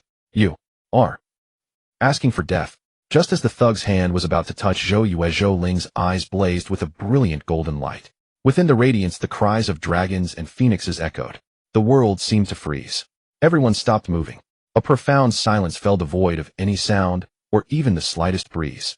The scene lasted only an instant, a single fleeting moment, before the world returned to normal. Thump, thump. One by one, the thugs collapsed to the ground unconscious. Bro. Zhou Yu stammered, dazed. Even Zhou Ling himself was astonished, but this was no time for discussion. Let's go. He scrambled to his feet, grabbing Zhou Yu and racing home. A single drop of blood trickled down his forehead, then quickly congealed. The two dashed home at lightning speed, not daring to pause along the way. Only after entering the house and bolting the doors and windows did the siblings collapse to the floor, their hearts still pounding with lingering fear. Wah! Zhou Yu burst into tears, weeping bitterly and loudly. Tears as large as beans streamed down her cheeks, falling onto her disheveled dress. Huff huff, Zhou Ling gasped for breath. Though he didn't cry like Zhou Yu, he was equally terrified. His heart still thumped wildly in his chest. Only after Zhou Yu's sobs subsided did Zhou Ling ask with concern, Are you alright? Boo-hoo. Bro. I'm hungry. This kid is hopeless. Letting out a helpless sigh, Zhou Ling slowly stood up, only to realize his legs were trembling and aching. Moreover, he felt a faint metallic taste on his lips, with liquid trickling into his mouth. Wiping it with his hand, his pupils contracted slightly. A nosebleed. He was astonished. He had always been healthy. Nosebleeds had never been a concern since childhood. Is it from exhaustion? Zhou Ling glanced secretly at Zhou Yu. The little brat, sniffing, sat on the floor tiles, idly playing with her short skirt, lifting it to reveal a flash of skin, then quickly covering it back. She even giggled foolishly. Mom and Dad, this little account is a lost time to raise the main one. Seeing that Zhou Yu hadn't noticed his nosebleed, Zhou Ling said nothing and walked into the bathroom on his own. The nosebleed wasn't severe. It stopped shortly after he tended to it in the bathroom. Zhou Ling washed his face again, confirmed there was no blood, and then stepped out. Zhou Yu had moved to a new spot, squatting on the sofa, hugging herself and staring blankly at the TV. Hearing the noise behind her, Zhou Yu quickly turned around. There were no tear stains on her face, but her eyes were red and her smile was strained. Looks like this incident hit her hard, Zhou Ling thought with some worry, putting on a smile and asking, Do you want to take a shower first? He'll cook. Zhou Yu nodded, got up, and went to her room to get clothes. Zhou Ling began preparing the ingredients for dinner. Bro. Just then Zhou Yu poked her head out from the bathroom. Zhou Ling turned to look, his eyes narrowing slightly, his face as impassive as a supreme sage. What? Zhou Yu's eyes twinkled, and she grinned mischievously. Bro, I want sweet and sour ribs, braised Crucian carp, fried chicken strips, braised pork knuckle, scallion stir-fry. Eat celery. Before Zhou Yu could finish, Zhou Ling grabbed a bunch of celery and tossed it at her. So many demands. He'll cook whatever I give you. All right, bro. Zhou Yu stuck out her tongue, picked up the celery from the floor, and carried it into the bathroom. Damn it, give me back the celery. But alas, that bunch of celery had already gone for a bath with the beautiful young lady. Soon the sound of running water came from the bathroom. Zhou Ling's mouth twitched slightly. Had forgotten that this brat hated celery the most. An hour later they sat at the dinner table. Just like at noon, Zhou Ling only ate a few bites before losing his appetite. Zhou Yu, on the other hand, devoured her food with gusto. Looks like I need to ask Mom for more money. Even 30,000 can't support this pig, Zhou Ling muttered, poking at his meal. After dinner, Zhou Yu was forced by Zhou Ling to wash the dishes. His reason: you ate the most. Zhou Yu had no choice but to accept his tyranny. Pouting, she began washing the dishes under coercion. Zhou Ling returned to his room. He hadn't played games all day and had no desire to. Several questions swirled in his mind. First, why had his appetite shrunk so much? Second, how could Zhou Yu as such a young girl suddenly have such an enormous appetite? Third, why had those thugs collapsed so suddenly? The first two questions eluded him. Maybe it was related to mood. Sometimes a good mood boosts appetite. Sometimes a bad mood kills it. So, am I depressed? Zhou Ling stared at the ceiling in disbelief. An image of a certain shoehorn-faced uncle popped into his mind. Shuya. No. That's impossible. I'm clearly such a cheerful little boy. Zhou Ling quickly shook his head. As for the third question, he was even more baffled. Great. My head's buzzing. Could my conqueror's haki have awakened? Thinking back to that moment, wasn't it just like that guy? But then he chuckled dryly. What am I thinking? This is reality, though I almost got brainwashed by anime. Utterly puzzled, Zhou Ling could only attribute it to being a lucky charm. After all, he was the man chosen from over 3 billion players. With luck like that, buying a lottery ticket would be a sure win. Right? I've never bought a lottery ticket. Maybe I should try tomorrow. The thought of his luck and the hefty lottery jackpot made his eyes gleam. He seemed to have gone off track, but Zhou Ling was now immersed in the luxurious life after winning the lottery. Gradually, he drifted into a beautiful dream. Creak. The door opened, letting in a sliver of light that instantly jolted the half-asleep Zhou Ling awake. Zhou Yu appeared at the door clutching a life-sized body pillow of a popular actress. Zhou Ling had bought the pillow, but Zhou Yu had snatched it before he could even unbox it. You know what I mean. What are you doing here? Zhou Ling asked blankly. What hooked on night raids? Last time you scared me half to death. You think there's a second time? Bro, I want to sleep with you. The little girl said weakly. But her words shocked Zhou Ling so much he sat bolt upright. LSB Black Room. Nonsense. Zhou Ling said coldly, immediately rejecting Zhou Yu's request. Men and women should keep their distance. You're a sophomore, you need to keep your distance from boys. When you were born, Dad tried to jump into the river with me several times. If not for the firefighters rescuing us in time, Dad's grave would be overgrown by now. Zhou Ling spoke with righteous indignation. He thought the girl would back down, but instead Zhou Yu walked straight over. You're not dead yet, are you? Besides, do you think I'm asking for your permission? I even brought your favorite body pillow. Zhou Yu walked to the bedside, shaking the pillow in her hand. I can smile is still so beautiful. Zhou Ling immediately shook his head, putting on a stern face, and refused mercilessly. No. Leave the pillow, you go. Just for one night. This young lady is condescending to be here, and you dare refuse. Zhou Yu's expression changed. Gone was the weak demeanor. She grabbed the icon pillow and hurled it at Zhou Ling. Quick as a flash, Zhou Ling caught the pillow, unable to resist Zhou Yu. After all, she was his sister. Spoiled. Fine. Use the pillow as a boundary. He'll sleep on the inside, you sleep on the outside. As he spoke, Zhou Ling shifted inward, leaving a large space for Zhou Yu. Thanks, bro. With that, Zhou Yu beamed with joy and slipped under the covers. Warm and cozy, the fatigue in her heart melted away, replaced by a profound sense of security. Bro, could you stop touching my hand? What? Isn't this icon? Bro, can you scooch over a bit? Bro, your legs over the line. Bro, are you asleep? Could you stop snoring? Bro, why do you smell like a woman's perfume? Milky and sweet. Bro, did you trick me out of my money again? Zhou Ling replied, no. Stop talking, go to sleep, Shu. Night gradually fell, the room plunged into darkness, and the soft sound of Zhou Ling's steady breathing came through. Bro, do you think there's any point in a girl living in this world? Zhou Ling's eyes snapped open. What do you mean? Zhou Ling asked, knowing this was no joke. Some words could not be uttered carelessly, or they would frighten someone to death. Nothing. But Zhou Yu simply shook her head and turned away, leaving Zhou Ling with only a blurred silhouette in the darkness. Oh my God, dear lady, you have to finish what you say. Zhou Ling quickly pressed on. This was baffling. Could she have been traumatized by those thugs in the afternoon? Just as he was about to press further, the girl had already fallen asleep. A calm, steady breathing reached Zhou Ling's ears, leaving him speechless. She falls asleep so fast. Helpless, he could only lie there staring blankly. Yes, he could not sleep all because of Zhou Yu's inexplicable words. Though she might have said it deliberately, it had etched itself deeply into his mind. The night passed without a word. Zhou Ling kept his eyes wide open, counting countless little stars before finally drifting off to sleep. At 7 in the morning, Zhou Ling rose early. The graceful figure on the bed had already vanished, leaving behind only a pillow stained with his drool and the faint fragrance Zhou Yu had left in the air. She's gone. When did this girl start waking up so early? She used to never get out of bed before noon. Zhou Ling mused in confusion, but soon let it go. She was just a young girl after all. A momentary whim of a maiden. Now that she had sobered up, she was probably feeling shy, wasn't she? Zhou Ling stretched his body, a look of satisfaction on his face. It's so much more comfortable to have the whole big bed to myself. A faint smile curled at the corner of his lips. After lying in bed for a while longer, he slowly got up. I didn't play any games all day yesterday. I have to catch up on experience. Zhou Ling's spirits soared, and he brimmed with energy. Shifting his position, he prepared to get up and make breakfast. But just as he was about to step off the bed, his pupils suddenly contracted to pinpricks, every hair on his body standing on end as he froze rigid and motionless. Because beneath the bed lay a graceful figure. Her hair was disheveled, and her pajamas were in the same state, failing to conceal her allure. It was like a crime scene. Hiss! Zhou Ling drew in a sharp breath. There was no need to guess what had happened. He must have slept so terribly last night that he had unknowingly kicked Zhou Yu off the bed. Damn! I'm in for it. When this girl wakes up, isn't she going to skin me alive? The more Zhou Ling thought about it, the more terrified he became, goosebumps rising all over his body. No! I have to fix this. Zhou Ling gritted his teeth and carefully stepped off the bed, taking care not to disturb Zhou Yu in the slightest. The little girl was still fast asleep, her long lashes causing her eyelids to twitch occasionally. Her small body was curled up, whether from cold or a nightmare, he couldn't tell. Taking a deep breath, Zhou Ling, with the resolve of a man facing death, gently lifted Zhou Yu into his arms. The girl was as light as a feather with no weight at all. Unbelievable. She eats more than a pig, but weighs less than one. Good thing she sleeps even deeper than a pig, or I'd be done for.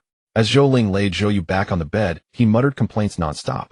He tenderly covered the girl with the blanket and was about to pinch her cheek when he saw Zhou Yu staring at him with her big sparkling eyes. Zhou Ling, what are you looking at? Zhou Ling asked.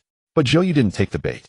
Instead, her gaze turned icy and her voice was just as cold as she asked, what are you doing? What am I doing? Zhou Ling blinked and looked down at his hand. The hand that had been about to pinch her cheek was now hovering right above her chest. Just like that. An old pervert taking advantage of the situation, no doubt. He quickly withdrew his hand, put on a resentful look, and replied with a scowl, what could I possibly be doing? You kicked me off the bed, and you still have the nerve to ask.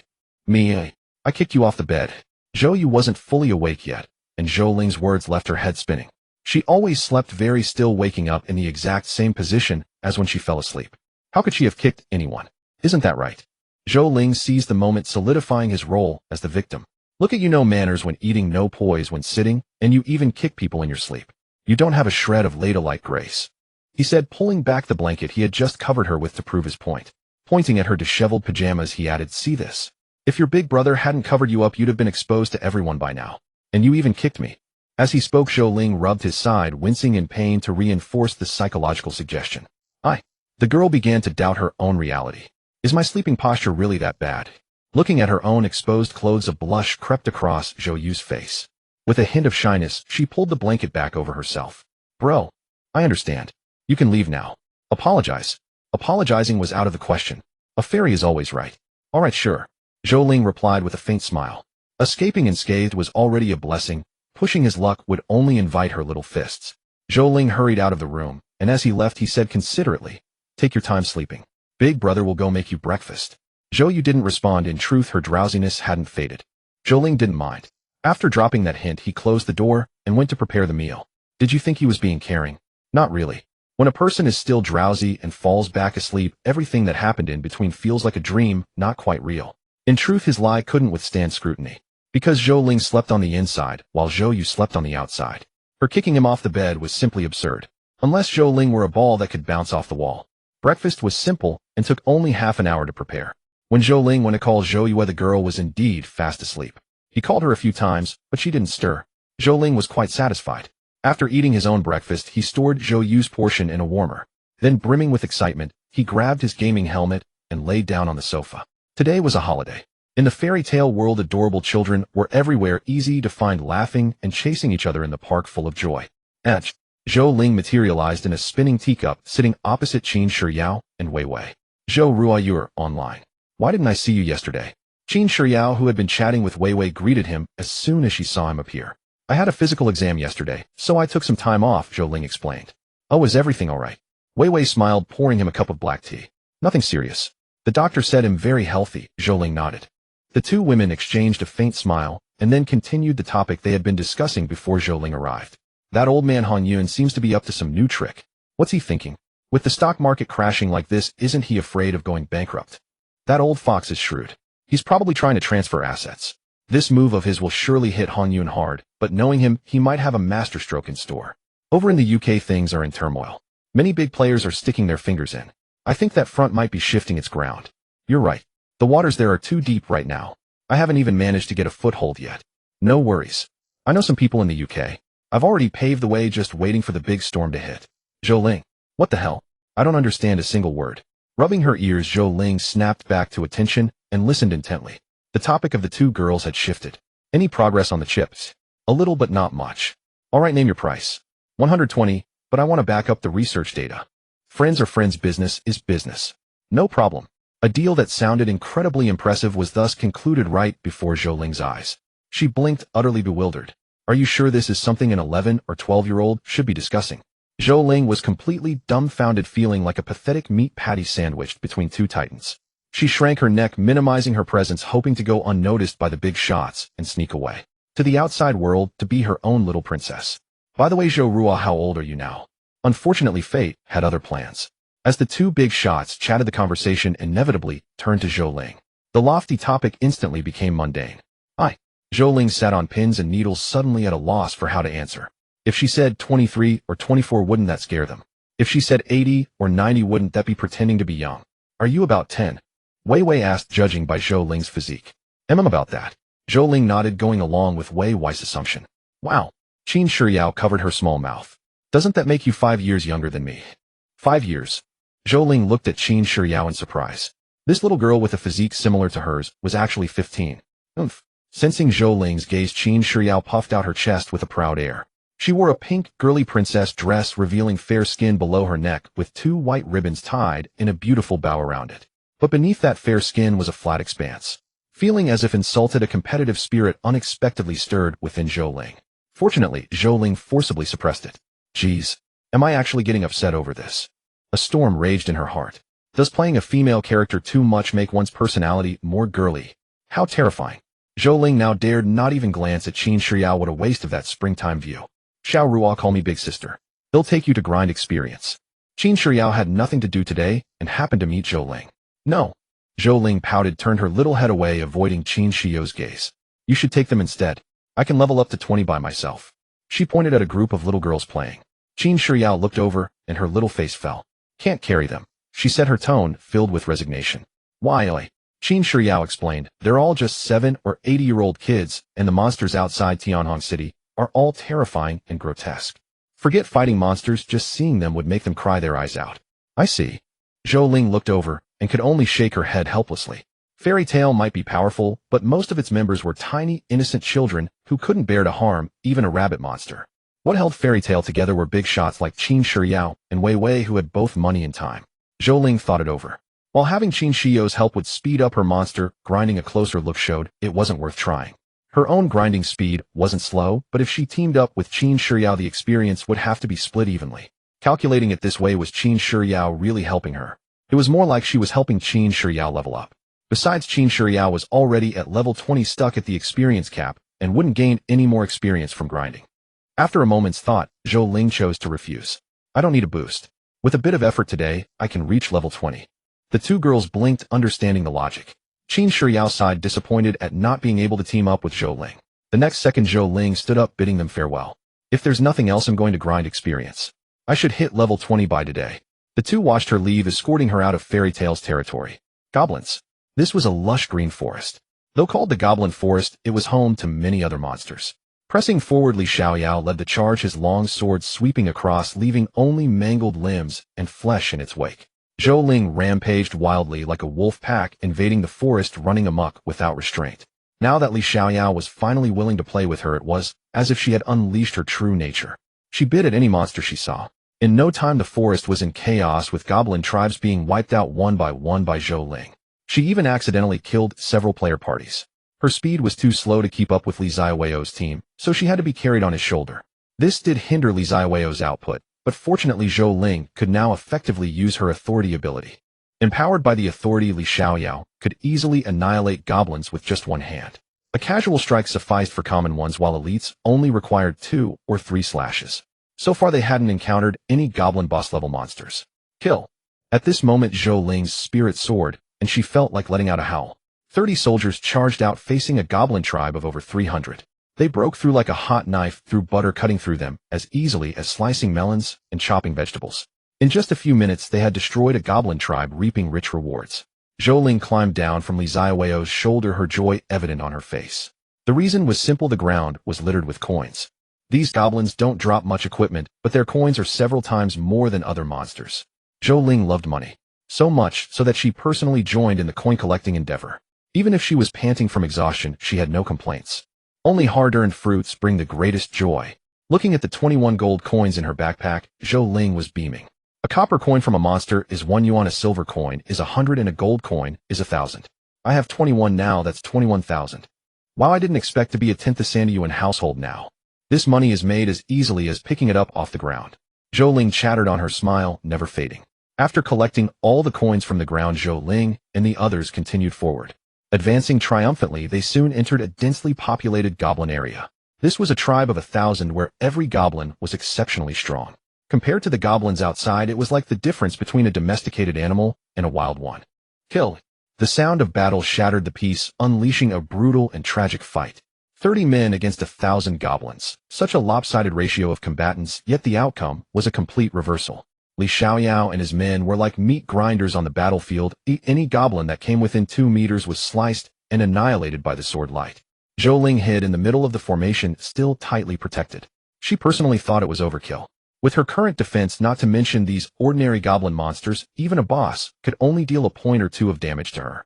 The 1,000-strong goblin tribe could barely hold out for an hour before Li Xiaoyao and his forces and was utterly annihilated. Coins! Coins! Zhou Ling chirped, happily scurrying on her little legs through the battlefield, picking up one beautiful and noble coin after another. As for Li Xiaoyao and the others, they treated it like bringing a child to work. Seeing that Zhou Ling was in no danger, they let her roam freely. He led the soldiers deeper into the tribe, searching for the goblin chieftain. Roar! Humans! Moments later, the earth trembled, and a colossal, fierce battle erupted in the heart of the tribe. Zhou Ling paused briefly, looking up involuntarily. Found the boss, she murmured. Oh well. None of my business. She shook her head and resumed her coin-collecting endeavor. For over 1,000 scattered coins would take her quite a while to gather. Never thought I'd get tired of picking up coins, Zhou Ling chuckled to herself. A rumbling boom echoed in the distance. No. Humans. The Taisel royal clan will never forgive you. The battle reached its climax, and with the boss' final scream and dying curse, the creature Zhou Ling had never even seen fell under the coordinated assault of Li Xiaoyao and his men. Ding! You have slain the goblin chieftain Sar. Experience points increased by 7,000. Ding! Congratulations.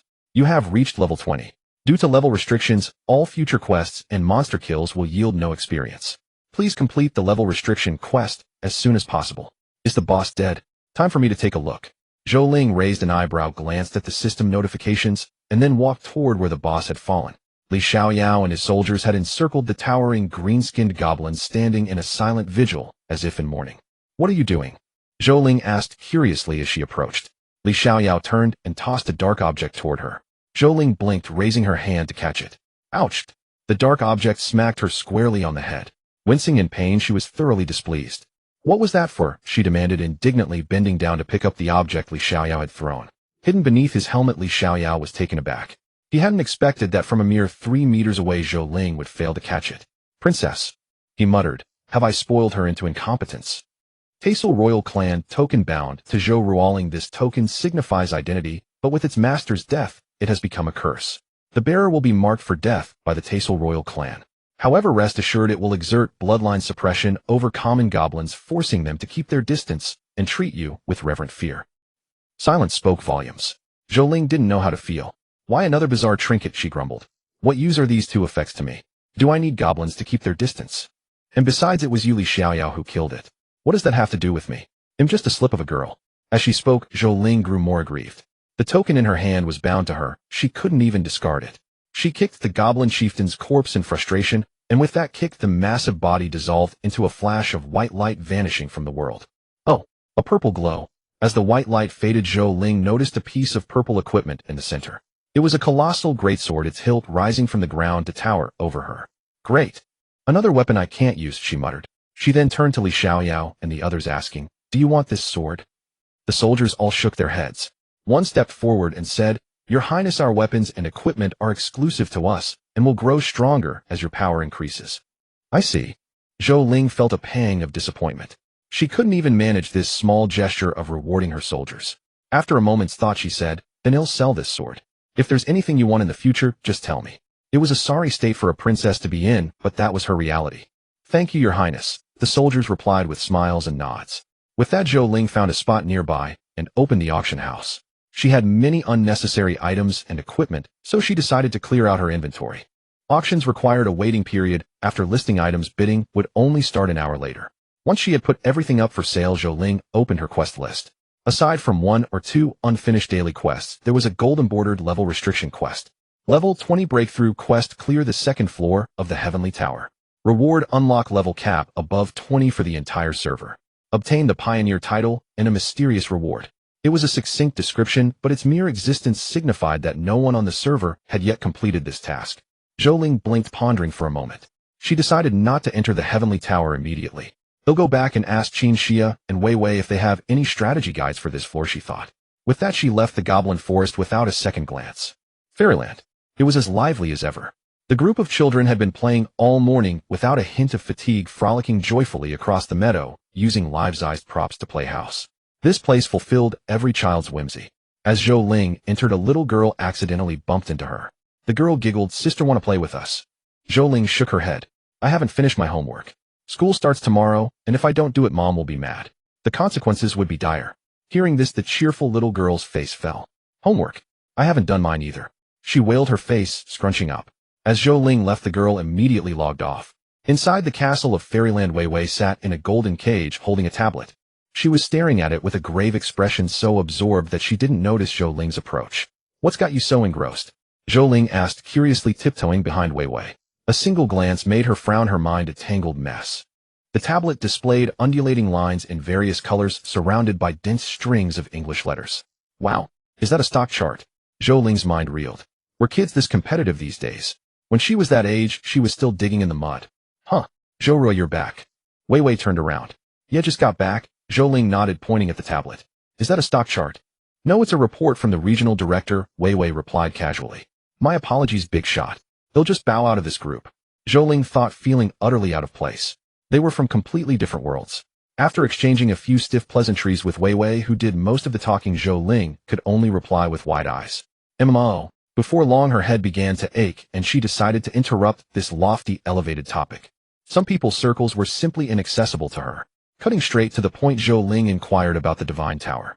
Sister Wei Wei, do you have any information about the second floor of the Divine Tower? Like strategies or something? Wei Wei was silent for a moment before replying.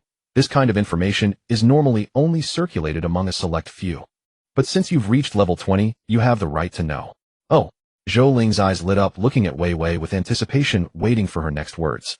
Wei Wei took a sip of tea and said slowly, the second floor of the Divine Tower is different for everyone. However, according to calculations by observant individuals based on the failed experiences of 10 level 20 players, the second floor specifically targets a player's weaknesses. For example, if your attack power is low, the boss will definitely be a monster with an enormous health pool. If your defense is low, the boss is bound to have incredibly high attack power. Wei Wei said solemnly, this kind of mechanism completely breaks players who only focus on one attribute. Zhou listened with utmost seriousness, jotting down notes in her notebook. She asked curiously, so, Sister Wei Wei, have you used your first attempt at the Divine Tower yet? The young girl smiled faintly, took another sip of tea, and shook her head. Not yet. I know my own strength. The vampire class is powerful in many aspects, following an all-around system. But being a vampire has a fatal weakness. What weakness? Wei Wei pouted, unhappy about her own flaw. Fear of sunlight. To be precise, fear of light-type attacks like paladins, light mages, and inquisitors. The only light-type class I'm not afraid of is the priest. She smiled bitterly. If the second floor really assigns monsters based on weaknesses, then I'm definitely facing a paladin. I hate paladins the most. Their skills are so disgusting. Zhou clenched her fists in support of Wei Wei, looking adorably fierce. Alright, then big sister will have to rely on Ruo for protection. Wei Wei smiled, a beauty that could topple cities, revealing her two small fangs. Don't worry, Sister Wei Wei. Zhou puffed out her chest, looking confident. Wei Wei covered her mouth with a laugh, a red gleam in her eyes, so enchanting that Zhou was mesmerized just watching her. By the way, Wei Wei spoke, then snapping Zhou out of her daze. Speaking of the Divine Tower, Qin Shiyao is inside it right now. It's been 4 or 5 hours already. I wonder if she's past it. Qin Shiyao, that wild girl, she went to the Divine Tower first. A flicker of tension crossed Zhou face. As the head of fairy tale kindergarten, Qin Shiyao's strength was undoubtedly formidable. She was now a bit worried. What if she actually passed it? Wouldn't that dash her hopes of being first? Wei Wei didn't notice Zhou petty thoughts. She lowered her head and thought for a moment. It's been 4 or 5 hours. If I calculate the time correctly, even if little Shiyao hasn't passed, she has less than an hour left. What do you mean? Zhou Ling asked in confusion. The Divine Tower has a time limit. If you don't pass within 6 hours, it's considered a failure. So that's how it was. Zhou Ling committed this to memory, also writing it down in her little notebook.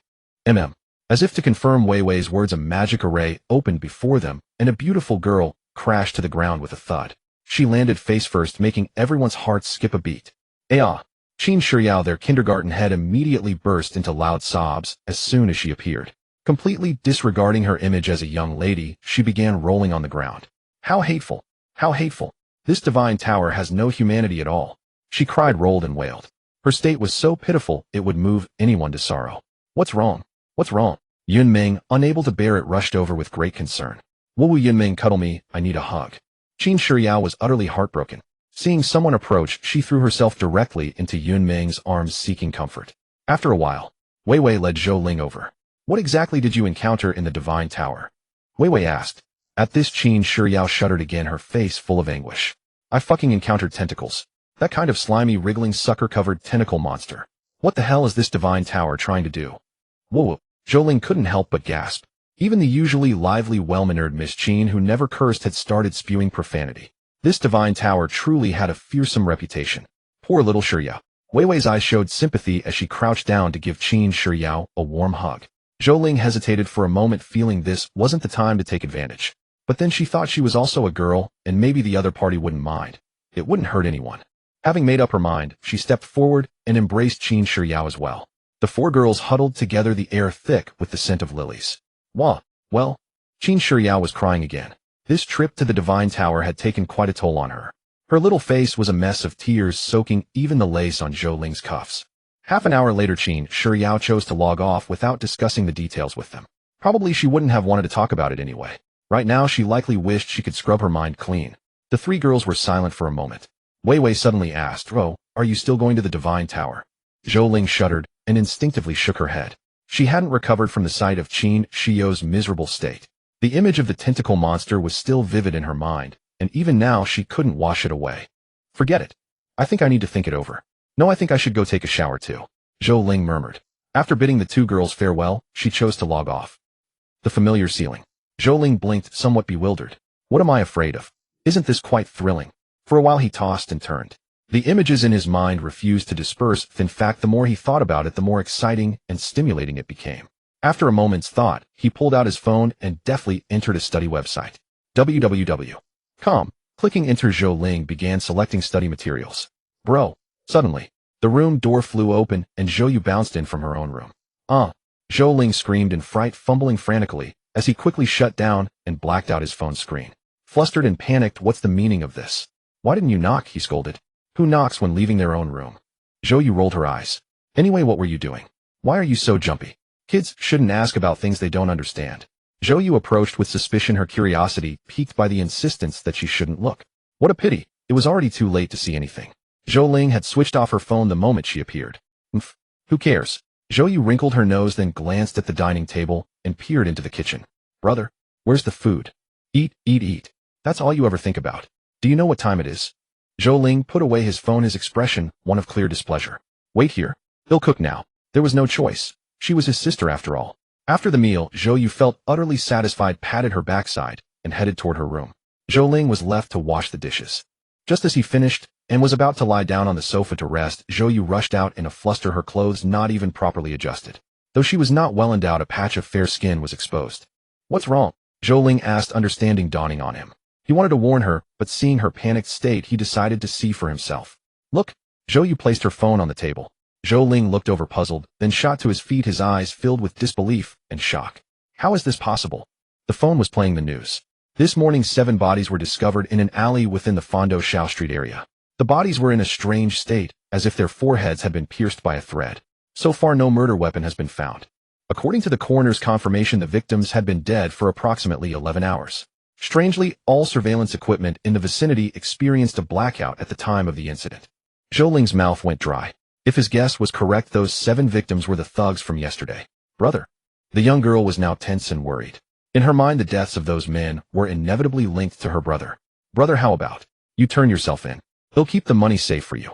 She hesitated for a moment before speaking. Zhou Ling shot her a fierce glare. What a wonderful sister you are. There's no proof yet. Who knows if I killed these people? I think you're just after my inheritance. Her goal exposed, Zhou Yu tried to laugh it off. So, what do we do?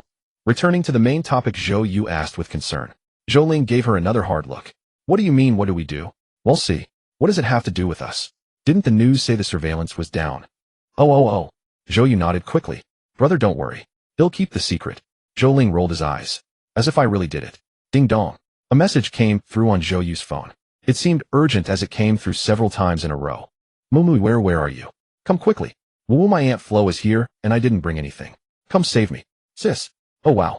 Zhou Ling's interest was piqued. A good sister's trouble was a perfect opportunity. He could use this chance for a rendezvous with Mumu. He was just about to grab the phone when Zhou Yu snatched it away. She had clearly seen the message too. Her cheeks flushed slightly as she scolded. What are you doing? What are you doing? This is a girl's matter. What does a big man like you want? It's not. Zhou Ling said with a cheeky grin. Look, your brother has been single for so long. This is a rare chance. How about letting your brother have this opportunity? Get lost. Zhou Yu snapped, unwilling to entertain this lecture. Her cheeks still flushed, she took her phone and walked into her room. Don't even think about peeking. Zhou Ling rubbed his nose helplessly. There went his chance at a major life event. Zhou Yu left carrying a black bag. She shot Zhou Ling a vicious glare, her eyes filled with menace. It was clear she absolutely forbade him from following. Zhou Ling hesitated, watching her go. After she left, he opened the news article again. He had replayed it so many times he could recite it verbatim, yet he still stared at it intently. Did I really do this? His heart pounded, unable to conceal his fear. Forget it. He'll just play some games for now. He decided to drown his terror in gaming. It was noon, and most people were taking a nap. There were quite a few people online gaming, but for many it was just another way to sleep. When Zhou Ling appeared, the surroundings were very quiet. Some cute little ones were cuddling each other, lying among fluffy toys. Zhou Ling looked around, but didn't see any acquaintances. The only one, Yun Meng, was also sleeping, while hugging a plush toy, letting out silly giggles. Entering the second floor of the Heavenly Tower. Zhou Ling chose the Heavenly Tower quest, intending to clear it today. Ding. Do you wish to enter the second floor of the Heavenly Tower? Quest difficulty will be determined based on the player's class and strength. Ding. As you are one of the 9 paths, the Imperial Path, a server-wide announcement will be made upon your entry into the Heavenly Tower. There's such a thing. Zhou Ling was dumbfounded. He had wanted to keep a low profile and survive until the end. This plan was now completely ruined. Alright. I wanted to hide my greatness from the world, but alas, my strength won't allow it. Zhou Ling took a deep breath and clicked to confirm. Agree. Ding. Congratulations, player Zhou Ruoling, on entering the second floor of the Heavenly Tower. Your information will be announced server-wide. Zhou Ling vanished, disappearing on a calm afternoon. But her disappearance was anything but calm. At that very moment, all online players received the server-wide announcement.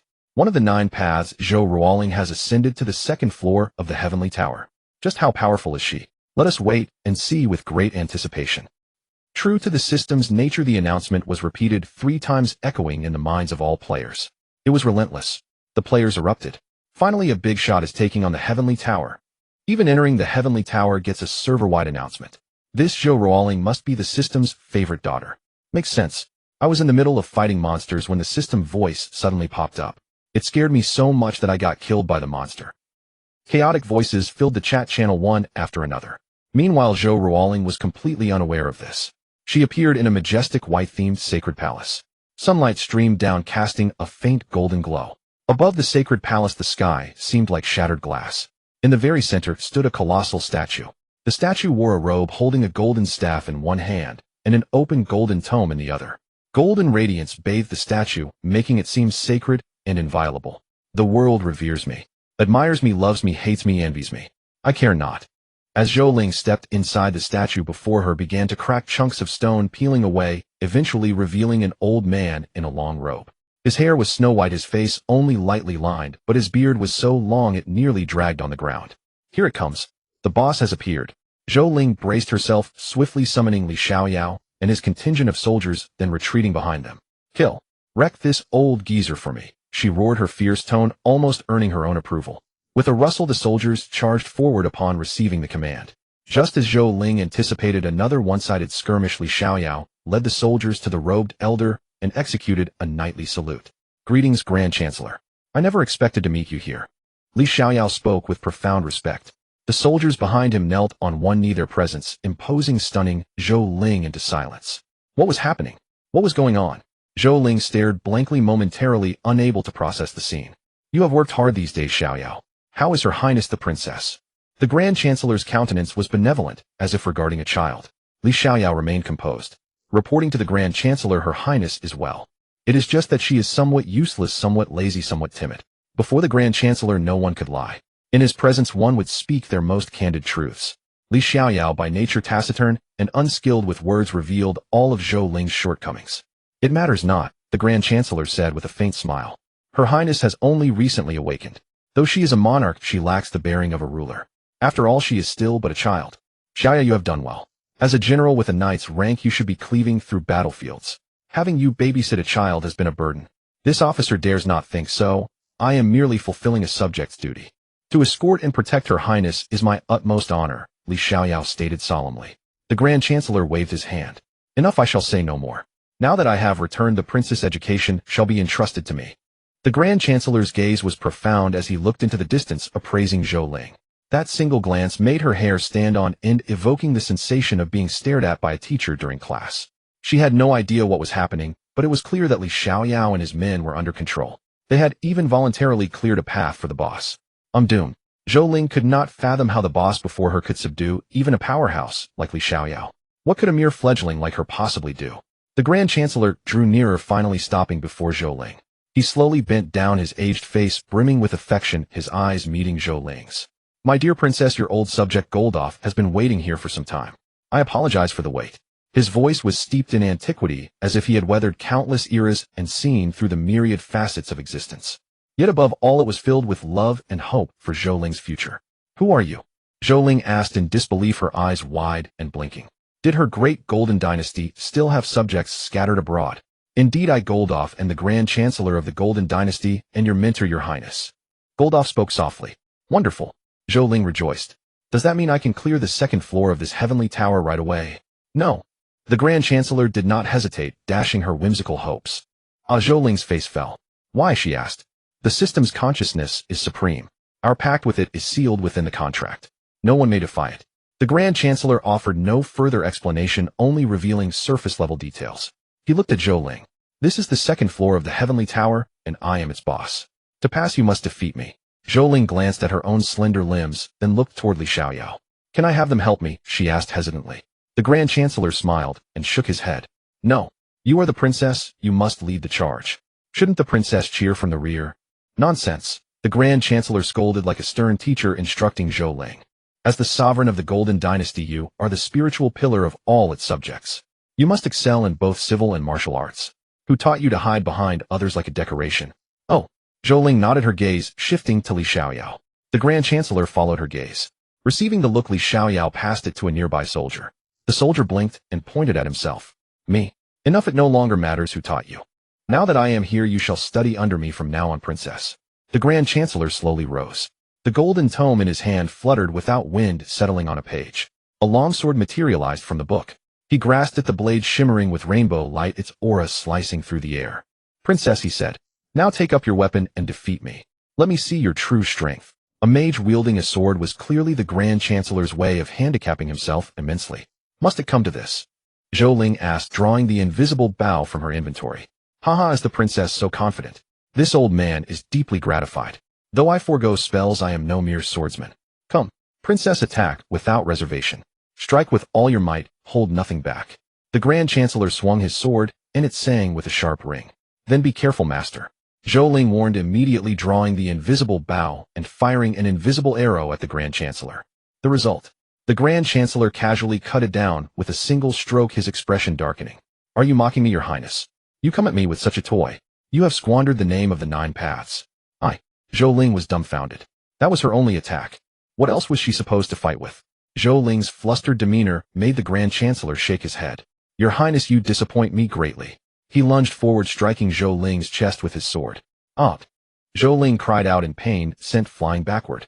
Though a mist floated above her, the agony nearly made her faint. Your Imperial Dragon Chi. Your authority. Your Imperial Phoenix Radiance. Each is a power to shatter heavens and move mountains. Have you forgotten all of these? As he spoke, the Grand Chancellor continued his assault, landing blow after blow on Zhou Ling. Miss? He deliberately controlled his damage, ensuring that his strikes only caused pain without injury. Thus Zhou Ling was battered into wailing, suffering immensely. Yet her health bar did not decrease by a single point. Despite her repeated pleas for mercy, the Grand Chancellor did not cease his attacks, only pausing briefly between each strike to give her a moment to breathe. She glanced at Li Xiaoyao and grew even more exasperated. The group was sitting in a row, almost as if they were snacking on melon seeds. No love, no love. Li Xiaoyao was no longer her warmth. What are you looking at? Still hoping Li Xiaoyao will come to your aid. Wake up, Your Highness. The imperial tutor, as stern as a strict teacher, wielded his long sword, like a ruler, striking Zhou Ling repeatedly. However, each blow struck the princess, but pained the tutor's heart. Your Highness, one day we will no longer be able to shield you. You are the sole empress of the Golden Dynasty.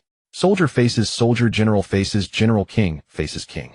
Eventually Li Xiaoyao will be unable to advance beyond your side, offering you neither aid nor comfort. The Golden Dynasty, once the catalyst for your rise, will become a burden upon your maturity. Tears streamed down the tutor's aged face, his expression steeped in regret. Your Highness, it is our failure as ministers that has forced you to bear the dynasty's entire weight. The tutor's long sword descended once more, but this time a tender little hand caught it. 5 small fingers, barely half the blade's length. The disparity in size was immense, yet Zhou Ling's tiny hand halted the strike. Master, there's no need for this. Life is a series of choices. Since I've made my decision, regardless of the outcome, I will strive to do better. Her youthful voice rang with unyielding resolve. Zhou Ling lifted her head slightly, meeting the tutor's gaze, her eyes blazing with the aura of an emperor. Even as her small hand ached from the impact, Zhou Ling did not let go, her expression solemn and proud. Well said. That's the spirit of the empress. The tutor wept for joy, brandishing his sword anew as gusts of wind howled. He laughed like a child. Your Highness, seize this momentum. Let us continue our duel. Oh. Zhou Ling froze. After such an emotional moment, shouldn't they be embracing in tears like grandfather and granddaughter? Ow, that hurts. Within the sacred and solemn imperial court, a maiden's pained cry echoed. The tutor swung his sword relentlessly, driving Zhou Ling to flee in disarray. Each strike was calculated deliberately, leaving openings for her to defend or counter. Your Highness, summon your power and strike back. The tutor bellowed, landing a blow on Zhou Ling's backside. How do I do that? Zhou Ling yelped, hopping in agony as her rear burned. Why did that old lecher keep targeting my butt? The imperial dragon Qi. The power of authority, the celestial grace of the phoenix. These are innate abilities as natural to you as eating or drinking. You simply haven't discovered them yet. The tutor instructed as he continued his assault. Sweat beaded on Zhou Ling's face as she panted. You mean I can just summon them at will? You could put it that way, Your Highness. Zhou Ling opened her mouth. When had I become so powerful? Those 3 things sounded incredibly impressive. How could he make it sound so simple? So far she had barely managed to grasp the power of authority, and only in its defensive form. Master, that's too vague. Give me a hint. Zhou Ling ducked to evade another strike. How should I know? They are your abilities, Your Highness. You were the one who told me about them. The tutor replied while pressing his attack, each swing of his sword aimed at her. Oh, for crying out loud. Zhou Ruoling, you left me such a mess. Zhou Ling cursed under her breath. Her mind raced, pondering the tutor's words. If it's as natural as eating and drinking, it can't be that hard. I must have forgotten something. Zhou Ling's thoughts churned as she struggled to recall. At the same time, she had to dodge the tutor's relentless attacks. She had asked him to stop, but he persisted, bound by some contract, she surmised. Facing the tutor's swordsmanship, which rivaled a sword saint's, Zhou Ling could only endure his blows. Even her prized immortal silk proved useless against him. Damn it. You're a mage. Why are you so skilled with a sword? The tutor smiled faintly. Your Highness, I once dreamed of becoming a sword saint. Zhou Ling forced a bitter laugh. Indeed, a mage who can't fight up close isn't a true mage. But this raised the difficulty significantly, even with the tutor holding back as a swordsman. What exactly is the imperial dragon Qi? And it's supposed to be innate. But how do I awaken it? Zhou Ling furrowed her brow deeply. Her mind wandered, searching for any connection to the imperial dragon Qi. She recalled a fortune teller from her childhood who declared her destiny was extraordinarily noble, with the purple star shining brightly, a sign of imperial rule in ancient times. At 7, armed with nothing but a bone, her fate had drawn the loyalty of every village mongrel. She left the village with 100 dogs at her heels. Lost in thought, Zhou Ling suddenly remembered the incident in the alley yesterday. She immersed herself in that moment, clenching her fists as anger surged within her. Moi. The tutor's eyes lit up with joy. That's it, Your Highness. He slowed his attacks, waiting for her to reclaim her power. At that moment, faint dragon groans emanated from Zhou Ling. As time passed, a miniature golden dragon materialized, coiling around her. Perfect. The tutor wept tears of joy, wiping them away as he raised his sword to strike. Sensing the attack, Zhou Ling's eyes snapped open, unleashing an overwhelming aura. How dare you? Zhou Ling's roar echoed like divine thunder, the Empress incarnate, every gesture radiating sovereign might. Unfazed by the tutor's assault, she raised her jade hand slowly. Submit. A single word, yet countless syllables resonated in all ears. Li Xiaoyao trembled his entire body, shaking uncontrollably with exhilaration. The true Empress has finally returned. Countless immortal silk strands shot forth from all directions, tearing through the void and sealing the space around them. The tutor's sword froze midair, unable to advance or retreat, as if fixed in that space. Moreover, the immortal silk pierced his palms, binding them to the blade. Forgive me, tutor. Zhou Ling spoke calmly, two miniature golden dragons coiling around her arm, with her words as her palm thrust forward. Roar! The twin dragons let out a resonant cry, soaring forth from left and right to strike the immobilized tutor. Haha, no matter. Your Highness, unleash your full power. The tutor laughed heartily, his chest heaving with pure joy. He made no move to evade or defend, watching the approaching dragons with immense satisfaction. A smile graced his lips as he slowly closed his eyes, welcoming Zhou Ling's strike. Boom! The attack struck the tutor directly, dragon roars piercing the heavens as golden light erupted, engulfing him entirely. National teacher, I am grateful for everything you have done for me. I will always remember your teachings. Zhou Ling's eyes were filled with sorrow as she lowered her head in silence, mourning the national teacher. When the radiance dissipated, the national teacher stood there unscathed. Above his head, only a 10 health damage value appeared. Pity the power is still lacking. The national teacher shook his head slightly, yet he was already quite satisfied. Zhou Ling's mouth twitched. Good heavens, smoke without injury. It seemed her little universe had erupted for nothing. There is still some time. This is a good opportunity for you to familiarize yourself with this ability. The national teacher assumed a stance. Your Highness, let us continue. All right. Zhou Ling nodded solemnly, then took the initiative to attack, manipulating the invisible immortal threads to pierce toward the national teacher. The national teacher was like a sword god incarnate, countering each of Zhou Ling's moves with ease, even having the energy to retaliate and guide Zhou Ling on her shortcomings. Zhou Ling nodded humbly, seeking advice. In truth, it went in one ear and out the other, leaving her utterly confused. Sometimes she made the same mistake 4 or 5 times. The national teacher was not impatient. Every time she erred, he pointed it out to her. But his attacks doubled with each mistake Zhou Ling made. At first it was manageable, and Zhou Ling, with her little universe unleashed, could exchange blows with the national teacher. Gradually, however, Zhou Ling realized she had been overthinking. Before the national teacher, she was nothing but a complete novice. The pain was unbearable, yet Zhou Ling endured it without uttering a sound. Time passed, and 3 hours slipped by. 3 hours are up. This session of study ends here. The national teacher sheathed his long sword, and with a gentle tap, froze Zhou Ling in place. Even the imperial dragon Qi at her side struggled in vain, and even the little golden dragon was trapped along with her. At that moment, Zhou Ling finally grasped the gap between herself and the national teacher. A chasm as vast as clouds and mud, one in the heavens and one on earth. She was a firefly in the night, while the national teacher was the bright moon in the sky. There was simply no comparison. It's over. Zhou Ling withdrew her attack, a hint of reluctance in her eyes. A good teacher and helpful friend were hard to find. She had finally encountered a mentor like the national teacher, who cared solely for her well-being. Zhou Ling felt a surge of anxiety. The national teacher nodded. This is the 2nd floor of the Heavenly Tower. Your Highness must have some understanding of its mechanisms before coming correct. I know, but wasn't it supposed to be 6 hours? Only 3 hours have passed. Zhou Ling spoke. In her view, there was still plenty of time, and she should seize this opportunity to learn the national teacher's true teachings and leave behind. Silly child, the national teacher scolded with a smile. From the moment you stepped into the Heavenly Tower, many prodigies have already followed your footsteps and entered as well. So what? Zhou Ling was unimpressed, having already assessed the difficulty of the Heavenly Tower. If everyone was as powerful as the national teacher, then these people would never clear the 2nd floor. The national teacher smiled knowingly, fully aware of Zhou Ling's thoughts. He patted Zhou Ling's head. You are still too young. I am merely an exception. The Heavenly Towers of other participants are not like mine. As far as I know, there are at least 5 prodigies who can clear the tower within 4 hours. Hearing the national teacher's words, Zhou Ling grew anxious. She had come for the first place. What should I do? Zhou Ling asked the national teacher nervously. Isn't that what I'm here for? The national teacher lifted his head, stroking his long beard with confidence. Seeing the national teacher's expression, Zhou Ling was momentarily stunned, but then a thought struck her. Her eyes sparkled. You mean? She paused, lowering her voice. We work together from inside and out, collaborate in secret to pull off a deception and swap things around. The national teacher chuckled, neither nodding nor shaking his head, but the implication was clear. Isn't that cheating? Zhou Ling worried. Nonsense. The national teacher glared at her. How could this be cheating? This is a clever strategy. In your player's terms, it's called farming boss favorability. Zhou Ling rolled her eyes. This was the first time she had heard of building favorability with a boss. Probably only in this heavenly domain. Zhou Ling quickly agreed, the national teacher is right. I am enlightened. But what's the next step? Zhou Ling asked, having no clue despite the talk. Come, your highness, hit me. Zhou Ling looked puzzled, unsure of the national teacher's intent. Still she complied, walked up to him, raised her small fist, and punched him. Truly I hit you with my little fist.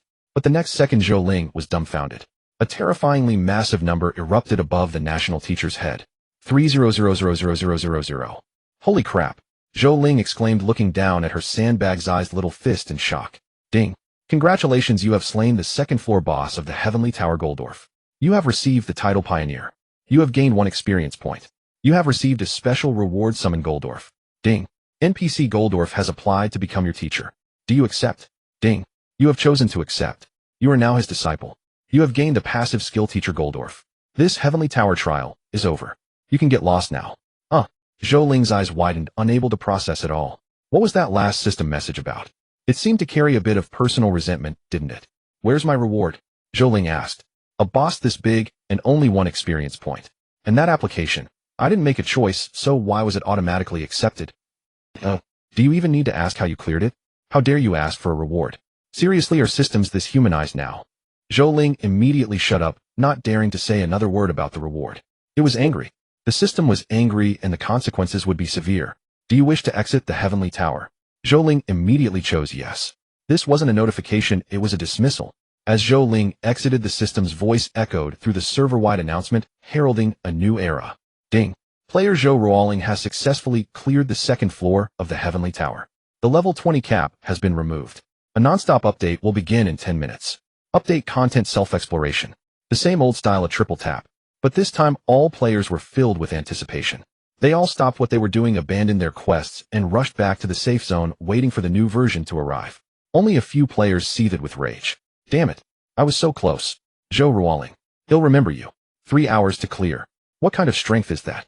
Such a high-level player must be from our country. Baka. Shernai Shimisho. 10 minutes slipped away in the blink of an eye, accompanied by the server's update. During those 10 minutes, not only did no one log off, but even more players came online. The Tianyu system was quite cheeky. It didn't even notify players of the update details, leaving everything for them to discover on their own. Although the update content wasn't announced, players could more or less guess its general nature. The removal of the level 20 cap was a certainty, and beyond that, new maps were bound to appear. A week ago, some idle players had been heading in a single direction persistently. They had expected to uncover a new map only to encounter an invisible wall at the end, accompanied by a system prompt: your strength is insufficient. For your safety, entry to the area ahead is prohibited. With the level 20 cap in mind, players now understood the reason behind it. Now with the game updated and the level 20 cap lifted, it was only natural that new maps would open for players to grind and level up. With this in mind, the players could wait no longer. They dashed frantically toward the spot where the invisible wall once stood. Pioneering and exploring new maps, no matter the game, was always the most exhilarating and eagerly anticipated activity for players. Driven by the mere chance to be the first to set foot in a new territory, a new world, they scrambled forward recklessly.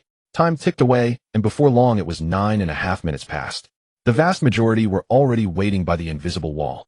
The place was a sea of people with deafening cheers and celebratory noises. Some players were so crushed against the wall by the crowd that their faces were grotesquely deformed. Yet the smiles on their faces were utterly unstoppable. At exactly 10 minutes, the moment of exhilaration was about to dawn, and the system's chime echoed in everyone's ears. Ding. The update has concluded. A new era is upon you. Enjoy it to the fullest, players. In the first one, as the invisible wall vanished, the player who had been squashed against it shot forward like a rocket. Great land of voyage. Wang Lufei has finally arrived. Midair Wang Lufei spread his arms wide, ready to greet the new world's soil face first. Just as Wang Lufei was about to kiss the ground, the earth beneath him shifted slightly. Then a metallic spike shot up from the surface. Wang Lufei. Holy crap. Don't come near me. With a piercing sound, Wang Lufei's face plunged straight into the spike, impaled through the head. A terrifying number appeared above his head. 10000. This damage value far exceeded Wang Lufei's health bar. He died instantly, turning into white light, and forcibly sent back to the city. Holy crap. Holy crap. What the hell is this? All players were terrified, for before them stood not just one spike, but thousands of metallic ones. Not good. Danger ahead, don't come. The frontline players tried to stop, but those in the back refused to believe them, surging forward wildly. Then, players fell like dumplings in a pot pushed by those behind them into the spikes. Each one was impaled through the heart, following in Wang Luffei's footsteps. A single strike, dealing 1-0 damage, was far beyond what these fragile players could withstand. Even some tank players with over 1-0 health met a tragic end. They discovered the spikes were poisoned, and with a resigned look at the sky, they were sent back to the city. This scene unfolded not only here, but across the world wherever players gathered. Players died gruesomely, their wails unending. In Tianhong City, when Zhou Ling emerged from Fairy Tail, she witnessed a peculiar sight. Groups of players sat in silence. Some by the roadside, others crouched against walls. Those with cigarettes smoked, those without, or who didn't smoke, drew circles on the ground. Everyone wore a dejected expression. How many levels did you lose? 2. I'm better off. Only lost 1. What's there to be happy about? We all lost levels. Sigh. They sighed silently, drawing circles on the ground. Zhou Ling was utterly bewildered. Wasn't the game updating? Shouldn't everyone be happy? Why such expressions? She approached a group of players drawing circles. What's wrong with you all? Hearing her inquiry, a few looked up and saw a doll-like little girl. Their eyes lit up, and those smoking quickly stubbed out their cigarettes. The new map has opened. Shouldn't that be good news? Zhou Ling grew even more confused. They rolled their eyes, reluctant to dampen the young girl's spirits. But for her safety, to spare her from the new world shadow, they warned her, the monsters in the new map are incredibly powerful. Both my brother here and I are level 20, yet we died without even seeing the monsters. Little girl, if you're not level 20, don't go to the new map. Even if you are, it's best to team up. Zhou Ling blinked a bit puzzled, but nodded obediently. I understand. Thank you, big brothers. You're really kind. Just then a commotion sounded from afar. Look, the Overlord Guild is making their move. Are they heading to the new world to explore the map? Indeed, only a large guild like that can survive in such a new world. Hearing this, Zhou Ling and the few players she'd been chatting with turned to look. Wang Tianba, leading a group of elite guild members, appeared on the city streets heading out of town. How could one describe them? Aside from Wang Tianba, who seemed somewhat normal, the others were as flashy as the founding ancestors of alternative fashion, gathering all sorts of eccentric talents from 5,000 years of Chinese history. Yet one had to admit these people indeed possessed the qualities of top-tier players. Their equipment radiated a purple glow. Every weapon and gear piece was of purple grade. Especially Wang Tianba himself, the massive broadsword on his back faintly shimmered with a reddish light. Starting the pioneering so soon? Zhou Ling's pretty face fell into thought. What about Fairy Tail? She pondered, then opened the guild channel. Qin Shiyao, log in everyone. All level 20 players get online now. Time to pioneer the new map. Jiang Yi by Kursin Fu Yuan Xingjia. Those I've named gather at Fairy Tail immediately. Check if your friends are online. If not, call them right away. Yun Meng, the healers are all assembled. There are 23 in total already prepared in the guild. Shiyao, how are the DPS on your end? Qin Shiyao, gathering now. Wei, what about you? Wei, just 3 little tanks, but it doesn't matter. I alone am enough. In the Fairy Tail guild channel, preparations were being made at lightning speed. As the guild leader, Qin Shiyao personally oversaw everything, with every member assigned in an orderly manner. Zhou Ling glanced at the list Qin Shiyao had sent out. Her own name prominently appeared, allocated to the DPS group. Looks like something big is about to happen, Zhou Ling remarked, then stopped paying attention to the Overlord Guild. She got up and walked toward the Fairy Tail Guild. I just came out, but I didn't expect to have to go back so soon. In Fairy Tail, a large number of adorable members were ready. These were not dolls to be toyed with. Each one was a cat that could bare its tiny fangs and bite. Fierce yet cute. Zhou Ling was placed in the front ranks of the DPS, but not in the vanguard charging into battle. Although Qin Shiyao thought Zhou Ling should be formidable, she was still uneasy without witnessing her strength. Positioning her behind the front line was both for Zhou Ling's safety and to gauge whether her skills truly matched a high-level player's. Zhou Ling had no objections. Like an impending war, a group of young female soldiers stood in formation on Fairy Tail's lawn. Seeing everyone was present, Qin Shiyao skipped any pre-battle speeches. Let's go. With a wave of her hand, she led the group of adorable members out of Fairy Tail, heading toward the new map. Nervous? Yun Ming asked, noticing Zhou Ling's dazed expression. No, it's just. Zhou Ling shook her head, pointing at the long line of members marching in formation. A smile tugged at her lips as she stifled laughter. Why do I feel like this is a kindergarten field trip? All this. Yun Ming was momentarily speechless, unsure how to respond. She looked up at the group of cute members. Reminded by Zhou Ling, she suddenly felt the same way. She had to hold back her laughter. Yun Ming forced down her smile, stamped her foot, and shot Zhou Ling a glare before hurrying aside. The group appeared in the city instantly, drawing the attention of many players and NPCs. The little girl's adorable charm captivated people of all ages. They blinked their big eyes, gazing at everything with curiosity. Melting hearts. Is the fairy tale big shot making a move? I can't imagine these cuties fighting such monsters. No way. I have to protect them. Wake up, they're stronger than you. Leaving Tianhong City, Qin Shiyao chose a direction at random. There were 5 main roads from Tianhong City leading to the New World, each corresponding to different regions with distinct monsters and dangers. I hope it's not tentacles. Qin Shiyao shuddered, praying. Don't jinx it. Your words are too ominous. Wei Wei glared at her. No worries. If it is ill, retreat and switch paths immediately. Qin Shiyao stuck out her tongue. The journey to the New World was long, and with everyone having short legs, their pace was slow. When they reached the air wall, they found many people resting on the main road. Spotting Qin Shiyao and her group, the onlookers grew excited and stood up. It's Qin Shiyao from Fairy Tale, and Wei Wei is here too. Is the entire guild's elite force mobilized? Great. With this, the monsters blocking the New World gate will surely be slain by the big shots.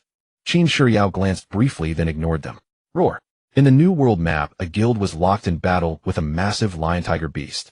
Players were being slaughtered by the giant beast every moment. It was a one-sided fight. Such a huge monster, and its damage is insane. Every hit deals over 100,000. My HP is barely over 100,000, meaning I can only take 1 hit. Zhou Ling was shocked. Was this the wild monster outside the novice village? Was this a joke? Shouldn't such a terrifying creature be a boss in an outer zone? Roar. A beastly roar jolted Zhou Ling from her thoughts. Everyone looked up. The giant lion-tiger leaped, pouncing toward the ground in a tiger-like stance. Rumble. Like a tidal wave, sand and stones flew, dust filled the air, and a terrifying shockwave surged toward Zhou Ling and the cute members.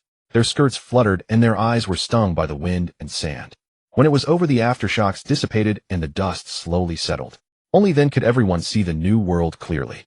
Roar. The giant lion-tiger stood proudly, roaring at the sky. Its cry shook the surroundings, uprooting wild grass and bending large trees. As for the guild members who had fought it, they had already turned into white light and been teleported back to the city. Gulp. Everyone swallowed hard, trembling with fear. Wasn't this boss a death sentence? Should we continue? A little girl asked. Such a boss could take them out with a single hit. And this wasn't a dungeon. Dying meant losing a level which would take days to regain. Qin Shiyao gazed at the distant giant lion-tiger, her expression grave. She shook her head first, then looked at Wei Wei. Can we handle it? It's a huge problem. Wei Wei chuckled softly, a glint of red flashing in her eyes, hinting at bloodlust. Should we form a 4-person team? Qin Shiyao suggested. There was strength in numbers, but sometimes numbers could be a burden. Qianyu limited the terror of the 4th calamity. Players could revive after death, but the penalties were severe. Qin Shiyao didn't want her fairy tale members to be swatted like cute little bugs. All right. Wei Wei nodded, agreeing to Qin Shiyao's proposal. The 4-person team naturally consisted of Qin Shiyao, Wei Wei, and Yun Ming. In previous raids, they would bring along a random cute member. But this time was different. This was an expedition to clear a new map. Qin Shiyao couldn't even guarantee her own victory, so the last member had to be a powerful teammate. Both Qin Shiyao and Wei Wei had special classes due to racial changes, while Yun Ming, though not special, was an indispensable healer. After some thought, they both turned their gaze to Zhou Ruo. She had solo farmed in level 20 areas and reached level 20 in just a few days. In their eyes, Zhou Ruo's strength was undoubtedly formidable. With that, Qin Shiyao called Zhou Ling over and explained her plan. Zhou Ling naturally agreed and promptly formed a 4-person team with Qin Shiyao, Wei Wei, and Yun Ming. This happened so suddenly, plans have changed. The monster is too strong, a group attack won't be effective. Qin Shiyao instantly slipped into a serious demeanor, and Zhou Ling felt as if she were seeing the female CEO from her former workplace. How about this? Wei Wei and I will form a 4-person team, and you two wait nearby for support. Qin Shiyao issued the command and disbanded the group, allowing everyone to act independently. Let's go. With that, she and Wei Wei headed toward the massive lion-tiger. Zhou Ling and Yun Ming followed closely behind. The moment the battle began, a pair of stunningly beautiful light wings sprouted from Qin Shiyao's back. With a flutter of her wings, the magical girl Qin Shiyao brandished her magic wand and fired a beam of magical light at the lion-tiger. 10000. Zhou Ling's expression remained indifferent, accustomed to Li Xiaoweo's high damage output. Now seeing Qin Shiyao's 1000 point strike felt rather underwhelming. Roar. The lion-tiger, enraged by the audacious insects daring to disturb it, erupted in fury. In an instant, it unleashed its most powerful attack skill. Countless orbs of light coalesced, hurtling toward Qin Shiyao like homing missiles. A group attack with tracking capabilities. Yunming, keep an eye on my health. Qin Shiyao's expression turned grave as she alerted Yunming. Then flapping her wings, she darted around the lion tiger, evading its skills. Her tiny figure resembled a joyful mosquito. A beautiful little fairy. As her wings fluttered, she looked like a butterfly. She adorned the lion tiger's surroundings with a dazzling, iridescent glow. While dodging, she wielded her magic wand, unleashing magical attacks one after another. The battle was exquisitely ornate, like a fairy tale, a sheer delight to behold. Blood Shadow Clone. The next moment Wei Wei struck. Several streams of blood essence burst from her body, landing around the lion tiger and forming blood-colored clones of herself. There were 10 blood clones in total, each an exact replica of Wei Wei. Swiftly the 10 Wei Weis charged at the colossal lion tiger, their arms transforming into blood claws that tore through its hide. Roar! The lion tiger cried out in pain as a string of damage numbers appeared above its head. It swung its body and swatted a blood clone with its paw, instantly obliterating it. Its assault unabated. After killing one clone, it immediately lunged at the real Wei Wei. Boom! Just then an explosion erupted on the lion tiger's head, revealing a damaged figure of 7000. What's this? Wei Wei, who had been bracing for battle, froze. She turned her gaze toward Zhou Ling. The latter, holding the infinite bow, was preparing another charged shot. Seeing Wei Wei looking at her, Zhou Ling smiled. Wei Wei then roughly understood Zhou Ling's strength and fought with greater confidence. As a warrior-type vampire, Wei Wei excelled in close-quarters combat. Free from worry, Wei Wei charged alone at the lion tiger, unleashing a flurry of attacks. She made the massive beast roar in agony, its eyes blazing with fury. She had effectively drawn all its aggro. Well done, Wei Wei. Keep it occupied. Yuming managed Wei Wei's health. Qin Shiyao felt the pressure ease. After enduring several light orb attacks, she began casting magic skills. As a magical girl, though capable in melee, her most formidable attacks were her magical abilities. Beams and waves of light, as if free for the taking, rained down relentlessly upon the lion tiger. When her mana ran dry, she immediately downed a top-tier mana potion, instantly restoring her reserves. 20005004000. The lion tiger's health plummeted by tens of thousands at a time. In the blink of an eye, it had dropped by 80. Roar! It was enraged. Just as it had annihilated the previous guild, the lion tiger leaped high into the air, descending in a pouncing stance. Group damage. The 4 girls frowned in unison. Wei Wei reacted swiftly, sprouting a pair of blood wings and soaring into the sky with a single flap. The 2 girls who couldn't fly were left in a sorry state. However, each had their own means of survival, like the 8 immortals crossing the sea, each showing their unique prowess. Guardian's power. Yunming shook her lantern, and a faint glow radiated around her like fireflies dancing in her vicinity. Bone ring. Zhou Ling summoned a ring of bones. Withered bones spread, skeletal hands danced, and skulls wailed in lament. In an instant, her surroundings turned eerily macabre, like a hell of bones. A power utterly unbefitting a girl of her tender years. It stood in stark contrast to Yunming's gentle aura. Alas! Rumble. The lion tiger's attack landed at that moment, taking only seconds from its leap. A fierce gale erupted, sending powerful shockwaves in all directions. Wei Wei and Qin Shiyao bore the brunt of it. Holy crap! We can't dodge this thing while flying. Both girls' expressions shifted dramatically, and Qin Shiyao cursed aloud. The next instant, the 2 airborne figures were sent flying backward by the gale. 1000000. 1500000. 90001. Horrifying numbers appeared above the 4 girls' heads, their health bars plummeting to the brink. Yunming fared better. As a healer, she had high health and had activated her guard skill early, so she only lost 2/3 of her health. Qin Shiyao and Wei Wei, however, were in dire straits. One had less than 5 health remaining, and the other's health was completely drained. If not for the magical girl's passive health lock skill, she would have been sent home. Damn, I almost died. Qin Shiyao emerged from a pile of rubble covered in dust and looking a mess. She hastily retrieved health potions from her inventory and chugged several until her health returned to a safe level. Is this monster this powerful? This is just the skill at 80 health. What about the later ones? They must be insane. Qin Shiyao wore a grim expression. She was in a terrible spot, low health, low defense. She had thought her wings would give her an aerial advantage. But the monster's skills could even hit her in the air. Being a magical girl was truly a high-risk profession. Wiping blood from the corner of her mouth, Qin Shiyao looked at the 2 girls on the ground.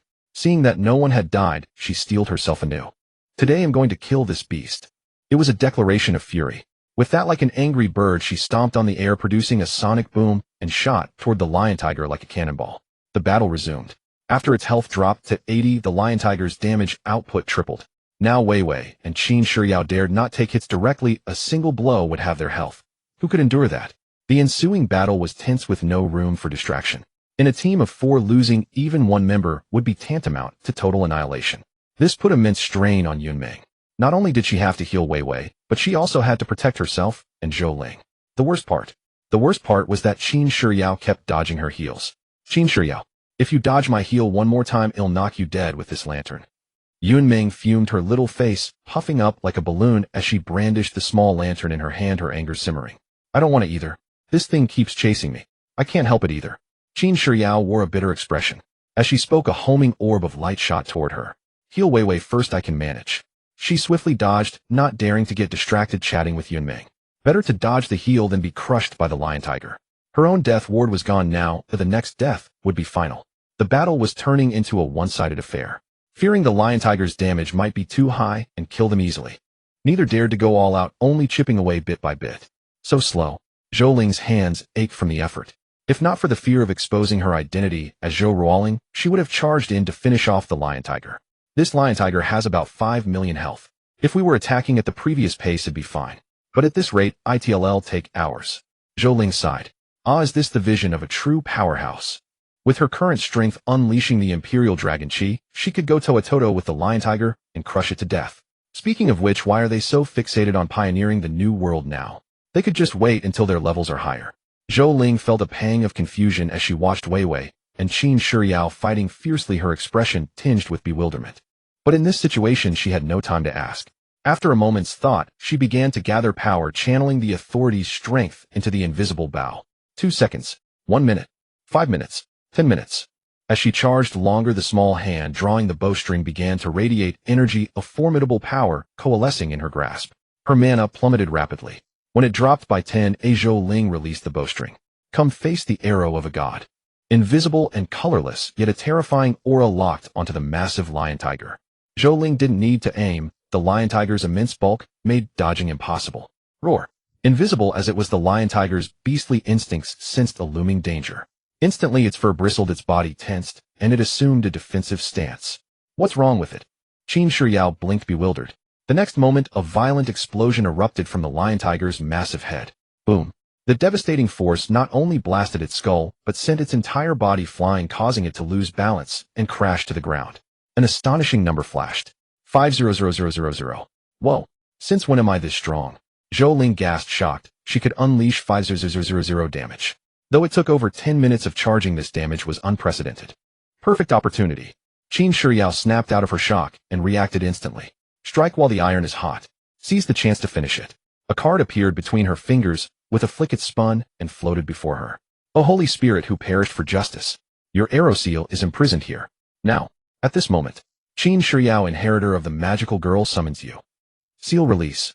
Her staff struck the card, which cracked, and from the fissures wisps of sword aura seeped out. With a bang, the card shattered.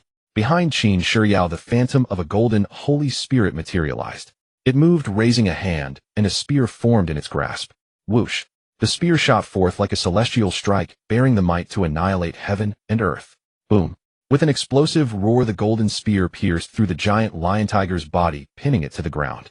80000. Such a terrifying blow surpassed Zhou Ling's attack, and together they carved off 1.3 million health from the lion tiger. Health dropped to 55. Roar. The lion tiger bellowed in fury, its body writhing, limbs flailing, struggling to rise, but finding itself pinned by the spear. Unexpectedly, it also had a control effect.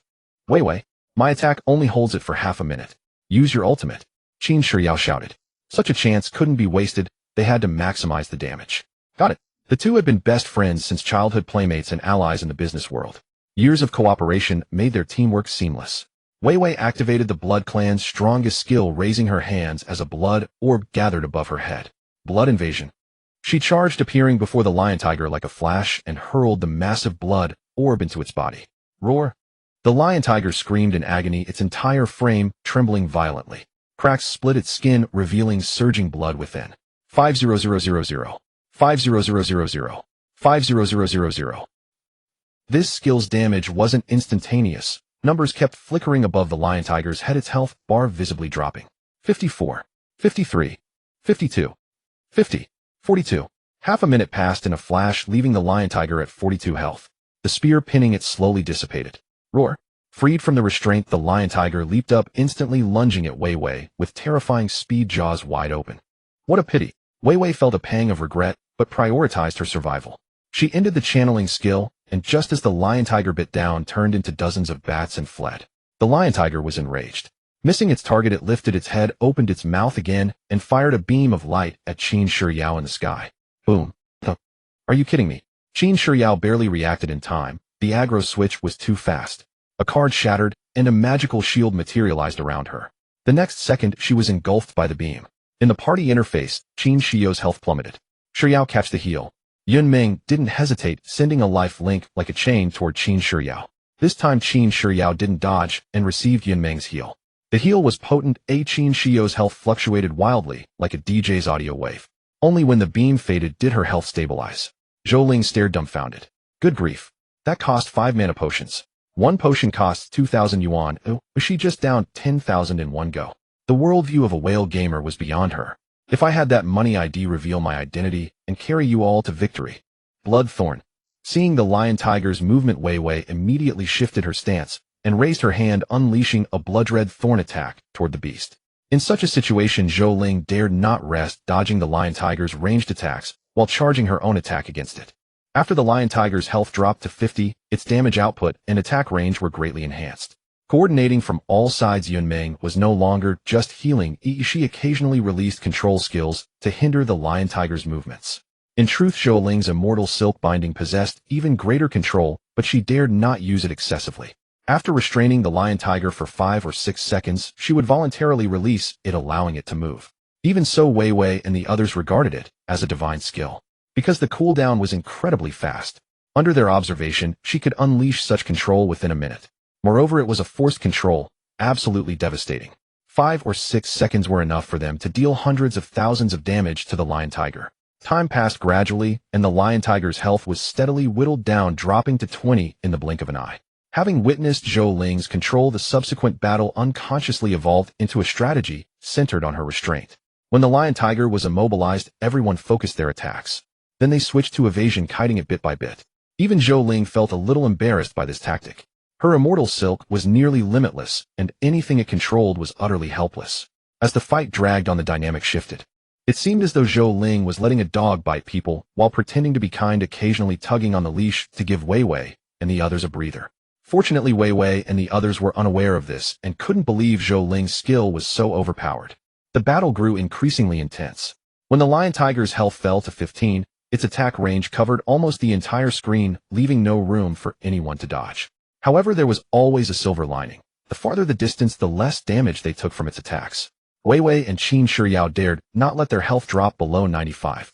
If it fell to that threshold and Yunming couldn't heal them back, they would immediately drink a health potion to recover. Zhou Ling's heart ached at the sight. Though the potions weren't the instant full heal type, each bottle cost 100 yuan, hard-earned money. The ways of big spenders were beyond her comprehension. Gradually, the lion tiger's health dropped to 10. Everyone be careful. It's about to go berserk. Qin Shiyao quickly warned. As any gamer knew, when a boss health reached a certain point, it would enter a berserk state. Some bosses would unleash an unavoidable skill, wiping out the entire party. When its health hit 10, the group suppressed their excitement and prepared thoroughly to face the lion tiger's rampage. Roar. Sure enough, with a mighty bellow, the lion tiger went berserk. Its speed reached an utterly terrifying level, leaving afterimages as it moved. It appeared before Zhou Ling at a speed imperceptible to the naked eye. That's right, our little darling. Zhou Ling, they'll crush you. The lion tiger roared, raising its massive paw. With extreme speed, it slammed down, and even through the afterimages one could see the storm generated by the sheer force. Ruoro. Qin Shiyao cried out in alarm. That single strike, no matter how much health Zhou Ruo had, she couldn't withstand it. Zhou Ruo was surely doomed. That was the thought of everyone, including the players watching from outside. Boom. With that strike, the earth trembled, as if a violent sandstorm had erupted, sending countless grains of sand spreading outward. The dust swirled, instantly enveloping Zhou Ling and the lion tiger's massive form. Everyone's eyes widened. The only thing they could see was the damage numbers that appeared as the dust first rose. 200.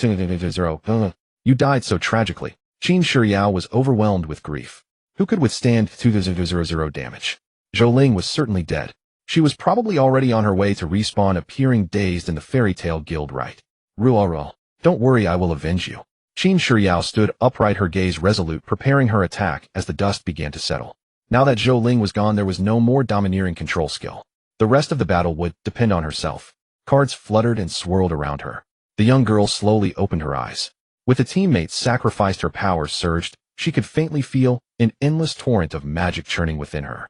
If one more teammate fell, she believed she could annihilate this lion tiger in a single blow. Countless cards converged before the star on her magic wand, forming a sphere brimming with light.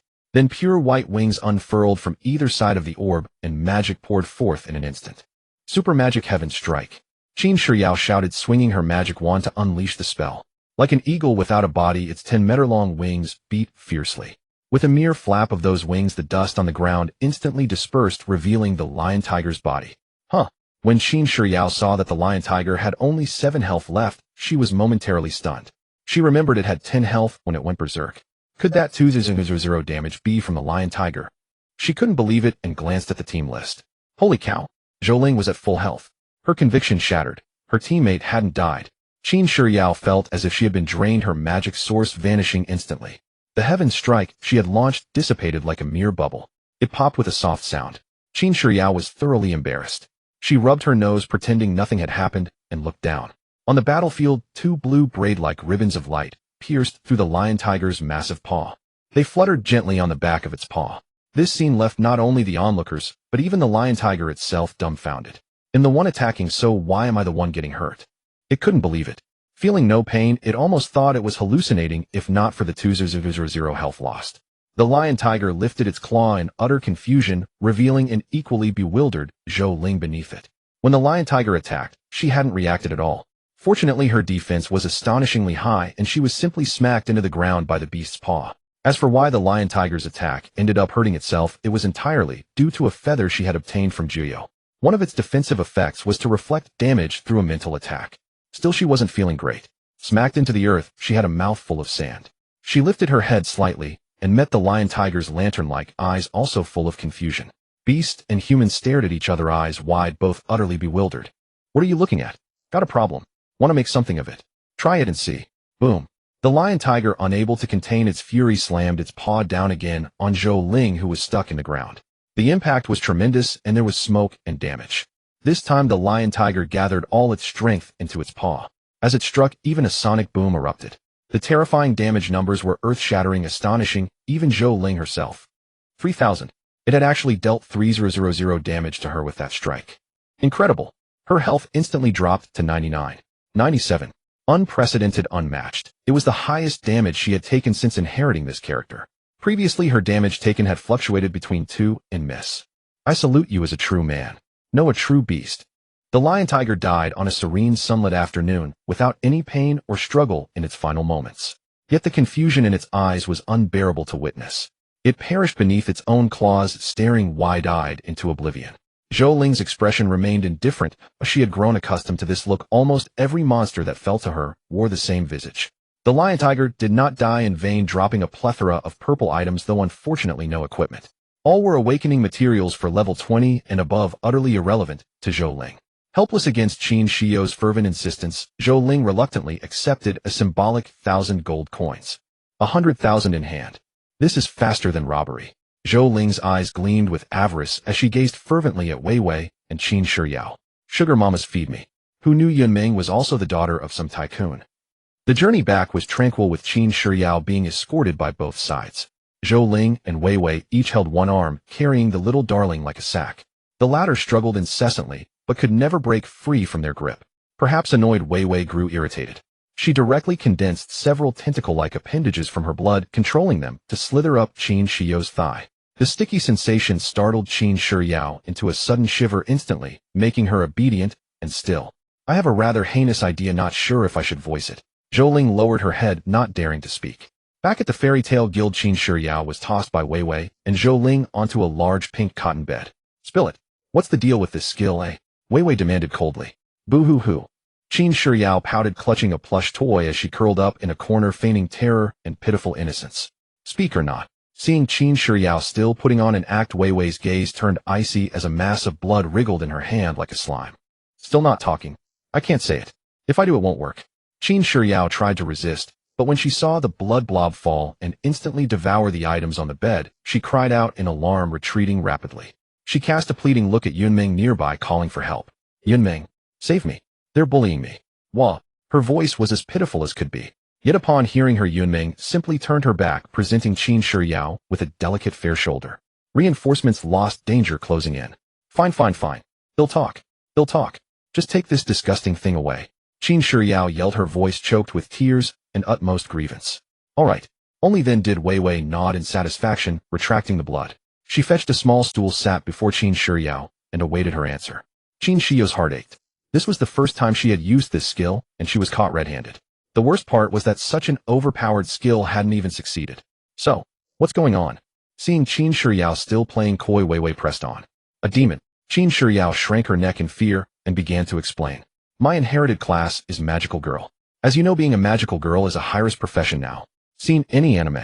The kind of hot-blooded ones where during a fight, if a teammate gets hurt or dies, the protagonist always unleashes their inner cosmos and turns the tide. The more gruesome the teammate's death, the greater the protagonist's power becomes. Qin Shiyao dared not continue. She lifted her head slightly and was startled.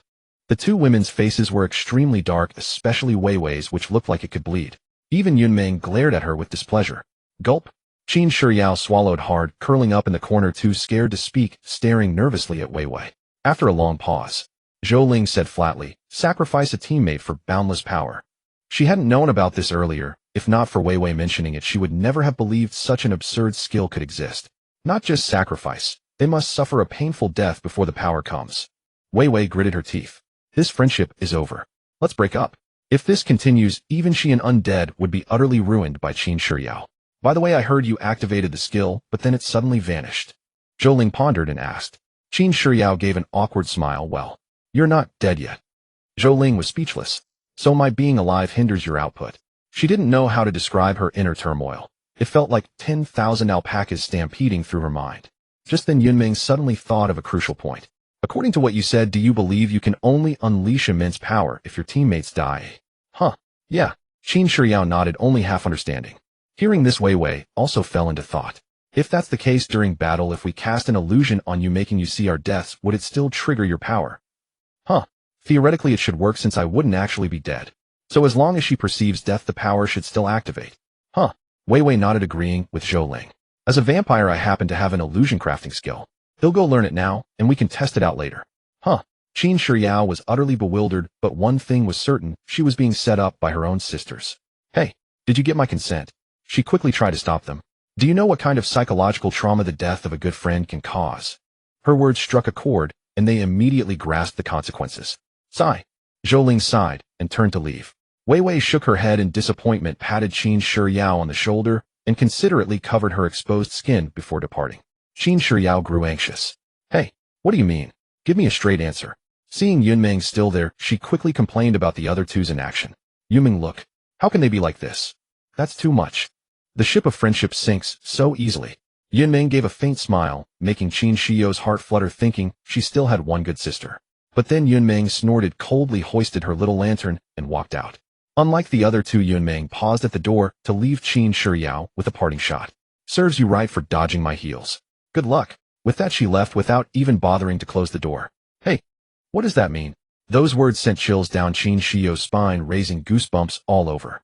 She felt as if a blood-red danger was written above her head. It's over, it's over. Fairy tale is no longer a fairy tale. Zhou Ling chose to log off. Due to the time difference, it was already night outside. Fortunately, Zhou Yu was not home. Zhou Ling simply cooked a dish and ate a little. Looking at the refrigerator, the corner of Zhou Ling's mouth twitched. A half-month's worth of food finished in just 2 or 3 days. Absolutely ridiculous.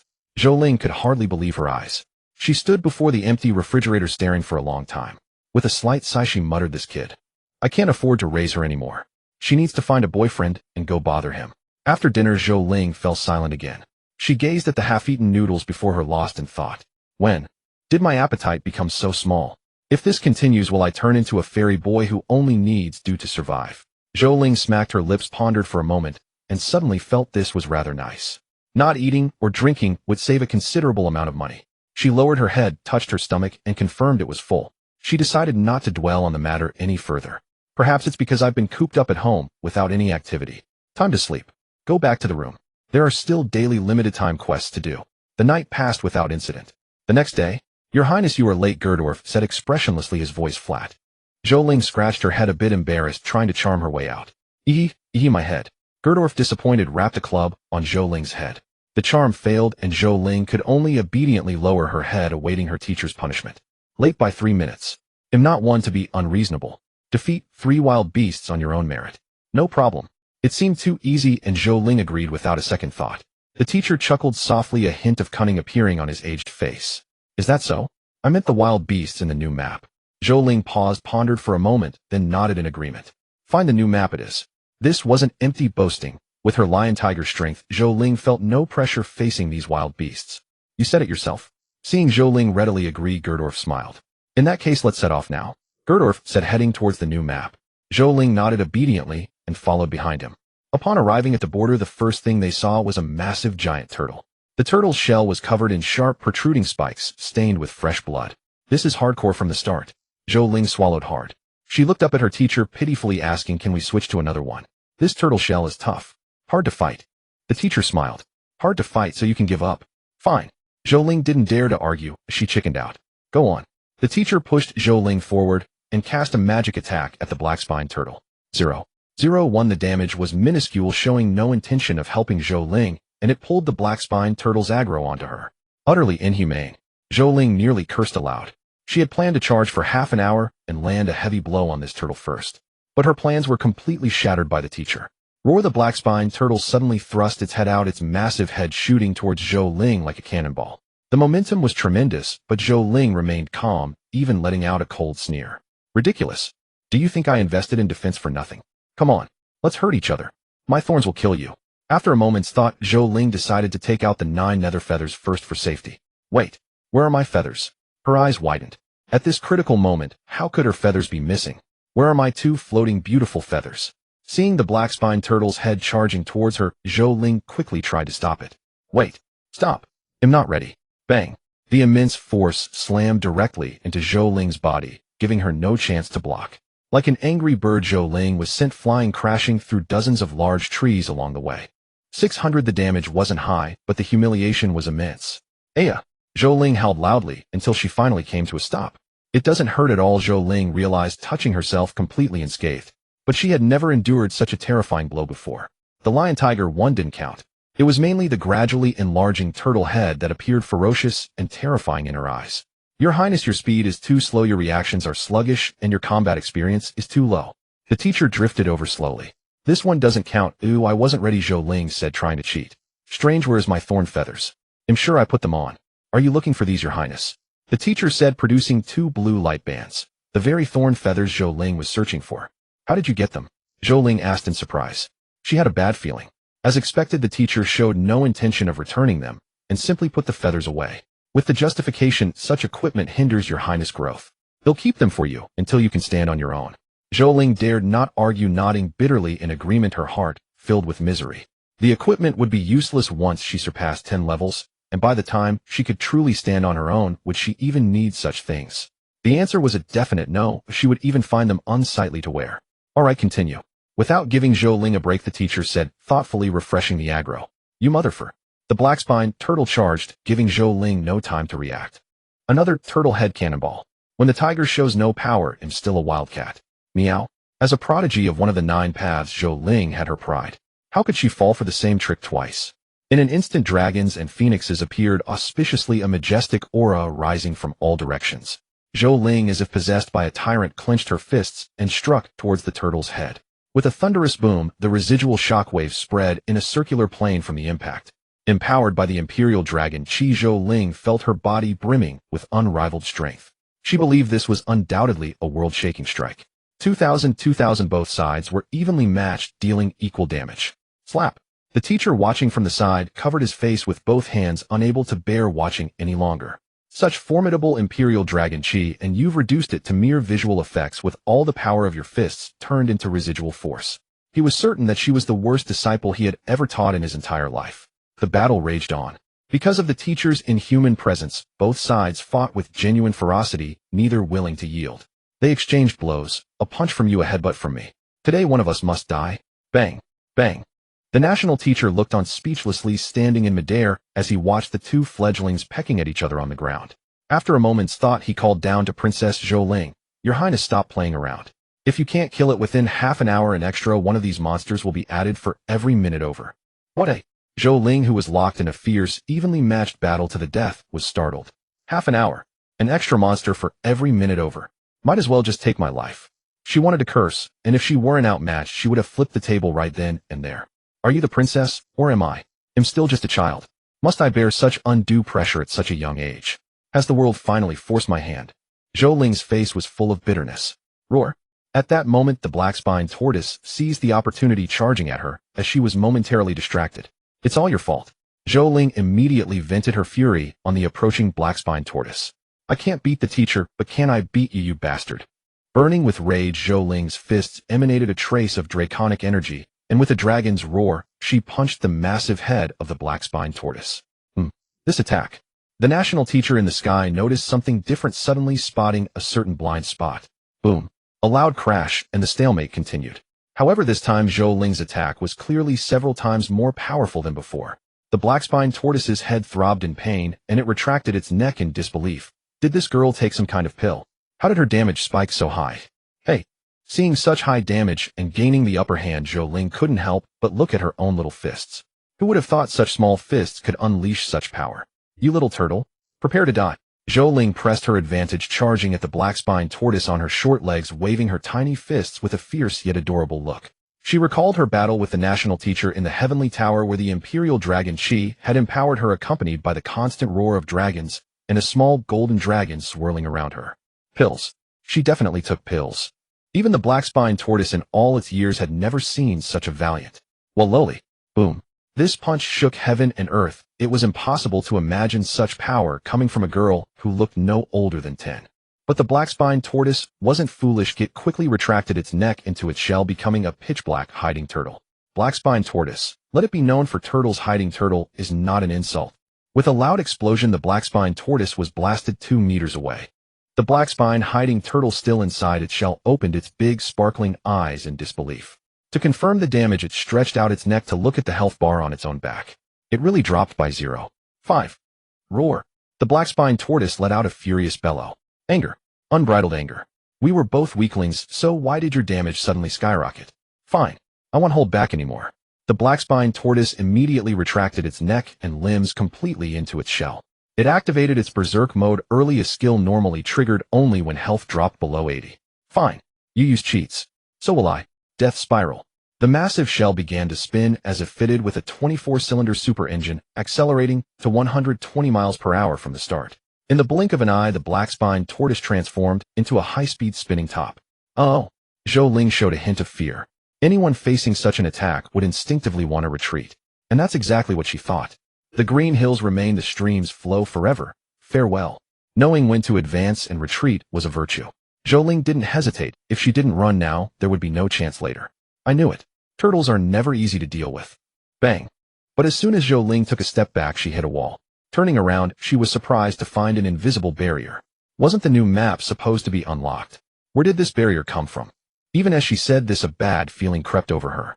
She looked up with difficulty at the national teacher in midair, who smiled and nodded at her, giving her an encouraging look. Motherfucker, you sneaky bastard. Zhou Ling couldn't hold back any longer and started cursing. Now, at a life-or-death moment, he puts up a wall. Moi. A single cold glance from the teacher made Zhou Ling's hair stand on end, and she quickly changed her tune out of fear. Teacher, you're really something. Helpless Zhou Ling had to turn around and face the terrifying skill alone. The massive black spinning top of a turtle was a world apart from Zhou Ling's small frame. It was like a cute little loli about to be fed into a meat grinder. And the instigator was the national teacher in the sky. Just wait. Someone's grudge will definitely kill you. As the spinning top turtle began its attack, Zhou Ling naturally wasn't going to just sit there and take it. Bone ring. Her expression solemn, she raised her hand, and a ring of bone materialized. Empowered by her authority, the bone ring summoned countless skeletal hands from the ground, reaching out to grab the spinning top turtle, as if trying to force it to a stop. Crackle, but a high-speed top like that couldn't be stopped so easily. Each skeletal hand disintegrated and shattered upon contact with the spinning top turtle. Broken bones scattered, painting a tragic scene on the ground. Hee. Die. The black-spined tortoise, though dizzy, could feel things being torn apart by its charge. It locked onto Zhou Ling's aura and spun toward her. I don't believe this. Imperial Dragon Qi, empower me. Zhou Ling gritted her teeth, channeling the Imperial Dragon Qi into the bone ring, summoning a large number of golden skeletal hands. This time the spinning top turtle's speed noticeably decreased. Zhou Ling summoned the Immortal Silk, placing it as a barrier in front of her. But against such a high-speed spinning skill, the Immortal Silk lost its ability to forcefully control, teaching Zhou Ling that it wasn't omnipotent. With a loud crash, the black-spined tortoise, almost renamed for its actions, spun and slammed into her. But just as it was about to reach Zhou Ling and grind her into a bloody pulp, the Immortal Silk, glowing with iridescent light, wove itself into a giant net between them, blocking the black-spined tortoise's attack. With a thought from Zhou Ling, the giant net expanded even larger, like a cage, trapping the black-spined tortoise inside. Now, no matter how fast the black-spined tortoise spun or how hard it rammed, it was useless. It couldn't break through the giant net and was firmly trapped. The black-spined tortoise had a bad feeling. It seemed like it was about to be finished. Struggling to break free, the black-thorn turtle realized it was utterly impossible to escape the confines of this colossal net. It simply could not fathom whether players had become this fiercely competitive nowadays. Not. What? Do you take it for granted to use cheats like this? Such an insurmountable skill. Is it truly something a player who just reached level 20 could possess? How terrifying. How are we wild monsters supposed to play? Stomping its feet, the black-thorn turtle spun, its massive body once more crashing into the Immortal Silk net. Boom. Yet the net remained utterly immobile. Zhou Ling chuckled slyly. Bet you didn't expect this. My ability is this formidable. She clenched her palm, manipulating the net to slowly shrink its range. Gradually, the black-thorn turtle was trapped in a tiny area. Its spinning skill came to a forced halt. Its lantern-sized eyes glared viciously at Zhou Ling. You brat. You're inhuman. Unfortunately, it could not speak. If it could, it would surely unleash a torrent of words. But the next moment, a flicker of panic flashed in its eyes. Zhou Ling drew her invisible bow, fixing a cruel smile upon the turtle's colossal form. The black-thorn turtle was now like a bird in a cage or a turtle in a jar, able to move, but only within a cramped space where even a single turn was a struggle. Oh, this is the end. The black-thorn turtle revealed a hint of despair. It did not believe that playing the part of a shrinking turtle could withstand Zhou Ling's assault. It had already tried that before. Great system. Are you seeing this? Shouldn't you do something about such a sneaky player? The black-thorn turtle grew anxious. It was now like meat on a chopping block. Death was only a matter of time. Yet how could the system possibly care about such an insignificant wild monster? Survival or extinction. That was the fate of all wild monsters. Boom. A thunderous blast struck the black-thorn turtle. It felt no pain, but the damage dealt was undeniably real. Fine. If you ignore the plight of low-level monsters, don't blame me for breaking the monster code. Seeing its health drop by 0 points, the black-thorn turtle knew it had to make a choice. Life or death hinged on this one last gambit. Roar. It let out a furious cry, tilting its head back in a long howl that startled Zhou Ling. What's happening?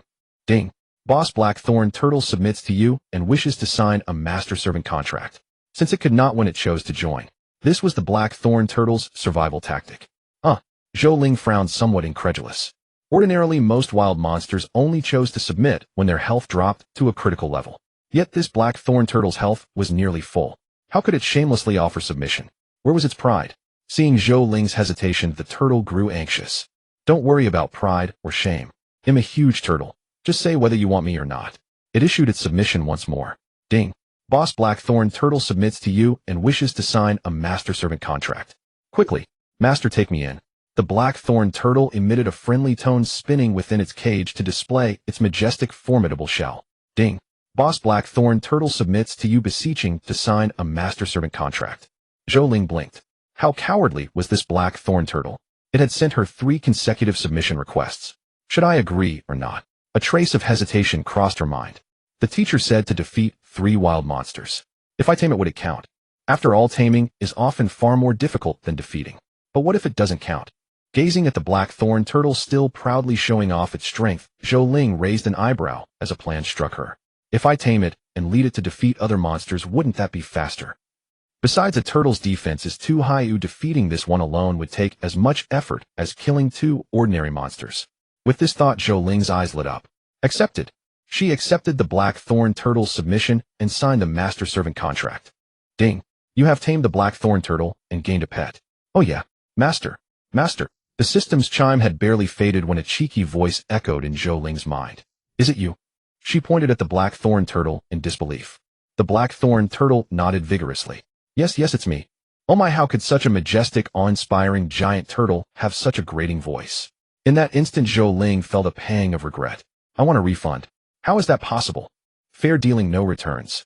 The blackthorn turtle understood the look in Zhou Ling's eyes all too well. It said anxiously, Master, my strength is immense. Don't judge me by my current form. My future evolution path leads to the level 100 Black Earth, Grand Ultimate Boundless World Turtle.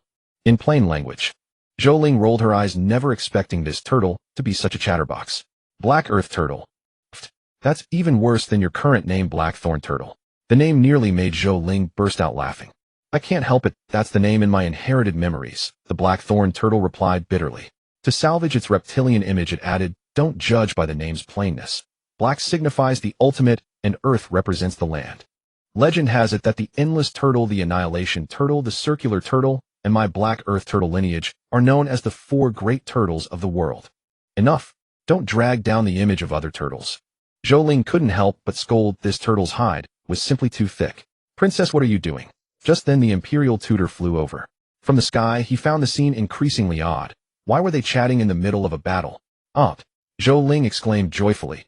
Teacher, this turtle was captivated by my charm and voluntarily surrendered, willing to be my battle pet. The Imperial Tutor's face twisted as if he were constipated. How long had they been fighting? How much health had this turtle even lost? Couldn't it have held out a little longer? It says it has the bloodline of the Black Earth Turtle, one of the 4 great turtles. Oh. Upon hearing this, the Imperial Tutor narrowed his eyes slightly. If it truly possessed the Black Earth Turtle bloodline, this was quite a treasure. As the Imperial Tutor, his knowledge far surpassed Zhou Ling's, and even exceeded the Blackthorn Turtle's inherited memories. The Black Earth Turtle, also known as the World Turtle, grows to an immeasurable size in adulthood, capable of carrying an entire realm as it traverses the cosmos. If a dynasty were established upon the World Turtle's back, it could attack, retreat, or even flee with the entire kingdom in times of war. It could well be considered the very foundation of a dynasty. Imperial Preceptor, Her Highness the Princess. My. The Blackthorn Turtle's mind whirled at lightning speed, spiraling into a frenzy.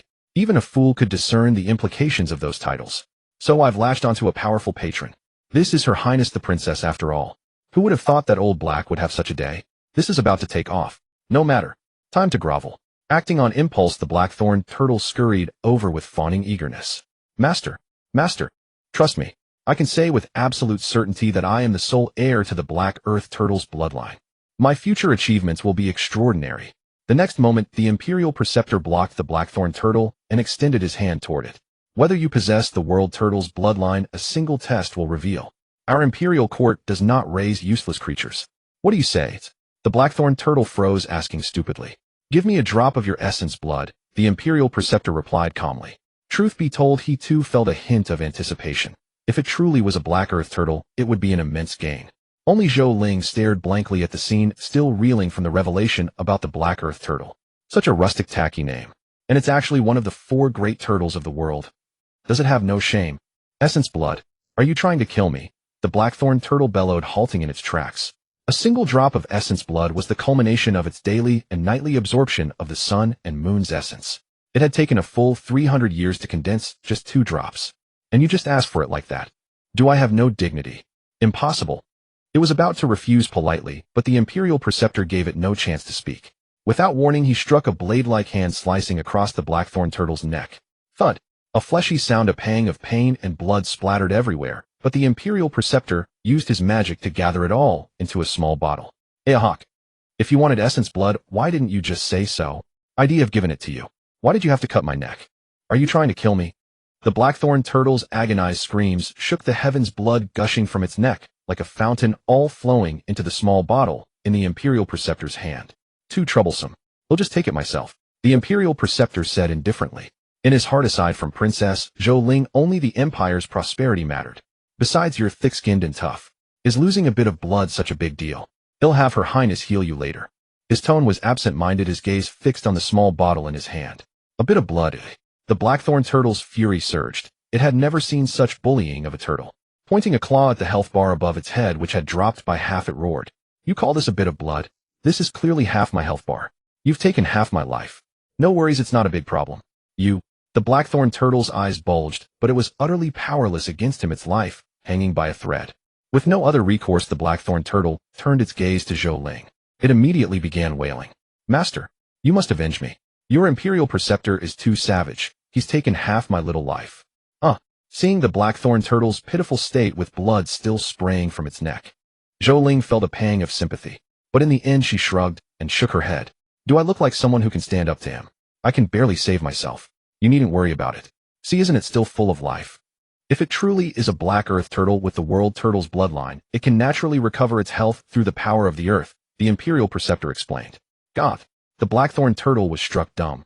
Was it because it had been too lively? After a while the Imperial Preceptor had collected enough blood. He said to Zhou Ling, I need to go back and study this. Heal this turtle. When you're done, pick 3 wild monsters yourself. They'll check on you when I return. He acted with swift decisiveness, vanishing in an instant before Zhou Ling could react. Hey! Zhou Ling wanted to say something, but the next moment the blackthorn turtle's massive body blocked her path, raising its head to reveal the gruesome bloody wound. What are you doing? Zhou Ling frowned slightly. Master the healing. Look at this huge wound. If you don't treat it, it'll die, the blackthorn turtle said pitifully. But I don't know how to heal, Zhou Ling replied without a second thought. The blackthorn turtle. Are you two playing me? If you want me dead, just say so. The blackthorn turtle was now tempted to fight Zhou Ling to the death. Both of them were worse than the other at tormenting turtles. But it dared not. Bound by the master-servant contract, its life was now in Zhou Ling's hands, hanging by a thread. What do I do then? It could only submit, staring at Zhou Ling with pitiful eyes. Look, my health is dropping steadily. You're my master. You have to think of something for me. Don't you have the black earth turtle bloodline? Absorb the power of the earth. Zhou Ling said. If I had awakened the black earth turtle's bloodline, I wouldn't be stuck here as a gatekeeper turtle in a new map. The blackthorn turtle whined, its face twisted in misery. After a moment's thought, it asked Zhou Ling, Master, don't you humans have those potion bottles that restore health when drunk? Hearing the blackthorn turtle's hint, Zhou Ling instinctively checked her inventory. There were indeed over a dozen ordinary health potions. Here. Without hesitation, she handed them over. After all, it was her pet. Losing it would be a greater loss. Thank you, Master. The blackthorn turtle rejoiced, licking its lips as it swept all the potions into its mouth, swallowing the bottles whole. 20W. A flash of light flickered, and the blackthorn turtle's health returned to 0. 5. It glanced at the health bar above its head, then at its master, eyes brimming with tears and longing. Don't even think about it. That's all there is. Zhou Ling rolled her eyes, perfectly understanding the meaning behind the blackthorn turtle's gaze. But she had no more resources to spare, and there was nothing she could do. The blackthorn turtle naturally didn't believe her. A princess couldn't possibly have only that many potions. It must not have proven its worth yet. It immediately put on a fawning expression. Master, aren't you going to hunt monsters later? Look at me, half dead as I am. How can I possibly clear a path for you and lend you my strength? Don't you still have half your health? Zhou Ling tilted her head, looking adorably clueless. Don't try to charm your way out of this. The blackthorn turtle was left speechless, its heart aching with resentment. So you really want me dead, huh? Relax, don't worry. I won't let you fall into danger. Zhou Ling laughed, wanting to pat the blackthorn turtle's head, but reconsidering given their size difference. A single person and a turtle began searching for new wild monsters. The blackthorn turtle had only half of its health bar remaining, but fortunately there was no sign of further health loss. The wound on its neck had been hastily bandaged by Zhou Ling using immortal silk, though the result looked rather incongruous. The new map was eerily peaceful. Since the latest update had just been released, most players lacked the ability to defeat the wild monsters guarding the entrance to this new territory. The new map remained as pristine as untouched land, completely unexplored. Master, this way. The blackthorn turtle led the way, seeking trouble with its neighboring creature, all the while recounting information about its neighbor's skills and weaknesses. It divulged everything, from preferences and sexual orientation to various habits, and even the most intimate details. Master, are you certain you can handle it? The blackthorn turtle paused and asked, Can you break free from my immortal silk restraints? Zhou Ling countered instead of answering.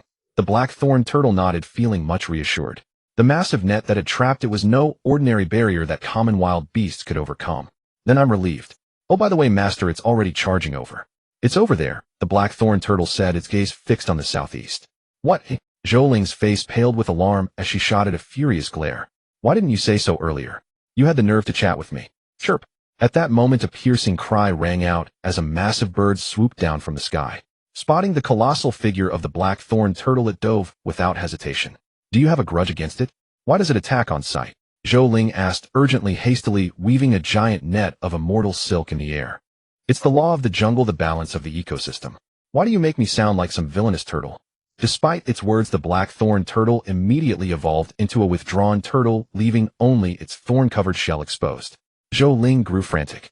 When disaster struck, how could it abandon its master and cower like a coward? Do you have any sense of being a battle pet? Hurry up and make room for me. I need to get in. Whether it was cowardice or not was beside the point. Zhou Ling simply wanted to find a safe place to hide first. After all, it had become a habit. No can do. My shell is skin tight. There's no space to squeeze in, the black thorn turtle grumbled. Uff, coward, Zhou Ling cursed. It's not cowardice, it's a turtle's instinct and innate divine ability. Besides, master, your defenses are tougher than my shell. Why bother seeking cover? Just go and fight it. This turtle, Zhou Ling clenched her fists in fury. This creature didn't even spare itself from its own insults. What a ruthless turtle. Actually, upon reflection, she realized it made sense. With her formidable defenses, why fear a mere bird? Plus, she had the net woven from immortal silk. If it dared to come, she would turn it into a caged bird, a turtle in a jar. Chirp. Gradually, the giant bird approached, revealing itself to be a golden plume eagle. Its feathers shimmered with a golden light sharp as massive blades. Its gaze was piercing and icy, as if possessing the power to captivate souls. Its enormous talons were terrifyingly formidable, gleaming with a metallic sheen. The dark-colored claws resembled the allure of a seductress, black stockings impossible to look away from. Sharp eyes, sharp claws. The golden plume eagle felt quite pleased with itself, especially since this old turtle dared to appear in its territory. Excellent. It's been a long time since I sharpened my claws. Even if I can't do much to you, I'll use your shell as a scratching post. Huh. Its gaze shifted, and the golden plume eagle immediately spotted Zhou Ling beside the blackthorn turtle. Overjoyed, it exclaimed, "This old turtle is so thoughtful, bringing me an appetizer. Well then, I'll graciously accept. I'll have this appetizer first, then sharpen my claws." The next moment, the golden plume eagle shifted its target, locking onto Zhou Ling with murderous intent. Zhou Ling's gaze remained calm. She was well aware of the eagle's killing intent, but she felt no panic. Watching the eagle draw closer, a hint of anticipation flickered within her. It felt like the tension of childhood days, trapping sparrows with a net, watching them inch closer to the snare. Something's wrong. However, just as the eagle was about to collide with the invisible immortal net she had set, it suddenly slammed on the brakes, halting steadily in midair. I'd give full marks for that braking maneuver. It's a trap. A surge of alarm rose in the golden plume eagle's heart. Why would that old turtle be so kind as to bring it an appetizer? It must be using this human child as bait to lure me in. They'll play it safe and test the waters first. With that, the eagle flapped its wings, sending dozens of golden feathers hurtling down like flying blades, striking precisely and visibly toward Zhou Ling. Holy crap! Is it this clever? Zhou Ling was stunned. Needless to say, this capture attempt was doomed. As the golden feathers rained down, she mimicked the skills of a certain powerful figure. Spreading her fingers, she manipulated the immortal silk to slash at the feathers. Clang! Clang! Clang! The sound of metal clashing rang out. The golden feathers seemed to strike something invisible and were deflected by a powerful force. I knew it. The golden plume eagle fumed indignantly. How despicable! So even you old turtle have started playing tricks. Seeing this, the golden plume eagle wisely refrained from engaging in close combat with the blackthorn turtle. It was the sovereign of the skies, that only a fool would abandon its aerial advantage. Immediately, the eagle flapped its wings wildly, unleashing a storm of flying blades. At the same time, its beak didn't rest, firing air cannon after air cannon. Boom! The battle was ferocious. Even the massive trees on the ground were sliced into countless pieces by the wind blades. Some were struck by air cannons, exploding into splinters. Dust and smoke billowed, blinding Zhou Ling. Everywhere was filled with ash, obscuring her vision completely. Little black. Think of something. Zhou Ling covered her mouth and nose to keep the dust out. Master, you're the human. I'm just a turtle. Do I look like I'm the smart one? The blackthorn turtle replied comfortably from within its shell. The wind blades felt more like a gentle massage, barely causing any discomfort. In fact, they were so soothing that the blackthorn turtle even closed its eyes in contentment. This retort left Zhou Ling speechless. When it self-deprecated to this extent, she had no choice but to back down. You useless turtle. Zhou Ling cursed angrily. Wasn't it supposed to pave the way for her through thorns and thistles? And now, it had cowered into this pathetic state. When the dust settled, neither of them had lost a single point of health. Their defenses were astonishing, proving the adage that smoke meant no harm. Spotting the golden plume eagle in the sky, Zhou Ling unhesitatingly lashed out with countless strands of immortal silk. Even if it couldn't inflict damage, as long as she could ensnare it, trap its wings, and restrict its ability to fly once the eagle fell from the sky, it would become just another caged bird. Get down here! Zhou Ling roared, thrusting her hands forward with all her might. For a long moment. Why isn't anything happening? The blackthorn turtle muttered softly. Shut up. Zhou Ling's brows furrowed deeply. Due to the great height, the golden plume eagle she saw was merely the size of a small bird, making the task of capturing it immensely more difficult. I need to find a way to lure it lower. Zhou Ling pondered, then turned her gaze to the black thorn tortoise. She gave a sharp kick to its retracted head. Hey, cowardly tortoise, knock that bird down from up there. Very well. The blackthorn tortoise knew that life would always have its demands. Sooner or later, it was the same. If it continued to cower, one day Zhou Ling would surely finish it off. With this thought, his mind was clear. The blackthorn tortoise extended its head from its shell. I never thought I'd use my 50 rage skill on a mere wild beast. Its gaze was profound, its head held high. This was its moment to shine. Dragon King Cannon. Its fanged jaws gaped open, and the energy within its body condensed in its mouth. In an instant, it formed an energy orb radiating a terrifying aura. Oomph! Eagle strikes the heavens. The golden plume eagle, unwilling to be outdone, spun its body in the air. Suddenly, a long eagle cry rang out, and a golden phantom of the golden plume eagle was summoned. It was lifelike, identical to the golden plume eagle. With a boom, the blackthorn tortoise's Dragon King cannon shot forth like a ground-based artillery piece, blasting straight into the sky toward the golden plume eagle. With an eagle's shriek, the golden plume eagle summoned 3 phantoms in one breath. They cried out as they soared, then flapped their wings, charging at the blackthorn tortoise's attack. The battles of wild beasts were so straightforward and brutal, utterly devoid of cunning. With a thunderous crash, the two attacks collided. Clearly, the blackthorn tortoise's Dragon King cannon was superior. Facing the phantoms unleashed by the golden plume eagle, it shattered them in mere seconds. What the heck? You sneaky bastard, you secretly powered up. The golden plume eagle was shocked. Its wings flapped frantically as it clumsily dodged the blackthorn tortoise's attack. It had never imagined that the blackthorn tortoise, which usually couldn't best anyone, possessed such a formidable strike. The blackthorn tortoise sneered, inwardly smug. Pretty badass, huh? Bought with half my life. Now's the chance. Press the attack. Beat the fallen bird while it's down. The blackthorn tortoise immediately opened its mouth and fired another blast of its vintage Dragon King cannon, hurtling toward the golden plume eagle. The golden plume eagle hurriedly evaded. Its body was frail. Even if foolish, it wouldn't dare to take the blackthorn tortoise's attack heed. But how could the blackthorn tortoise let it go? This was the perfect moment to display its valor, might, and ferocity before its master. It spat out one blast after another Dragon King cannons, as if they cost no mana, spewing them freely. Now the golden plume eagle was in dire straits. No matter how swift its speed, it couldn't evade such a dense barrage of energy attacks. Chirp! A long cry rang out. The golden plume eagle, unable to withstand the assault, was struck on the wing. Like a falling aircraft, it plummeted from the sky. Well done! Zhou Ling rejoiced. This old tortoise finally proved useful, worth keeping. She immediately commanded the blackthorn tortoise, quick! Strike while it's down. Fire another one. The blackthorn tortoise's face twisted in bitterness. Master, I'm out of demonic energy. Demonic energy, as it were, was what players called their mana bar. So you just blew it all in one go. Zhou Ling's mouth twitched. Your heart is truly bold. In a fight against an equal, you exhaust your mana first thing. How infuriating. Zhou Ling stamped her foot, ignoring the blackthorn tortoise, and immediately dashed toward where the golden plume eagle had fallen.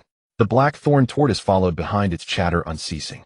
Master, how about hooking me up with some blue potions? Scram boom. In the distant forest, a violent crash resounded, the sound of the golden plume eagle hitting the ground. The girl and the tortoise rejoiced, quickening their pace. Upon seeing the golden plume eagle's massive body, Zhou Ling wasted no time in casting her immortal silk net. A huge net instantly ensnared the golden plume eagle. With a pull of her hand, the silk tightened, and in a single thought, she bound the golden plume eagle into a tight bundle. Now the golden plume eagle was secured. Chirp, chirp, it cried out incessantly, its body unable to move, fear flickering in its eyes. Knowing it could not break free, it realized its fate was sealed. Master is awesome. Master's power is boundless. Your might surpasses the ages. The blackthorn tortoise immediately began to flatter. Then it walked up to the golden plume eagle, stretched out a claw, and launched a fierce barrage of kicks. How dare you offend my master? How dare you attack my master? The golden plume eagle seethed with rage, its eyes fixed on the blackthorn tortoise. If looks could kill, it wished it could evolve a pair of laser eyes to blast that tortoise bastard to bits. Oh, still glaring at me. The blackthorn tortoise's eyes turned fierce. With its master present, it feared no one, not even the heavenly king himself, and laid into the golden plume eagle without mercy.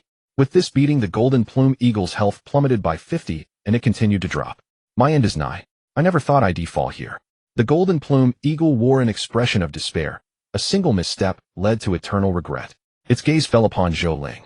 Was it this human child who had subdued it? Then it saw the immortal silk wrapped around the black thorn tortoise's neck, faintly catching the scent of blood. I see. A wise man submits to circumstances. Though unwilling, it was helpless. Eventually, it slowly closed its eyes as if awaiting death. Ding. The boss Golden Plume Eagle submits to you and wishes to enter a master-servant contract. Do you agree? Zhou Ling, who had been waiting for the black thorn tortoise to finish off the Golden Plume Eagle, was suddenly startled. The system prompt appeared abruptly in her mind. Submit again. She looked at the Golden Plume Eagle. Its gaze was calm though somewhat reluctant. It clearly bore the intention of surrender.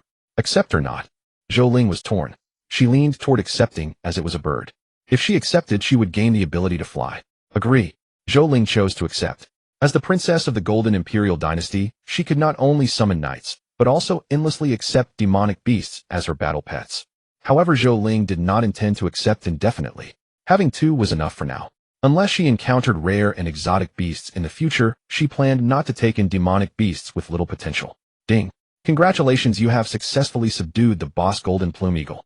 Stop hitting. Having subdued the Golden Plume Eagle, it was now one of her own.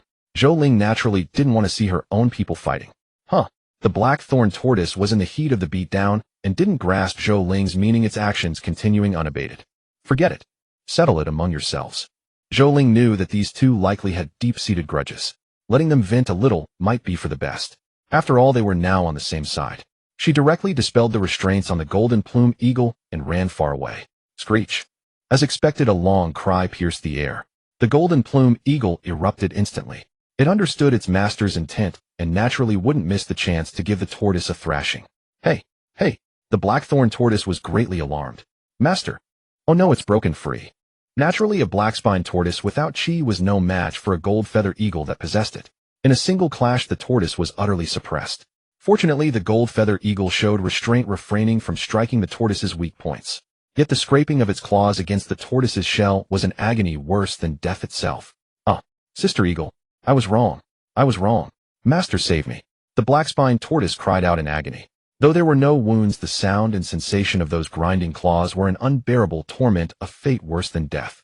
After a while, deeming it sufficient, Zhou Ling slowly approached and halted the beast's brawl. All right, stop messing around.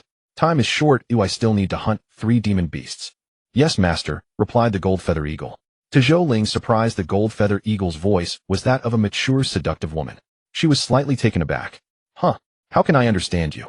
The black-spined tortoise, slow to catch on, finally realized and stared at Zhou Ling in astonishment. Master, you took her in too. I needed a flying beast. Zhou Ling nodded, not mincing words about her intent. I just entered the beast palace and am already out of favor. The black-spined tortoise gaped, its expression one of profound grief, utterly miserable. Zhou Ling had no idea what the black-spined tortoise was thinking, but if she did, she might just have it killed. Can you fly now? As she asked the gold feather eagle. Yes, master. These are just minor injuries, the eagle replied, nodding and spreading its wings. Aside from a patch of missing feathers, it was largely unharmed. Then take me to the skies. Since it could fly, why would Zhou Ling trudge along on the ground with the black-spined tortoise? With that, she agilely climbed onto the gold feather eagle's back, leaving the tortoise behind as she soared into the distance. Master, what about me? The black-spined tortoise shouted, chasing on the ground. Just run after me. What the hell? The black-spined tortoise felt a curse on the tip of its tongue, unsure whether to voice it. It was utterly speechless. I've heard of a tortoise racing a hare, but never a tortoise racing an eagle. Are we even in the same league? The feeling of having a flying mount is incomparably exhilarating. The sky is the limit. Zhou Ling breathed in the crisp air of the heavens. This was her first flight, though not under her own power. Yet she believed that one day, and not too far off, she would soar through the sky by her own ability. Little eagle, can you find any wild beasts nearby? The gold feather eagle rolled its eyes. Little eagle, do I look little to you? I could swallow you whole in one bite. It nodded. Of course. The new map is teeming with demon beasts like us, countless ones stronger than us. How strong a beast does master seek? About your level, Zhou Ling replied.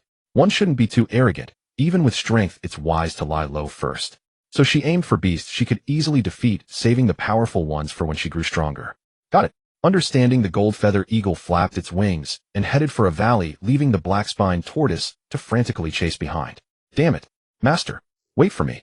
The eagle circled above the valley, its keen eyes scanning, soon spotting a massive serpent hidden in the shadows. The snake was enormous, hundreds of meters long, and what's more, it had several heads. Twin-headed black serpent, level 23, second-tier demon beast, just a name and a level. Zhou Ling frowned. It seems after the version update, beast information has become vague. They no longer detail skills or attributes. And second-tier demon beast, is that the term for beasts above level 20? After confirming some details, Zhou Ling immediately launched an attack on the twin-headed black serpent. Little Eagle, charge. Yes, master. In the next instant, a cold gleam flashed in the gold-feather eagle's eyes, revealing murderous intent. It had long locked onto the twin-headed black serpent, awaiting its master's command. Then with a flap of its wings it dove down. Up. Zhou Ling let out a sharp scream. She was still on the eagle's back. Sorry, master. First time as a battle pet, no experience, the gold-feather eagle said awkwardly. The battle restarted. The gold-feather eagle first set Zhou Ling down, then took to the skies again, diving to strike the twin-headed black serpent. This time there were no mishaps, but the serpent was highly alert. When the eagle was halfway down, it immediately detected the threat. Both serpent heads shot up, mouths agape, spewing two streams of black venom at the gold-feather eagle. Cree. The eagle let out a long cry, unfazed by the venom, not even dodging as it attacked directly. Eagles naturally prey on snakes. The venom couldn't penetrate the eagle's body, blocked by its feathers. With a mere flap of its wings and a twist of its body, the gold-feather eagle easily scattered the venom around. The ground and trees sizzled and corroded where it landed. Boom. One strike. The gold-feather eagle's claws pierced straight through the twin-headed black serpent's body. Roar. The serpent screeched, both heads lunging at the eagle's vulnerable spots. The eagle fought fiercely, its golden feathers turning into flying blades. Simultaneously, its claws struck viciously at the serpent's vital spot 7 inches from the head. That was the snake's lifeline. Oh, it couldn't allow such an attack. It abandoned its assault, twisting its body to evade the eagle's claws. An eagle-snake battle erupted before Zhou Ling's eyes. But she wasn't one to just watch. As they clashed, she avoided the scattered venom and crept closer to the battle's center. When she was within range, she cast the immortal mountain binding skill, entangling the twin-headed black serpent with countless threads. Not good. The twin-headed black serpent was alarmed, but it was too late. Countless immortal threads under Zhou Ling's control had already ensnared it unnoticed. Bound and helpless, the serpent was doomed. Zhou Ling had no intention of taking a serpent as her battle pet. She stood coldly at a distance, watching until the twin-headed black serpent was slain. Ding. You have slain the second-tier demon beast twin-headed black serpent. Gained 1,000,000 experience points. Ding. Due to the version update, you have the following choices. 1. The twin-headed black serpent's corpse does not disappear and can be stored in a spatial equipment, but not in the system backpack. 2. Dismantle the twin-headed black serpent's corpse. The materials obtained can be stored in the system backpack. Dismantle. Zhou Ling glanced and ultimately chose to dismantle. She had no spatial equipment to store the corpse. She was too poor. So poor that all she had left was the title of princess. Yosh. Let's seize this momentum and slay a few more. After dismembering the twin-headed black serpent's corpse, Zhou Ling's fervor soared. She promptly led her loyal companion, the golden feather eagle, to soar in other directions. Master. I'm coming. Just then the black thorn tortoise scurried over on its stubby legs. Alas! When it saw Zhou Ling already riding away on the golden feather eagle's back, its turtle face instantly drooped. What the heck? Can't you show some consideration for this elderly tortoise? Why the frantic rush? It howled in protest, but after cursing it could only trot along, obediently sensing the direction of the master-servant contract. What a tiring ordeal for the tortoise. Rumble. Silken restraint. Zhou Ling bellowed, leaping from the golden feather eagle's back. Her hands danced as countless ethereal threads wove into a colossal net between her nimble fingers. On the ground stood an evolved thunder tiger, its twin horns crackling with lightning. The moment it noticed Zhou Ling, its doom was all but sealed. The invisible, formless threads instantly enveloped it, binding it into a tight cocoon. This skill was nearly inescapable. The thunder tiger struggled for a long time, but couldn't break free, tears of despair streaming from its eyes. Ha! All within my palm are but prisoners. Zhou Ling laughed wildly in the sky, exuding an air of supreme dominance. Then with her cherubic face, she plummeted toward the earth. Boom! A thunderous crash like a missile striking the ground. The earth couldn't withstand the impact, splitting apart with a deafening roar. As the dust settled, a massive crater remained. Ouch! Zhou Ling crawled out of the pit, smoke rising, but no injury. Dusting off her pretty little dress, she raised her tiny fist and charged at the restrained second-tier thunder tiger. Take this. Boom. 1,000,000. Empowered by the Imperial Dragon, this punch carried the force of an entire Golden Dynasty's assault. As for her own paltry attack power, let's not mention that anymore. Roar. The thunder tiger winced in pain as the blow struck its abdomen, sending convulsions through its body. At that moment, the golden feather eagle in the sky launched its attack, sending several feathers hurtling down. In an instant the Thunder Tiger was battered and bruised. A one-sided massacre unfolded. The Thunder Tiger's massive frame was immobilized, leaving it helpless against the relentless assault. Minutes later the Thunder Tiger was reduced to a sliver of health. My end is nigh. Sensing its impending demise, the Thunder Tiger wisely chose to submit, lowering its proud head in surrender to Zhou Ling. Ding. Boss, Thunder Tiger submits to you, willing to become your battle pet. Accept. Screw that. No way. Zhou Ling ignored the system prompt and delivered a punch infused with a dragon's roar, ending the Thunder Tiger's pitiful life. Dismantle. Without waiting for another system prompt, she immediately chose to dismantle the corpse. The body dissolved into white light, dropping 5 purple tiger materials. Why all materials? Zhou Ling frowned. These beasts were far stronger than the previous monsters, yet killing 2 had only yielded corpse materials. System care to explain? Zhou Ling inquired. Version update: all beasts and non-human bosses will no longer drop finished equipment, only materials. Hearing this, Zhou Ling retorted, but how do we get equipment later on? You can obtain it through the alchemist subclass, or have NPCs forge it, or simply buy it. While this game is getting more realistic by the day, one-day levels and experience might disappear too. Zhou Ling clicked her tongue. Without equipment drops, her incredible luck would lose a major highlight. Oh well, forget it. I just need one more beast to finish the teacher's assignment. Packing away the Thunder Tiger's materials, Zhou Ling mounted the golden feather eagle again, seeking out other beasts to trouble. Just then the black thorn tortoise finally caught up, panting. Master, I'm here again. Holy crap. Can't you spare a thought for my feelings? The black thorn tortoise grumbled, threatening to quit the group. This was no way to treat a tortoise. 1, 2, 3. After completing her teacher's task, Zhou Ling didn't stop. She continued slaughtering the surrounding beasts. For a time, this uncharted new map was thrown into chaos. Beasts suffered horrendously, their existence a living nightmare.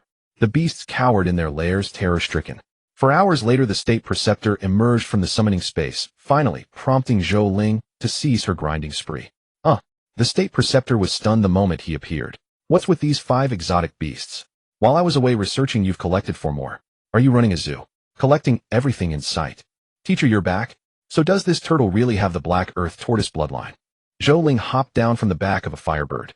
This bird was ablaze with flames, clearly a rare species, which was why Zhou Ling had taken it in. There was also a thunder elf and a bird that looked akin to a phoenix. The state preceptor nodded, still in awe, and said with shock, this tortoise indeed possesses the bloodline of the world tortoise. Huh. Upon hearing this, the blackthorn tortoise immediately sidled up, its nose practically in the air. I told you I have the makings of a grand emperor. Didn't believe me, did you? Quick, praise me. The blackthorn tortoise puffed up proudly, its head held high, squinting at Zhou Ling. The words praise me might as well have been written on its face. Look at you all cocky. Zhou Ling sneered. Don't get too excited. The state preceptor shifted the conversation, producing a transparent vial filled with deep crimson blood. You may have the world tortoise bloodline, but it's far too diluted. Half a ton of blood, and I couldn't even extract a single drop of pure world tortoise essence. As he spoke, the state preceptor felt like cursing the tortoise. He had taken a ton of blood, yet failed to refine even a drop of the world tortoise bloodline. This showed just how pitifully low the blackthorn tortoise's bloodline concentration was. Even the blood in his hand was diluted to 1,000th. The blackthorn tortoise was at a loss for words, its previous arrogance instantly deflated. Zhou Ling chuckled and comforted, don't worry. Your bloodline may be mixed weak, and you might be ugly and dim-witted. Wait, is this supposed to be comforting? The blackthorn tortoise's eyes widened. Let me finish. Zhou Ling waved a hand, and encouraged, since the state preceptor confirmed you have the Black Earth tortoise bloodline, without a doubt. As long as you work hard to level up, with our help you'll surely become a true Black Earth tortoise. Though the name is a bit rustic. Master. The blackthorn tortoise's eyes brimmed with tears. It's just that last part was a bit unnecessary. Having resolved the matter of the blackthorn turtle, the imperial tutor turned his gaze toward Zhou Ling. He frowned slightly as he glanced at the extraordinary beast by her side, then looked at her with a benevolent expression. My princess, have you completed the assignment I set for you? Of course I have. Zhou Ling replied with righteous confidence. With a wave of her hand, she produced the beast materials she had gathered over the past few hours of combat. Pointing at these materials with her little finger, she declared proudly, I didn't just complete your assignment. I exceeded it. Look, I've slain 11 beasts in total, and I've also tamed 4 battle pets along the way. Zhou Ling's face lit up with excitement, as if showing off before an elder. She presented each material one by one, explaining them, then looked up expectantly, waiting for the imperial tutor's praise. Haha, the princess is truly a prodigy among mortals, capable of slaying so many beasts at the initial second-order stage. The imperial tutor laughed heartily, naturally not wanting to dampen Zhou Ling's spirits, and offered his commendation. Of course, After a round of praise, the imperial tutor prepared to take his leave. His appearance was bound by a time limit. He could not remain by Zhou Ling's side indefinitely. Moreover, Zhou Ling still had tasks to complete and could not follow the imperial tutor for lessons. Today's lesson ends here. Since you can slay beasts of the same rank, you must have gained a preliminary grasp of the imperial dragon chi. With diligent practice, your future achievements will be beyond imagination. Before departing, the imperial tutor did not forget to offer one last piece of advice to Zhou Ling. Then his form slowly faded before her eyes. I bid you farewell, master. Zhou Ling saw off. The imperial tutor lingered for a moment, then turned and walked toward the Firebird. This action naturally was to ride the Firebird for travel. Wait! Just as Zhou Ling was about to climb onto the bird, a large turtle head blocked her path, halting her movement. Zhou Ling looked over in confusion. Don't you have any sympathy for your subordinate's plight? I've already run several kilometers. You're not thinking of making me run back, are you? The black-thorn turtle's eyes widened in disbelief. What should we do then? Zhou Ling asked matter-of-factly. How about asking them if they'd be willing to give you a ride? She pointed at the two remaining flying beasts. The black-thorn turtle looked over, and the golden-winged eagle and phoenix bird immediately stepped back, shaking their heads as they retreated. Impossible, master. With his tonnage, even the two of us combined couldn't drag him along. Did you hear that? Hearing the two birds' words, Zhou Ling could only shrug helplessly. You see, it's not my fault you're a turtle. Born this way, what can I do? I don't care. You're the master, you have to figure something out for me. I don't want to run anymore. The blackthorn turtle began to act stubborn, its limbs going limp as it refused to budge. Seeing this, Zhou Ling felt a headache coming on, finding herself in a dilemma. Master. At that moment, the thunder spirit spoke softly. You could store it in the special space for battle pets. Zhou Ling suddenly realized she had almost forgotten about that. She then looked at the blackthorn turtle. I'm going to store you in the battle pet space now. Are you willing? Ojp. The blackthorn turtle naturally agreed. Though the battle pet space was pitch black, it was still better than exhausting itself running outside. Zhou Ling activated the master-servant contract, and a magic array appeared beneath the black-thorn turtle, instantly absorbing it into the battle pet space. Then she looked at the other three beasts. Do you want to come in too? Of the three, only the injured golden-winged eagle needed to enter the space to recover. The other two had no desire to go in. Zhou Ling did not insist. She climbed onto the Firebird's back and, accompanied by the Phoenix Bird and Thunder Spirit, flew toward the direction indicated by the mission. Back in the Goblin Forest, she had slain that Lord Beast. Zhou Ling had obtained a worthless token, which she initially thought was useless. Unexpectedly, after the level 20 restriction was lifted, a hidden mission was revealed within it. The pursuit of the Goblin Royal Family. Mission details: the death of Sar has incurred the wrath of the Taser Royal Family. Lord Sata Taser refuses to allow his younger brother to die at the hands of a human. A goblin general and 5,000 goblin soldiers have been dispatched and are en route to Tianhong City. Mission objective: eliminate this army. Note: this army will arrive at Tianhong City by tomorrow morning. If the player fails to intercept them in advance, it will trigger a subsequent siege battle. Mission reward: all experience points will be yours alone, and you will receive the Human Honor Medal. Zhou Ling carefully reviewed the mission information and scoffed at the reward. If I kill them all myself, the experience is naturally mine anyway. As for this so-called honor medal without any description, what use is it? That said, Zhou Ling still intended to undertake the mission. Since the level 20 restriction was lifted, everyone had been busy gathering materials and completing their level 20 awakening quests. As a member of the Royal Path, Zhou Ling also had her own awakening quest. Unlike others, Zhou Ling did not need to gather materials, and her awakening quest was assigned by the Imperial Tutor. It required not only a preliminary mastery of Zhou Ruling's 3 fundamental abilities, but also a specific condition: slay a king, and use his dynasty's fortune to lay the foundation for her own golden dynasty, proclaiming to the world the advent of the golden dynasty. A dynasty, an empress. If not known to the world and not established between heaven and earth, how could there be any talk of restoring a dynasty? Zhou Ling had been troubled by this very matter, but now the goblins had so generously offered themselves up, stabbing themselves in the back for her sake. How could Zhou Ling not be moved? If not for the Imperial Tutor, she would have already charged over. But it was not too late. Zhou Ling leading her team to attack now would be just in time. The Blazing Frozen Domain. This was a region of 2 mountains, one hot, one cold, formed by 2 towering peaks. One was like a volcano with rivers of lava flowing and fiery pillars erupting at all times. The other was a snow-capped mountain blanketed in white with biting winds.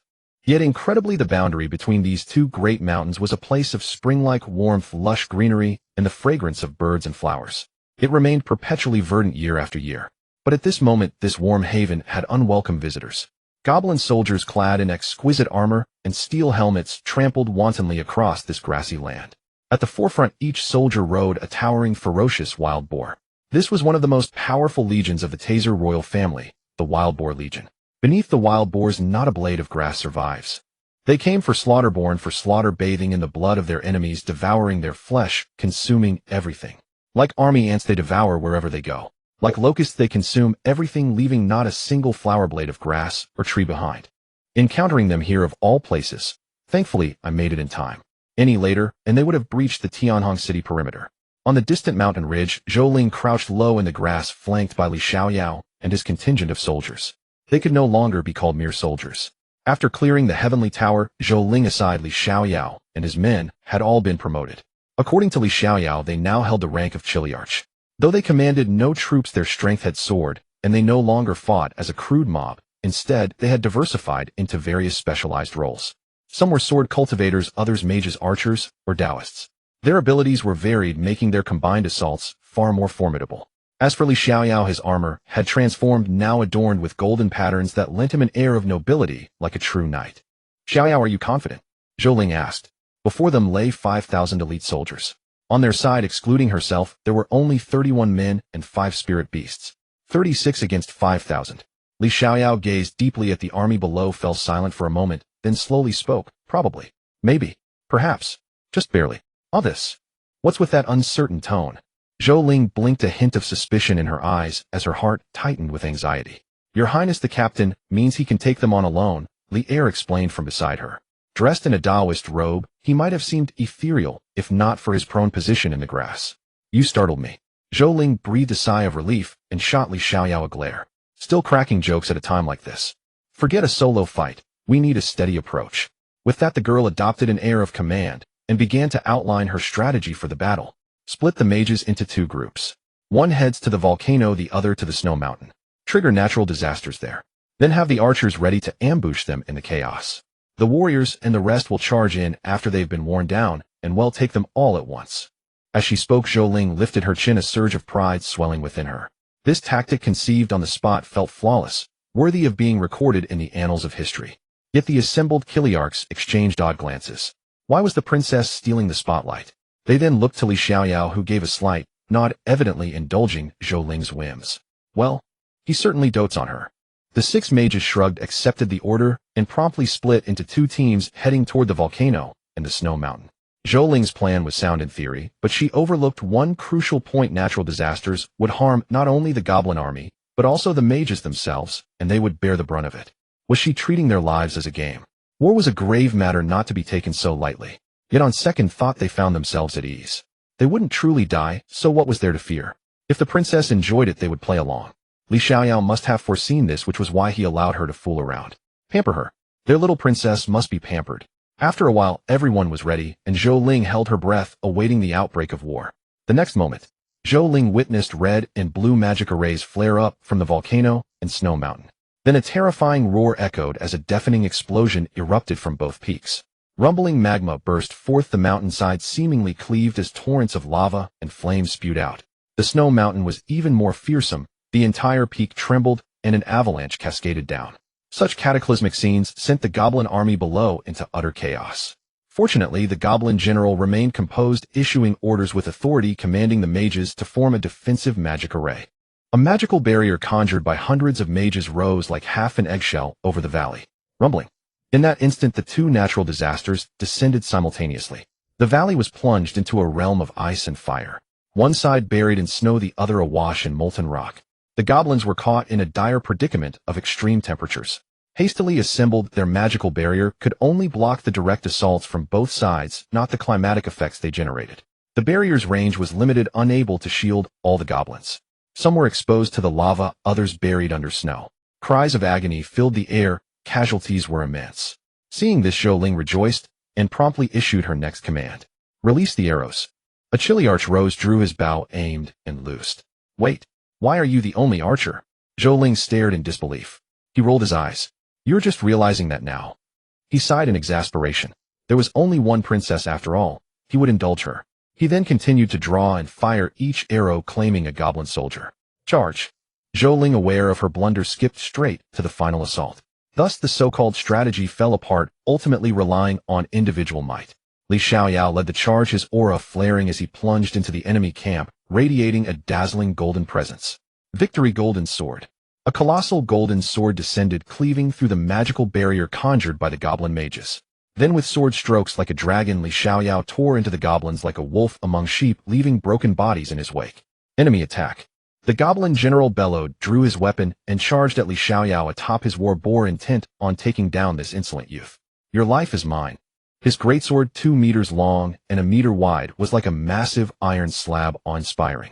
Such a fearsome weapon did not faze Li Xiaoyao, who remained utterly calm. His target was also the goblin general. To capture the chieftain is to capture the army. Both shared the same aim. In that moment they clashed. In that moment the goblin general fell to Li Xiaoyao's blade. It was abrupt, defying expectations of a prolonged battle. And then, that was it. He couldn't even withstand a single strike from Li Xiaoyao, the general, and his weapon shattered in two, collapsing into a pool of blood. OMG, the general is dead. With their leader slain, the remaining goblins descended into chaos, their will to fight evaporating. They abandoned their arms and armor, desperate to escape the enemy's blade. 5,000 against 31, and you still got wiped. Do you even know how to fight? Zhou Ling couldn't help but mock from a distance. She now realized her elaborate plan was worthless. A straightforward assault would have been far more effective than her scheme. 31 warriors chasing down 5,000 elite soldiers was nothing short of a miracle. But if those 31 were all cheating, it went without saying. The upgraded centurions were practically divine beings. Li Air cast beans to summon soldiers, instantly conjuring a host of golden-armored giants who crushed the goblins underfoot, leaving not a single one alive. Under Li Xiaoyao's aid, the 6 mages were resurrected and unleashed area effect attacks, each spell killing hundreds of goblins.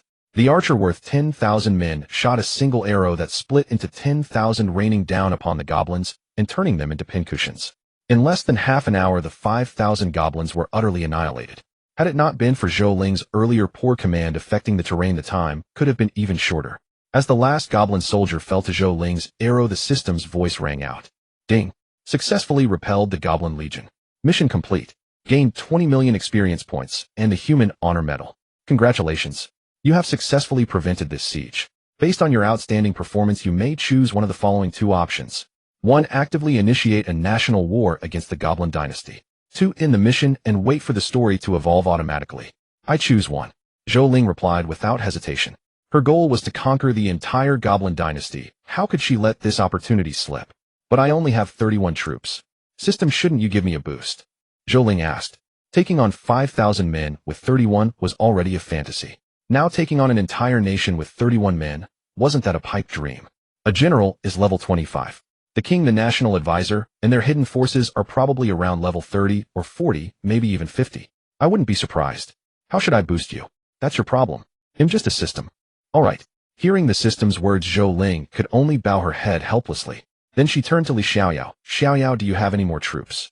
Li Xiaoyao's face was cold as he shook his head. These are all the First Legion. Though they are now centurions, to summon their subordinate soldiers, princess must complete the awakening quest. But I have to conquer a dynasty to complete the awakening quest. Zhou Ling's small face twisted in distress, her adorable brows tightly furrowed. For a moment, she couldn't think of a way out of this dilemma. What if I asked the national advisor? With his power, he might be able to wipe them out in one shot.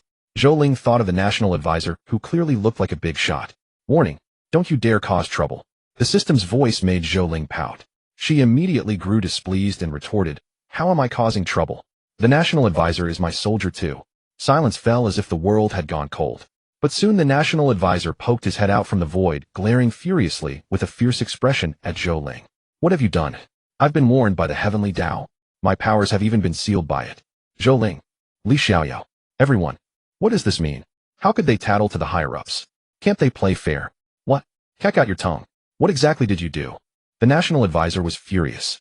His powers being sealed meant he couldn't execute many of his secret plans affecting his future schemes. Seeing the national advisor so angry, Zhou Ling, like a child caught misbehaving, stammered and finally told him everything. All because of this, the national advisor almost fainted from anger. At the same time, he was shocked that the heavenly Tao was watching this place every moment.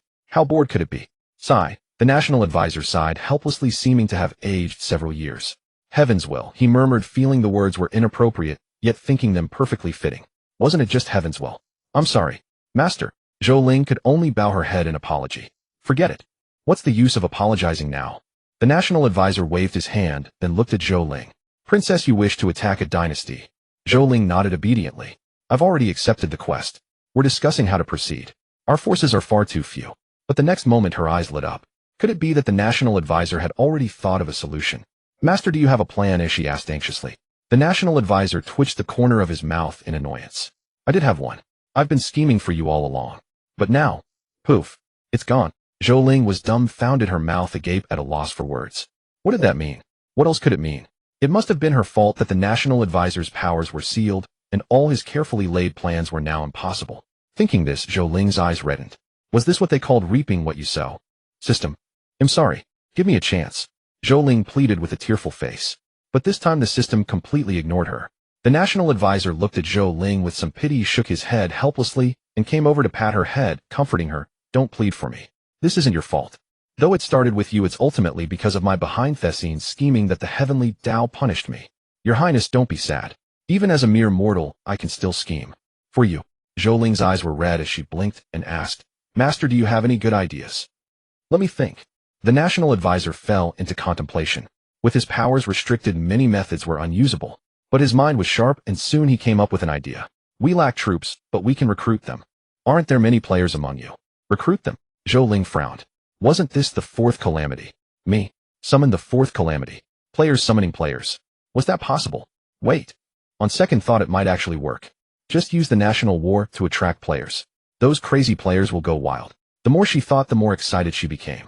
Zhou Ling felt this plan was worth a try. But won't that expose my identity as the royal path? Even if you win and establish the Golden Dynasty, it will still be exposed. The national advisor reminded her. The words struck a chord, and Zhou Ling realized that no matter how she hid her identity, it would eventually come to light. With that thought, she felt relieved. Without delay, she opened the game's Tianyu forum and began editing information about the national war and content that would attract players.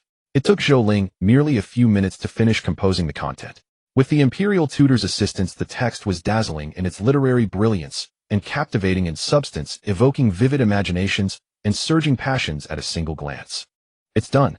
After the Imperial Tutor double-checked the work, Zhou Ling posted on the game forum for the first time under the ID Zhou Ruoling. To her surprise, the moment the post was published, it exploded in popularity, as if the system itself was fueling its rise. The thread was instantly pinned, appearing at the very top of the forum. The name Zhou Ruoling carried immense weight. As one of the 9 paths, a conqueror of the Celestial Tower, and a golden-haired loli, every aspect of her captivated all players.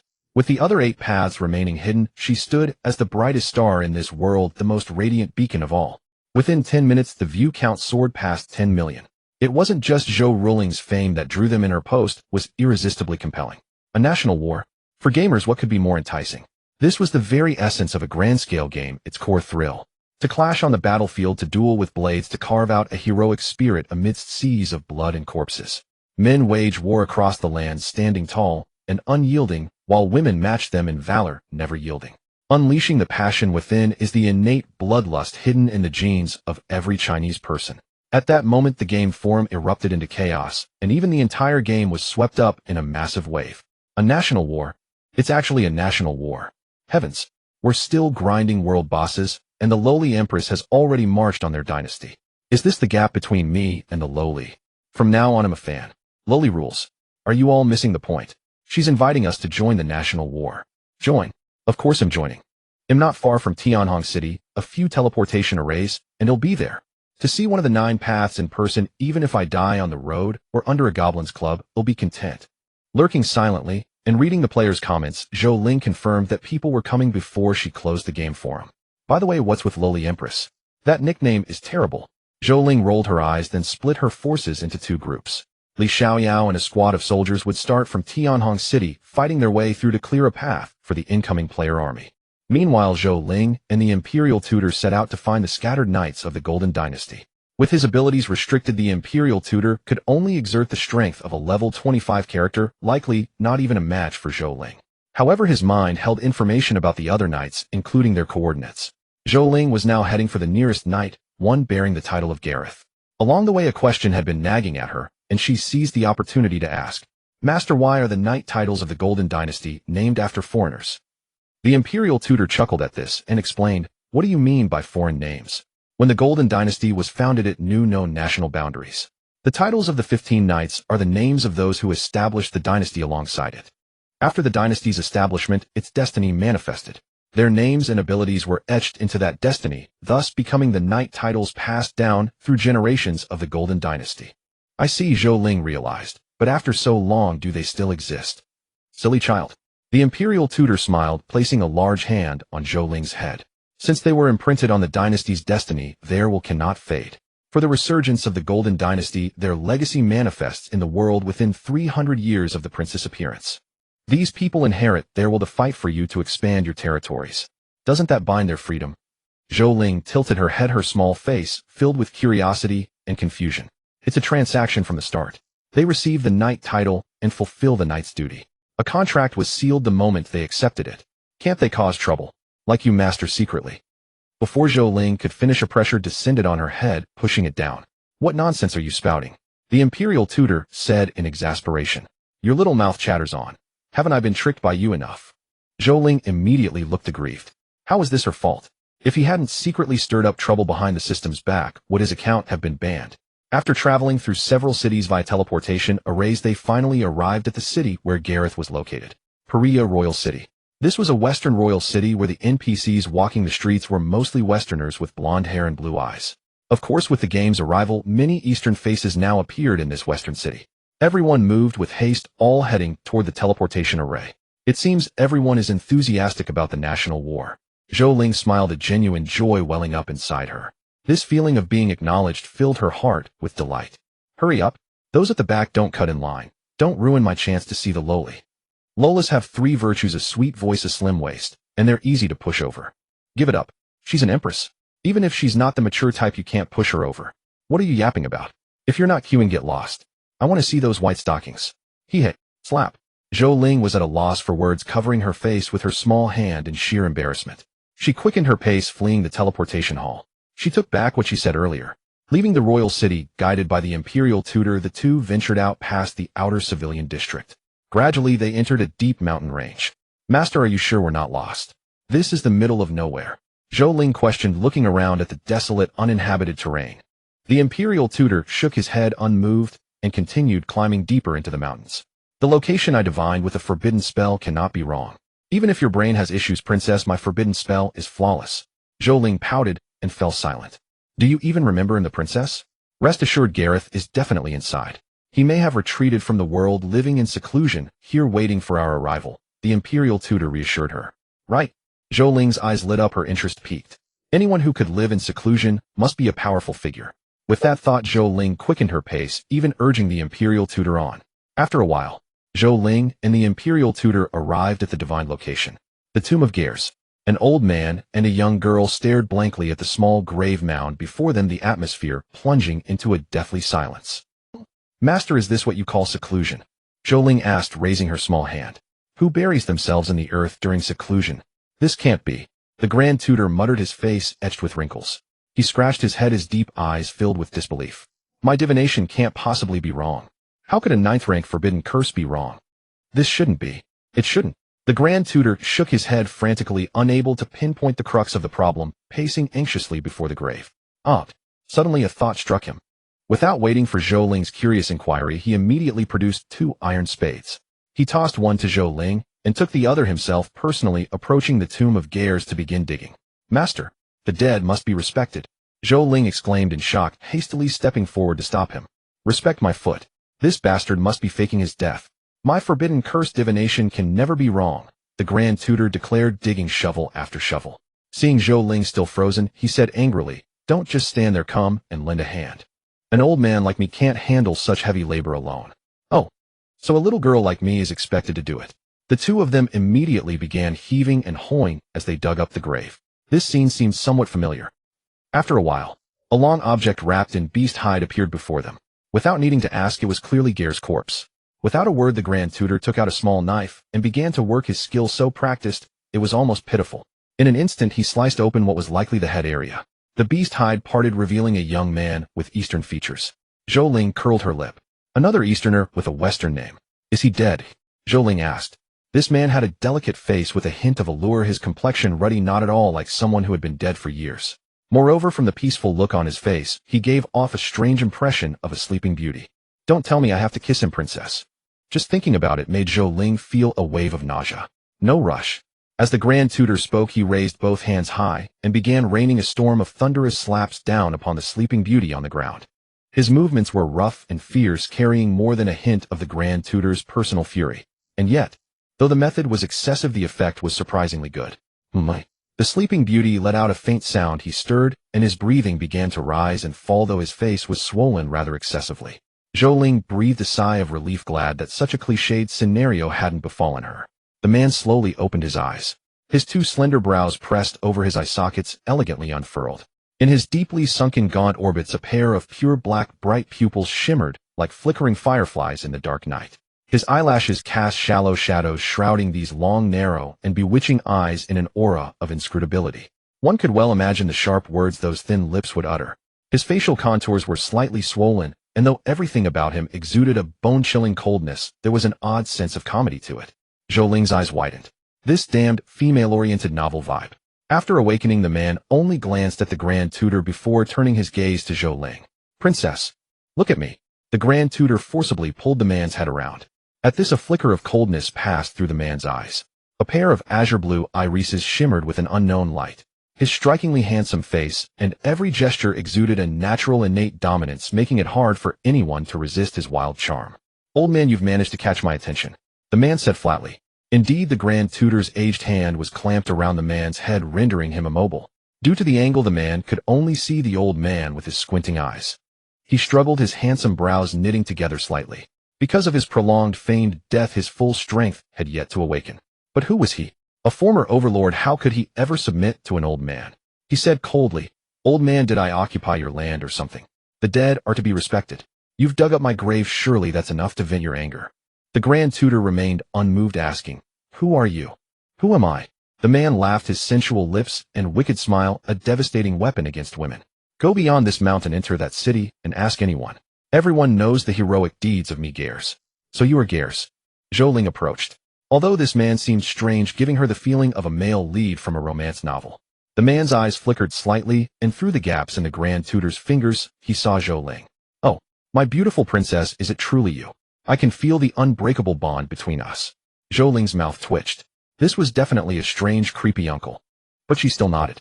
The man then looked at the Grand Tutor. Old man, you see, we're all on the same side.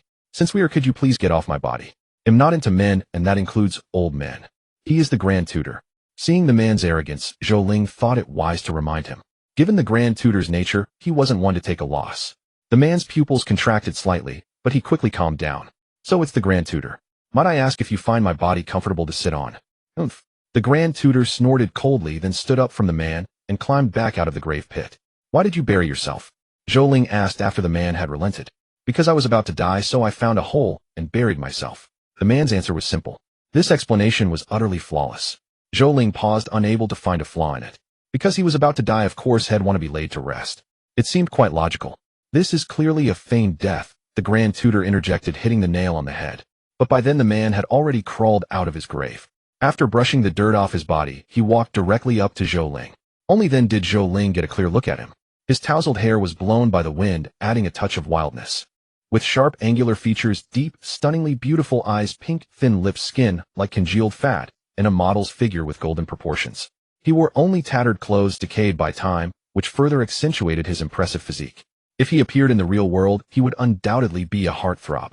He knelt on one knee, his gaze level with Zhou Ling's, but he lowered his head slightly and declared in a magnetic voice. My name is Bai Hanrong, succeeding the knight rank of Gers, and I have been awaiting your highness' arrival for some time. I have sworn an oath that in this life I shall serve your highness. Bai Hanrong, his true name, surprised Zhou Ling, who had assumed had abandoned it for Gareth.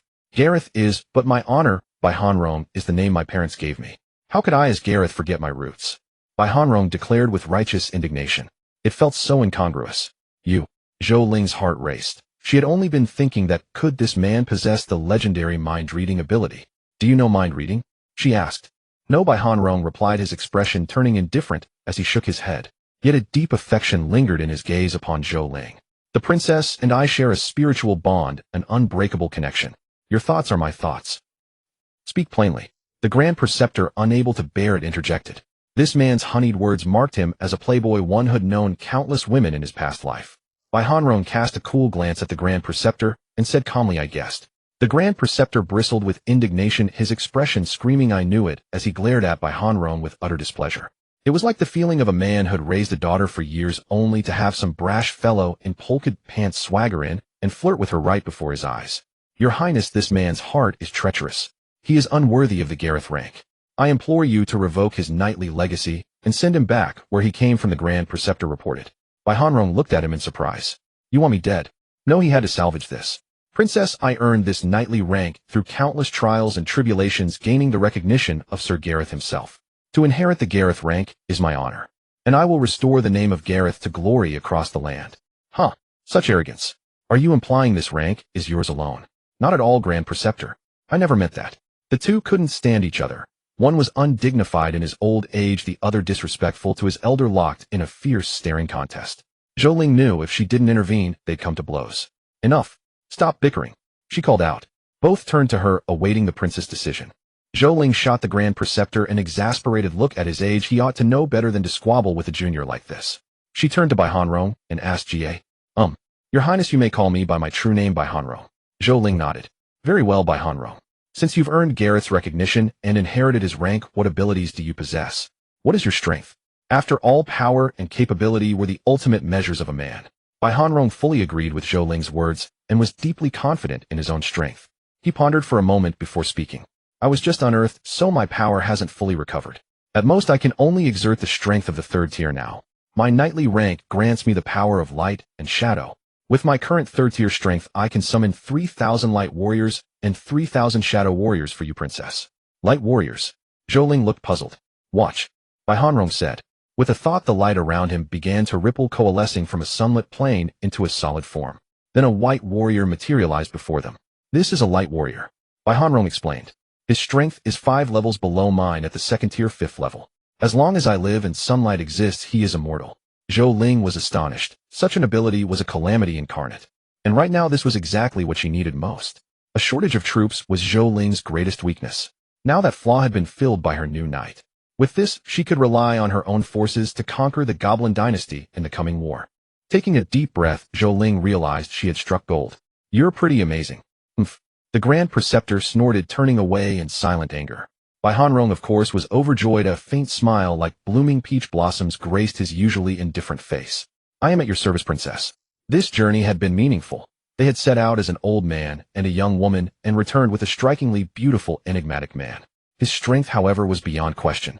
With his addition, Zhou Ling felt immense confidence in the upcoming war, and she didn't want to wait any longer. Upon her return, Zhou Ling planned to ignite this war, the first battle in the entire Tianyu game. In just one afternoon, Tianhong City had gathered a massive number of players. To participate in this war, they abandoned their quests, traveling across mountains and rivers from various cities to reach here. Following Zhou Ling's orders, Li Xiaoyao had immediately set to work. By now, he had cleared the necessary path from Tianhong City to the royal city of Taizur. Thus, despite the influx of players, Tianhong City didn't feel crowded, as they had already set off along the route Li Xiaoyao had opened. So enthusiastic, Zhou Ling mused. She no longer cared about their motives. Before, she might have played cute and rallied the players with pep talks. But now, with Bai Hanron around, Zhou Ling didn't need to rely on her looks. Still, she wouldn't skimp on the rewards the players deserved. She wasn't a heartless capitalist. As long as they racked up enough kills, they could exchange their kill counts for tier 20 awakening materials. Zhou Ling had waited an entire day for this. During that time, Li Xiaoyao was slaughtering nearby beasts relentlessly, leaving nothing alive in his wake. No matter where they hid, Li Xiaoyao would drag them out and kill them for their materials. That day, Zhou Ling amassed a total of 4,000 materials. Confirming she had enough to distribute as rewards, she first posted the start time of the war on the game forum. She also outlined the reward exchange system. This was a privately organized war with no system to track player scores. So in this battle, players would need to cut off the left ear of each goblin they killed to earn 1 point. After finishing, Zhou Ling logged off, intending to study and rest well. The phone by her bed glowed, illuminating the dim room. Zhou Ling turned her head slightly. It was a message from Fatty Zhang. The content was about the war he was inciting, inviting her to join Zhou Ruling's campaign. After all, the tier 20 awakening materials were too tempting. In the current market, any single material could sell for over 1,000. Some, like the Thunder Spirit Zhou Ling had tamed, were rare and sought after. Someone had already offered 50,000 for its Thunder Spirit core, but no one had sold. "Zhou Ling, The Thunder Spirit. Danger. Zhou Ling organized his thoughts and explained the situation. He had no time to participate in this national war, so he told Fatty Zhang to protect himself and not die. For Zhou Ling, exposing his in-game identity was one thing, but if his real-life identity were revealed, that would be social death. How would he face his friends? How could he stand before his close comrades? What would his relatives think of him? How would his aunts and uncles perceive him? A guy actually pretending to be a girl. And such a young loli at that. Where's his face? The mere thought sent chills down his spine. Frightened Zhou Ling quickly covered his face with the blanket, burying himself in it, his cheeks burning with shame. After a long while, Zhou Ling slowly peeked out from under the blanket with watery eyes staring blankly at the dark wall. Forget it, let's cook first. Struggling to sit up in a final act of defiance, Zhou Ling felt hungry and could no longer dwell on such matters. Getting out of bed, he headed straight for the fridge, took out the prepared ingredients, and began to cook. These days, despite the strangeness, he had come to understand his own appetite. To avoid waste, when Zhou Yu wasn't around, he didn't prepare much food for himself. It was as sparse as a Japanese meal. After eating, Zhou Ling took a shower. Gazing at himself in the mirror, he was suddenly stunned. Wow, I am this handsome. Zhou Ling was now 24 years old, but the reflection before him looked no older than 16. His skin was fair and tender, his arms slender, his fingers long and elegant, and his face incredibly delicate. A veritable young heartthrob. Zhou Ling naturally didn't believe it. Didn't he know his own true nature? Could it be that after a shower the mirror has a built-in beautifying feature? Why haven't I noticed this before? First he took a selfie with some self-admiration. Then his expression shifted instantly, and with a look of utter boredom he returned to his room and fell headfirst onto the bed to sleep. What use was good looks? In this day and age, money was the true king. The next day Zhou Ling logged into the game. At 8 o'clock it was time for the national war to begin. All players were already prepared, sharpening their blades for the goblins. Zhou Ling appeared in the military camp on the border of Taser, which had been established after logging off. Since this was a private national war, the player factions had to build their own camps. Fortunately, this did not dampen the players' enthusiasm. Those with guilds set up their own guild camps, while independent cultivators without a guild found any spot to sleep on the ground. Princess, the state preceptor said softly beside Zhou Ling. The leaders of the major player guilds all wish to meet with you. I have arranged for them in the meeting tent awaiting your arrival. All right, I understand. Zhou Ling nodded. At this moment she needed to display the demeanor befitting a female emperor and not lose face for the Golden Dynasty in front of the players. This was her first appearance before everyone, as Zhou Ruoling, and first impressions were crucial. If Zhou Ling couldn't establish her authority before them, she might truly end up with the reputation of a mere cute little loli. Princess, when one goes out, fine feathers make fine birds. This is the court robe this old man has prepared for you. Please put it on, your highness. Zhou Ling was slightly taken aback looking at the dark gold robe in the state preceptor's hands. You actually know needlework? Zhou Ling exclaimed in astonishment. The state preceptor nearly choked with anger, his mouth twitching. Was that the point? I manage a bit, he replied through gritted teeth. Master, you are truly more than meets the eye. Zhou Ling praised him, then took the robe from the state preceptor's hands and examined it closely. She had to admit the state preceptor had exquisite taste, perfectly aligned with a young person's aesthetic. This dark-themed robe was so stunning that even if she took it into the real world, enduring the psychological condemnation of being a pervert, she couldn't resist wanting to try it on. So beautiful. Just looking at the robe, she could imagine the noble aura she would exude while wearing it. All right, I'll step out first. Li Xiaoyao by Hanrong, and I will wait for you outside. The state preceptor pursed his lips, not daring to linger, feeling as if his old face was about to be completely lost. The tent was now empty, leaving only herself. Did you think there would be a changing scene next? What are you thinking? In truth, the state preceptor didn't need to leave at all. The system had a thoughtful feature specially prepared for young ladies, one-click outfit change. It was incredibly fast, taking only 0.5 seconds. And even if your eyesight was superhuman, capable of capturing the dynamics of 0.5 seconds, all you would see is a burst of holy light.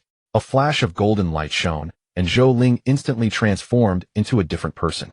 She looked like an empress in her daily attire, a black dress atop with golden trim, and a skirt embroidered with golden dragons and phoenixes. A red gemstone served as the clasp on the bodice. The state preceptor is so thoughtful. Zhou Ling looked at herself in the mirror and instantly fell in love with the young girl reflected there. Who is this adorable loli in such a dark style? Damn, it's me. This robe also has a calming and mind-soothing effect. Zhou Ling was delighted. She had been a bit worried earlier that she might appear inexperienced in front of a crowd of big shots. It seemed her hidden concerns had already been anticipated by the state preceptor. An elder in the house is a treasure. Zhou Ling deeply understood the meaning of this saying. Time to go see the top-tier combat power of the player world. Composing herself, Zhou Ling walked out of the tent with a calm and indifferent expression.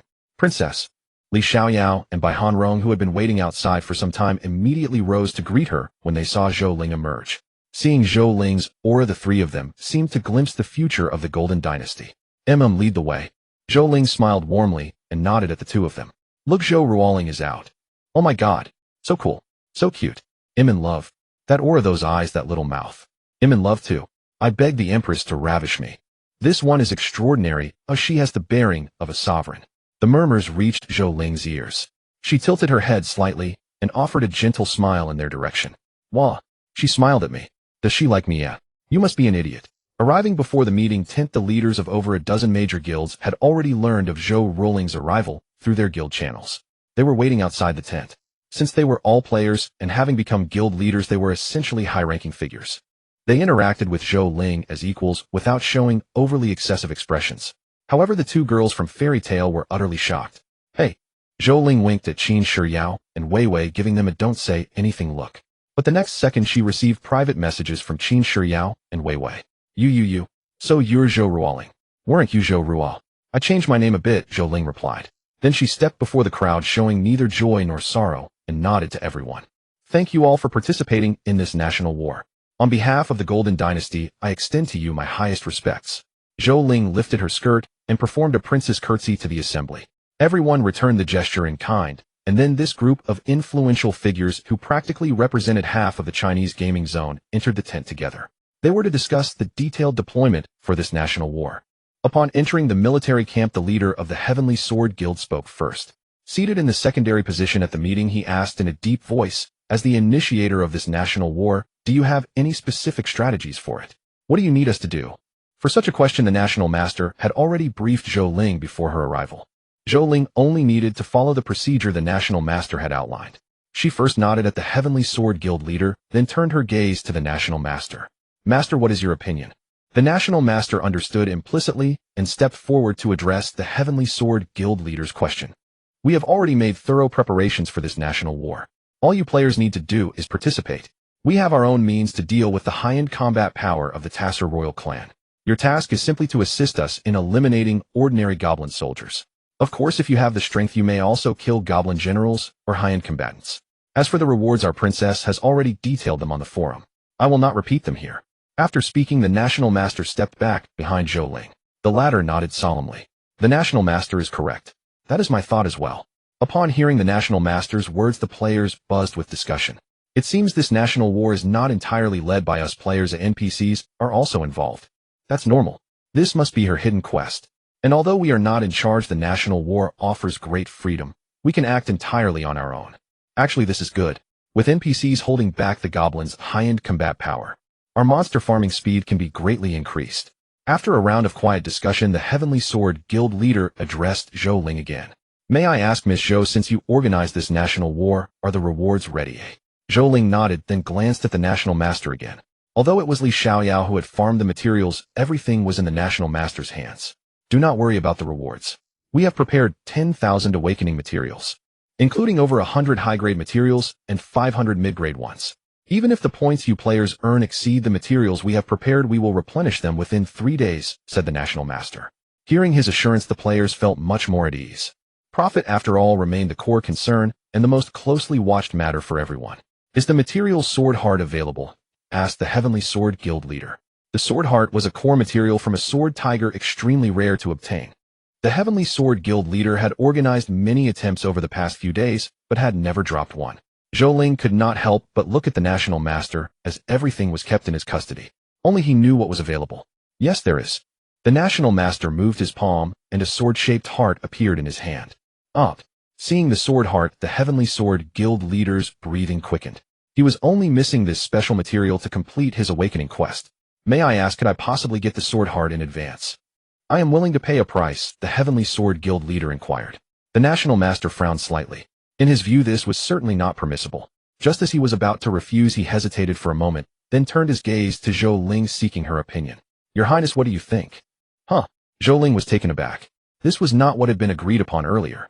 This scene revealed some details to the others. Zhou Ling could decide whether their rewards could be advanced. The Heavenly Sword Guild leader's face lit up with joy. Miss Zhou, rest assured, As the leader of the Heavenly Sword Guild, I would never act dishonestly. Moreover, the stronger I become, the greater my role in the national war. Zhou Ling fell into thought. Since the national master had left this decision to her, it must be for this reason. He was an NPC in the game and did not understand players well. Zhou Ling, being a player herself, could only understand players. Zhou Ling agreed. Although she knew there were many scammers online, one had to consider the identity. These people, whether in reality or in the game, could easily make headlines if something went wrong. If they cheated her out of her materials, she could ruin their reputation with a single forum post, even making it impossible for them to stand in the game. Zhou Ling composed herself. I can agree to your advance, but on one condition. You will need to pay double the points to compensate. Naturally, they all nodded. Their strength after awakening would be transformed beyond compare. Not even double or triple their current power could match it. They would accept even triple the points. Moreover, only those present here can receive the advance. And before the war ends, you must keep it confidential from other players. No problem, they replied with joy. Seeing no further issues, Zhou Ling had nothing more to say. She then left the handling of the advance to the national master, while she took Li Xiaoyao and Bai Hanrong out of the tent. 10 minutes later, the leaders and deputy leaders of the major guilds departed one after another. Returning to their respective guild positions, they immediately mobilized and organized the players to commence the war. Half an hour later, the player army marched in full force toward Tasser King City. The air was thick with tension, like a storm brewing before the wind. A sense of nervousness gripped all players, not fear but excitement. This would be the first battle recorded in the game's history.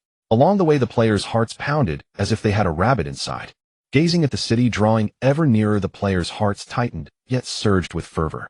The impending battle constantly tugged at their nerves, filling them with exhilaration and joy, raising their blood pressure. Driven by an inexplicable emotion, they were stirred and excited. As they approached, a spark of flame shot up from the distant city, growing larger and larger in all the players' pupils. Catapult. The players reacted swiftly. The Mage Tower Guild immediately deployed, erecting a magical defense barrier. With a thunderous roar, the fireball exploded, the first deafening sound. The war had begun. Charge! The players shouted as warriors rushed forward, brandishing their weapons and fighting with blood. Cannons boomed, magical skills and spells followed one after another, smoke and dust filling the sky, obscuring the sun, a scene of utter devastation. The goblin soldiers were not particularly strong, even slightly inferior to ordinary players. However, both sides had their advantages. Tasser King City had a vast numerical advantage and, backed by the city, could receive supplies at any time. On the players' side, though weaker in numbers, they boasted many high-end combatants. The top guilds were each composed of battle-hardened experts. Their leaders were all awakened players with hidden classes. Banners fluttered, war drums thundered, every guild was like a fierce tiger. Where their blades pointed, all opposition crumbled, invincible and unstoppable. Like meat grinders on the battlefield, they tore through the green-skinned goblins. The evening sky gradually turned blood-red as the two sides clashed fiercely, with neither retreating. Corpses piled up in the valley battlefield, some belonging to players, others to goblins. Smoke rose from all sides as the players fought with primal ferocity, charging forward without regard for their lives, blood splattering like goose feathers in every direction. Roar! At that moment, a shift occurred on the battlefield. From the gates of Tasser King City, hundreds of goblin generals charged forth. Their appearance tilted the scales of war in their favor within mere minutes. The players felt immense pressure, as these generals were comparable to BOS-level monsters in the New World. Even the awakened guild leaders could only manage to protect themselves under their onslaught. Xiaoyao, it's your turn to take the stage. In the sky, a massive bird resembling a phoenix soared. Zhou Ling sat upon a throne on its back, her arms crossed, her expression calm and composed. Watching the player army below begin to falter, she felt no anxiety. Understood. Li Xiaoyao accepted the order and leaped from an altitude of 10,000 meters. His body accelerated instantly, and in less than a second he appeared before a goblin chieftain locked in combat with the Heavenly Sword Guild leader. With a single sword stroke, he decapitated the creature. So powerful. The Heavenly Sword Guild leader was stunned, his pupils contracting sharply. Is this the strength of one of the 9 paths? His heart churned with complex emotions. Even a mere subordinate surpassed him several-fold after his awakening, though his awakening was incomplete. Yet even if he were fully awakened, he doubted he could match Li Xiaoyao in combat. In that moment, envy and jealousy arose within him. Li Xiaoyao paid no heed to the guild leader's thoughts, and even if he had known, he would have merely scoffed. After slaying the goblin general, he immediately charged toward the others. With a thought, he summoned his 30 subordinates, who each engaged the remaining goblin generals. 31 against hundreds. It seemed like a fool's errand, akin to an egg striking a stone. Yet the strength they displayed left all players and goblins utterly astounded. 1 strike, 1 kill. No wasted motion, no second blow needed. In just 10 minutes, only a dozen goblin generals remained. These were deliberately left for the players to farm points. Let's go. It's time to lay siege to the city. Zhou Ling patted the phoenix beneath her. It let out a cry, spread its wings, and flew toward Taser King City. As for the battlefield below, she trusted the players would handle it. They might even enter the city to witness the historic moment once she conquered the royal palace. Taser King City was now in utter chaos. No one had anticipated that just as hundreds of generals marched out to battle, a horde of light warriors would suddenly emerge. Without a word, they began slaughtering the goblin high-ranking officials within the palace. Even warriors at the second-tier 5th level were mere cannon fodder in their eyes. But what astonished everyone was that these light warriors were indestructible. Whether dismembered by blades or shattered by magic, they regenerated in an instant. Thus, even third-tier powerhouses could not withstand their relentless assault. Within 10 minutes, heavy casualties had been inflicted. Zhou Ling entered the city without resistance and effortlessly arrived before the palace. My beautiful princess, you have finally arrived. I have prepared everything for you. As Zhou Ling descended, Bai Hanrong materialized from the sunlight. Is it done? Zhou Ling asked, puzzled. Bai Hanrong shook his head. Not quite. They have taken refuge in the temple with the royal family. The divine power of the goblin's patron deity protects it, and my warriors cannot breach it. Then you claim all is prepared. The royal tutor immediately taunted. Bai Hanrong chose to ignore the royal tutor, even contemplating rolling his eyes at him. But he decided against it, as it would breach his persona, and the royal tutor was after all his superior. He addressed Zhou Ling. Your Highness, you possess the imperial dynasty's fortune. A single punch from you can shatter the divine protection of the temple. Except for the Goblin King and the Goblin Priest, who still retain their strength. The rest are like fish on a chopping block, ready to be butchered. Very well, lead the way. Understanding the situation, Zhou Ling ordered Bai Hanrong to guide her. The three traversed the palace, entering the harem. Everywhere they went, they saw the concubines slain by the warriors, each one beautiful. Some green, some red. The Goblin Temple was magnificent and imposing, its towering architecture stirring a sense of solemnity in Zhou Ling, even a hint of reverence. But that feeling was swiftly dispelled by the authority within her heart. Behind the temple, an energy shield like an eggshell glowed. Zhou Ling stood outside, determined to shatter this barrier and slay the Goblin King within, regardless of any schemes they might harbor. There would be no negotiation. Teacher, what do you make of this? She pointed at the barrier before her. Since it was a divine protective shield connected to a god, she remained cautious. The royal tutor stepped forward, examined it, and said, this is a divine protection born of faith unrelated to the deity itself. It is merely the residual faith stored within the idol. Even if we do not break it, the barrier will dissipate once the faith power is depleted. If I shatter the barrier, will it draw the attention of that god, eh? Zhou Ling asked. The royal tutor shook his head.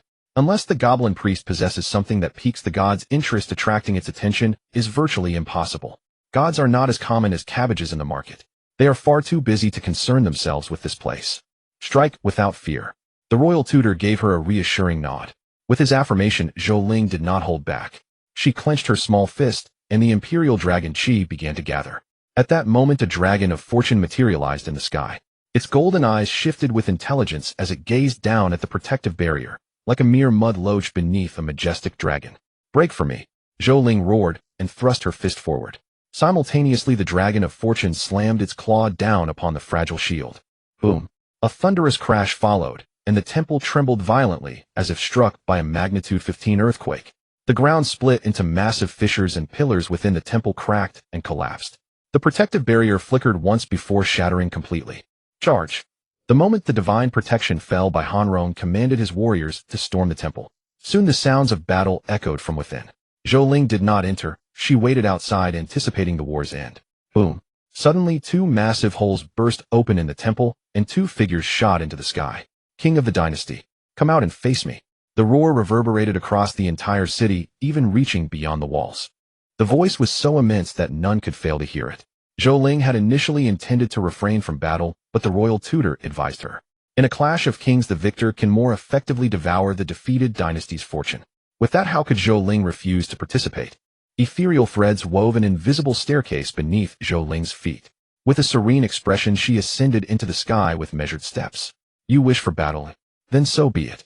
The two sovereigns stood in the void, observing each other, seeking to uncover their opponent's weakness. The Goblin King Sada soared through the sky with wings of battle chi, his gaze blazing with fury as he glared at Zhou Ling. It was this human child who had destroyed his dynasty. Regardless of victory or defeat, his dynasty's doom was sealed. Compared to Sada's rage, Zhou Ling appeared far more composed, even secretly anticipating this clash of kings. She narrowed her eyes. Goblin King, Sada Taser. Level 42 4th rank warrior. The information was sparse, yet sufficient for Zhou Ling to discern the gap between them. A full 20 levels. But, no panic. No big deal. Zhou Ling brimmed with confidence as she stepped forward into the void. Immortal silk woven beneath her feet formed an invisible platform. Come and get me. She beckoned him with a curl of her finger. Such provocation was unbearable for Sada, the king of his race. Consumed by fury and the anguish of his fallen kingdom, he lost all reason. Bloody lament. In his rage, he activated a life-for-life blood-burning technique at the onset of battle. A thunderous roar echoed and a terrifying force enveloped the area for hundreds of feet. A series of cracking sounds followed as Sada's green skin flushed crimson. His body swelled in an instant, transforming into a 5-meter turtle giant. Die, he bellowed like thunder, charging at Zhou Ling. He held nothing back, unleashing his peak power. Countless fists like a torrent of red shadows. Zhou Ling's golden hair danced in the gale of his punches. Her eyes gleamed like cold lightning as she met him with her diminutive form. Rise, she commanded, summoning the Imperial Dragon Chi to empower herself. Golden light flickered, coalescing into several small golden dragons. Under Zhou Ling's control, they surged towards Sada with a dragon's roar. Aware of her high defense, but not foolish enough to clash Hedon, she wrapped herself in immortal silk, using it like a rope to evade Sada's attacks. Unfortunately, Sada was shielded by a barrier of battle chi.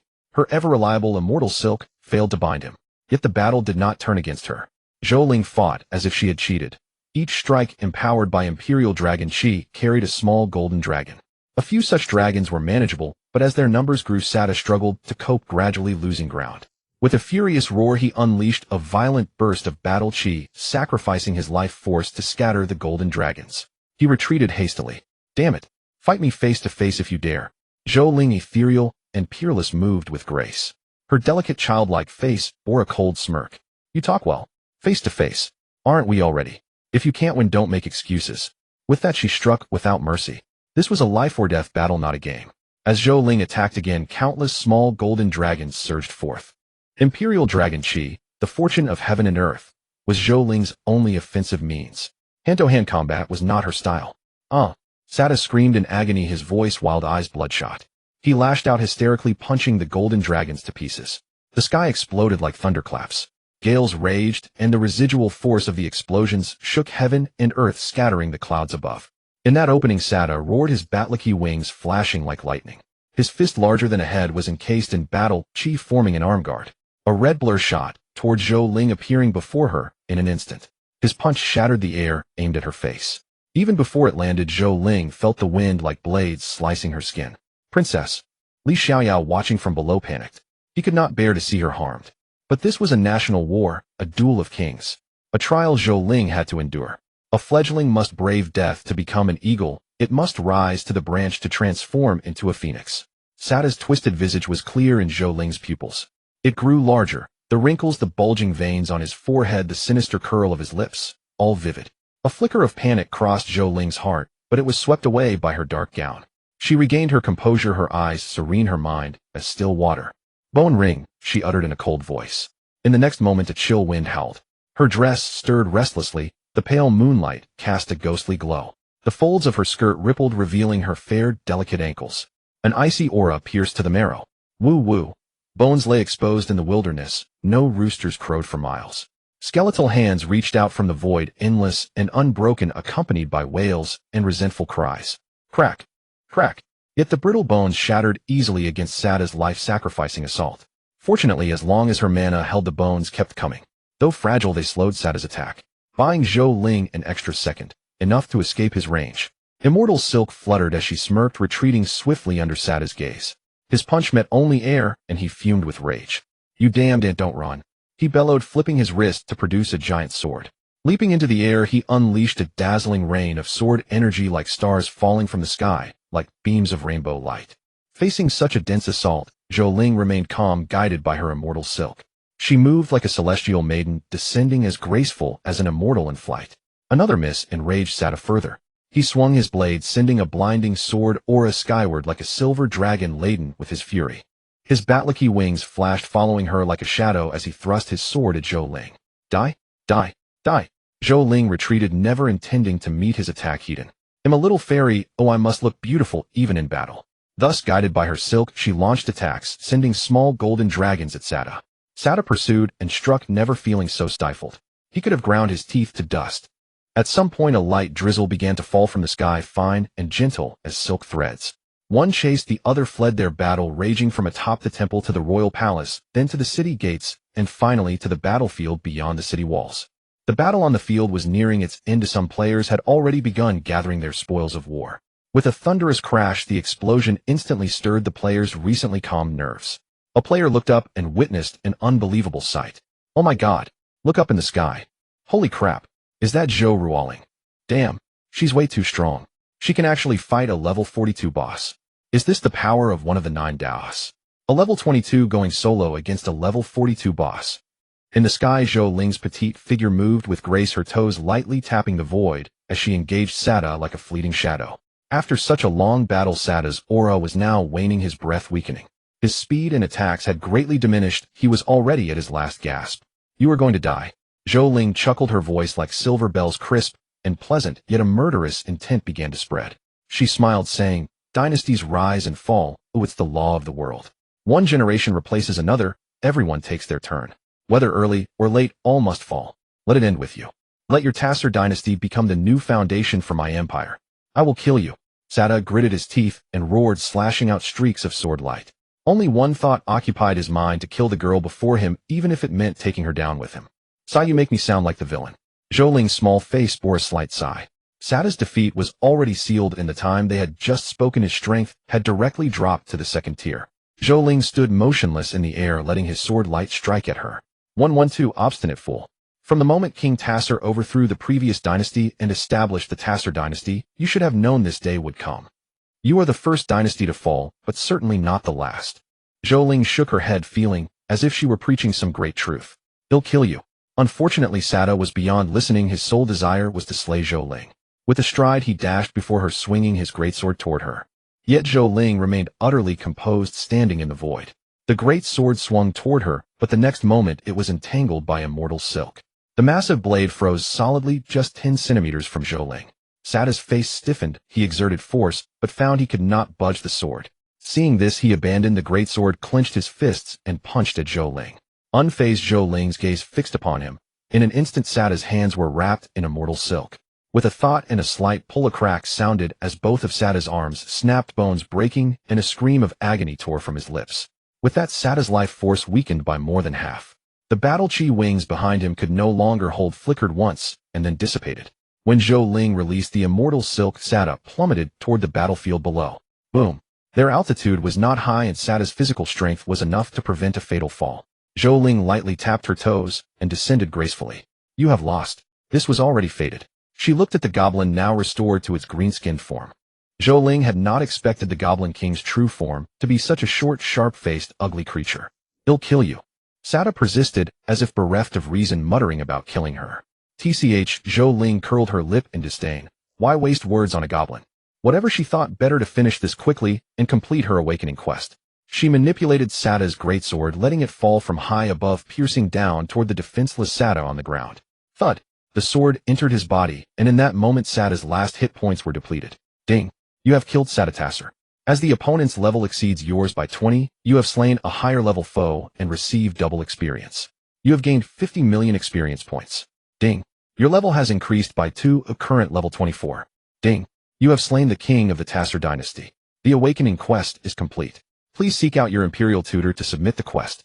System notifications flashed and prompted continuously. Zhou Ling carefully reviewed them, and confirming no errors, finally breathed a sigh of relief. Is it finally over? Zhou Ling's lips curved into a smile, her heart eased in that moment. Oh, I wonder how the imperial tutor is doing.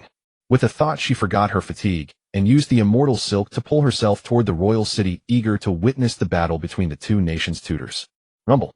Before Zhou Ling could reach the royal city, she heard the sounds of a great battle from afar. Looking up slightly, she saw magical elements blasting and exploding in a spectacular display. Quite the special effects. She had complete faith in the imperial tutor. Even if his power was suppressed, Zhou Ling believed the imperial tutor could turn the tide. For him, fighting above his level was as easy as drinking water or eating. Entering the city, Zhou Ling saw a shadow hurtling toward her. Whoa! Zhou Ling was startled. She leaped aside with a small step. Boom. The stone wall beside her was smashed into a huge crater, and the figure was buried under the rubble. Nice one. Zhou Ling's face lit up with joy. It seemed she had arrived just in time to see the Imperial tutor defeat the enemy priest. Nice my head. You got me into deep trouble. A furious shout came from the rubble before Zhou Ling, followed by a hand breaking through the dirt. What are you standing there for? Come and pull me out. Master, is that you? Zhou Ling asked incredulously. This wasn't right. Why were you the one getting beaten? Nonsense. The voice from the rubble was indeed unmistakably the Imperial tutor's. Oh, I'm coming. Zhou Ling wasted no time. She immediately began prying away the large stones, finally rescuing the Imperial tutor. The Imperial tutor was covered in dust, his mage robe stained, and even his long beard had lost its former luster. This shouldn't be, master. How could you not defeat him? Zhou Ling helped him up and asked pointedly. At this, the Imperial tutor fumed, his beard bristling. It's all your fault. If it weren't for that mess back, then would I be in such a state? Zhou Ling dared not argue. She lowered her head and muttered softly. I thought you could handle a mere 4th-tier priest. What 4th tier? He's now 5th-tier king rank, the Imperial tutor retorted. 5th tier. Zhou Ling was surprised. When she had started fighting Sada, she had noticed their priest was just a level 45 4th tier. The Imperial tutor's expression turned grave. We underestimated him. He has a sacrificial artifact through which he communicated with their deity. The deity bestowed divine grace, and now he has advanced to the 5th tier. Li Xiaoyao by Hanrong and I together could only manage a draw. This, Zhou Ling was shocked. Was the 5th tier really that powerful? And what was this sacrificial artifact? Do you need my help? She asked. The Imperial tutor immediately rejected the idea. No, you are now everyone's target. You must not show yourself and certainly not let any divine level being know of your existence. After speaking, the Imperial tutor pushed Zhou Ling aside without needing her support. With both hands he grasped the air, and a staff materialized from nothing. You mere 5th order ant, you've only received the blessing of a deity. In my youth, I dared to challenge even gods. His white beard fluttered wildly in the wind, billowing without restraint. Then the Imperial tutor leaped away, riding a gale as he charged into the battlefield. Imperial tutor, Zhou Ling called out, but he was already embroiled in combat. Though she was utterly bewildered and brimming with questions, she didn't hesitate to watch the spectacle. This was a rare opportunity to witness her faction's 3 top powerhouses battling a formidable boss. How could she miss it? With that thought, Zhou Ling quickly summoned the Thunder Sprite, using its elemental power to conceal herself before rushing toward the center of the battlefield. Boom. A golden great sword descended from the sky, its sharp sword aura seeming to split heaven and earth. The clouds in the sky tore apart, and a massive chasm was carved into the ground, aligning with the parted clouds above. A profound, incomprehensible language echoed through the heavens, its words twisting and elusive. Immediately, the entire cloud layer was illuminated. Then another terrifying explosion followed, its deafening roar reaching Zhou Ling's ears. In that instant, the world fell silent, as if she had lost her sense of hearing. Every sound vanished completely. Fortunately, this state was not permanent. After just a second, a cacophony of noise gradually returned to her ears. Is this the power of a 5th-order being? It's like the difference between heaven and earth. Zhou Ling couldn't believe it. Earlier she had felt smug about killing their king, but now in hindsight, she felt like a clown. Damn it, it's me again. A furious shout snapped Zhou Ling from her thoughts, and she looked up. The Imperial tutor was sent crashing down again. Rumbling, he slammed heavily into the palace roof, shattering a massive hole and tumbling inside. Master! Zhou Ling cried out. Just as she was about to rush over, the roof burst open once more, and the Imperial tutor shot out. He swung his staff, instantly summoning a colossal fireball. Above, Li Xiaoyao and Bai Hanrong fought in perfect sync, striking at the goblin priest with relentless swordplay. Their attacks were fierce, with countless sword beams streaking through the air, while a golden dragon-like sword aura lashed out. The scene was dazzling, brimming with spectacular effects. Yet the goblin priest was as stubborn as a rock, his defense impervious to the flying sword beams. Only the dragon-like aura caused his barrier to flicker. In the 3-way melee, the goblin priest held his own against 2 opponents, his might awe-inspiring and terrifying. However, the goblin priest was not unscathed. Li Xiaoyao and Bai Hanrong were both formidable powerhouses, one a sword cultivator, the other a sword saint. Their attacks were not only cunning in angle, but also devastating in power. Though the goblin priest seemed to have the upper hand, once his divine barrier shattered, his defenses would fail to withstand their assaults. He chanted the incantations of the ancient gods, seeking to unleash immense power to slay them both. But before he could finish, the Imperial tutor charged in, accompanied by a massive fireball. Great fireball technique. The goblin priest had no time to dodge and was struck brutally. The blazing fireball with its searing heat engulfed him instantly. Ah, he screamed in agony, his divine barrier flickering rapidly, as if on the verge of extinguishing. No, you cannot fade. I still need the god's protection. With that, the goblin priest spat out blood, using it to nourish his divine barrier and sustain it. After the fireball dissipated, the trio stared at the still existing barrier.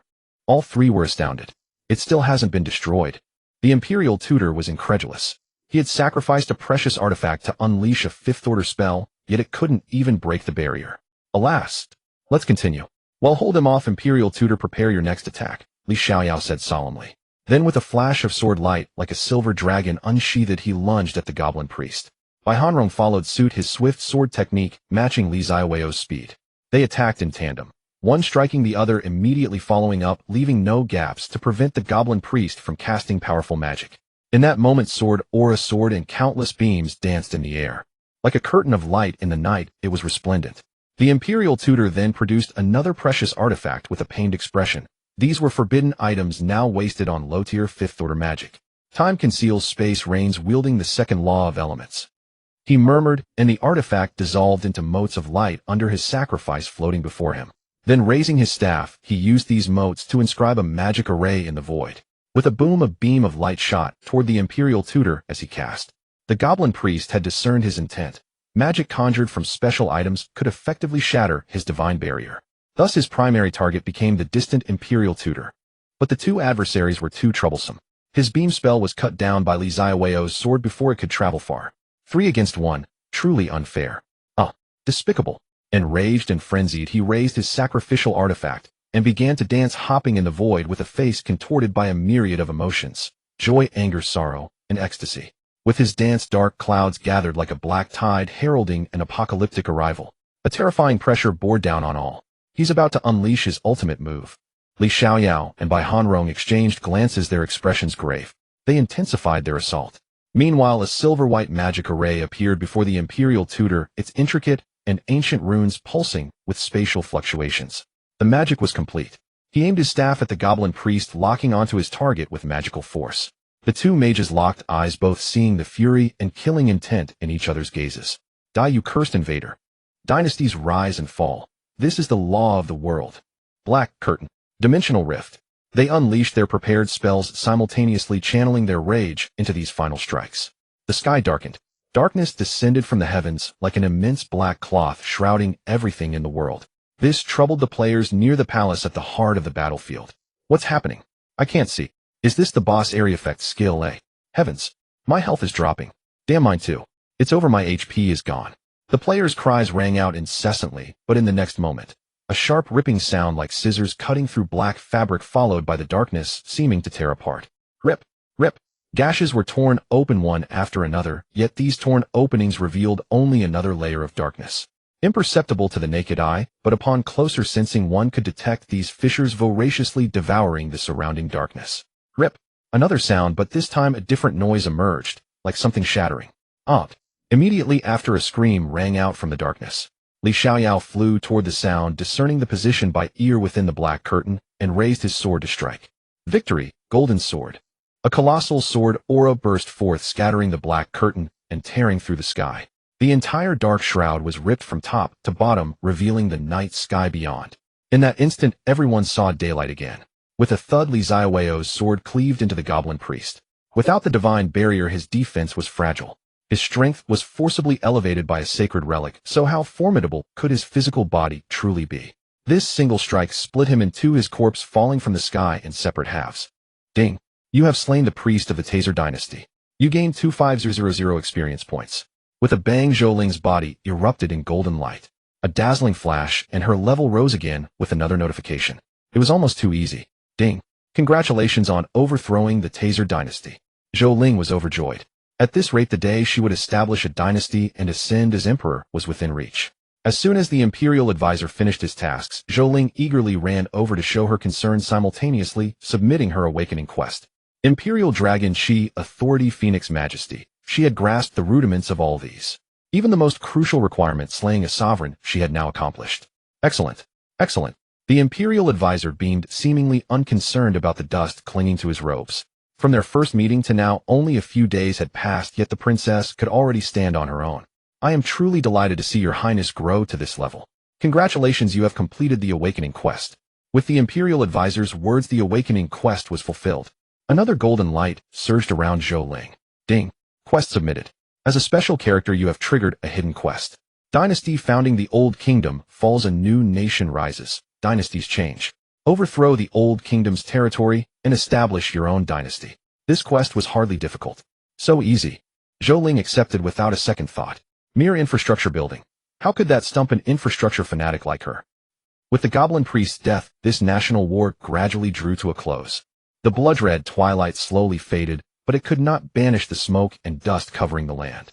Flames dyed the sky crimson, eroding the earth, leaving a scorched wasteland in this world. War was brutal when everything was over. Desolation and lifeless whales were everywhere. Come on, let's split the loot. One for you. One for me. One for you. One for me. The players were filled with laughter and joy, chattering harmoniously and happily. It stood in stark contrast to the scene around them. After finishing everything, Zhou Ling found a place to hide. She left the cleanup of the battlefield and negotiations with the players entirely to the Imperial Advisor and Bai Hanro. As for Li Xiaoyao, forget it. He was taciturn, poor at socializing, and probably had social anxiety. The kind of social anxiety that led to killing at the slightest disagreement. Zhou Ling walked through the Taser Royal Palace, searching for the treasury of this goblin dynasty. Kill and loot. When destroying a faction, one naturally had to plunder their treasury. After searching for a long time, Zhou Ling finally found the goblin treasury on a hill not far from the temple. The cave entrance was protected by a magical array shimmering, with faint lights barring Zhou Ling's advance. But with riches right before her eyes, how could Zhou Ling let this plump prey slip away? Immediately, Zhou Ling stepped back, raised her hand, and sent a stream of small golden dragons hurtling toward the treasury. Rumble, rumble. Explosions echoed continuously, shaking the mountain itself. But fortunately, the treasury gate collapsed under the assault. Zhou Ling hurriedly dashed inside, and was instantly stunned by the sight before her. Wow, so much money. Before her lay a sea of gold. Countless gold coins piled across the floor. Each pile held over 10,000 coins, and there were 10 piles in total. That meant Zhou Ling had earned 100,000 gold coins. Zhou Ling laughed wildly. This was a full 100,000 gold coins, equivalent to 1,000,000 RMB. Mine, all mine. At this moment, Zhou Ling forgot all maidenly reserve. She threw herself directly into the pile of gold coins, frantically absorbing them. In no time, her inventory held an extra 100,000 gold coins. Adding what I've earned these past few days and what the rich ladies gave me, I already have 150 gold coins. Before I knew it, I'm a millionaire. Thinking this, Zhou Ling couldn't help but laugh maniacally. The corners of her mouth were stretched wide, unable to close. I never thought I'd get a chance to be a rich woman. Overjoyed, Zhou Ling then swept the rest of the treasury's gold, silver, and jewels into her backpack. Staring at the now empty room, Zhou Ling finally regained some maidenly composure. She gently wiped the drool from the corner of her mouth and lightly dusted off her skirt. Only then did she walk out of the treasury with a proper nonchalant air. With everything done, Zhou Ling found a garden to sit in. Next up is establishing the dynasty. I wonder what that teacher thinks. But right now the teacher is tallying the rewards for the players. It'll probably be a while before he can come. Poor Imperial Advisor. He was supposed to be a grand figure second only to the sovereign, yet now he was reduced to a logistics manager, even having to do things himself. Oh well, I'll just wait here a bit longer. Zhou Ling considered herself a good girl. When others were working, she would never disturb them. Night fell. Zhou Ling decided not to log off. She found a scenic spot and wove a bed for herself using immortal silk. And so, lying on the bed, she fell asleep.